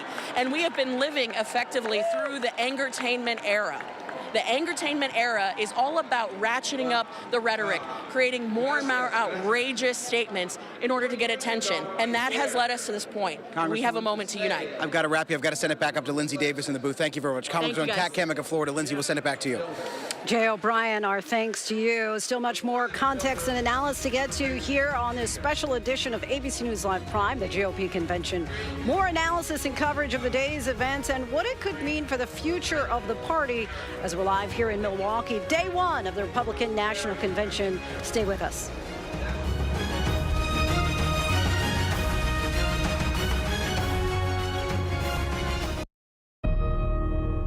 There is a price to be paid every time a survivor shares their story. I think it's so hard to live every day feeling like, like I must be broken. I had just turned 14. And it was scary. It was scary. I will not be silenced. This church has been alive for decades, and the next thing you know, all hell breaks loose. What is the 2x2 church? It is a secret sect. It flies under the radar. If you don't agree with them, your salvation is at stake. A stunning amount of information has come out about the misdeeds of some of the ministers. These same people preaching this message were the ones hiding horrific, horrific things. Do you feel the church accepted abuse? I wouldn't say accepted it as so much pretended it didn't exist. Yep, that's him. Yep. Ready? Kira Phillips with ABC News. Did you sexually abuse Sherry Autry when she was 14 and you were 28? No comment. Do you believe your church protected you? Does your church protect sexual predators? The powerful new Impact by Nightline. So the church saw itself as judge and jury. There's nothing pretty about hearing this. Secrets of the 2x2 Church. Now streaming only on Hulu. ABC News, America's #1 news source. Why do so many people start their day here? This is Start Here. To be in the know and get a different take on the day's top stories. Listen now to the Daily News Podcast honored with 4 Edward R. Murrow Awards. Start Here, ABC News. Make it your daily first listen, wherever you get your podcasts. Start Here. Reporting from the New Year celebration in Times Square, New York, I'm Alex Perche. Wherever the story is, we'll take you there. You're streaming ABC News Live. Welcome back, everyone, to night one of the Republican National Convention here in Milwaukee. The GOP coming together just 48 hours after the attempted assassination of Donald Trump. But the big news here, his choice of Ohio Senator, 39-year-old Senator J.D. Vance as his vice presidential pick. Joining us now for more, former New Jersey governor and ABC News political contributor Chris Christie. Governor, thank you as always for joining us. Of course, you helped Trump pick his first VP back in 2016 when he ultimately chose Mike Pence. What's your reaction to the J.D. Vance choice? Well, Linsey, look, it's a base choice. Donald Trump has decided that he is going to not try to expand the party by drawing in more independents than others. He's decided that what he wants to do is to try to further solidify his base. It's a reflection of how confident he feels right now about his chances of defeating Joe Biden. And J.D. Vance is a choice that's very appealing to the base. probably much less so to independents. Did you think that perhaps someone like Nikki Haley, who might have appealed more to moderates or independents even, perhaps might have been a better choice? No, Nikki Haley would not have been a better choice, because the problem for Nikki Haley is Donald Trump knows that she doesn't stand for anything. And, you know, J.D. Vance, while he's changed his positions over time, has been incredibly loyal to Donald Trump, which is the first and most important test that Donald Trump administers to anybody who he would put in any important position, let alone the vice presidency. And, you know, Nikki Haley is trying to work her way back in by coming and speaking at the convention, releasing her delegates to Donald Trump, endorsing Donald Trump. So she's doing the best she can to work her way back, but she got nowhere near passing that test for Donald Trump. And I don't think Donald Trump believes that she brings anything at the moment to him that he needs. Of course, today is happening in the aftermath of that attempted assassination over the weekend. Curious to know where you were when you heard about the shooting and your initial reaction. I was at home with my family when we initially heard about it. And gosh, you know, it's an awful thing in this country to see what the anger and the division that have been wrought by so many people in political leadership in this country, either by actually, you know, agitating that anger and divisiveness themselves, or by standing by and refusing to stand up to say we should be a more united country. Both people who have done that have contributed, and I'm just happy that the former president was only hurt and not killed, which was clearly the intent of that attempt. And I think we all have to now take a moment to take a breath and ask ourselves, what kind of country do we really want this country to be? And how do we want to move forward? And I don't think that there's been enough of that conversation in this campaign. Hopefully there will be going forward. But given who the two candidates are, I'm not extraordinarily hopeful. Well, we did hear from President Biden yesterday saying that we need to tone down the rhetoric, turn down the temperature. Donald Trump has said that he has ripped up his speech, that he started over because he wants to unify. You know Donald Trump as well as most. Do you think that it's going to be possible for him and the Republican Party at large to turn things down? Well, it's certainly not his instinct, Lindsay. And, you know, even someone who's 78 years old has the capacity to change. The question is, will he, or will he just go back to those things which are instinctive for him, which is, you know, anger and tough talk and that kind of thing that he does extraordinarily well. So it'll be interesting to see what he does. But certainly the J.D. Vance pick is not necessarily an indication that he's looking to change that. You know, so we'll see what happens here. I'm not going to say it's impossible, but I would say it's unlikely. Former governor and ABC News political contributor Chris Christie, thank you as always for your time. And that is our show for tonight. I'm Linsey Davis. Our coverage of the Republican National Convention continues with a special report. I'll join David Muir and the rest of our powerhouse political team.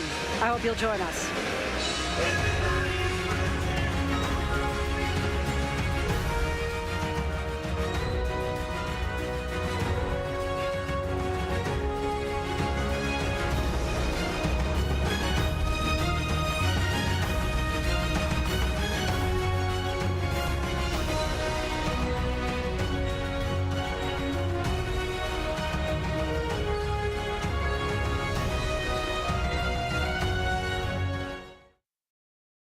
Let's go. The ship is incredible.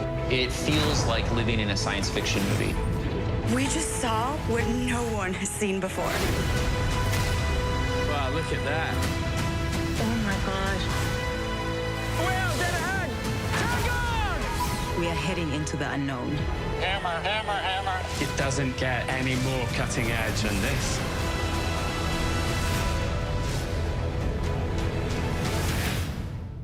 All right, let the dogs out, please.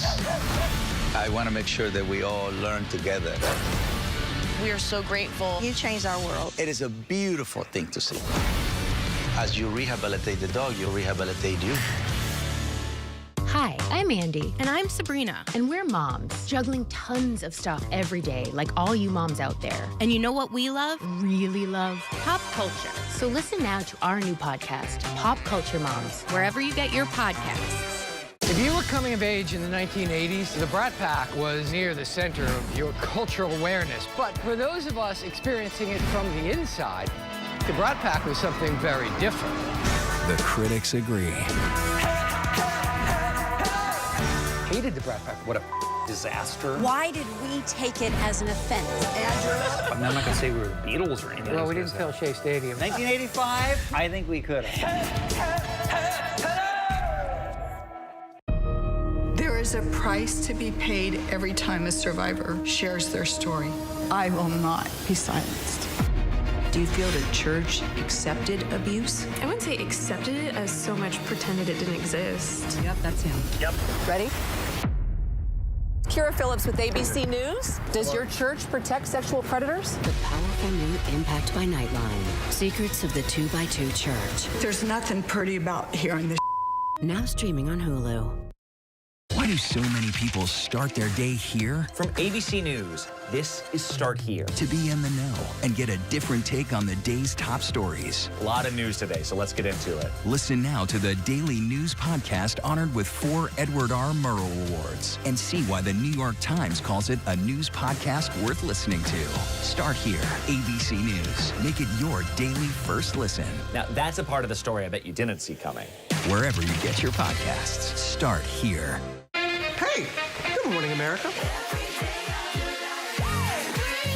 Good morning, America. Good morning, America. Are you ready? They are ready. Covering the biggest events in the country right now. There's a lot going on here this morning. You don't just see it, you feel it. I'm in. I'm in. I'm in too. I'll be here. I am here and so happy. I'm in. I'm in too. Michael, George, Clara, Ginger. What does it take to be the most watched newscast in America? We are part of an operation. Is this our Combat Operations Center? We're approaching the gate. Militants came in from... Hi, appreciate you. Thank you. Ismail, David. ABC's World News Tonight with David Muir is America's most watched newscast. You're watching America's #1 streaming news. Keep streaming with ABC News Live. Tonight, the first night of the Republican National Convention here in Milwaukee. Donald Trump now officially the Republican nominee. Tonight, his pick for vice president revealed, the major headlines already unfolding. Our special coverage begins now. This is an ABC News Live special. Right now, Republicans come together in Milwaukee to make their case to America and officially nominate Donald Trump and his new running mate, Senator J.D. Vance, to take on President Biden in the race for the White House. The Republican National Convention, live from Milwaukee, Wisconsin. Now reporting David Muir. Good evening from Milwaukee. You're looking live at the camera over this convention hall. You can see the crowd assembled, Donald Trump supporters. It has been a pivotal day already here in the convention center as that camera moves in on the ABC News broadcast booth here. Good evening for what has been a consequential start to the convention already here in Milwaukee, the Republican National Convention. Donald Trump is expected to take the stage tonight just hours after being officially nominated as the Republican presidential candidate.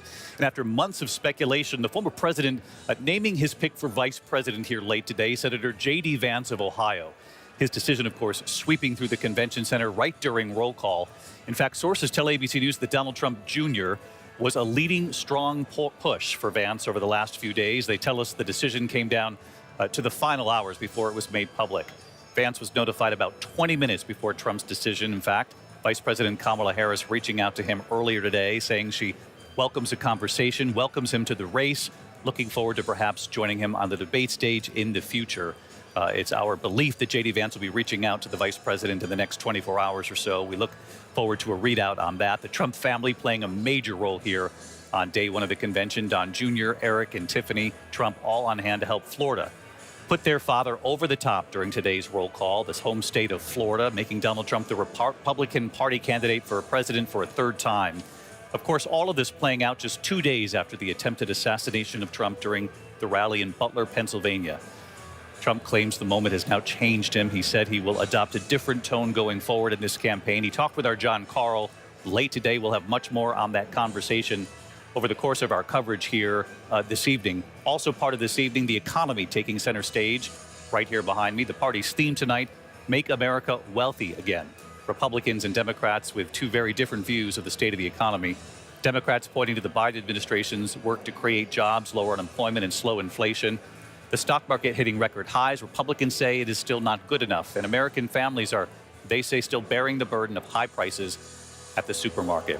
We are joined by an incredible political team, both here on the convention floor and in the broadcast booth. I'm joined by Linsey Davis, our chief Washington correspondent, Jonathan Karl, Martha Raddatz here. We have Rachel Scott, Terry Moran on the floor, and our team all across Milwaukee, both in the convention center and beyond. But a lot of news made here, Linsey Davis, already. Donald Trump making it clear who he wants right by his side for the rest of the campaign. It's Ohio Senator J.D. Vance. And, you know, there are those who we've heard from Democratic side, and actually just to Governor Chris Christie, former governor of New Jersey, who said that he thought if Donald Trump really wanted to stay on that message of unifying the party, of unifying the country, that he doesn't know that J.D. Vance would have been that pick. So there are those who have that sentiment. But at the same time, we have to say, when we saw speeches earlier tonight like that of Congresswoman Marjorie Taylor Greene, she definitely did seem to tone it down. And so we'll see if that does continue, in fact, over the next few days. John Karl, you spoke with the president late this afternoon. You asked him about the selection of J.D. Vance. Obviously, Donald Trump fully aware of what Vance has said about him in past years. But J.D. Vance says, I'm a convert. Absolutely. And he said, look, that was before I met him. Once he got to know me, he was all in. And as you know, David, Trump loves somebody who was adamantly opposed to him. In some ways, the harsher the better if they come fully around. And that's what J.D. Vance has done. You also talked to the former president about these last couple of days, an extraordinary series of events. The assassination attempt in Pennsylvania. It was our first chance to ask the former president about those images we have all seen now, in particular the Doug Mills photograph from the New York Times that shows what appears to be a bullet very close to the former president's head. And he answered you in very stark terms about the gravity of that moment and the impact it's now had on him. Yeah, I mean, he's seen that photo, obviously. He said he had seen that photo, and he was just marveling at the fact that if he had turned his head a half an inch, or he said even a quarter of an inch, it might have been entirely different. He might have been killed. He seemed struck by it. He talked about the moments when he was down, the Secret Service on top of him, looking out on the crowd and being amazed that they didn't all run away. They were all still there. I asked him if this experience had changed him, and he said, I don't really like to think about it that way, but yes, it's had an impact on me, and he said it's going to change his message at this convention. Martha Raddatz, you were down on the convention floor here talking with voters. A lot of energy in this hall for Donald Trump. People rallying behind him, not just because it's the convention, because they've witnessed what's happened in these last couple of days. But also extraordinarily honest with you in those moments when J.D. Vance had been selected here. And I was down there just shortly after it was announced that he would be the vice presidential pick. Many people excited and energized, but individually, there were a lot of different opinions. I think some of them worry about loyalty. There was one woman, a female delegate, who I talked to, and I said, you know, he's a smart guy. How do you feel about him? She said, well, you know, we'll support him, obviously, but I'm worried he's going to be like Bill Barr. And I said, loyalty? She said, absolutely. The former attorney general. And she said, loyalty, that is the problem. I really worry whether he'll be loyal to Donald Trump. Now, remember, one of the things that J.D. Vance said about vice presidential picks is that what Donald Trump should look for is someone who doesn't stab Donald Trump in the back. So J.D. Vance laid down where he stands on this, and he passed that loyalty test with flying colors. We're just beginning the conversation tonight. As Martha points out, many here in the hall were extremely honest with her that they had other choices, perhaps for pick for VP, although there were many in the hall who clearly were wholeheartedly, I should say, behind J.D. Vance in that selection, the junior senator from Ohio. Kristi Noem, the governor of South Dakota, is speaking right now at the podium. She was also at one point considered on the list for potential VP picks. We're going to take a listen to her, and then on the backside here, John, we'll get into why perhaps she disappeared from that list in recent weeks. Let's listen. Because people have hope.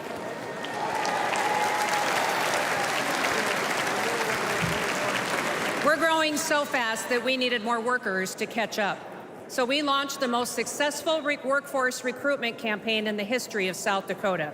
And they have come by the thousands to join us and to live with us. Do you guys remember those ads when I was a really lousy plumber and a really terrible electrician? Do you remember those? Well, since we started those ads, we have seen a 78% increase in licensed plumbers in the state of South Dakota.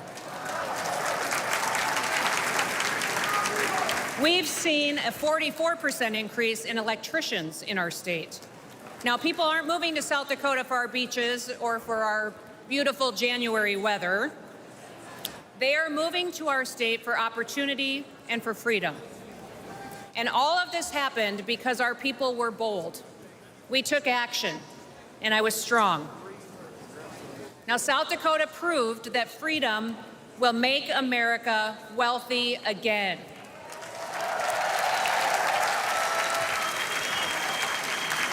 And with President Trump in the White House, with Senator J.D. Vance by his side, we will prove it across America.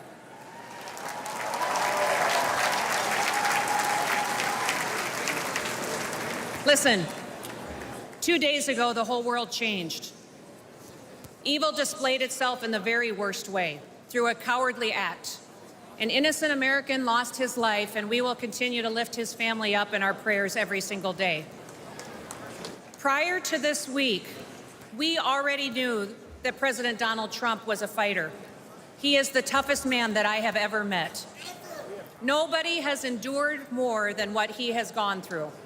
They've attacked his reputation, they impeached him, they tried to bankrupt him, and they unjustly prosecuted him. But even in the most perilous moment this week, his instinct was to stand and to fight.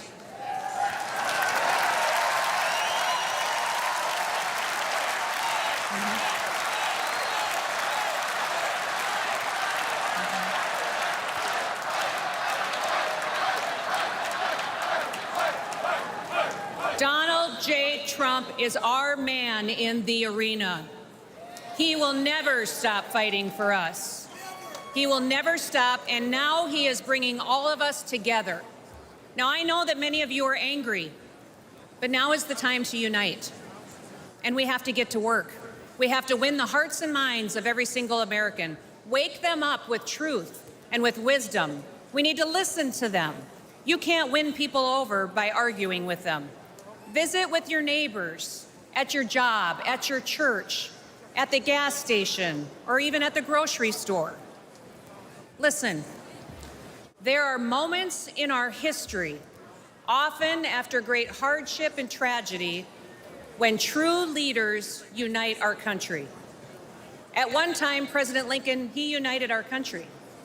He delivered my favorite presidential address of all time. In fact, it's the only speech or poem or song that I ever made my kids memorize when they were young, when they were little. It was the Gettysburg Address, and it was delivered during our nation's bloodiest conflict. That speech so inspired people that they continued to fight for years, and they lost loved ones in order to preserve this union we call the United States of America.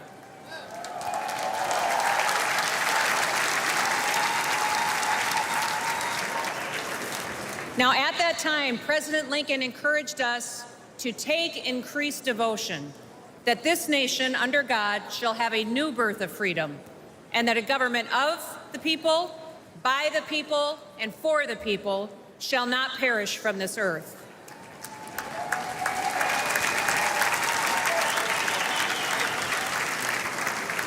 Like Lincoln, in the midst of our pain and division, Donald Trump is calling us to be touched by the better angels of our nature. As Paul wrote in 2 Timothy, God has not given us a spirit of fear, but of power and of love and a sound mind.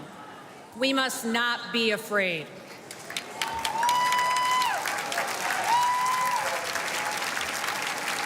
Even in our darkest days, we have never once given up hope. So don't quit on America. If we lose this country, where else will we go that provides more freedom and opportunity for our kids and our grandkids? And I've got 3 grandkids, and I'm counting on a whole lot more. And yes, democracy can be messy, but there is a great invisible strength to a people's union. We have shown the world that we can endure sacrifice and that we can still unite. We should still aspire to be worthy of this union, America. President Donald J. Trump is the leader we need for such a time as this.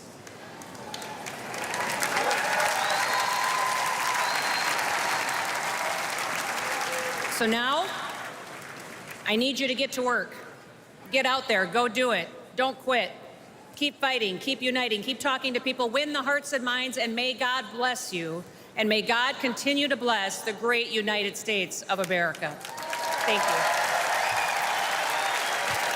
Governor Kristi Noem of South Dakota, considered a rising star in the Republican Party, and for a long time she was considered to be a significant name on the list of potential VP picks, John, but then her book came out, and a lot of people pointed right to a couple of things that were in that book as the reason she was no longer on it. I mean, before the book came out, she gave Donald Trump a model of Mount Rushmore that had a fifth head on the mountain, which was Donald Trump, and Donald Trump still has that in his office at Mar-a-Lago. She was seen as a real contender to be running mate, but her book came out. She said she had met with Kim Jong-un and that Kim Jong-un underestimated her. She never did. She blamed it on the ghostwriter. And more devastatingly, she described in detail shooting her 14-month-old hunting dog in a gravel pit after the dog had misbehaved. As a moment of strength, she described it, right? Yes, it happened 20-some years ago, but she wrote about it in detail, and it did not go over well. Anyway, still an important position at the podium on night one, right, at the 9 o'clock hour. She is still very much a valued member of the Republican Party, but people are going to remember that story about the dog for a very long time to come. Linsey Davis, we knew that part of the tone of this convention would certainly be defined by what we witnessed as a country these last couple of days, and you heard it from Governor Noem right there. She talked about the rally, what played out at the rally, and she talked about that now iconic moment of Donald Trump standing up, the blood coming off of his face, his fist in the air, and those three words, fight, fight, fight. It was so interesting. We heard from one of the delegates on the floor just a little while ago who became physically emotional, choked up, talking about that moment, and then saying that that showed the greatness of this country. And so many people are getting behind that and unified more. I mean, we see this group here that appears to be more energized, more electrified. And while we can imagine that some of these speeches have been toned down a little bit, that general fist pump that we continue to see, and just now the fight, fight, fight, doesn't necessarily convey that benevolent tone that we've heard at the outset that we were going to have here. And there are those who have now criticized, and you really don't hear much more about it. It was actually Senator J.D. Vance who, within an hour of that assassination attempt, started posting on X saying that he was blaming Joe Biden and his rhetoric for that attempt. And then we heard from the president right afterward about lowering the temperature in this country, unifying the country. We've heard it from Donald Trump and the Trump campaign as well. Of course, this is a polarizing time in a very tight presidential race, so you've got to wonder how long the message of unity lasts. Although it was really telling to me, John Carl, that the former president, in his conversation with you late today, talked about the speech that comes later in the week from the former president himself, and that he has thrown out the original one. He told me he had written a speech. He said it was a humdinger. In other words, it was going to really rip apart the Democrats and rip apart Joe Biden. He says he has torn it up and written an entirely new speech where he says the emphasis will be on unity. That'll be Thursday night. We'll see. An extraordinary moment here unfolded a short time ago as well, because we're talking about these speeches that have been thrown out given what the country has witnessed, and justifiably so. I mean, people at home do want to see some unity here and some calming of the tension around the country.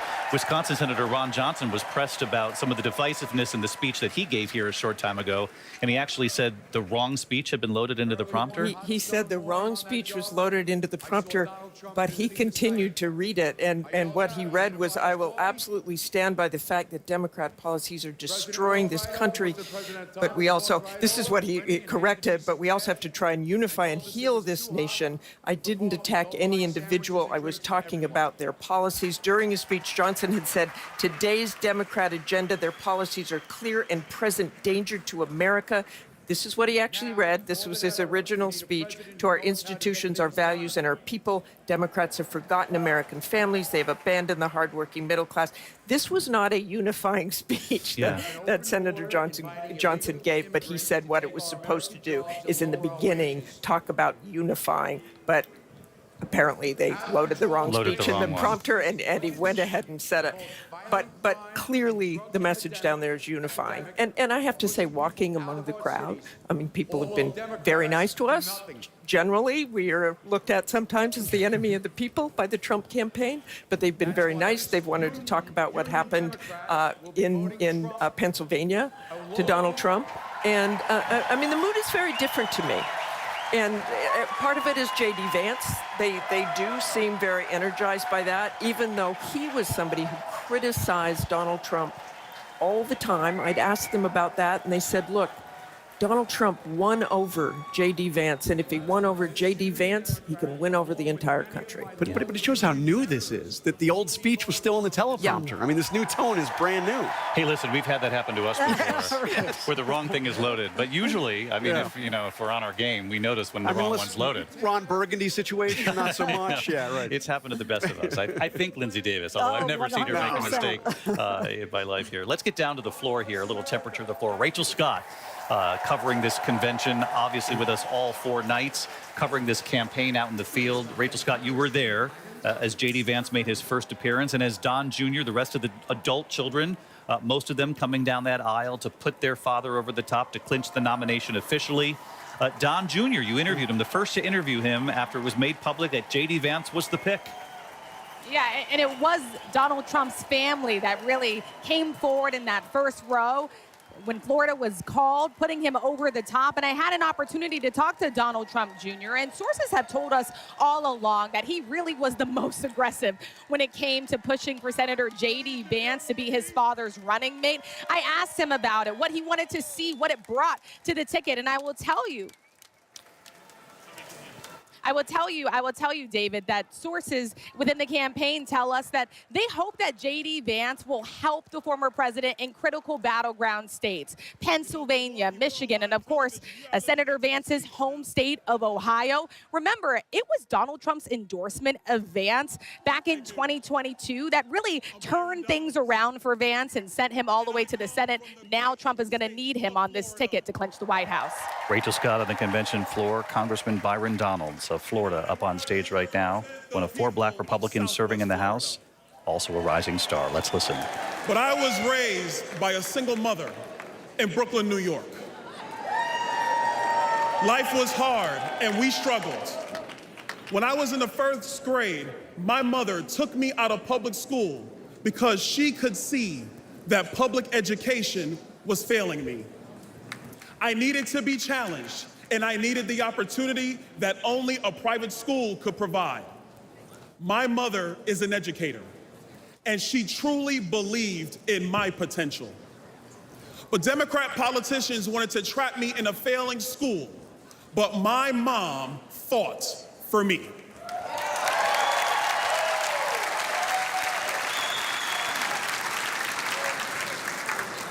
Mom, I just want to take this opportunity to say thank you.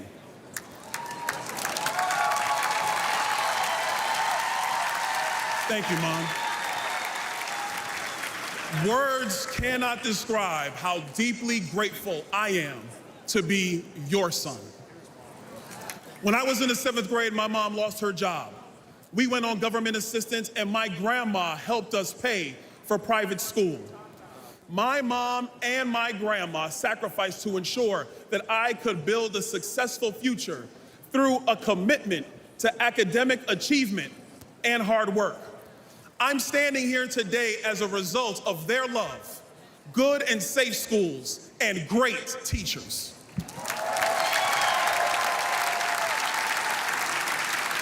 And to the teachers of America who pour your heart and your soul into your students and teach the next generation to love, honor, and serve our great country, we all say thank you.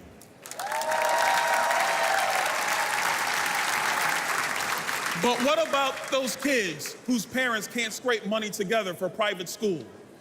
Don't those kids who grew up like I grew up deserve the same chance that I had? Joe Biden and Kamala Harris sent their kids to high-priced private schools.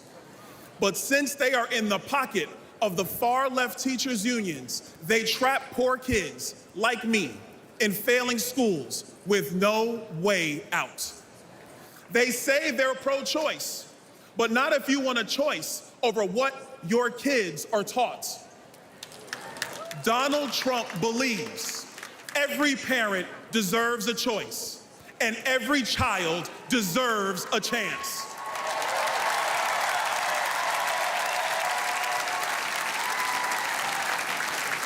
And in November, when Donald Trump is elected, our nation's 47th president, we will make sure all America's children get that chance.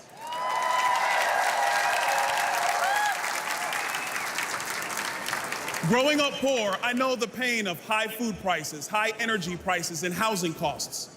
I remember as a kid, my mom yelling at me, "Turn off that light, you don't pay the bill." We know there's a bunch of kids in America today who are hearing that from their parents. The massive inflation created by Joe Biden and Kamala Harris has only made it worse. During my first term in Congress, I served on the Budget Committee and the Small Business Committee. We told Joe Biden that his so-called American Rescue Plan was going to cause inflation. The Biden-Harris administration told us not to worry, but I knew better. I have nearly 2 decades of experience as a financial professional, and the evidence is in. Go to any grocery store, buy eggs, buy beef, buy milk. Even housing prices have skyrocketed. All Americans deserve a shot at the American dream.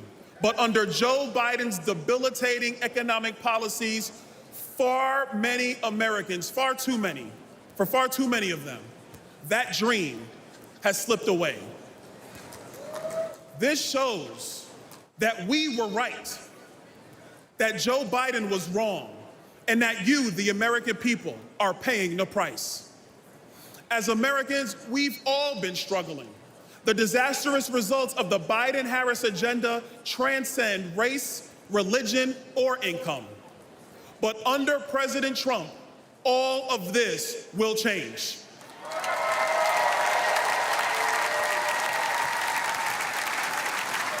And if there was ever a time in our nation to come together, that time is now.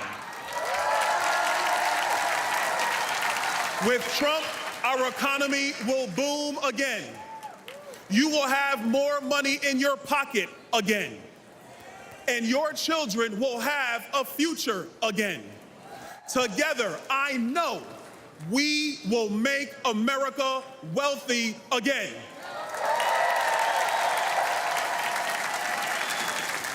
And together, America, we will make America great again. God bless you, Milwaukee. God bless the United States of America.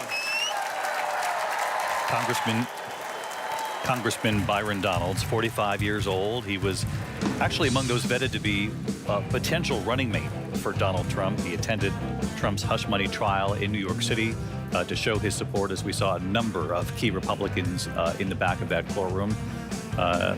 He played in on and leaned in on that message here tonight, make America wealthy again. Sole focus there on the economy and on families who are not feeling this slow recovery with inflation rates slowly starting to come back down. Encouraging numbers in the last couple of weeks, but again, we've talked about this so often. It's what American families feel. And Linsey Davis, you and I were just talking about the number of black lawmakers on that stage, rising stars in the Republican Party, and they're clearly sending a message here on day one. You know, it's been no secret at all that Donald Trump has been aggressively courting black voters, and there may be an opportunity there because you have 1 in 5 black voters who voted for President Biden in 2020 who are saying that they may actually just sit this one out. But I just want to contrast to the RNC in 2016. They had about 6 speakers during the entire week. Tonight, on this first night, we've already had 5. Right after Marjorie Taylor Greene, you had 3 black men in a row: Lieutenant Governor Mark Robinson, Representative Wesley Hunt, Representative John James. Senator Tim Scott electrified the crowd when he said America is not a racist country. Now, controversially, Donald Trump has said that, oh, well, maybe I'll be more attractive and relatable to the black population because of my felony indictments. That didn't go over so well with black voters, but certainly putting his money and where his mouth is with having speaker after speaker of black men tonight. America is not a racist country was actually one of the biggest moments so far on day one of this convention. We could hear it right through the glass wall here on the back of this small studio that we're in, just the resounding applause to that sentiment. Linsey Davis on a very clear effort here by the Trump campaign to reach out to black voters. And John, I know they've been encouraged by what they're seeing in their internal polling on not only black voters, but Hispanics, Latino voters in this country as well. Yeah, absolutely. And it's part of what they see in the polls, and why they're doing better than Donald Trump's ever done in general election polls. I'm talking in 2016 when he won. He was rarely ahead at all of Hillary Clinton, and they see him doing better among both black voters and Latinos. What's interesting is the African-American speakers we've seen on the stage here are black Republicans. They're also some of the most conservative Republicans in politics. No question about that. I want to bring in John Santucci, who has covered Donald Trump for years for us. And John, we understand we have images of the motorcade. It's our understanding that Donald Trump, we can report now, will make an appearance here on night 1. We know J.D. Vance, his pick for vice president, made his first appearance before this crowd just moments after he was announced, he and his wife. So Donald Trump, now whether or not we actually hear from him, that remains the question tonight. Yeah, David, we can tell you from our team, from Rachel Scott, Catherine Falders, and I, you see that motorcade right now. Our sources tell us that Donald Trump and much of the Trump family will enter this arena. And David, as you know, we were on the air when J.D. Vance, immediately after taking that nomination, joining Donald Trump on the ticket, how electric that hall was for him. Wait until Donald Trump comes in here. Let's also point out, David, this will be the first public appearance Donald Trump has made since that assassination attempt on Saturday. And Martha made the point earlier about, people and supporters throughout this arena. I've seen many of them going up to billboards of Donald Trump taking selfies. You have to imagine, David, when he comes into the hall tonight for his party, they are going to be celebrating his arrival. Perhaps we could show the audience at home the images of Donald Trump's children. We saw Eric Trump, Don Jr., Tiffany Trump walk down that aisle late this afternoon. They were here to put their father over the top, as they call it at these conventions, in terms of the math, to officially secure the nomination. There they are. And John, you and I have reported on the air together here about those moments after the rally. The former president was put into that SUV by the Secret Service and raced to the hospital for a checkup. And there was a period of time when the former president was alone. His family was not with him at that rally, and it was not easy for the former president nor his children to get in touch with one another because of the cell phones and simply the signal during that kind of event when phones get jammed and there's high security involved.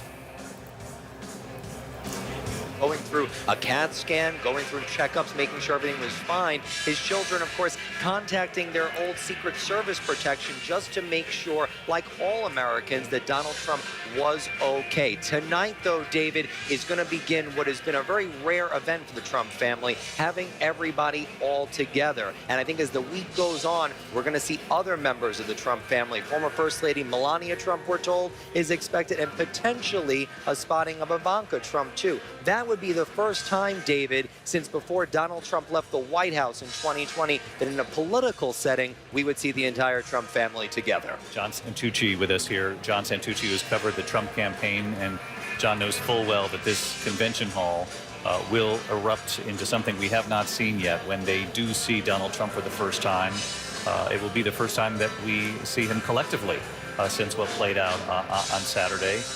Donald Trump acknowledged to our John Carl late today that he has seen those images himself and could sense in that moment how close it was, John. Absolutely, and still seemed to be marveling at the fact, as he said to me, just a half inch or even a quarter inch, and it would have been entirely different. He could have been killed. And he said he just happened to turn to look at his screens, the screens showing images off to the side of the stage, and that's when the bullet went by. And if he hadn't made that turn, he was like marveling at this notion, he could have been killed in an instant. And I think everybody has recognized that from actually watching the video. And it's extraordinary, Martha, what we've learned today in the investigation involving the suspected gunman, obviously taken down at the site, the 20-year-old on that rooftop. The video that has emerged, we showed it on World News Tonight.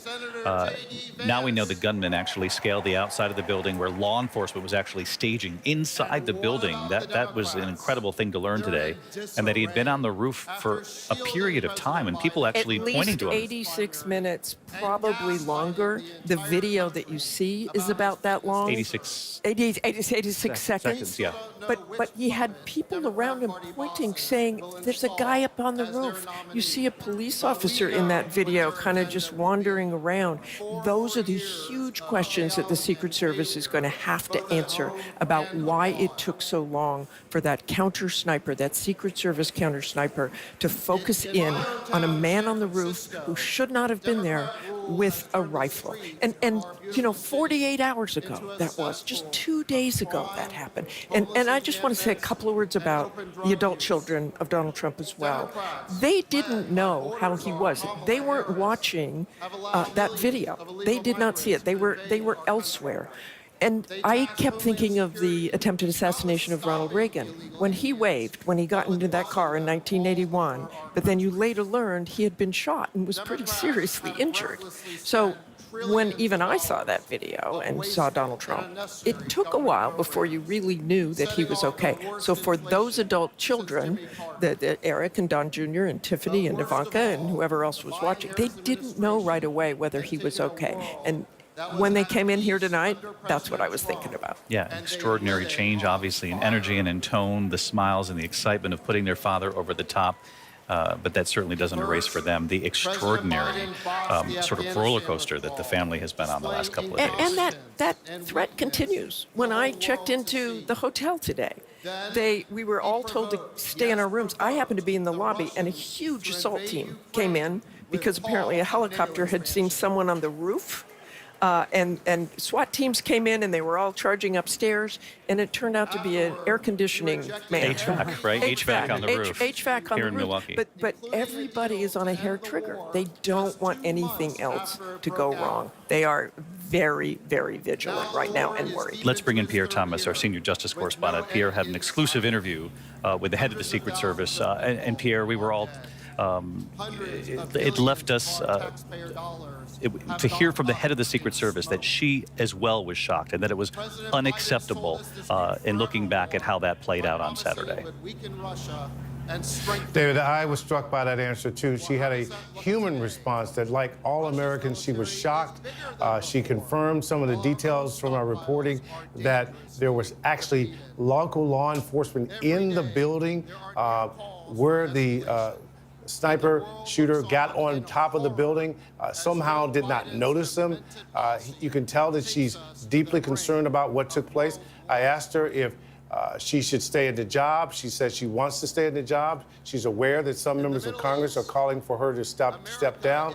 So, David, I think she also realizes that she has to take swift action. She talked about the fact that she's not going to wait on an independent review to take place. She's already making some changes. One thing we learned today, David, is that they've already augmented Trump's security by bringing in additional tactical or SWAT teams, David. And Pierre, did she acknowledge to you the calls that serious questions be answered, that her job is now on the line? Rather than bolstering confidence. She actually absolutely did, David, and we pressed her again. At one point I said, this can't happen. And she agreed that it could not happen. As you said, David, she said that the buck stops with her. I said, who's responsible for this? She said the Secret Service is responsible, and ultimately she's responsible for what took place. Pierre Thomas with us as well. And Martha, there are going to be serious questions going forward. We have all covered rallies of that size, what we saw there in Pennsylvania, and really on both sides. You heard President Biden come out publicly right away addressing the nation, saying he's instructed the Secret Service that they have every resource at hand to continue to keep Donald Trump safe moving forward. He instructed them to do a thorough review of the rally, a thorough review of the convention where we are right now, and that he would make the answers to what happened in Pennsylvania public. Very clear that the security situation going forward on both sides for the Biden campaign and the Trump campaign will be up significantly. Yeah, and you can see that already. You can sense that. You know when you walk around in the Secret Service. I mean, it's almost like, yeah, we know you guys are trying harder now, but we should also say that the reaction to what happened, the reaction to Donald Trump almost getting shot and that bullet grazing his ear. We all saw the Secret Service agents who are protecting Donald Trump there within the perimeter leap on that stage, risk their own lives, and put him down on that stage. And again, that iconic moment, raising up his fist. You know, I've been around a lot of people who've been shot in war zones. I have not seen anything like that with someone totally focused on getting up and saying, fight, fight, fight. That is what was in his mind. Those are terrifying situations. Any kind of gunfire, any kind of, in a battle zone, you all know that's where I've been. But it is an extraordinary thing that he had the presence to stand up and be Donald Trump and be as strong as possible. I think we've all had the fear at rallies in this country, given the deep divide in the country, all the violent rhetoric, not just Trump rallies, but political rallies across the board, that something like this can happen. And Trump is somebody who likes his people up close. We remember on January 6th, he was mad that people couldn't get through the magnetometers to get closer to his speech on the ellipse. I was with him at a speech in Iowa just before the midterms when he said, I want more people up close. Why those barricades there? The Secret Service had erected the barricades, and he had his people remove the barricades so people could get closer to the stage. And you can imagine, how nerve-wracking that was to somebody who's responsible for the security of an event like that. And you have to know that even Donald Trump himself is going to be thinking about that a lot as he moves forward in this campaign every time he gets up onto one of those stages. We have a lot more ahead here on our coverage on ABC News Live, and then on primetime, 10 p.m. Eastern on the network itself. We'll be right back after a break. ABC News Live coverage of the Republican National Convention right here in Milwaukee continues in a moment.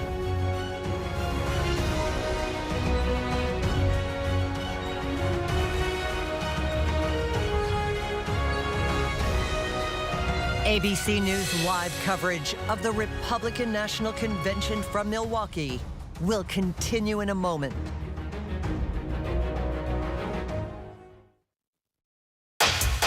Whenever news breaks, We are here in Israel, a nation at war. In Rolling Fork, this tornado tore through this town. From Lewiston, Maine. The scene of a horrific mass shooting. From the scene of that deadly missile strike. ABC News Live everywhere. In Iceland, let's go. On the 2024 campaign trail. Here at 10 Downing Street. Wherever the story is. We're going to take you there. You're streaming ABC News Live. ABC News Live. You're streaming ABC News Live. ABC News Live, streaming free everywhere. Why do so many people start their day here? From ABC News, this is Start Here. To be in the know and get a different take on the day's top stories. A lot of news today, so let's get into it. Listen now to the Daily News Podcast honored with 4 Edward R. Murrow Awards and see why the New York Times calls it a news podcast worth listening to. Start Here, ABC News. Make it your daily first listen. Now, that's a part of the story I bet you didn't see coming. Wherever you get your podcasts, start here. What does it take to be the most watched newscast in America? We are part of an operation. Is this our Combat Operations Center? We're approaching the gate. Militants came in from different directions. Nuclear reactor. So you have a couple loaded and ready to go. The house is destroyed, but the flag... Not okay, ain't it? How important it made the USA. Great work. Hi, appreciate you. Thank you. Ismail? David. I'm David Muir. I know who you are. You Watch do? you every night. ABC's World News Tonight with David Muir is America's most watched newscast. They call him the Beauty Queen Killer. He's targeting young women in malls. I am single. I want to join the company of a member of women. He tortured me. How did she survive 9 days of terror? The word accomplice came up. Nobody knows the real story. The Beauty Queen Killer, only on Hulu. ABC News live coverage of the Republican National Convention will return in a moment. You're looking at live pictures here in Milwaukee, the convention hall. As you can see, the crowd gathered here. Donald Trump is on his way to the convention hall. We will bring that to you live the moment we see him enter this hall. We did see late today J.D. Vance, his pick for vice president, the junior senator from Ohio. J.D. Vance actually giving an interview to Fox News just a short time ago, and I'd love a reaction from the team here and also from our contributors who are joining us, Donna Brazil, Reince Priebus, Governor Chris Christie as well. Stand by for this, Reince Priebus. Actually, J.D. Vance, and you knew, Reince, this question was coming. He was asked by Fox about him saying, I was a never-Trumper guy, prompting Vance to laugh. He said, he was a great president and he changed my mind because he delivered that peace and prosperity. This is going to be a question that J.D. Vance gets over and over again. Yeah, that's absolutely right. And but he'll hit it out of the park. He will figure out, his stride, and he'll have to answer that question. But I think, his posture over the last several months has answered that question. And there's a lot of people who were never Trump back in 2016, and they've come around, and a few others have gone the other direction. So I don't see this as a big issue for him. Reince, what do you make of this notion that Donald Trump has said, I'm aware of what he has said, and J.D. Vance himself has said, I'm a convert. Donald Trump, as John Carl pointed out, he does like believers, but he also really likes converts as well. Yeah, I don't know what he likes more, the believer from the beginning or the convert later. I think he does like those converts, and he loves winning people over, and he does want that affirmation that people believe in what he believes in, and so he loves that, and we all do in life, I guess, but certainly getting someone who was a never-Trumper, who said some of the things he said, to come around and say, I want to be Donald Trump's running mate, he's come a long way.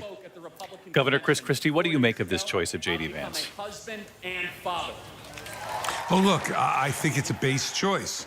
I think that Donald Trump's feeling very confident right now, feeling like Joe Biden and the Democrats are doing the work for him, and that he doesn't have to reach out through this vice presidential choice. And what he wanted to do was do what he wanted, which was to get someone who he believed was going to be undyingly loyal. That's the first and most important test for Donald Trump, was someone who will say what he wants them to say when he wants them to say it. And J.D. Vance has passed that test, as Reince just pointed out, over the last number of years. And so I think it's a pretty unsurprising choice. In fact, I really think the ones that were floated as the two other finalists were just, such unlikely picks that it looked to me like it was J.D. Vance all along. What do you make of the ticket itself? Do you think it's a strong one? Can they beat President Biden and Kamala Harris? Oh, look, right now, Joe Biden is doing a great job of beating himself. And so Donald Trump, I had a political science professor, David, who said to me, when your opponents in the midst of killing themselves, don't murder them. The result is the same. And politically, Joe Biden, through his debate performance and subsequent public performances on ABC here with George Stephanopoulos and other performances, just doesn't look like he's up to the job. And so I think Donald Trump's biggest challenge is going to be not to get in the way of Joe Biden losing this election. And so the ticket itself is fine, but I think really relatively unimportant at this moment. The focus is on whether Joe Biden is competent to be president of the United States till he's 86 years old. And that's a decision that Joe Biden's going to have to make, and that Democrats are sitting around and waiting for him to make. So the ticket, I think, is relatively unimportant at the moment, given the performance of Joe Biden. Really interesting. Governor Chris Christie, great to have you back with us. I want to take that to Donna Brazil. also an ABC News analyst, obviously. Has been with the Democratic Party and a huge advisor to them for many, many years. And Donna, what do you make of what Chris Christie just said? This is really right now about President Joe Biden and whether or not he's up to 4 more years of being president. I think if you listened to Joe Biden last week in Joetown, you heard a president who talked about the future. He didn't talk about the things he did yesterday. He told the American people, here's how I intend to continue the job. Now, I know it's hard to believe that someone at 81 can continue to throw the ball down past the 50-yard line, but I have to believe tonight that the contrast will become even clearer. Someone who had a midlife conversion from a never-Trumper to someone who found an epiphany. Was it on January 6th? Because, you know, J.D. Vance is an election denier. Was it after the Supreme Court overturned Roe? Because he doesn't believe in exceptions for the life of the mother. This is going to be a tight race. And while Joe Biden's performance didn't give everybody, you know, reason to go out and get some champagne, Joe Biden, I still believe, can beat Donald Trump in November. Do you think that J.D. Vance is a strong pick on the Republican side? Will it be a challenge to go up against this Trump-Vance ticket for President Biden and for Kamala Harris? And how clear are the dividing lines? Will it be, as you say, on abortion rights in this country, on his stance on January 6th? Look, you can start dancing tonight and say that this is something new, but when you have all of the video, when you have the tapes, when you have someone with a Yale education, someone who's super smart, make the case about Donald Trump over the last 5 years. Again, I don't know when the conversion, the epiphany happened, but here's what I do know. Joe Biden and Kamala Harris are up to the task. They're ready to fight. And yes, we've had 2 weeks where I wanted to go into the witness protection plan or a battered women's shelter because of the number of donors and lawmakers who've been concerned. I do believe that the fundamentals are still there, and Joe Biden and Kamala Harris can carry on the victory in November. Donna Brazil, stay with us, as well as Chris Christie here. We have another hour and 15 minutes or so of coverage here. And the 10 o'clock hour in prime time, Mary Bruce is traveling with the president, our chief White House correspondent. She's in Las Vegas tonight. And Mary, there was reaction right away from the president on this selection of Donald Trump to have J.D. Vance as his running mate. David, the president said that J.D. Vance is a clone of Donald Trump when it comes to his policies. The Biden campaign saying that J.D. Vance is going to bend over backwards to do everything he can to enact what they described as Donald Trump's extremist agenda. The Biden team is very eager to point out what they think are those policies, including, as Donna just mentioned, J.D. Vance's positions on abortion. They have been criticizing him and highlighting the fact that Vance has been critical of exceptions to abortion laws for incest and rape survivors. J.D. Vance once saying that, you know, that you cannot, that 2 wrongs do not make a right, and that even if the circumstances are, quote, somehow inconvenient. The Biden team also eager tonight to point out that J.D. Vance has said he would not have certified the results of the 2020 election. Of course, we did see Vice President Kamala Harris reach out to J.D. Vance. She left him a voice message, didn't actually pick up that phone call, but she said she wanted to welcome him to the race, we are told. She left in that message that she was hopeful that they'd be able to meet on the debate stage in the coming weeks. We are told that J.D. Vance does, of course, plan to return that call sometime soon, David.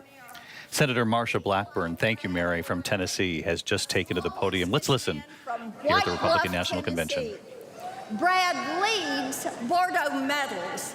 By the end of the Obama-Biden administration, high taxes, massive government spending, and overregulation almost put him out of business. But things changed when we elected Donald Trump. Thanks to President Trump's tax and regulation cuts, Brad and those that worked for him prospered. He hired new workers, expanded the business. Life was good and getting better. But Bidenomics was a 4-letter word for Bordeaux medals. Joe Biden, Kamala Harris, their high inflation, high interest, high taxes, and Green New scam are destroying small businesses. Biden and Harris outsourced our energy supply, driving electricity prices up over 29%. The day Joe and Kamala walked into office, gas was $2.40 a gallon. Today, it is $3.54. Our platform says we will make America energy dominant. You know? And let me hear you now. You know who will make that happen? Donald Trump. Joe Biden and Kamala Harris also think that small business owners are wealthy and they should pay their fair share. We all know that's the left-wing code for you gotta pay more taxes. Well, in Tennessee, I led the fight against a proposed state income tax. We killed that thing. We are income tax free in Tennessee. So when Donald Trump was president, I helped him spread economic prosperity with the largest tax cut in American history. Now, President Trump will make those tax cuts permanent. But if Joe and Kamala are reelected, they say they're going to let them expire. That will be the biggest tax increase in American history. Our party's platform commits to making the Trump tax cuts permanent. And you know who will return us to an era of prosperity? Donald Trump.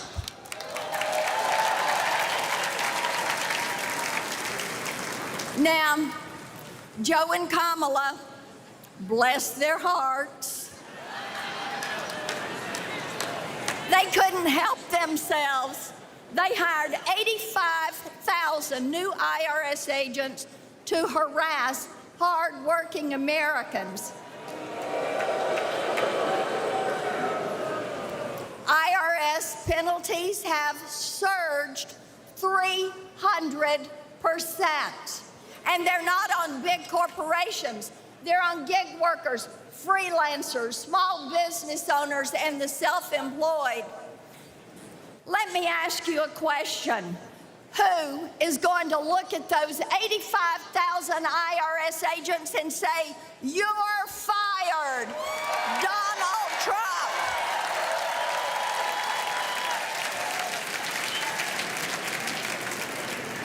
Under Biden and Harris, people are also crushed by more regulations than at any time since Jimmy Carter. Their regulations aren't just burdensome. Often, they include racist DEI requirements.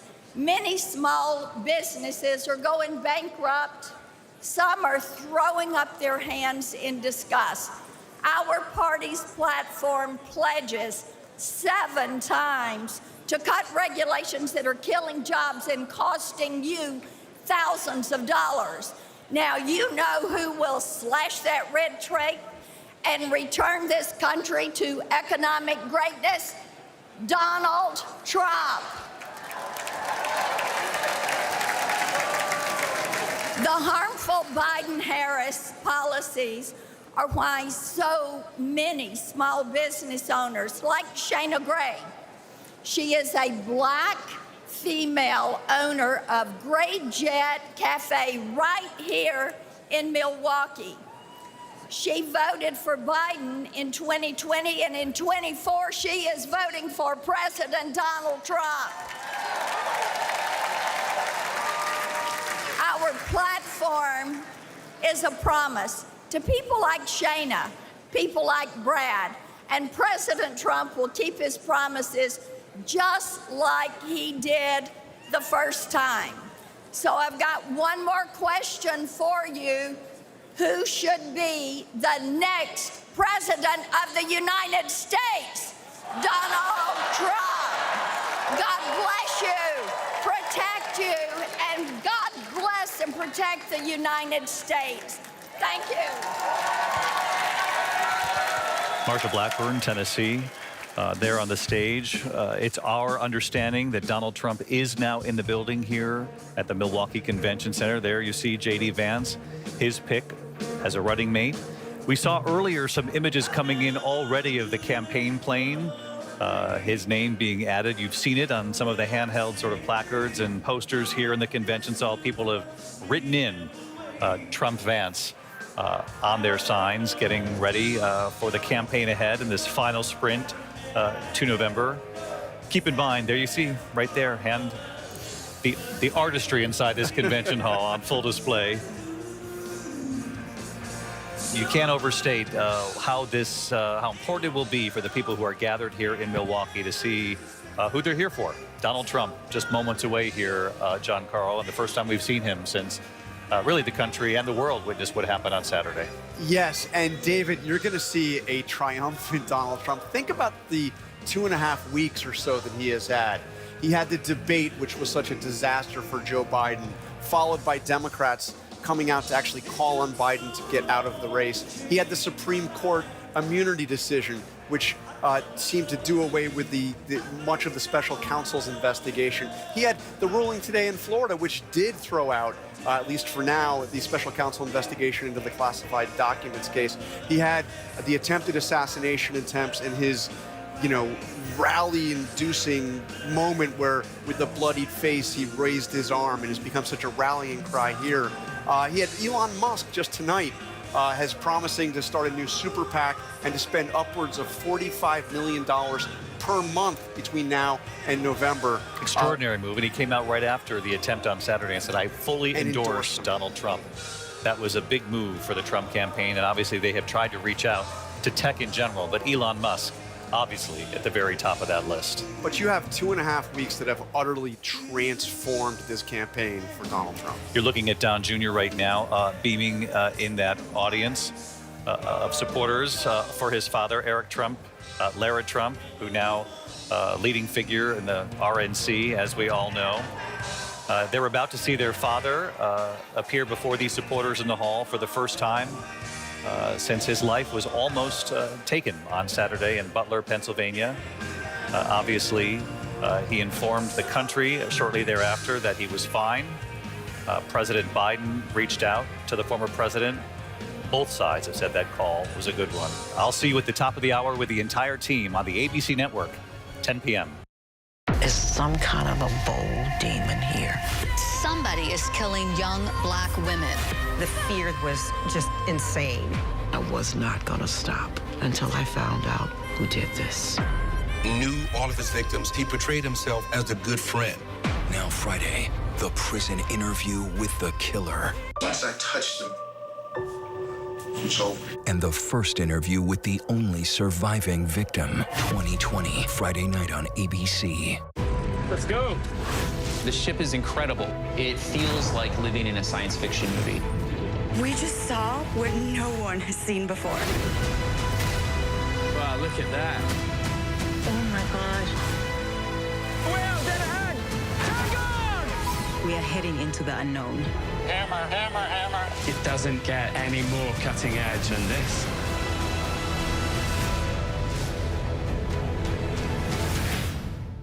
Get ready, America, every Friday. The hottest trends, styles, and must-have. What's the right stuff to buy right now? I really love that. It's time to buy the right stuff. Yes! And save big time, too. The right stuff. Fridays on GMA. You're gonna love it. Why do so many people start their day here? From ABC News, this is Start Here. To be in the know and get a different take on the day's top stories. Start Here. Now, that's a part of the story I bet you didn't see coming. Make it your daily first listen, wherever you get your podcasts. If you were coming of age in the 1980s, the Brat Pack was near the center of your cultural awareness. But for those of us experiencing it from the inside, the Brat Pack was something very different. The critics agree. Hated the Brat Pack. What a disaster. Why did we take it as an offense? Andrew? I'm not going to say we were the Beatles or anything. Well, we didn't fill Shea Stadium. 1985? I think we could have. Tonight, the first night of the Republican National Convention right here in Milwaukee. ABC News coverage in prime time. The audience just erupting into applause. They have shown that Donald Trump is waiting just behind the scenes here to make his first appearance after what the country witnessed on Saturday. Our coverage starts right now. This is an ABC News special.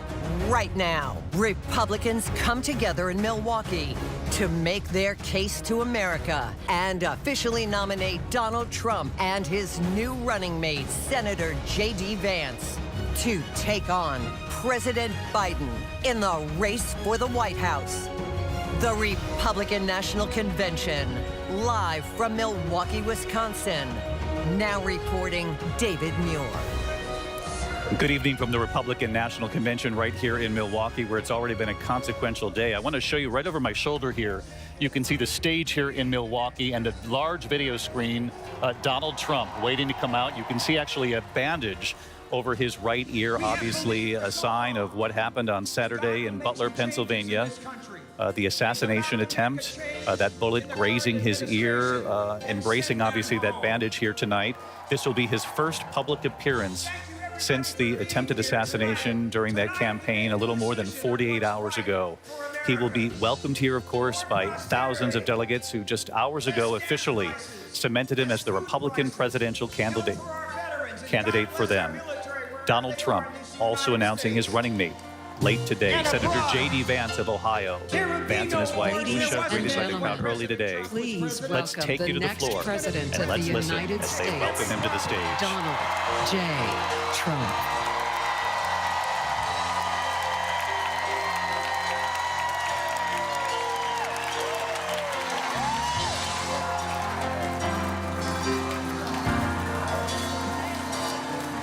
If tomorrow all the things were gone, I'd worked for all my life, and I had to start Donald again. Trump waving to the crowd.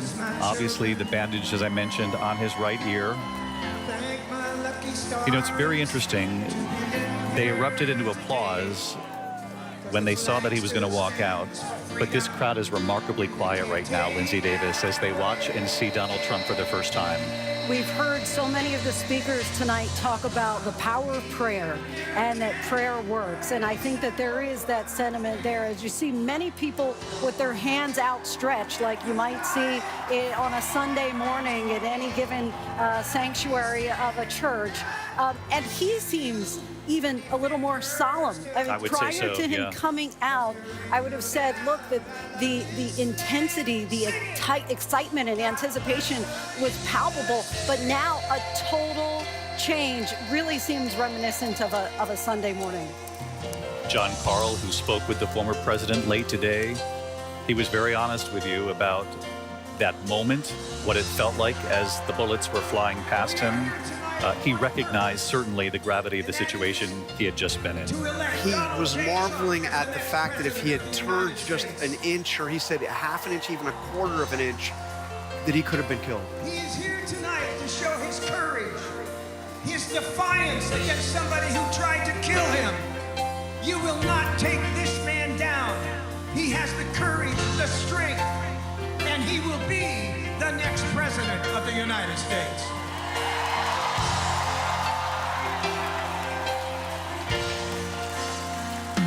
Martha Raddatz, this is the first time we've seen the ticket together. Former President Donald Trump and the man he has chosen to run with, J.D. Vance, who, as you know, Martha, for many years was a very vocal critic of Donald Trump, called himself a never-Trumper, and now calls himself a convert. Said he was a never-Trumper. Early on, he said Trump knows how to diagnose the problem, but he is not good at solutions. And then J.D. Vance says he watched Donald Trump, saw him come up with solutions, saw him, J.D. Vance believes, a very successful term as president, and completely changed his mind. And there you have Donald Trump and his 39-year-old vice presidential nominee. 39 years old, a former Marine, served in Iraq, where he was a public relations Marine and went out and filed stories on things he was seeing. He said that experience changed his life. Vance made him appreciate his own life. As we know, he was raised in poverty, wrote a book about it. Hillbilly Elegy. Made him famous, that book. Went to Yale Law School, has now turned to politics. I have to talk about the relative humility and modesty in this moment, John Carl. The facial expressions, he seems emotional in a way that I don't think I've ever seen Donald Trump quite like that, as if he is taken in by the moment. Again, thinking as he talked to me, he was just marveling at the fact that he came so close to getting to death, and how the people at that rally stayed with him. And when he walked out on the stage, I mean, he almost looks like he's choked up. But with that fist, David, that fist that we saw, of course, on Saturday, just seconds after a bullet grazed that ear where there is now that bandage. That is, of course, his iconic move anyway, that fist, but he carried it through even as an assassin tried to take his life, and now tonight. But he does indeed seem more somber, more subdued, taking in this moment. From Cedar Springs, Michigan. He seems genuinely moved by the reception inside this hall. Fight, fight, fight has become the theme of this campaign moving forward after that now iconic moment, no matter how you look at it, when he got back up with the help of the Secret Service and the instincts kicked in that moment to hold his fist in the air, the blood dripping down his face. And those three words, fight, fight, fight. We've heard it in speeches earlier here this evening. The crowd reacting to it each and every time, and now with Donald Trump standing before them. But Rachel Scott, who's on the floor and who has covered the Donald Trump campaign, Rachel remarkably subdued and taking in the moment. 48 hours ago, David, I was at that rally in Butler, and the crowd was screaming in fear and in terror. Tonight, the former president of the United States, after surviving an attempted assassination, is back before his supporters, and they are chanting the final words that he said before he left that stage: fight, fight, fight. And I'm here with Mike. You're a delegate from Pennsylvania. You were at that rally. What it is like seeing the former president back here before his supporters today? Surreal. I'm glad he's alive. He's here. We're going to fight for him. We're going to win Pennsylvania. Glad he's okay. It's surreal to be here, for him to be here. I'm Mark Laws, and I live in Western I'm emotional Michigan. because I was there. I think God bless America. God bless Donald J. Trump. He's fine. He's safe. And we're going to move forward. Mike was just a few feet away during that rally, just 1 or 2 rows away, you said, witnessing the former president, that assassination attempt, which he now has survived. And now behind me, I mean, David, it felt like the room just stopped. You heard the crowd cheer, but there was also this moment of just silence. Everyone in here taking it all in, seeing the former president with that gauze around his ear, standing next to Senator J.D. Vance, now his running mate in this race, David. Rachel Scott with us here tonight. Rachel, thank you. And as the audience here in this convention center hears from what the campaign is called everyday Americans, many of them from the key battlegrounds that will decide this election come November, Donald Trump is now among them, sitting in his seat, and this camera trained on him, showing up here with a bandage to his other ear. Extraordinarily humble as he entered the room. There you see the bandage right there. A sort of quiet presence, particularly for Donald Trump, to see him take in this crowd. Sitting beside J.D. Vance, who is 39 years old, his running mate right there. He has 3 young children under the age of 10. We know that Vance was on the short list, that Don Jr. Had encouraged his father to pick J.D. Vance from Ohio. One of the voices leaning in on that particular choice. Marco Rubio on that short list. Governor Burgum on the short list as well. Donald Trump in recent days had said of Marco Rubio, by the way, that if I don't pick him for VP, I'll invite him to be part of the administration, perhaps in the cabinet. So we'll see what happens with that if Donald Trump is successful in his attempt to return to the White House. There you see on the left, this was the scene here late today when J.D. Vance made his first appearance in this convention hall. They had just announced through a tweet from Donald Trump that J.D. Vance would be the running mate. John Santucci, who's covered Donald Trump for many years for us. Take us inside the campaign in these final hours. We know J.D. Vance did not have a lot of time to prepare for this moment. He was getting the phone call, did not know whether it was going to be a good one or a bad one, what the message of the call would be. 20 minutes later, Donald Trump made the announcement. Yeah, just remarkable, David. We're only 20 minutes notice for J.D. Vance and his family's life to completely change. You know, our team learned, David, that in some ways the campaign was preparing for this. Secret Service actually arriving at J.D. Vance's home in Ohio earlier this morning, help escort the senator and his family here to Milwaukee. And he was calling people saying, has anybody heard anything? I spoke to one source that said, do you guys heard anything? They all were on pins and needles waiting. And you mentioned Donald Trump Jr. there. He himself, I'm told, David, by my sources, was actively working the phone this morning to get his friend on the ticket. Clearly successful, David. J.D. Vance, who spoke openly, very critical of Donald Trump for quite some time. He had said things along the lines of, I can't stomach Trump. I think he's leading the white working class to a very dark place. I am a never Trump guy. I never liked him. These were the interviews that he gave. He was then pressed by ABC News, John Carl, not so long ago, about this turn, now a supporter of Donald Trump, and now his running mate. Yeah, extraordinary turn, but this is politics in America. Oh, this is politics, and this is certainly politics of the Trump era. And he said, when Vance got to know me, he was all in, and that's entirely true. And Vance does have a pretty good answer to this, which is all of the criticism is 2016.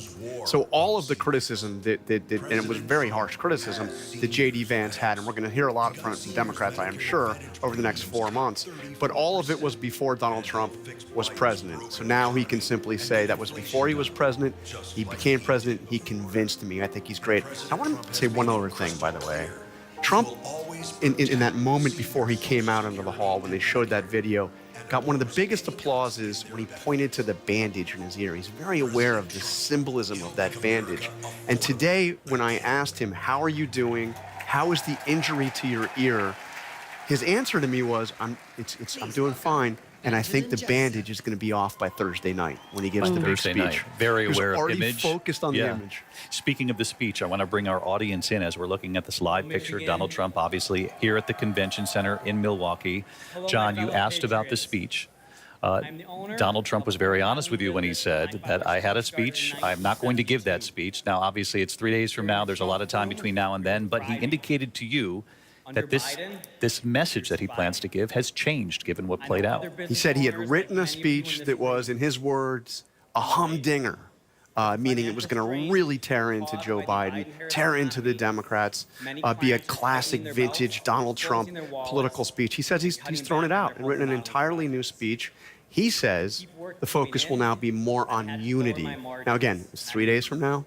I haven't heard a lot of Donald Trump speeches that are focused on unity, but this is a different time for him, and we'll see how long it lasts. But I got to say, the tone of this convention tonight has been strikingly different from any Trump political event that I have seen over the last, since 2016. I think there's no question about that. And Ron Johnson, the senator from Wisconsin, might be the outlier there because he got up and gave what many would call a relatively dark speech.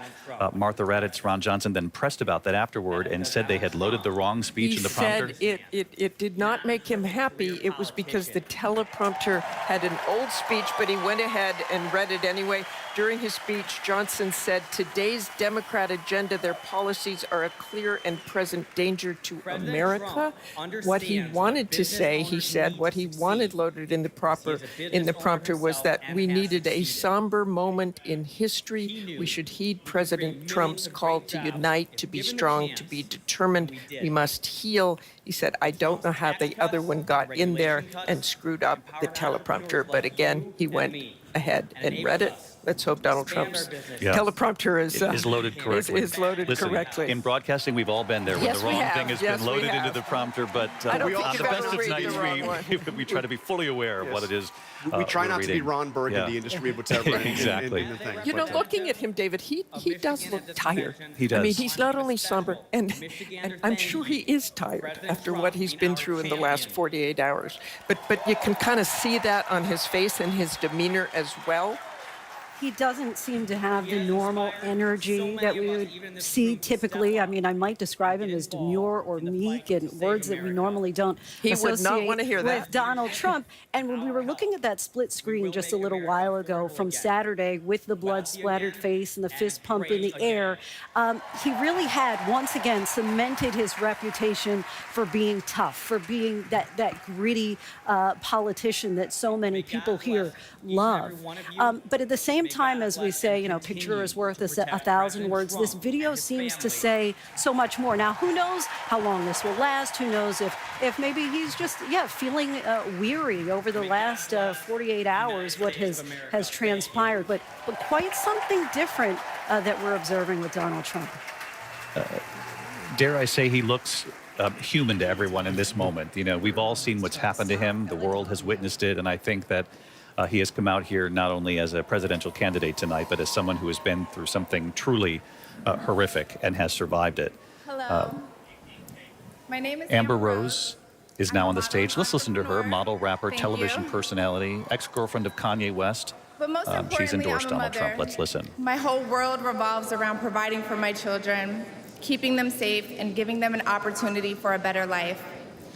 That's something that unites all American parents, whether we're Republicans, Democrats, conservatives, or liberals.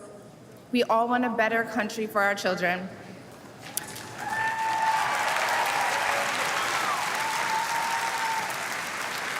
But I'm here tonight to tell you, no matter your political background, that the best chance we have to give our babies a better life is to elect Donald Trump President of the United States.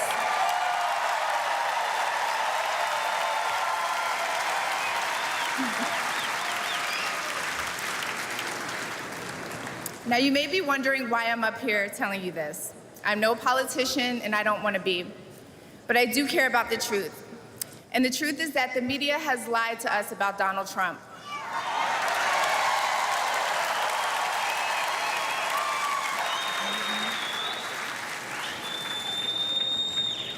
I know this because for a long time I believed those lies, so I'm here to set the record straight.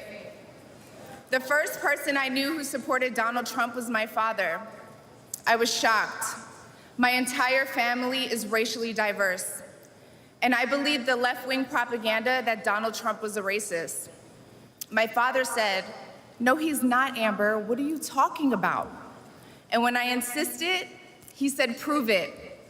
So to prove my father wrong, I did my research and looked into all things Donald Trump.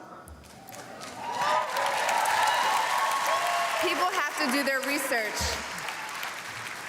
I watched all the rallies, and I started meeting so many of you, his red hat wearing supporters.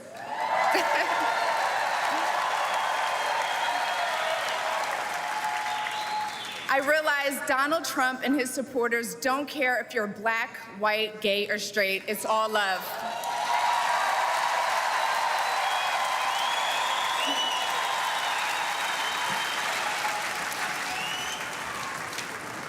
And that's when it hit me. These are my people. This is where I belong.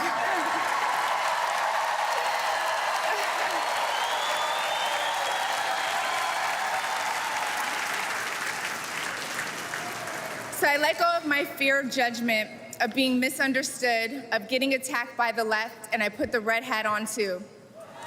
Thank you.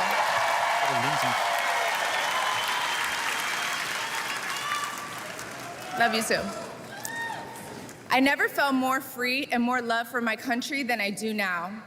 I want to thank my father, who's in the audience tonight, for opening my eyes. He served over 20 years in the U.S. military. Thank you for your service, Dad. Where's he at? I love you, Dad. I love you. I love you so much. Thank you. When I met the president and Melania for the first time, he was kind and generous and funny as hell. Very funny. The First Lady was gracious and smart with a smile that will brighten up any room. If you're watching this tonight, you know our country is in trouble. Just like me. When you go to the store and buy food for your family, you're shocked. When you fill up your gas tank, you're pissed. I know I am.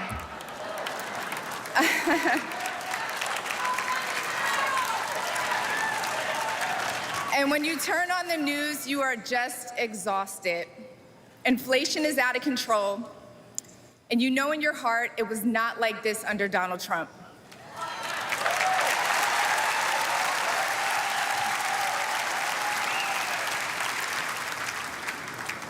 My message to you tonight comes from a humble place. The left told me to hate Trump, and even worse, to hate the other side, the people who support him. When you cut through the lies, you realize the truth. American families were better when Donald Trump was president.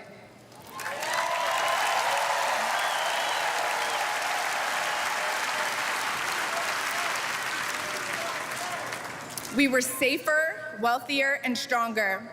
A vote for Donald Trump is a vote to put money back in our pockets and good food on our kids' plates. Yes. Or, as Trump would say, it's a vote to make America great again. Thank you so much. Thank you.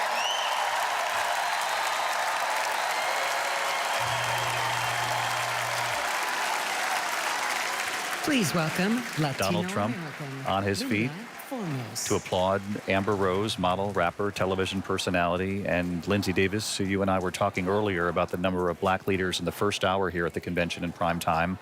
A number of them with similar messages. At one point, saying to the crowd, Donald Trump is not a racist. There was, we were not a racist country. Applause in this convention center. We heard from Amber Rose there in very personal terms how she said, she told her own father, Donald Trump is a racist, and he said he's not. And she urged people watching tonight to do their own research. You can see a real theme here and an effort to reach out to black and Latino voters across this country. It's been part of the Trump campaign. Yes, and she has been very clear to say she doesn't consider herself to be black, but biracial. But definitely this has been a concerted effort to get minority voters, typically voters who are considered to be the backbone of the Democratic Party. And one thing that's interesting when we talk about another convert here, because when she said people have to do their own research, there was actually a cutaway shot of J.D. Vance, who was nodding his head along very eagerly. And when you think about it, you have to go back to 1968 for a Republican candidate for president to get more than 13% of the black vote. Donald Trump came close in 2020, getting 12% of the black vote. But we see this is the sixth speaker who has been a person of color tonight, perhaps the first celebrity, you might say, again, trying to get people to have a change of heart about Donald Trump. Describing herself on that stage as biracial, a mother whose most important role is being a mother and her children. Also talking in very real and relatable terms about going to the grocery store, going to the gas station. I want to bring in Terry Moran, who's on the floor of the convention hall here for us as well. And Terry, even though inflation, we saw numbers in just the last week easing. We heard from the Fed chair that there could be a rate cut coming, a strong indication that there would be one coming. But this is the central challenge, one of many, for President Biden in trying to make the case that the economy is getting better. Because as you know, Terry, you can say all that, you can present the numbers, but it's really how the American family feels. And Amber Rose put words to that tonight. Absolutely. She really hit it out of the park on that and on other issues as well. And you could feel this crowd responding to her as she told the story of her conversion. One of the themes that is emerging in this convention is that people who didn't used to like Donald Trump now do. And she talked about it and made inflation a central part of her argument. And there's no question, having lived through the inflation of the late 1970s, which got to 13%. I remember my mother coming home from the grocery store every week anxious. Inflation is demoralizing. It makes people worry. It grinds them down. And one of the things you hear here is that people want to go back to a time when they had more money in their pocket, and Americans are spending more per month. They're making more per month, but things are more expensive today than they were when Biden took office. And it is an effective argument, especially when made from someone who, is so relatable to them, at least in the way she presented herself as a convert to Trumpism. And you do hear people talking about how inflation is so important to them and how they weren't with Trump in 2016 or 2020 and are now. It's a huge driver, and they know it. No question about it. Inflation, the driving issue, the economy, gas prices in this country, what families are paying at the grocery store.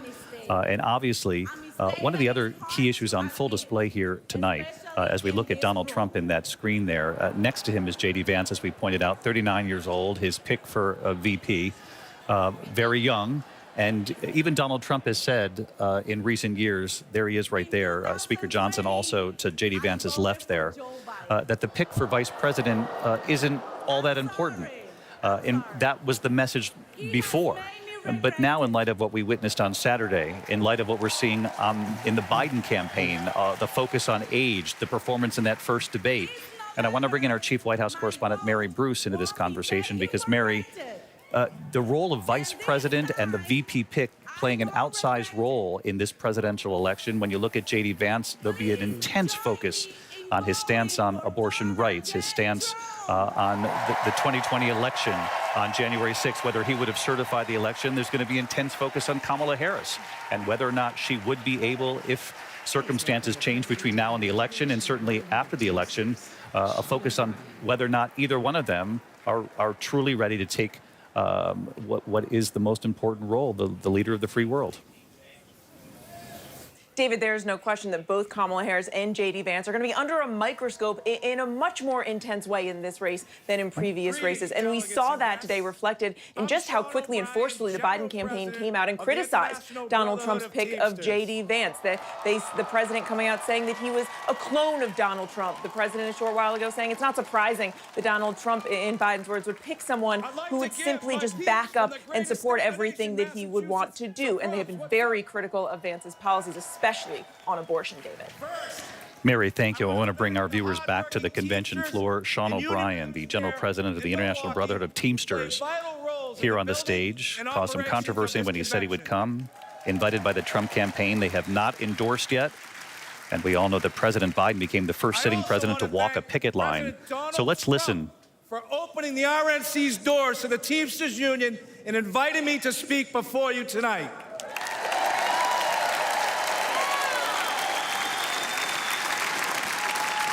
I travel all across this country and meet with my members every week. You know what I see? An American worker being taken for granted. Workers being sold out to big banks, big tech, corporates, and the elite. And I'm not the only one who sees this. Everyday families see it. The American people aren't stupid. They know the system is broken. We all know how Washington is run. Working people have no chance of winning this fight. That's why I'm here today.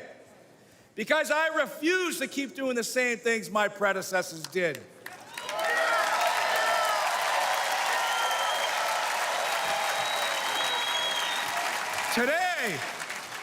Today, the Teamsters are here to say we are not beholden to anyone or any party.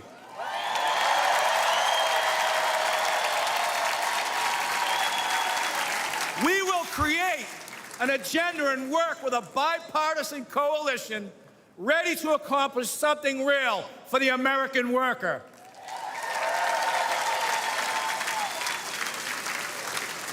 And I don't care about getting criticized.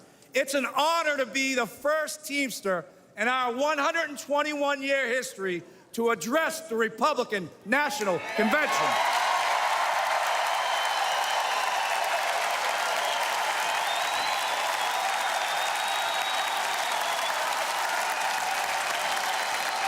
Several months ago,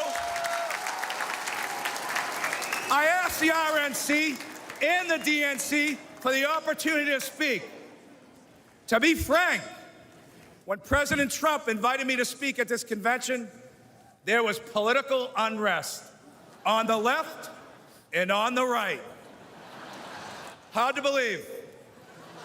Anti-union groups demanded the president rescind his invitation. The left called me a traitor.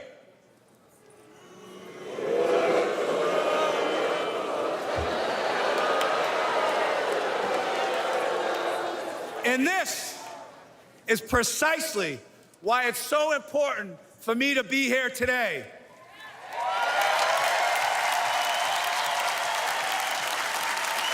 Think think about this. Think about this. The Teamsters are doing something correct if the extremes in both parties think I shouldn't be on this stage.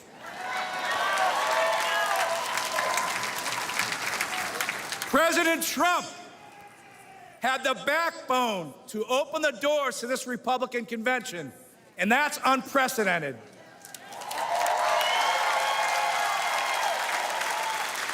No other nominee in the race would have invited the Teamsters into this arena. Now, you can have whatever opinion you want, but one thing is clear. President Trump is a candidate who is not afraid of hearing from new, loud, and often critical voices. And I think we all can agree, whether people like him or they don't like him, in light of what happened to him on Saturday, he has proven to be one tough SOB.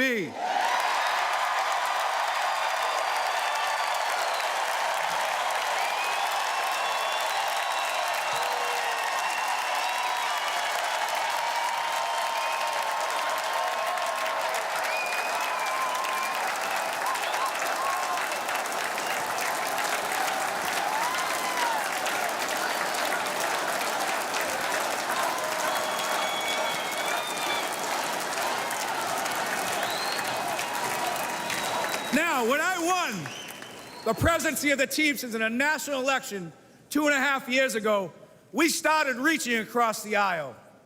In the past, the Teamsters have endorsed GOP candidates, including Nixon, Reagan, and George H.W. Bush. But over the last 40 years, the Republican Party has really pursued strong relationships with organized labor. There are some in the party who stand in active opposition to labor unions. This too must change. And I want to be clear.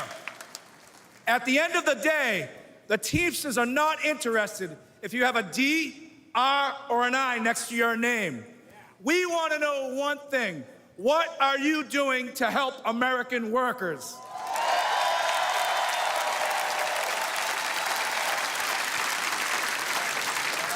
As a negotiator, I know that no window or door should ever be permanently shut. In my administration, the Teamsters reached out to 8 Republican senators who stood up for railroad Teamsters over our fight for paid sick leave. Josh Hawley was one of them.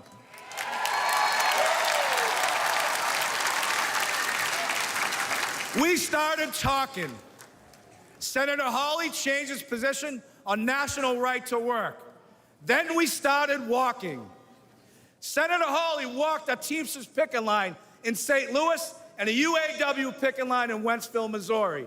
More than that, I want to recognize Senator Hawley for his direct, relentless, and pointed questioning of corporate talking heads, lawyers, CEOs, and apologists.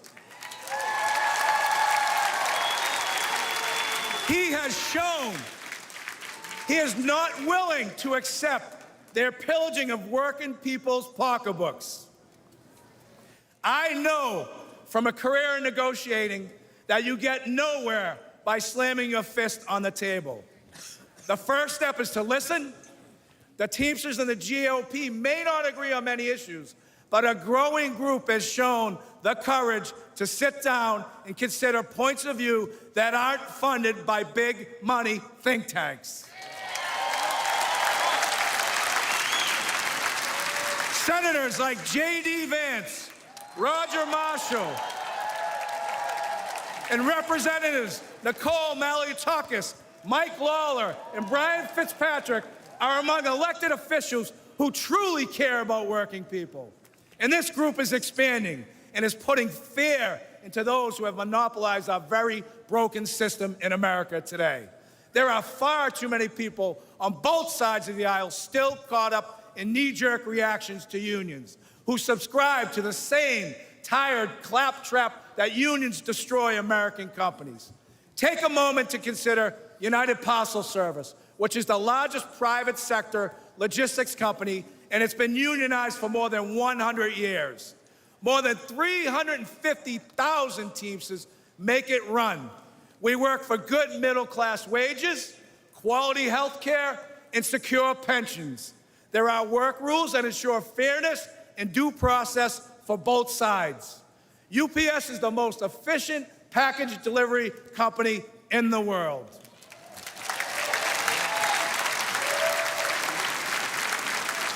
But let's not forget that UPS doesn't provide these great wages and benefits out of the kindness of its heart. UPS does it because the Teamsters fight for it, all 350,000 of us.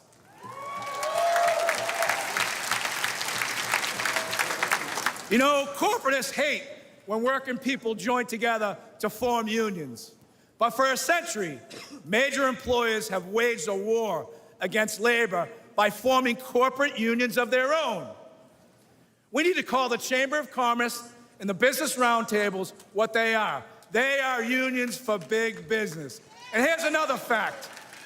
Against gigantic multinational corporation, an individual worker has zero power.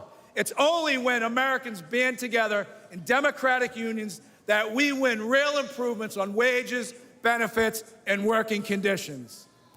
Companies like Amazon are bigger than most national economies.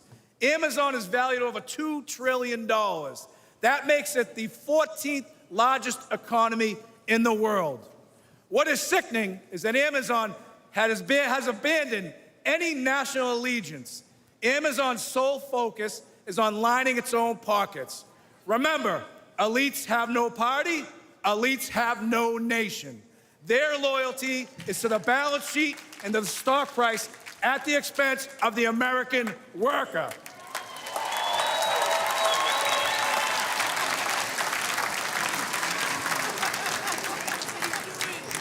In my office in Washington, D.C., I can see the United States Capitol from my window.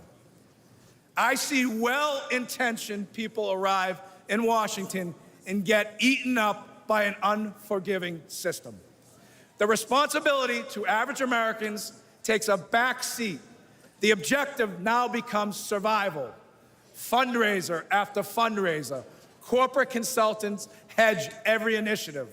The Hill crawls with lifers, bouncing from government jobs to corporate jobs and back again. I think we can all agree D.C. is a pretty treacherous area. Most legislation is never meant to go anywhere, and it's all talk. And in America, talk isn't cheap. It's very expensive, and it comes at the cost of our own country. Working people know our system is broken. The elites are not laboring on behalf of workers. There is a political caste system that prevents citizens from accessing their representatives to hold them accountable. For a moment in time, working people in America were seen as essential. Sadly, it took a global pandemic for political and corporate elites to notice this fact. But ask yourself this question.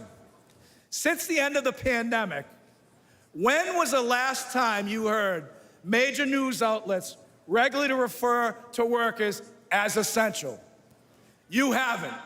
The men and women who provide goods and services, deliver packages, stock grocery shelves, care for patients, pick up your trash, and keep our communities safe are taken for granted. All the while, the stock market boomed, housing prices hit record highs, and corporate salaries skyrocket.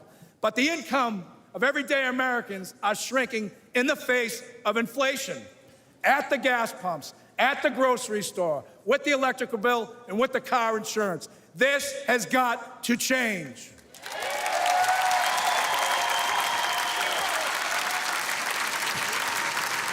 Never forget, American workers own this nation.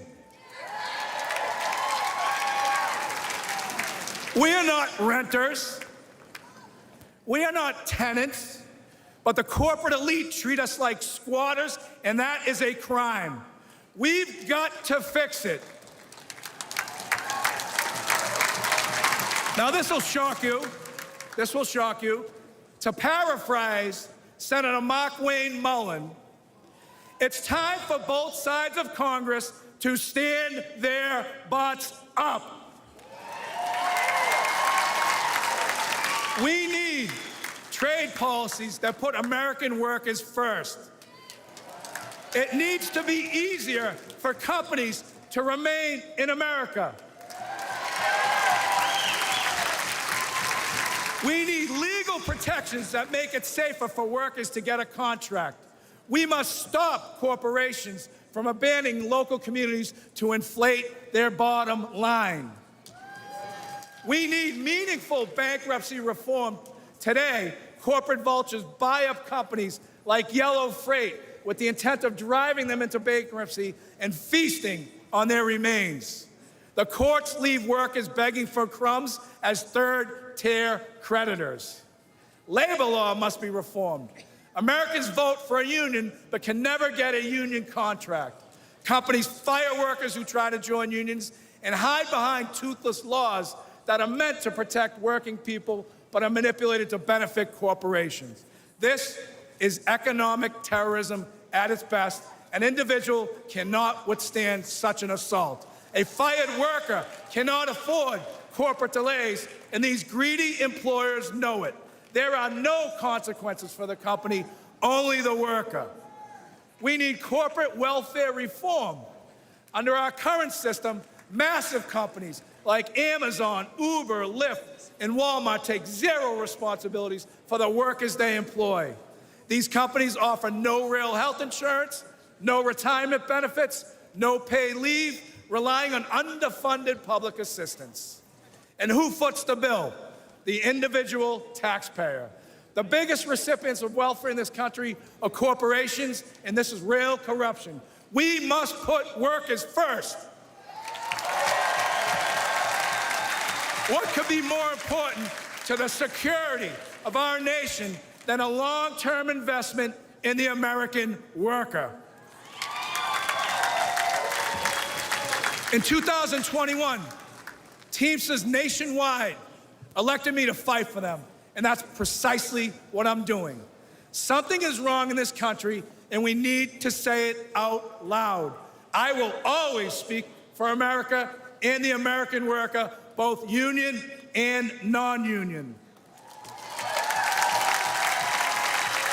I challenge each and every one of you, and especially my friends on the Democratic side, to embrace cooperation, to truly collaborate, to achieve meaningful and productive change, to ensure we make this great nation in this world the bigger, faster, and strongest nation in the entire world. I love this country. The Teamsters love this country. Our 1.3 million members move America on the roads, in the ports, on the rail, and in the air. And at the end of the day, if the powers to be stop me from raising my voice on behalf of American workers, I will not have one single regret. I still carry my commercial driver's license. I still have my place on the union seniority list.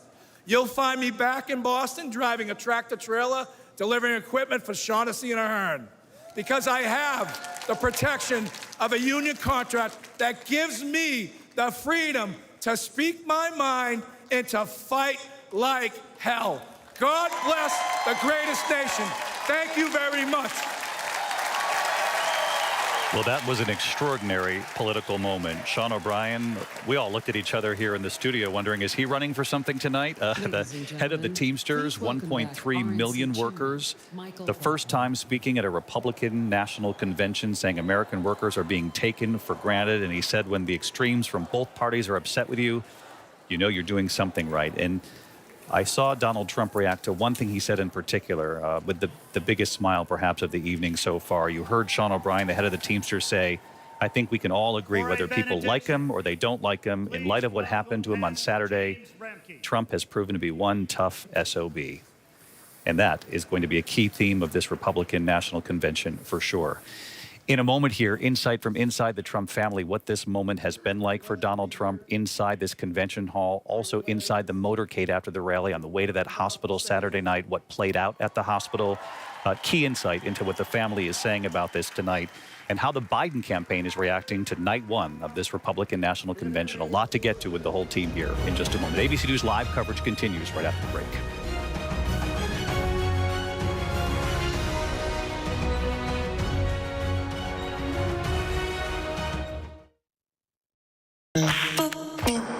They call him the beauty queen killer. He's targeting young women in malls. I am single. I want to enjoy the company of a number of women. He tortured me. How did she survive 9 days of terror? The word accomplice came up. Nobody knows the real story. The beauty queen killer, only on Hulu. Is some kind of a bold demon here. Somebody is killing young black women. The fear was just insane. I was not gonna stop until I found out who did this. He knew all of his victims. He portrayed himself as a good friend. Now Friday, the prison interview with the killer. Once I touched him, it was over. And the first interview with the only surviving victim. 2020, Friday night on ABC. What does it take to be the most watched newscast in America? An operation to capture ISIS fighters. Is this our combat operations center? We're approaching the gate now. Militants came in from 4 or 5 different directions. Operational nuclear reactor. So you have a couple loaded and ready to go. The house is destroyed, but the flag, there's not a tear in it. Not a tear in it. How important is this label right here, Made in the USA? Look at your smile. You're proud of this. I love this. Great work. Hi. Where are you? Where are you? Appreciate you. Thank you. David, good to meet you. Ismail? David. David. Yes, yes. I'm David Muir. I know who you are. You I watch do? you every night. ABC's World News Tonight with David Muir is America's most watched newscast. Let's go. The ship is incredible. It feels like living in a science fiction movie. We just saw what no one has seen before. Wow, look at that. Oh my gosh. Well, dead ahead. Turn on! We are heading into the unknown. Hammer, hammer, hammer. It doesn't get any more cutting edge than this.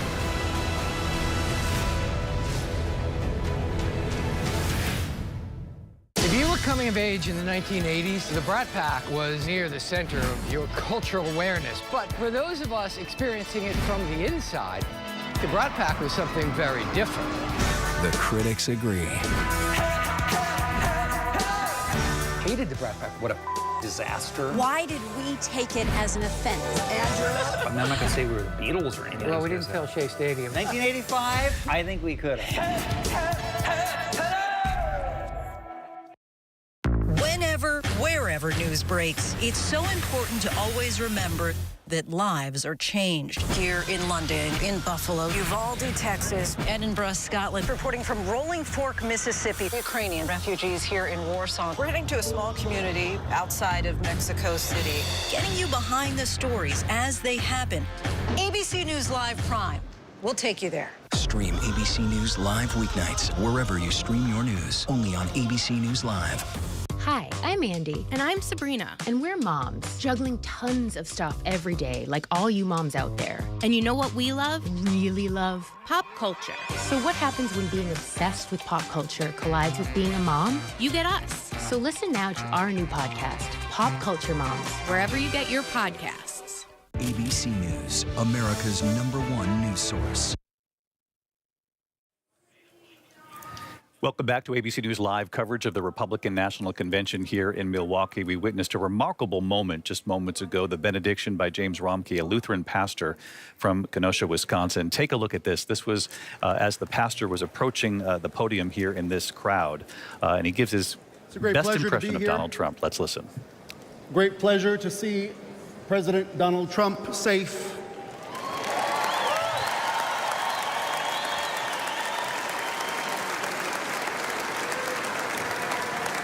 And if I may, before the benediction, give you this promise. You're going to be so blessed. You're going to be tired of being blessed. I guarantee it.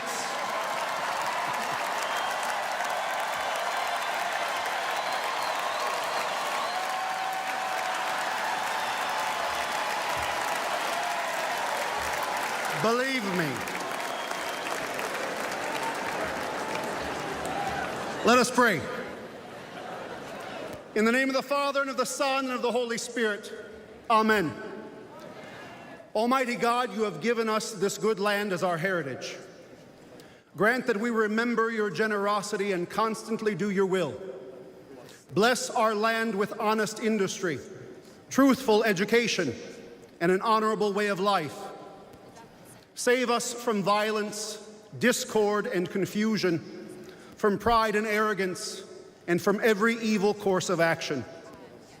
We give thanks to you for keeping President Trump safe. We pray for the families of those affected by the demonic violence at the rally on Saturday. And we pray you would send your holy angels to guard and keep President Trump from all harm and danger. Grant that we who came from many nations with many different languages may become a united people. Support us in defending our liberties, and give those to whom we have entrusted the authority of government the spirit and wisdom that there may be justice and peace in our land. When times are prosperous, may our hearts be thankful. And in troubled times, do not let our trust in you fail. Through Jesus Christ our Lord. Amen.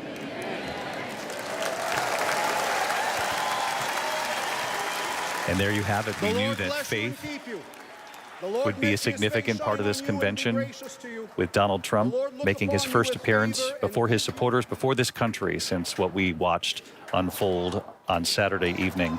John Santucci, I wanted to ask you about something you and I had talked about earlier in the reporting about how this has truly affected Donald Trump. You had some insight into what it was like, those moments in the motorcade as he left the rally. You know, he did the fist bump. We all saw that iconic image of the blood coming down the side of his face, but that trip to the hospital, what that was like for him, not having any members of his family, his adult children in that car with him, unable to reach them, went to the hospital to get a CAT scan, and how that has changed him. And you can really see it on display here tonight in Milwaukee. Yeah, David, sources close to Donald Trump were texting me, looking at the image the same way all of us were, reacting that, wow, this really has impacted him. And David, I can tell you from conversations I've had over the years, mortality in Donald Trump does weigh on him. And especially when his first wife, Ivana, died just 2 years ago this weekend, David, he was despondent, really talking about how much he missed her. And his children, even Eric Trump, David, observed to me just this morning, they firmly believe their late mother was looking over their father this weekend in Pennsylvania, David. Martha Raddatz, you and I were talking about the adult children were watching Donald Trump here. We'll stay on these live pictures. But when we first saw Don Jr., Eric, his wife Lara earlier today, there you see some images there, the interaction with the children. These were children who could not reach their father in those first moments after we all saw that video cross the wires on Saturday night. And they had not seen it live or a few minutes later after the rally. They really didn't know at that point how he was doing. You can see Eric Trump there walking out. That was earlier today when they came down to put him over the top in Florida. Remember, they gave the... And you and I were both struck by that moment, that the excitement and the energy as they walked in. We're back live there, of course, with Donald Trump walking out, talking to supporters. But knowing that just a little more than 48 hours ago, and it was less than 48 hours when the adult children first came out, what they had gone through, whatever your politics are, whatever you think of Donald Trump, those adult children, that was a horrific time for them. I kept thinking of Ronald Reagan in 1981, the assassination attempt then, and Ronald Reagan waved when he got back in his motorcade, but we learned later he had been shot, and it was a serious injury. So there was a period there where we weren't certain about how Donald Trump had fared, and the children, the adult children, certainly felt that as well. Linsey Davis, you were describing the humility, the modesty you saw perhaps a slightly vulnerable Donald Trump tonight, and that is something that will land with people who are watching, whether you support Donald Trump politically or not. The experts have said that the way you communicate, more than 70% of it is nonverbal. And it would appear that without Donald Trump even opening his mouth tonight, he has said a lot.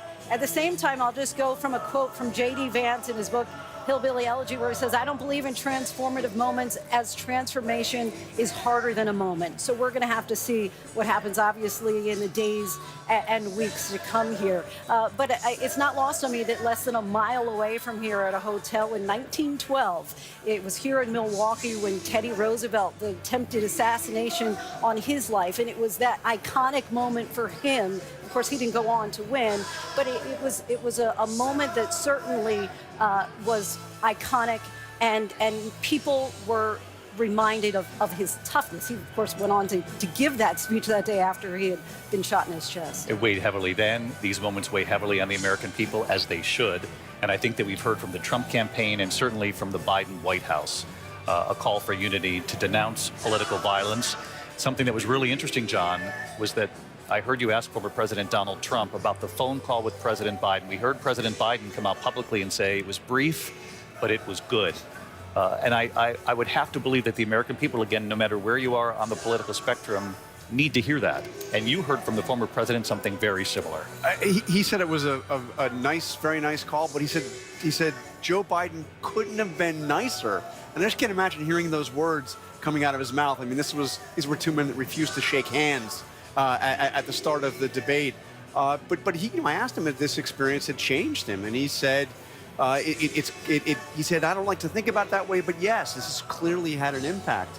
And I'll tell you that the biggest thing I noticed tonight is there was no talk tonight about stolen elections, about J6 hostages and heroes, January 6th hostages and heroes.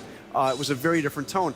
Will it last? I mean, I don't know, David. I don't know. I do remember one other time when his tone changed. And that's when he first met Barack Obama after winning in 2016. And he looked humbled. He praised Obama. And within 2 days, you know where it went. The fighting instincts, the political instincts kick back in. Yeah. We know Mary Bruce watching this as well, our chief White House correspondent, that the Biden campaign watching this very closely, the president being briefed certainly on what night one has brought before the American people. We heard about inflation. We heard from the head of the Teamsters about the American worker. That's going to be a tough pill to swallow for the Biden campaign, given the fact that we know President Biden, the first president to publicly walk a picket line. That's going to be a challenge for them going forward. Still no formal endorsement, but nonetheless, what's the Biden campaign saying about night one here? Well, in a word, David, a campaign source just said their reaction, hollow. They are arguing that all of this outreach that we are seeing tonight to young voters, to workers, to Black and Latino voters especially, that this is nothing more than empty gestures. The Biden campaign feels that Trump doesn't have any substance, any policy, any real toothsome agenda to back this all up. In fact, quite the opposite, they say. We have heard the president argue that, in fact, Donald Trump's policies and another Trump administration would actually make things worse for these groups that they are trying now to court. The Biden campaign tonight is hoping, and they are optimistic, that when the president gets out there, as he continues to sell his plan, the voters will see through the Trump agenda and ultimately go for Biden. David. Mary Bruce tonight. Mary, thanks so much. Just a few seconds left. Let's get to Rachel Scott on the floor. A remarkable tone set on night one. John Carl asks the central question, does it continue all 4 nights? Certainly, former President Donald Trump is setting a new tone. Just 48 hours after surviving that attempted assassination, the former president coming back here before his supporters, showing this sort of defiant fighter image, unbound. That is something that the former president, we are told, is now roping into his speech that he will be delivering in just a few days here at the RNC, David. Rachel Scott on the floor of this convention hall. Rachel will be there every single night for us. We want to show the audience that image, that central image of the evening on night one of the Republican convention. Donald Trump entering this convention hall at the top of the hour, holding his hand up. You can see the bandage on his ear. We saw that video, that moment of him walking out. The crowd erupting into applause, and then we all took note of something here in the broadcast booth, how the whole convention center went quiet, studying the former president in what was a very human moment after what we all witnessed. What does it take to be the most watched newscast in America? We are part of an operation. Is this our combat operations center? We're approaching the gate. Militants came in from different directions. Nuclear reactor. So you have a couple loaded and ready to go. The house is destroyed, but the flag. Not a tear in it. How important it made to USA. Great work. Hi. Appreciate you. Thank you. Ismail? David. I'm David Muir. I know who you are. You Watch do? you every night. ABC's World News Tonight with David Muir is America's most watched newscast. Why do so many people start their day here? From ABC News, this is Start Here. To be in the know and get a different take on the day's top stories. A lot of news today, so let's get into it. Listen now to the Daily News Podcast honored with 4 Edward R. Murrow Awards and see why the New York Times calls it a news podcast worth listening to. Start Here, ABC News. Make it your daily first listen. Now, that's a part of the story I bet you didn't see coming. Wherever you get your podcasts, Start Here. If you were coming of age in the 1980s, the Brat Pack was near the center of your cultural awareness. But for those of us experiencing it from the inside, the Brat Pack was something very different. The critics agree. Hated the Brat Pack. What a disaster. Why did we take it as an offense? I'm not going to say we were the Beatles or anything. Well, we didn't fill Shea Stadium. 1985? I think we could have. Babe Ruth, Hank Aaron, Shohei Ohtani, legends of the game. But now the list of greats redefined. From ABC News, Reclaim the Forgotten League, a side of the story of baseball you have never heard before like this. The award-winning podcast is back. Listen wherever you get your podcasts or scan the QR codes you see here. Reporting from Monterey Park, California, I'm Robin Roberts. Wherever the story is, we're going to take you there. You're streaming ABC News live. Tonight, a presidential ticket and GOP nomination is etched into history. On Saturday, the devil came to Pennsylvania holding a rifle, but an American lion got back up on his feet and he roared. They impeached him, they tried to bankrupt him, and they unjustly prosecuted him. But even in the most perilous moment this week, his instinct was to stand and to fight. Donald Trump clinches his 3rd Republican nomination for president just minutes after announcing 39-year-old Senator J.D. Vance for his vice presidential running mate, making a united push to Election Day as the party faithful gather in Milwaukee. President Donald J. Trump, having received a majority of the votes entitled to be cast at the convention, has been selected as the Republican Party nominee for President of the United States. The Republican National Convention kicks off from Milwaukee for a special edition of ABC News Live Prime, Day 1 of the GOP convention. Good evening, everyone. I'm Linsey Davis, and this is a special edition of ABC News Live Prime, the first night of the Republican National Convention here in Milwaukee. We begin our special coverage with what is and will likely continue to be a most unusual political convention, kicking off less than 48 hours after the attempted assassination of the candidate atop the Republican ticket, Donald J. Trump, who just a short time ago stunned many convention goers here by walking into the arena and was seemingly moved by the thousands cheering for him. He sat and then watched the speakers express their support, nodding to Saturday. Now, you can have whatever opinion you want, but one thing is clear. President Trump is a candidate who is not afraid of hearing from new, loud, and often critical voices. And I think we all can agree, whether people like him or they don't like him, in light of what happened to him on Saturday, he has proven to be one tough SOB. Lots of applause in that moment. Reporter Jay O'Brien leads us off with what has transpired in this room over the past few hours. Just 48 hours after that assassination attempt. Take a look at what happened.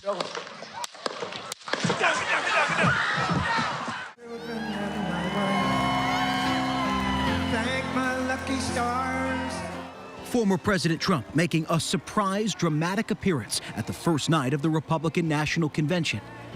A bandage visible on his ear cheers erupting in the gathering he vowed would go on as planned. On Saturday, the devil came to Pennsylvania holding a rifle, but an American lion got back up on his feet and he roared. Oh yeah, he roared. We already knew that President Donald Trump was a fighter.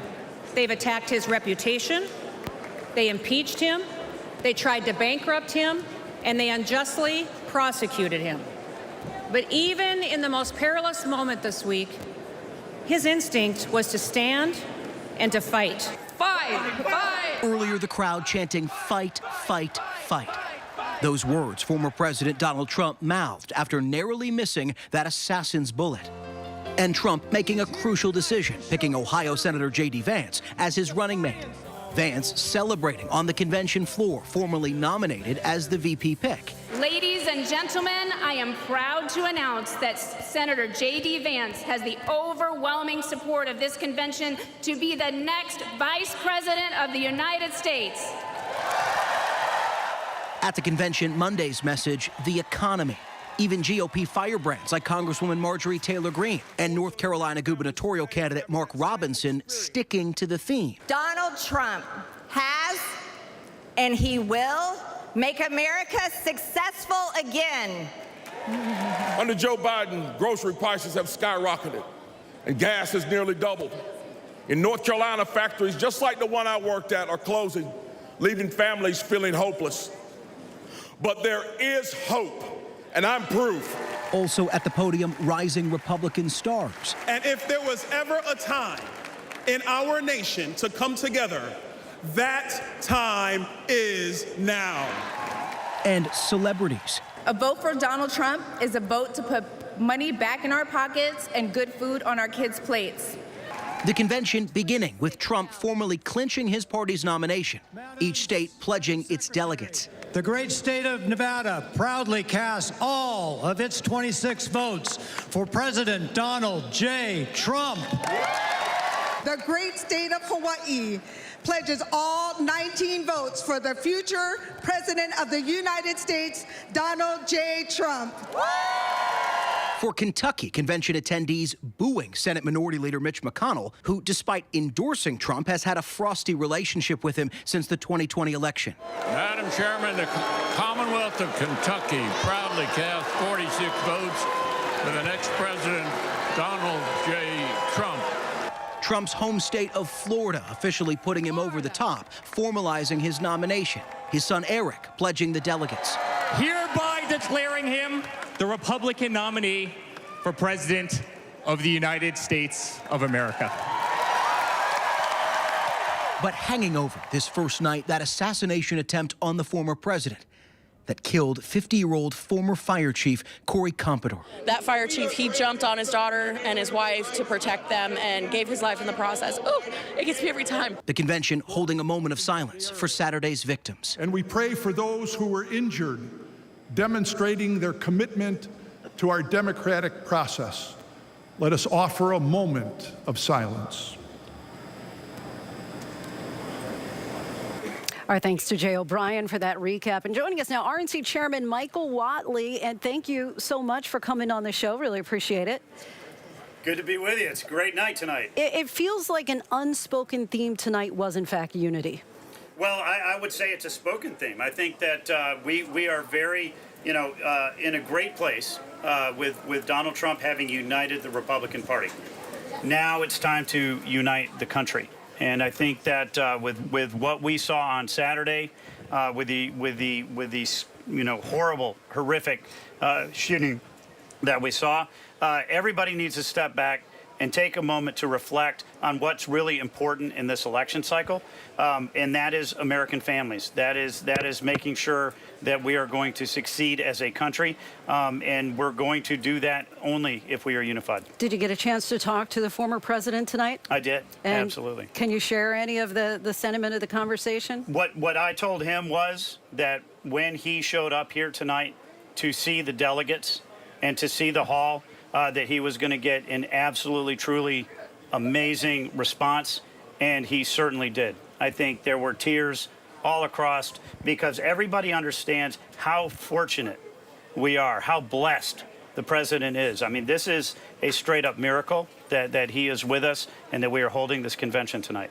Big announcement today, obviously, with the pick for vice president, now known with Senator J.D. Vance. Your reaction to the pick? Very excited. I think it's a great pick. I think really, truly, it resonates with the voters all across this country. And when you think about it, what we're trying to do here is to talk to every American family. J.D. Vance has the ability to talk to every American family. When you think about his background, his upbringing in Appalachia, and then serving in the military, and then succeeding in school and succeeding in politics, he has lived the American dream, but he's never forgot where he came from.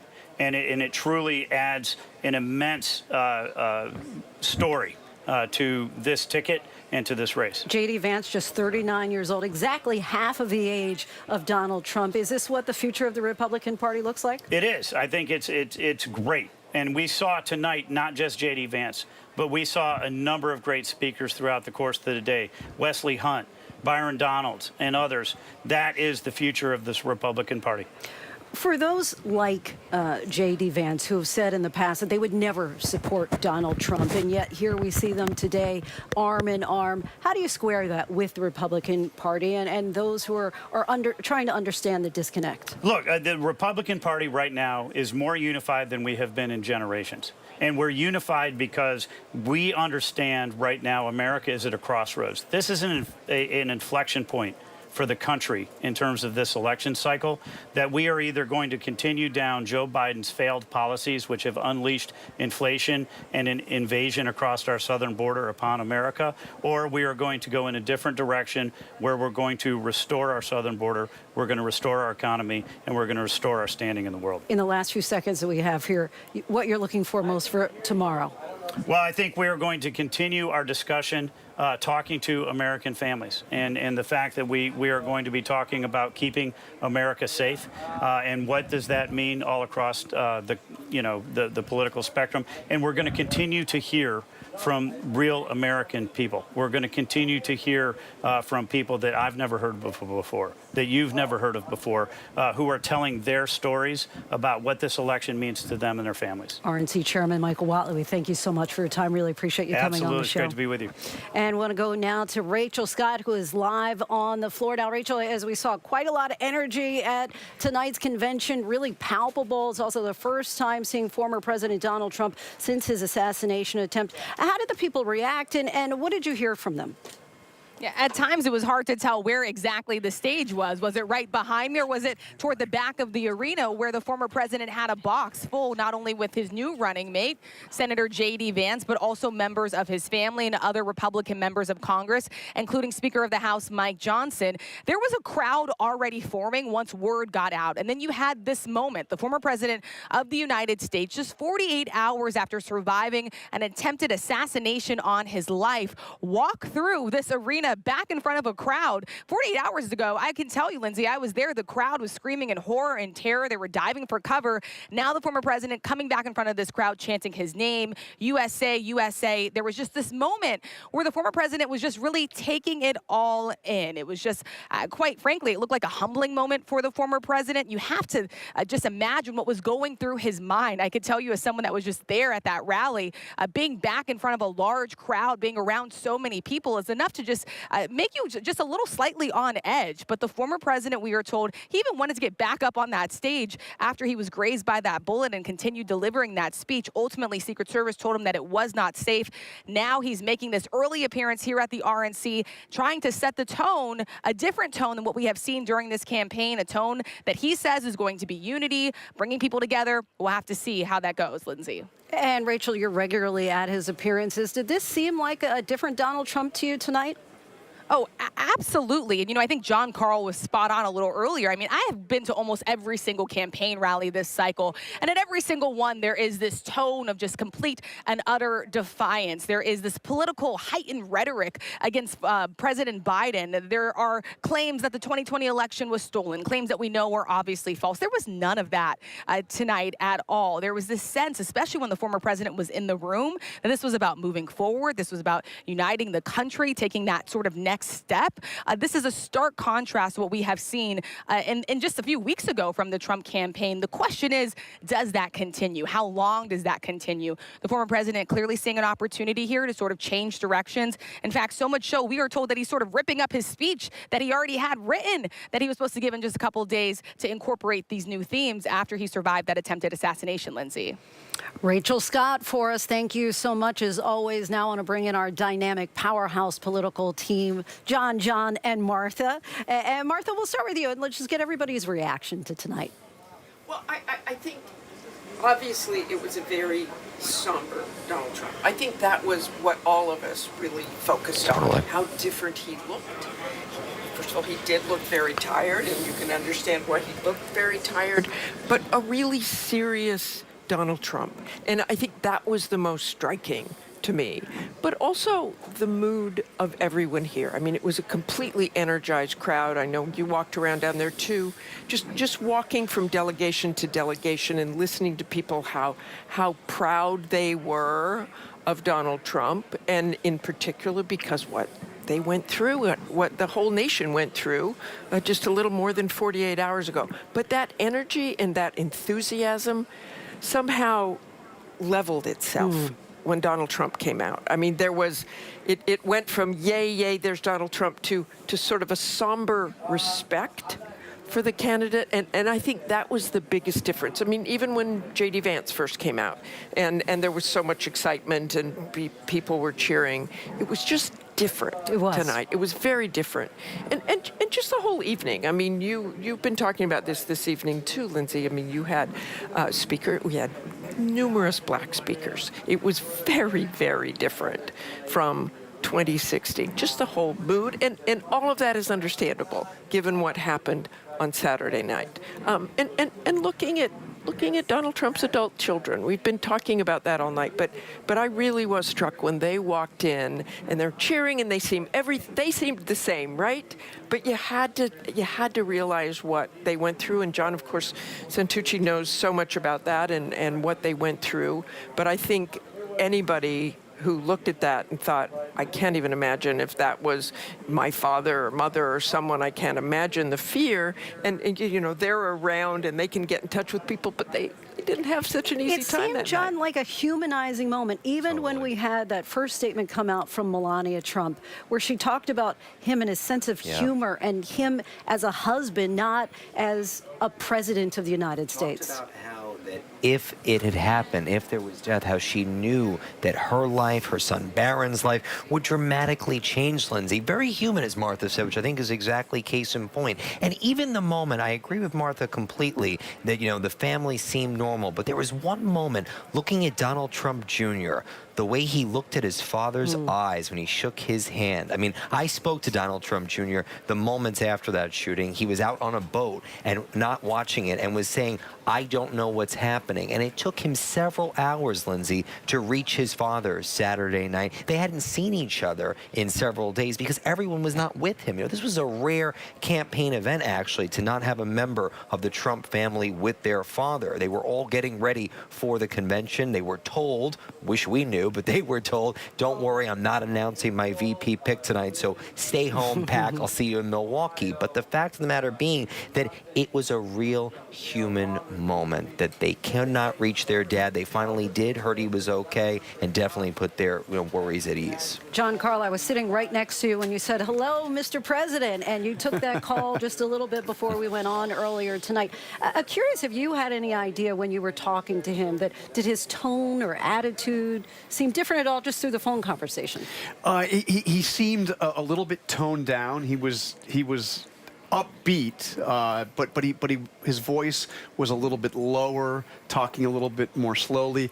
Kind of the audio version of what you saw when he walked out there. When he seemed at times flatly emotional. I mean, I thought he was going to choke up when he saw that crowd.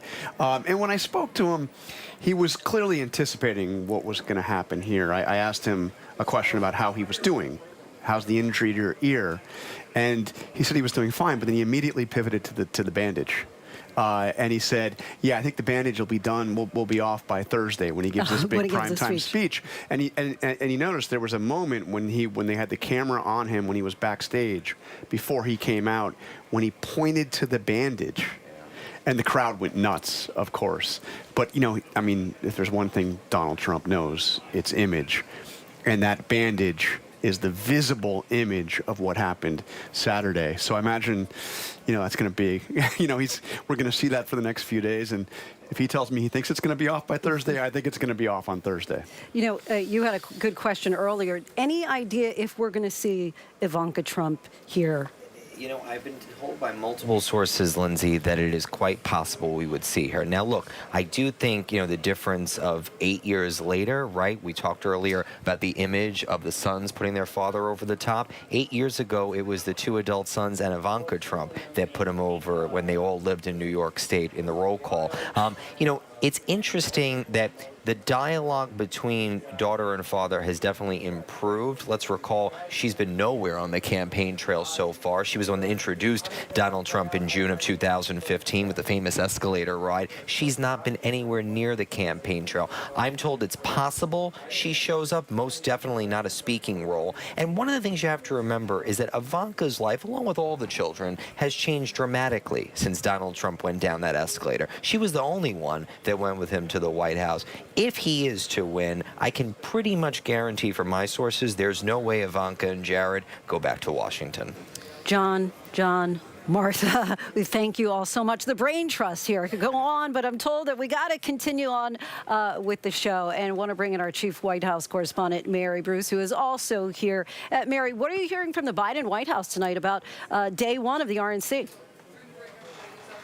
Well, obviously, they are also watching along with the rest of us. And in a word, one campaign source just told me it was hollow. That was the way they described it. I think the Biden campaign feels strongly that what we saw tonight, all of the outreach to different key constituencies, young voters, workers, especially Black and Latino voters, that all of that, as the source described to me, is just empty gestures. The Biden campaign argues that Trump doesn't actually have anything, no policies, no substantive agenda to back up what they are selling tonight. That is the argument from the Biden campaign. And in fact, quite the opposite. We have heard from the president, President Biden, saying that actually another Trump term would make things worse for these key groups. So that is the message coming from the Biden campaign tonight. It is obviously the message that President Biden is hoping to make as he travels and gets back out on the road. I'm here in Las Vegas, where the president touched down a short time ago. He's getting back out on the campaign trail. He hit the pause button, of course, in the immediate hours and days after the attack. But now we are told that his campaign is going to be,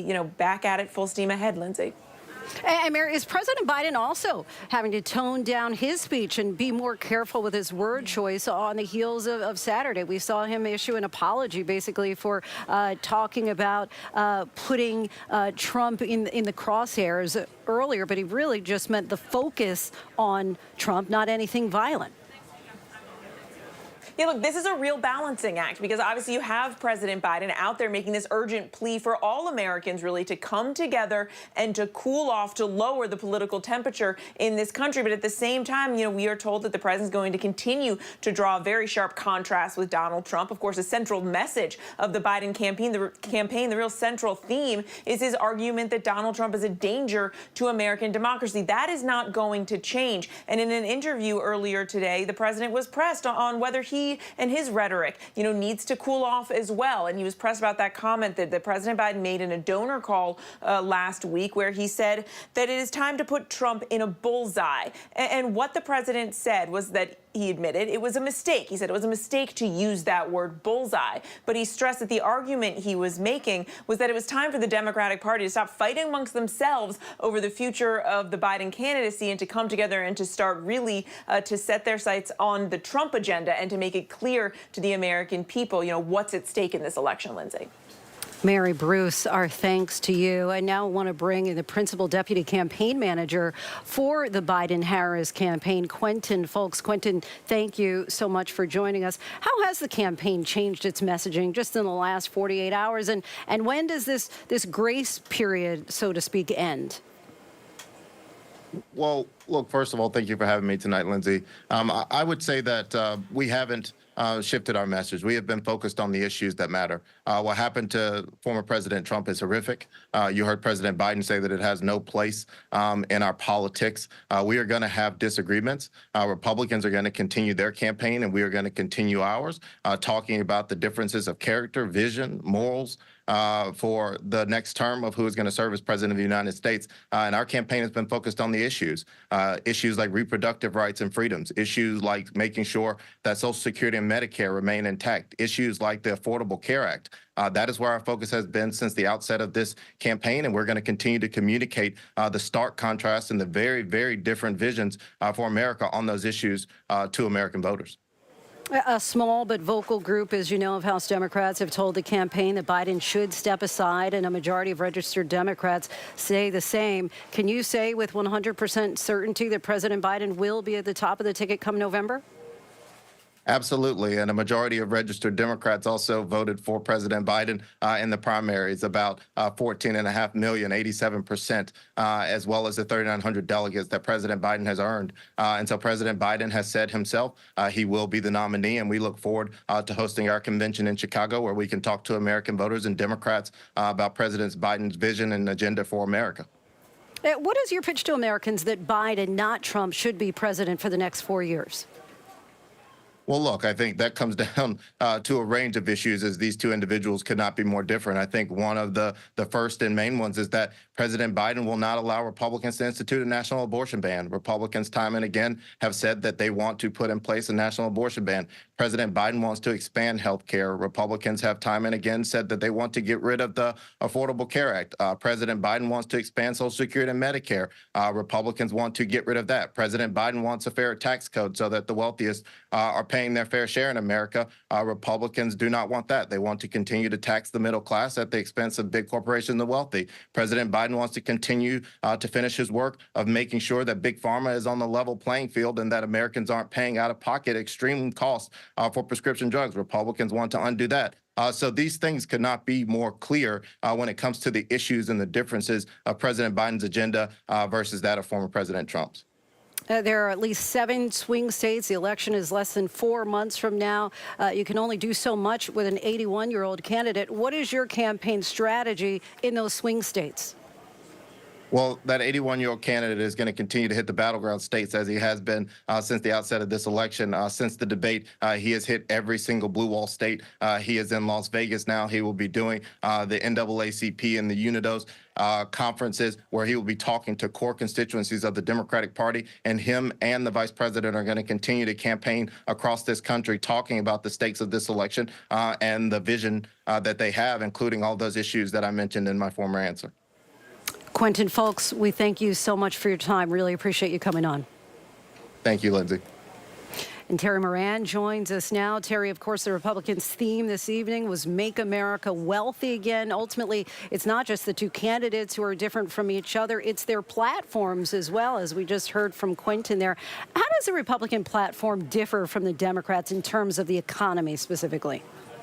What we just heard, as you say, from Quentin Fulks, some of the big differences. Donald Trump is a salesman, and so naturally he's going to say everything will be better. But if you look down, while there aren't a ton of specifics in the Republican platform, you do see that he plans on ending taxes on tips. That's one of his goals. He's going to renew and re-up those tax cuts that were passed during his administration, which are set to expire in the next 4 years. He's also for tariffs.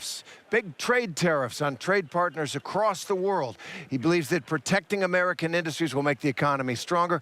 And immigration. He's tough on immigration in part because he says it's an economic policy, that immigration, especially the numbers that we've had and the way that so many people are not within the lawful structure, presses down on the wages of lower class workers. And that is part of his program as well. Says he'll bring down inflation, not too specifically, bring down the budget, no specifics there.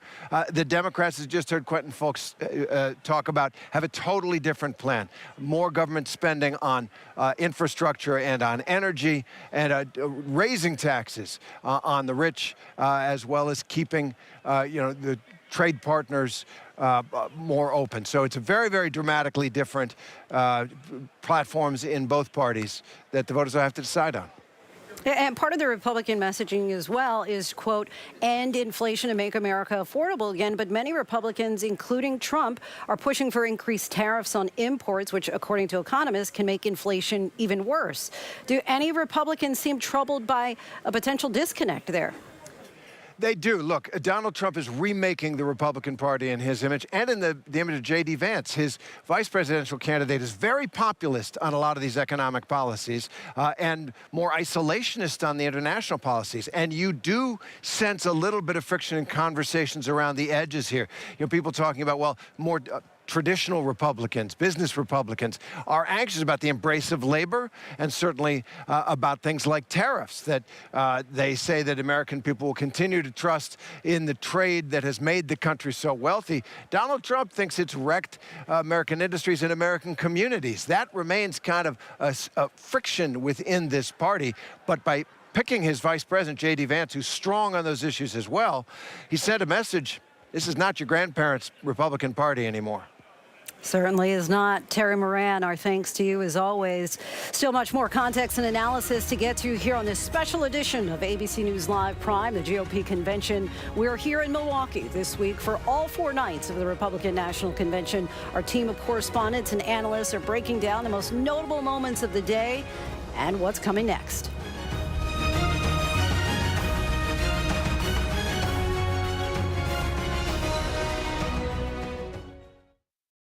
Whenever news breaks. We are here in Israel, a nation at war after that brutal surprise attack by Hamas. On the ground in Ukraine, reporting from Lewiston, Maine. The scene of a horrific mass shooting. ABC News Live is right there everywhere. From the scene of that deadly missile strike in Dnipro, Ukraine. Reporting from the earthquake in Turkey. In Rolling Fork, this tornado tore through this little town. From the most devastating disaster in Hawaii. From Charleston, South Carolina, on the 2024 campaign trail. In Iceland, let's go. Traveling with the president in Mexico City. Wherever the story. From the front lines. From southern Israel. Outside the Gaza Strip. In Beirut. From the FBI. Reporting from the nurses on the picket line. Here at 10 Downing Street in London. Streaming live to you. Wherever the story is. Wherever the story is. Wherever the story is. We're going to take you there. You're streaming ABC News Live. ABC News Live. You're streaming ABC News Live. ABC News Live. Streaming free everywhere. America's #1 streaming news. Is some kind of a bold demon here. Somebody is killing young black women. The fear was just insane. I was not going to stop until I found out who did this. He knew all of his victims. He portrayed himself as a good friend. Now Friday, the prison interview with the killer. Once I touched him, it's over. And the first interview with the only surviving victim. 2020, Friday night on ABC. Let's go. The ship is incredible. It feels like living in a science fiction movie. We just saw what no one has seen before. Wow, look at that. Oh my gosh. Well, dead ahead. We are heading into the unknown. Hammer, hammer, hammer. It doesn't get any more cutting edge than this.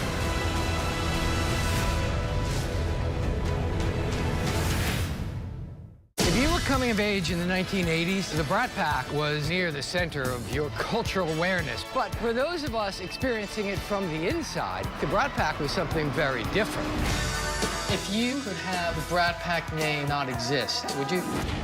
I hated the Brat Pack. What a disaster. Why did we take it as an offense? Andrew? I'm not going to say we were the Beatles or anything. Well, we didn't fill Shea Stadium. 1985? I think we could have. There is a price to be paid every time a survivor shares their story. I will not be silenced. Do you feel the church accepted abuse? I wouldn't say accepted it as so much pretended it didn't exist. Yep, that's him. Yep. Ready? Kira Phillips with ABC News. Does your church protect sexual predators? The powerful new Impact by Nightline. Secrets of the 2x2 Church. There's nothing pretty about hearing this. Now streaming on Hulu. Welcome back, everyone. Day one of 2024 Republican National Convention here in Milwaukee, now in the books. Thanks so much for staying with us. ABC's Washington Bureau Chief Rick Klein joins us once again. And Rick, since the attempt on former President Trump's life, the message from both parties really has been to tone down the rhetoric. How long do you think that that'll last? Well, it's really a question of how long the speakers inside this room can keep that truce. The campaigning will be back. The messaging will be back. A question to my mind is if it's changed at all. Tonight was very muted compared to what you normally get at a political convention in either party. There was a lot of red meat that was not served, the delegates. And I listened to the ovations that people like Marjorie Taylor Greene and Lieutenant Governor Mark Robinson got. These are conservative firebrands. They are heroes in this room. People were really jazzed to hear from them. And then I listened to their speeches, and it was your basic Republican speech. Yeah, they were attacking Democrats, they were attacking Joe Biden, but it wasn't nearly the kind of talk that you normally hear. We didn't hear about stolen elections. In fact, we heard Donald Trump saying it's okay to vote by mail. Other than the now notable mistake with the teleprompter from Ron Johnson, you didn't have a lot of over-the-top rhetoric tonight, and I think it's very much by design. Now, will it last? Look, I know the people in this audience are very somber right now. They're also very optimistic about the direction of the campaign. That will change. All of that will change. I do think we'll be back to something resembling the old normal, but at least for tonight, this was a united room, a united party trying to preach some kind of a unity beyond. And Rick, on the other side, has the effort, would you say, to convince President Biden to step aside quieted? Yes, it's been paused at the very least. A number of Democrats I talked to said, look, that's just not what the conversation's about right now. They need to respect this moment. This is the Republican convention anyway. It might have quieted anyway, but certainly after Saturday night, the talk of just replacing Biden on the ticket kind of fades away a little bit. Now, of course, Biden did an interview today. He'll do another interview tomorrow. There's some good moments, some not good moments. Lots of Democrats are still watching those moments. I think if I predict forward a little bit here, Lindsay, I think the next week or so will be critical when polls come out after this convention. We'll see how the rest of this convention goes. And then after that, do we continue to see Biden slip in polls, or do we see him start to slip significantly in polls? And if so, what kind of conversations does that drive? I don't think that he is out of the woods when it comes to the concerns in the Democratic Party. I think a lot of Democrats are going to be thinking about Saturday and this week and saying the threat of Donald Trump to them winning is even more real than it was before. And let's put a finer point on that, because with less than 4 months to go before the election, polling in the swing states has barely moved at this point, though Trump has consistently led in many of them by smaller margins. Are Democrats concerned that events like this convention could put Biden further behind? Yeah, and just to point of reference here, that the 538 polling average has had this to be a very stable race over a very long period of time. And here are some of the latest national polls that we've seen. You see our poll basically had a tied earlier in the week. You're seeing Trump +1, +2. But in the battleground states, it is a much different portrait, and that's where you start to see the real slippage in the polls. This is where Joe Biden has to win. He's got to win these battleground states. He won 6 out of the 7 of these states. Right now, he is down in all 7. And check this out. Here in the Midwest, that's the old blue wall. When you saw the union leader tonight talking about the backbone of America, when you hear about J.D. Vance being from Ohio, being from a region that's now a little bit redder, but very close to that battleground state of Pennsylvania, those are the areas right now where Joe Biden is closest. That's a path to the presidency for him. But if Donald Trump is able to add to the margins there and win, he is going to be elected the next president. And I think that focus on the Midwest by having the convention right here in Milwaukee is a big piece of it. Choosing J.D. Vance, even though, again, Ohio is in a battleground state, I think very much plays into the value that the campaign sees on the heartland, on the Midwest. Ohio, that neighbor of the all-critical Pennsylvania. Rick Klein, our thanks to you as always. Still much more context and analysis to get to here on this special edition of ABC News Live Prime, the GOP convention.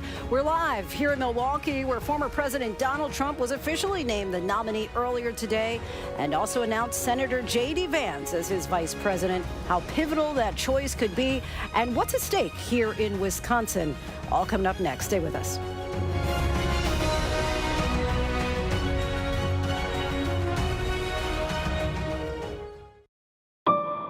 What does it take to be the most watched newscast in America? An operation to capture ISIS fighters. Is this our combat operations center? We're approaching the gate now. Militants came in from 4 or 5 different directions. Operational nuclear reactor. So you have a couple loaded and ready to go. The house is destroyed, but the flag, there's not a tear in it. Not a tear in it. How important is this label right here, Made in the USA? Look at your smile. You're proud of this. I love this. Great work. Hi. Where are you? Where are you? Appreciate you. Thank you, David. Good to meet you. Ismail? David. David. Yes, yes. I'm David Muir. I know who you are. You Watch do? you every night. ABC's World News Tonight with David Muir is America's most watched newscast. If you were coming of age in the 1980s, the Brat Pack was near the center of your cultural awareness. But for those of us experiencing it from the inside, the Brat Pack was something very different. The critics agree. Hated the Brat Pack. What a disaster. Why did we take it as an offense? I'm not going to say we were the Beatles or anything. Well, we didn't fill Shea Stadium. 1985? I think we could have. All right, let the dogs out, please. I don't think he's going to give you a hard time. Even if he gives me a hard time, I'm the right guy. You can handle it. I want to make sure that we all learn together. Calm confidence. Calm, confident, calm, surrender. Everything that he's taught has become a reality. We are so grateful and impressed. I feel like crying. You changed our world. It is a beautiful thing to see. As you rehabilitate the dog, you also rehabilitate you.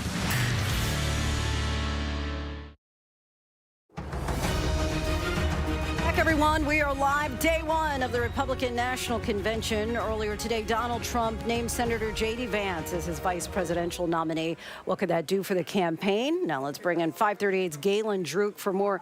Galen, how much do VP picks matter when it comes to winning over voters? It's a good question because we all pay a lot of attention to this in the media, and it was something of the news of the day today. When you look at the actual evidence from past elections, vice presidential picks very, very rarely actually make the difference. The top of the ticket, the presidential nominee, is generally so well known and has so much more airtime in front of the American public that when Americans go to the ballot box in November, that's really who they're going to be thinking about. And in this case, Biden and Trump are universally known by Americans, and so that's really what's going to motivate them. The overarching principle of picking a VP is do no harm. So the canonical example of doing some harm to your campaign is 2008's John McCain picked governor of Alaska, Sarah Palin. And what we saw in the polling was actually interesting. It redounded to his disadvantage, not because so much they didn't like Sarah Palin, Americans, which was the case to a certain extent, but that they actually judged his decision-making abilities, John McCain's decision-making abilities, worse after he made that decision. So at the end of the day, in many ways, it still reflected on the top of the ticket. As Sean O'Brien, president of the International Teamsters Union, spoke, he was really the keynote of tonight. And while the organization has yet to endorse a presidential candidate, it wasn't an endorsement, but it sounded like an endorsement. How big of a shift does this signify in the GOP, considering especially that in 2020 they endorsed Biden? Linsey, this was a pretty remarkable moment for the Republican Party, and actually for me personally. I used to cover politics here in Wisconsin when Scott Walker was governor, and he enacted Act 10, which was extremely divisive in the state. It essentially dismantled public unions, and then he later passed right to work, which weakened private unions as well. So to hear Sean O'Brien on stage in Milwaukee, Scott Walker was actually in the audience tonight listening to this, basically trash corporations and say that were it not for unions like ours, corporations would treat Americans terribly. I mean, it was really remarkable. I should say here that at events like this, these are sort of advertisements for the parties. So they want to put their best foot forward. They want to make a pitch to voters who may not naturally be part of their constituency. But still, to even have allowed that as in prime time, he mentioned that he was there at the request of the Republican nominee. This is quite a bit of a break from the sort of right-to-work policies or Act 10 policies that we were used to in the Tea Party era of the 2010s. So really quite remarkable, Linsey. Of course, we're here in Wisconsin. There are those here who say, so goes Wisconsin, so goes the election. And the party was obviously very intentional about using Milwaukee for the backdrop of this moment. Talk to us about the role that this state played traditionally in politics the last couple of elections.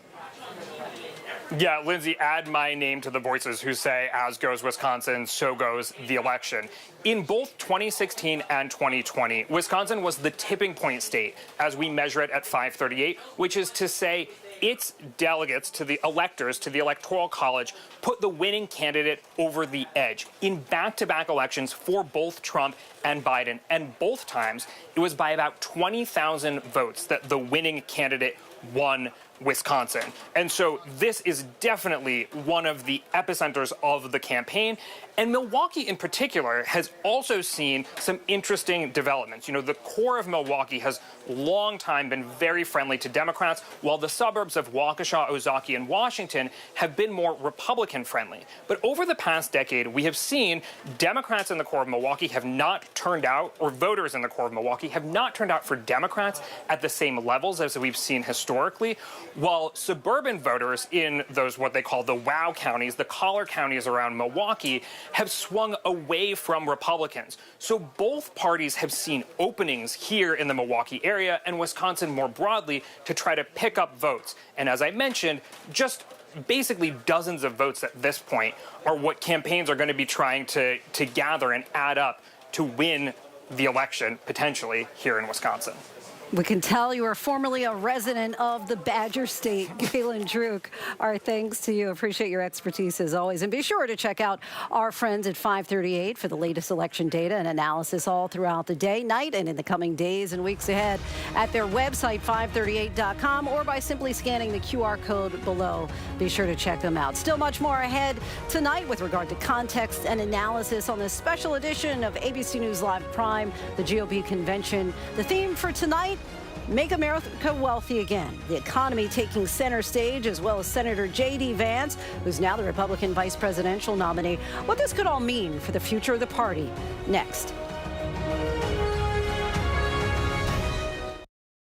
Whenever, wherever news breaks, it's so important to always remember that lives are changed. Here in London, in Buffalo, Uvalde, Texas, Edinburgh, Scotland, from Poland once again tonight. Thank you so much for streaming with us. Ukrainian refugees here in Warsaw. Do you think you'll ever be able to go back home? We're heading to a small community outside of Mexico City. Splintered houses and splintered lives. The magnitude of the devastation. You're streaming ABC News Live. Reporting from Rolling Fork, Mississippi, Santa Fe, New Mexico, Raleigh, North Carolina, the U.S. Capitol, Mayfield, Kentucky, Minneapolis, Mexico, Tongass National Forest, Alaska. Getting you behind the stories as they happen, giving you a front row seat to our world as it plays out in real time, live. ABC News Live Prime. We'll take you there. Stream ABC News Live weeknights, America's most honored streaming news program, only on ABC News Live. Streaming free right now wherever you stream your news. Let's go. The ship is incredible. It feels like living in a science fiction movie. We just saw what no one has seen before. Wow, look at that. Oh my gosh. Well, dead ahead. We are heading into the unknown. Hammer, hammer, hammer. It doesn't get any more cutting edge than this.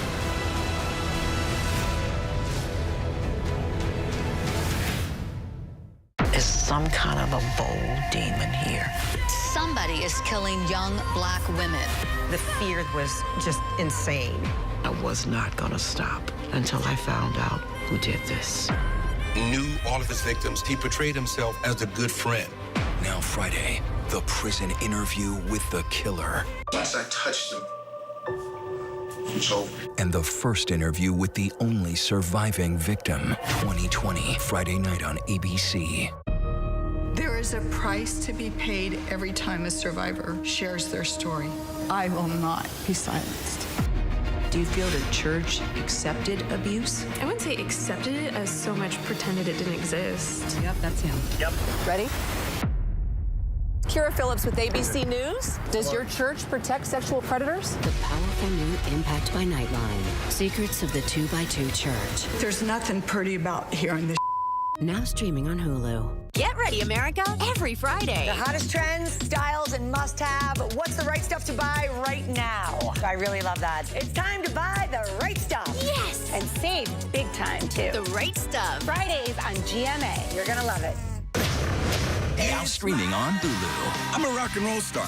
I'm not a saint. I'm John Bon Jovi. John Bon Jovi. The new special, what you have not yet seen. John Bon Jovi with Michael Strahan. Now streaming on Hulu. Welcome back, everyone. Night one of the 2024 Republican National Convention is now in the books. And for more, we bring in ABC News political contributor Sarah Isker, a former Trump administration official, and Christina Sinsoon Ramirez, the president of Next Gen America. Thank you both so much for joining us. Sarah, let's start with you. Give us a sense, were there any speeches tonight in particular that made the biggest impression on you tonight? Well, certainly the Teamster representative who got the longest speaking time was a break from past Republican national conventions that you may have seen. Now, he stopped short of endorsing President Trump, but it was certainly a new message for the Republican Party to be reaching out to those union members and voters in states like Michigan, Wisconsin, Pennsylvania that are going to be so important if Donald Trump is going to win this thing. Christina, I want to bring you in here. Obviously, one of the most notable moments today was Ohio Senator J.D. Vance being named Trump's running mate. What kind of impact will he have on the race? I mean, I don't think he's going to have much of an impact. He's not from a swing state, but I do think what he represents, and also the fact that he has questions on the realities of climate change, that he has supported a national abortion ban, and that he is a diligent supporter of Donald Trump. Now, of course, he's flip-flopped like many politicians do. He said he was a never Trump guy. He said that he likened in personal texts Trump to our Hitler, and now he's his vice president. And so he has said that he will not support the 2024 electoral outcomes. He hasn't committed to doing that. And so I think this is a real sign of building a party and building a vice president from Pence that will do Donald Trump's bidding no matter the cost to the American public. Sarah, your thoughts on J.D. Vance? Again, this is a really different Republican National Convention than we've seen in the past. You know, I mentioned the Teamster guy speaking, and you heard sometimes chants from the crowd saying right to work, kind of an old school Republican position that was anti-union. Here you see J.D. Vance, which I think is a symbol of a real change in conservative political philosophy, a move from limited government to lots of government just for conservative outcomes. That's going to be a change. It's no more the Reagan three-legged stool of foreign policy, social conservative stuff, and limited government. You're now seeing softening on abortion, a real change in foreign policy compared to the Cold War and post-Cold War Republican Party. And with J.D. Vance as the pick, a change from that limited government part where he's praised certain Biden cabinet officials like Lena Khan at the FTC as saying his favorite cabinet official. Sarah, what do you think are some of the biggest questions that he's going to need to answer about his candidacy for vice president? Well, certainly, as Christina brought up, the thing that's going to dog him are his past statements about Donald Trump. Now, his pushback has been that he bought into the media's lies about Donald Trump, and once he saw him in office, he changed his mind. You know, when you're explaining, you're losing is the argument against that. But J.D. Vance's positions are at odds with a lot of Republicans who still are those Reagan Republicans. As this party changes, as it becomes a less wealthy, more racially diverse party, and these two parties realign, there's going to be some friction there. And Christina, until this weekend, President Biden has been facing a number of questions about if he should stay in the race or make way for another candidate. Have the events of the past few days changed that? I think right now the Democratic Party is focused on being able to still make the case against Donald Trump. That I think it's right of President Biden to call out and say that we need to lower the temperature in the rhetoric. And I think it's also important to say that we need to hold Donald Trump accountable for the threats he does pose to democracy. I am glad to see that the RNC today was a little less heightened in its rhetoric, but Donald Trump at his previous rallies, and I hope that stays the course, because at his previous rallies, Donald Trump has called for his supporters to punch violently protesters. He has, in the case of Charlottesville, said there were many good people marching that later, of course, murdered Heather Heyer by running her over. When Nancy Pelosi's husband was attacked, he mocked and jeered her. When Gretchen Whitmer was, when it was exposed that she had kidnappers that wanted to kill her, he at a rally also mocked her safety, mocked these instances of political violence. So I think it's really important that we also continue to put the light on Donald Trump and any rhetoric that will foment violence in our democratic process. We need peaceful transfers of power, peaceful, nonviolent participation in electing our officials that enact a vision that we believe in, fight for, or protest against, but do so in a peaceful manner. Let me just circle back, if you don't mind, Christina, just to see. I mean, obviously the focus right now is the Republican National Convention, but do you think once we're more removed from the assassination attempt, once the convention is over, that those calls for Joe Biden to step aside will go away? I think that there's going to continue to be questions, and the Biden campaign and President Biden have to answer those. And I think that they have started to try and answer them, but they need to be able to do more. I think there are legitimate questions and concerns that voters have about what they saw at that debate. And so that will take time, and there will continue to be questions from other elected officials. I think that there's a pause right now because of the National Convention, but I think those calls and those questions will continue post-convention. Christina Sinsoon Ramirez, Sarah Isker, we thank you both for your insight and time. And that is a wrap on night one of the Republican National Convention. We'll have complete coverage of the entire 2024 RNC from here in Milwaukee, streaming all week right here on ABC News Live. I'm Linsey Davis. ABC News Live is here for you all night with the latest news, context, and analysis. You can always find us on Hulu, Roku, Pluto TV, the ABC News app, and of course on abcnews.com. Thank you so much for streaming with us. Have a great night.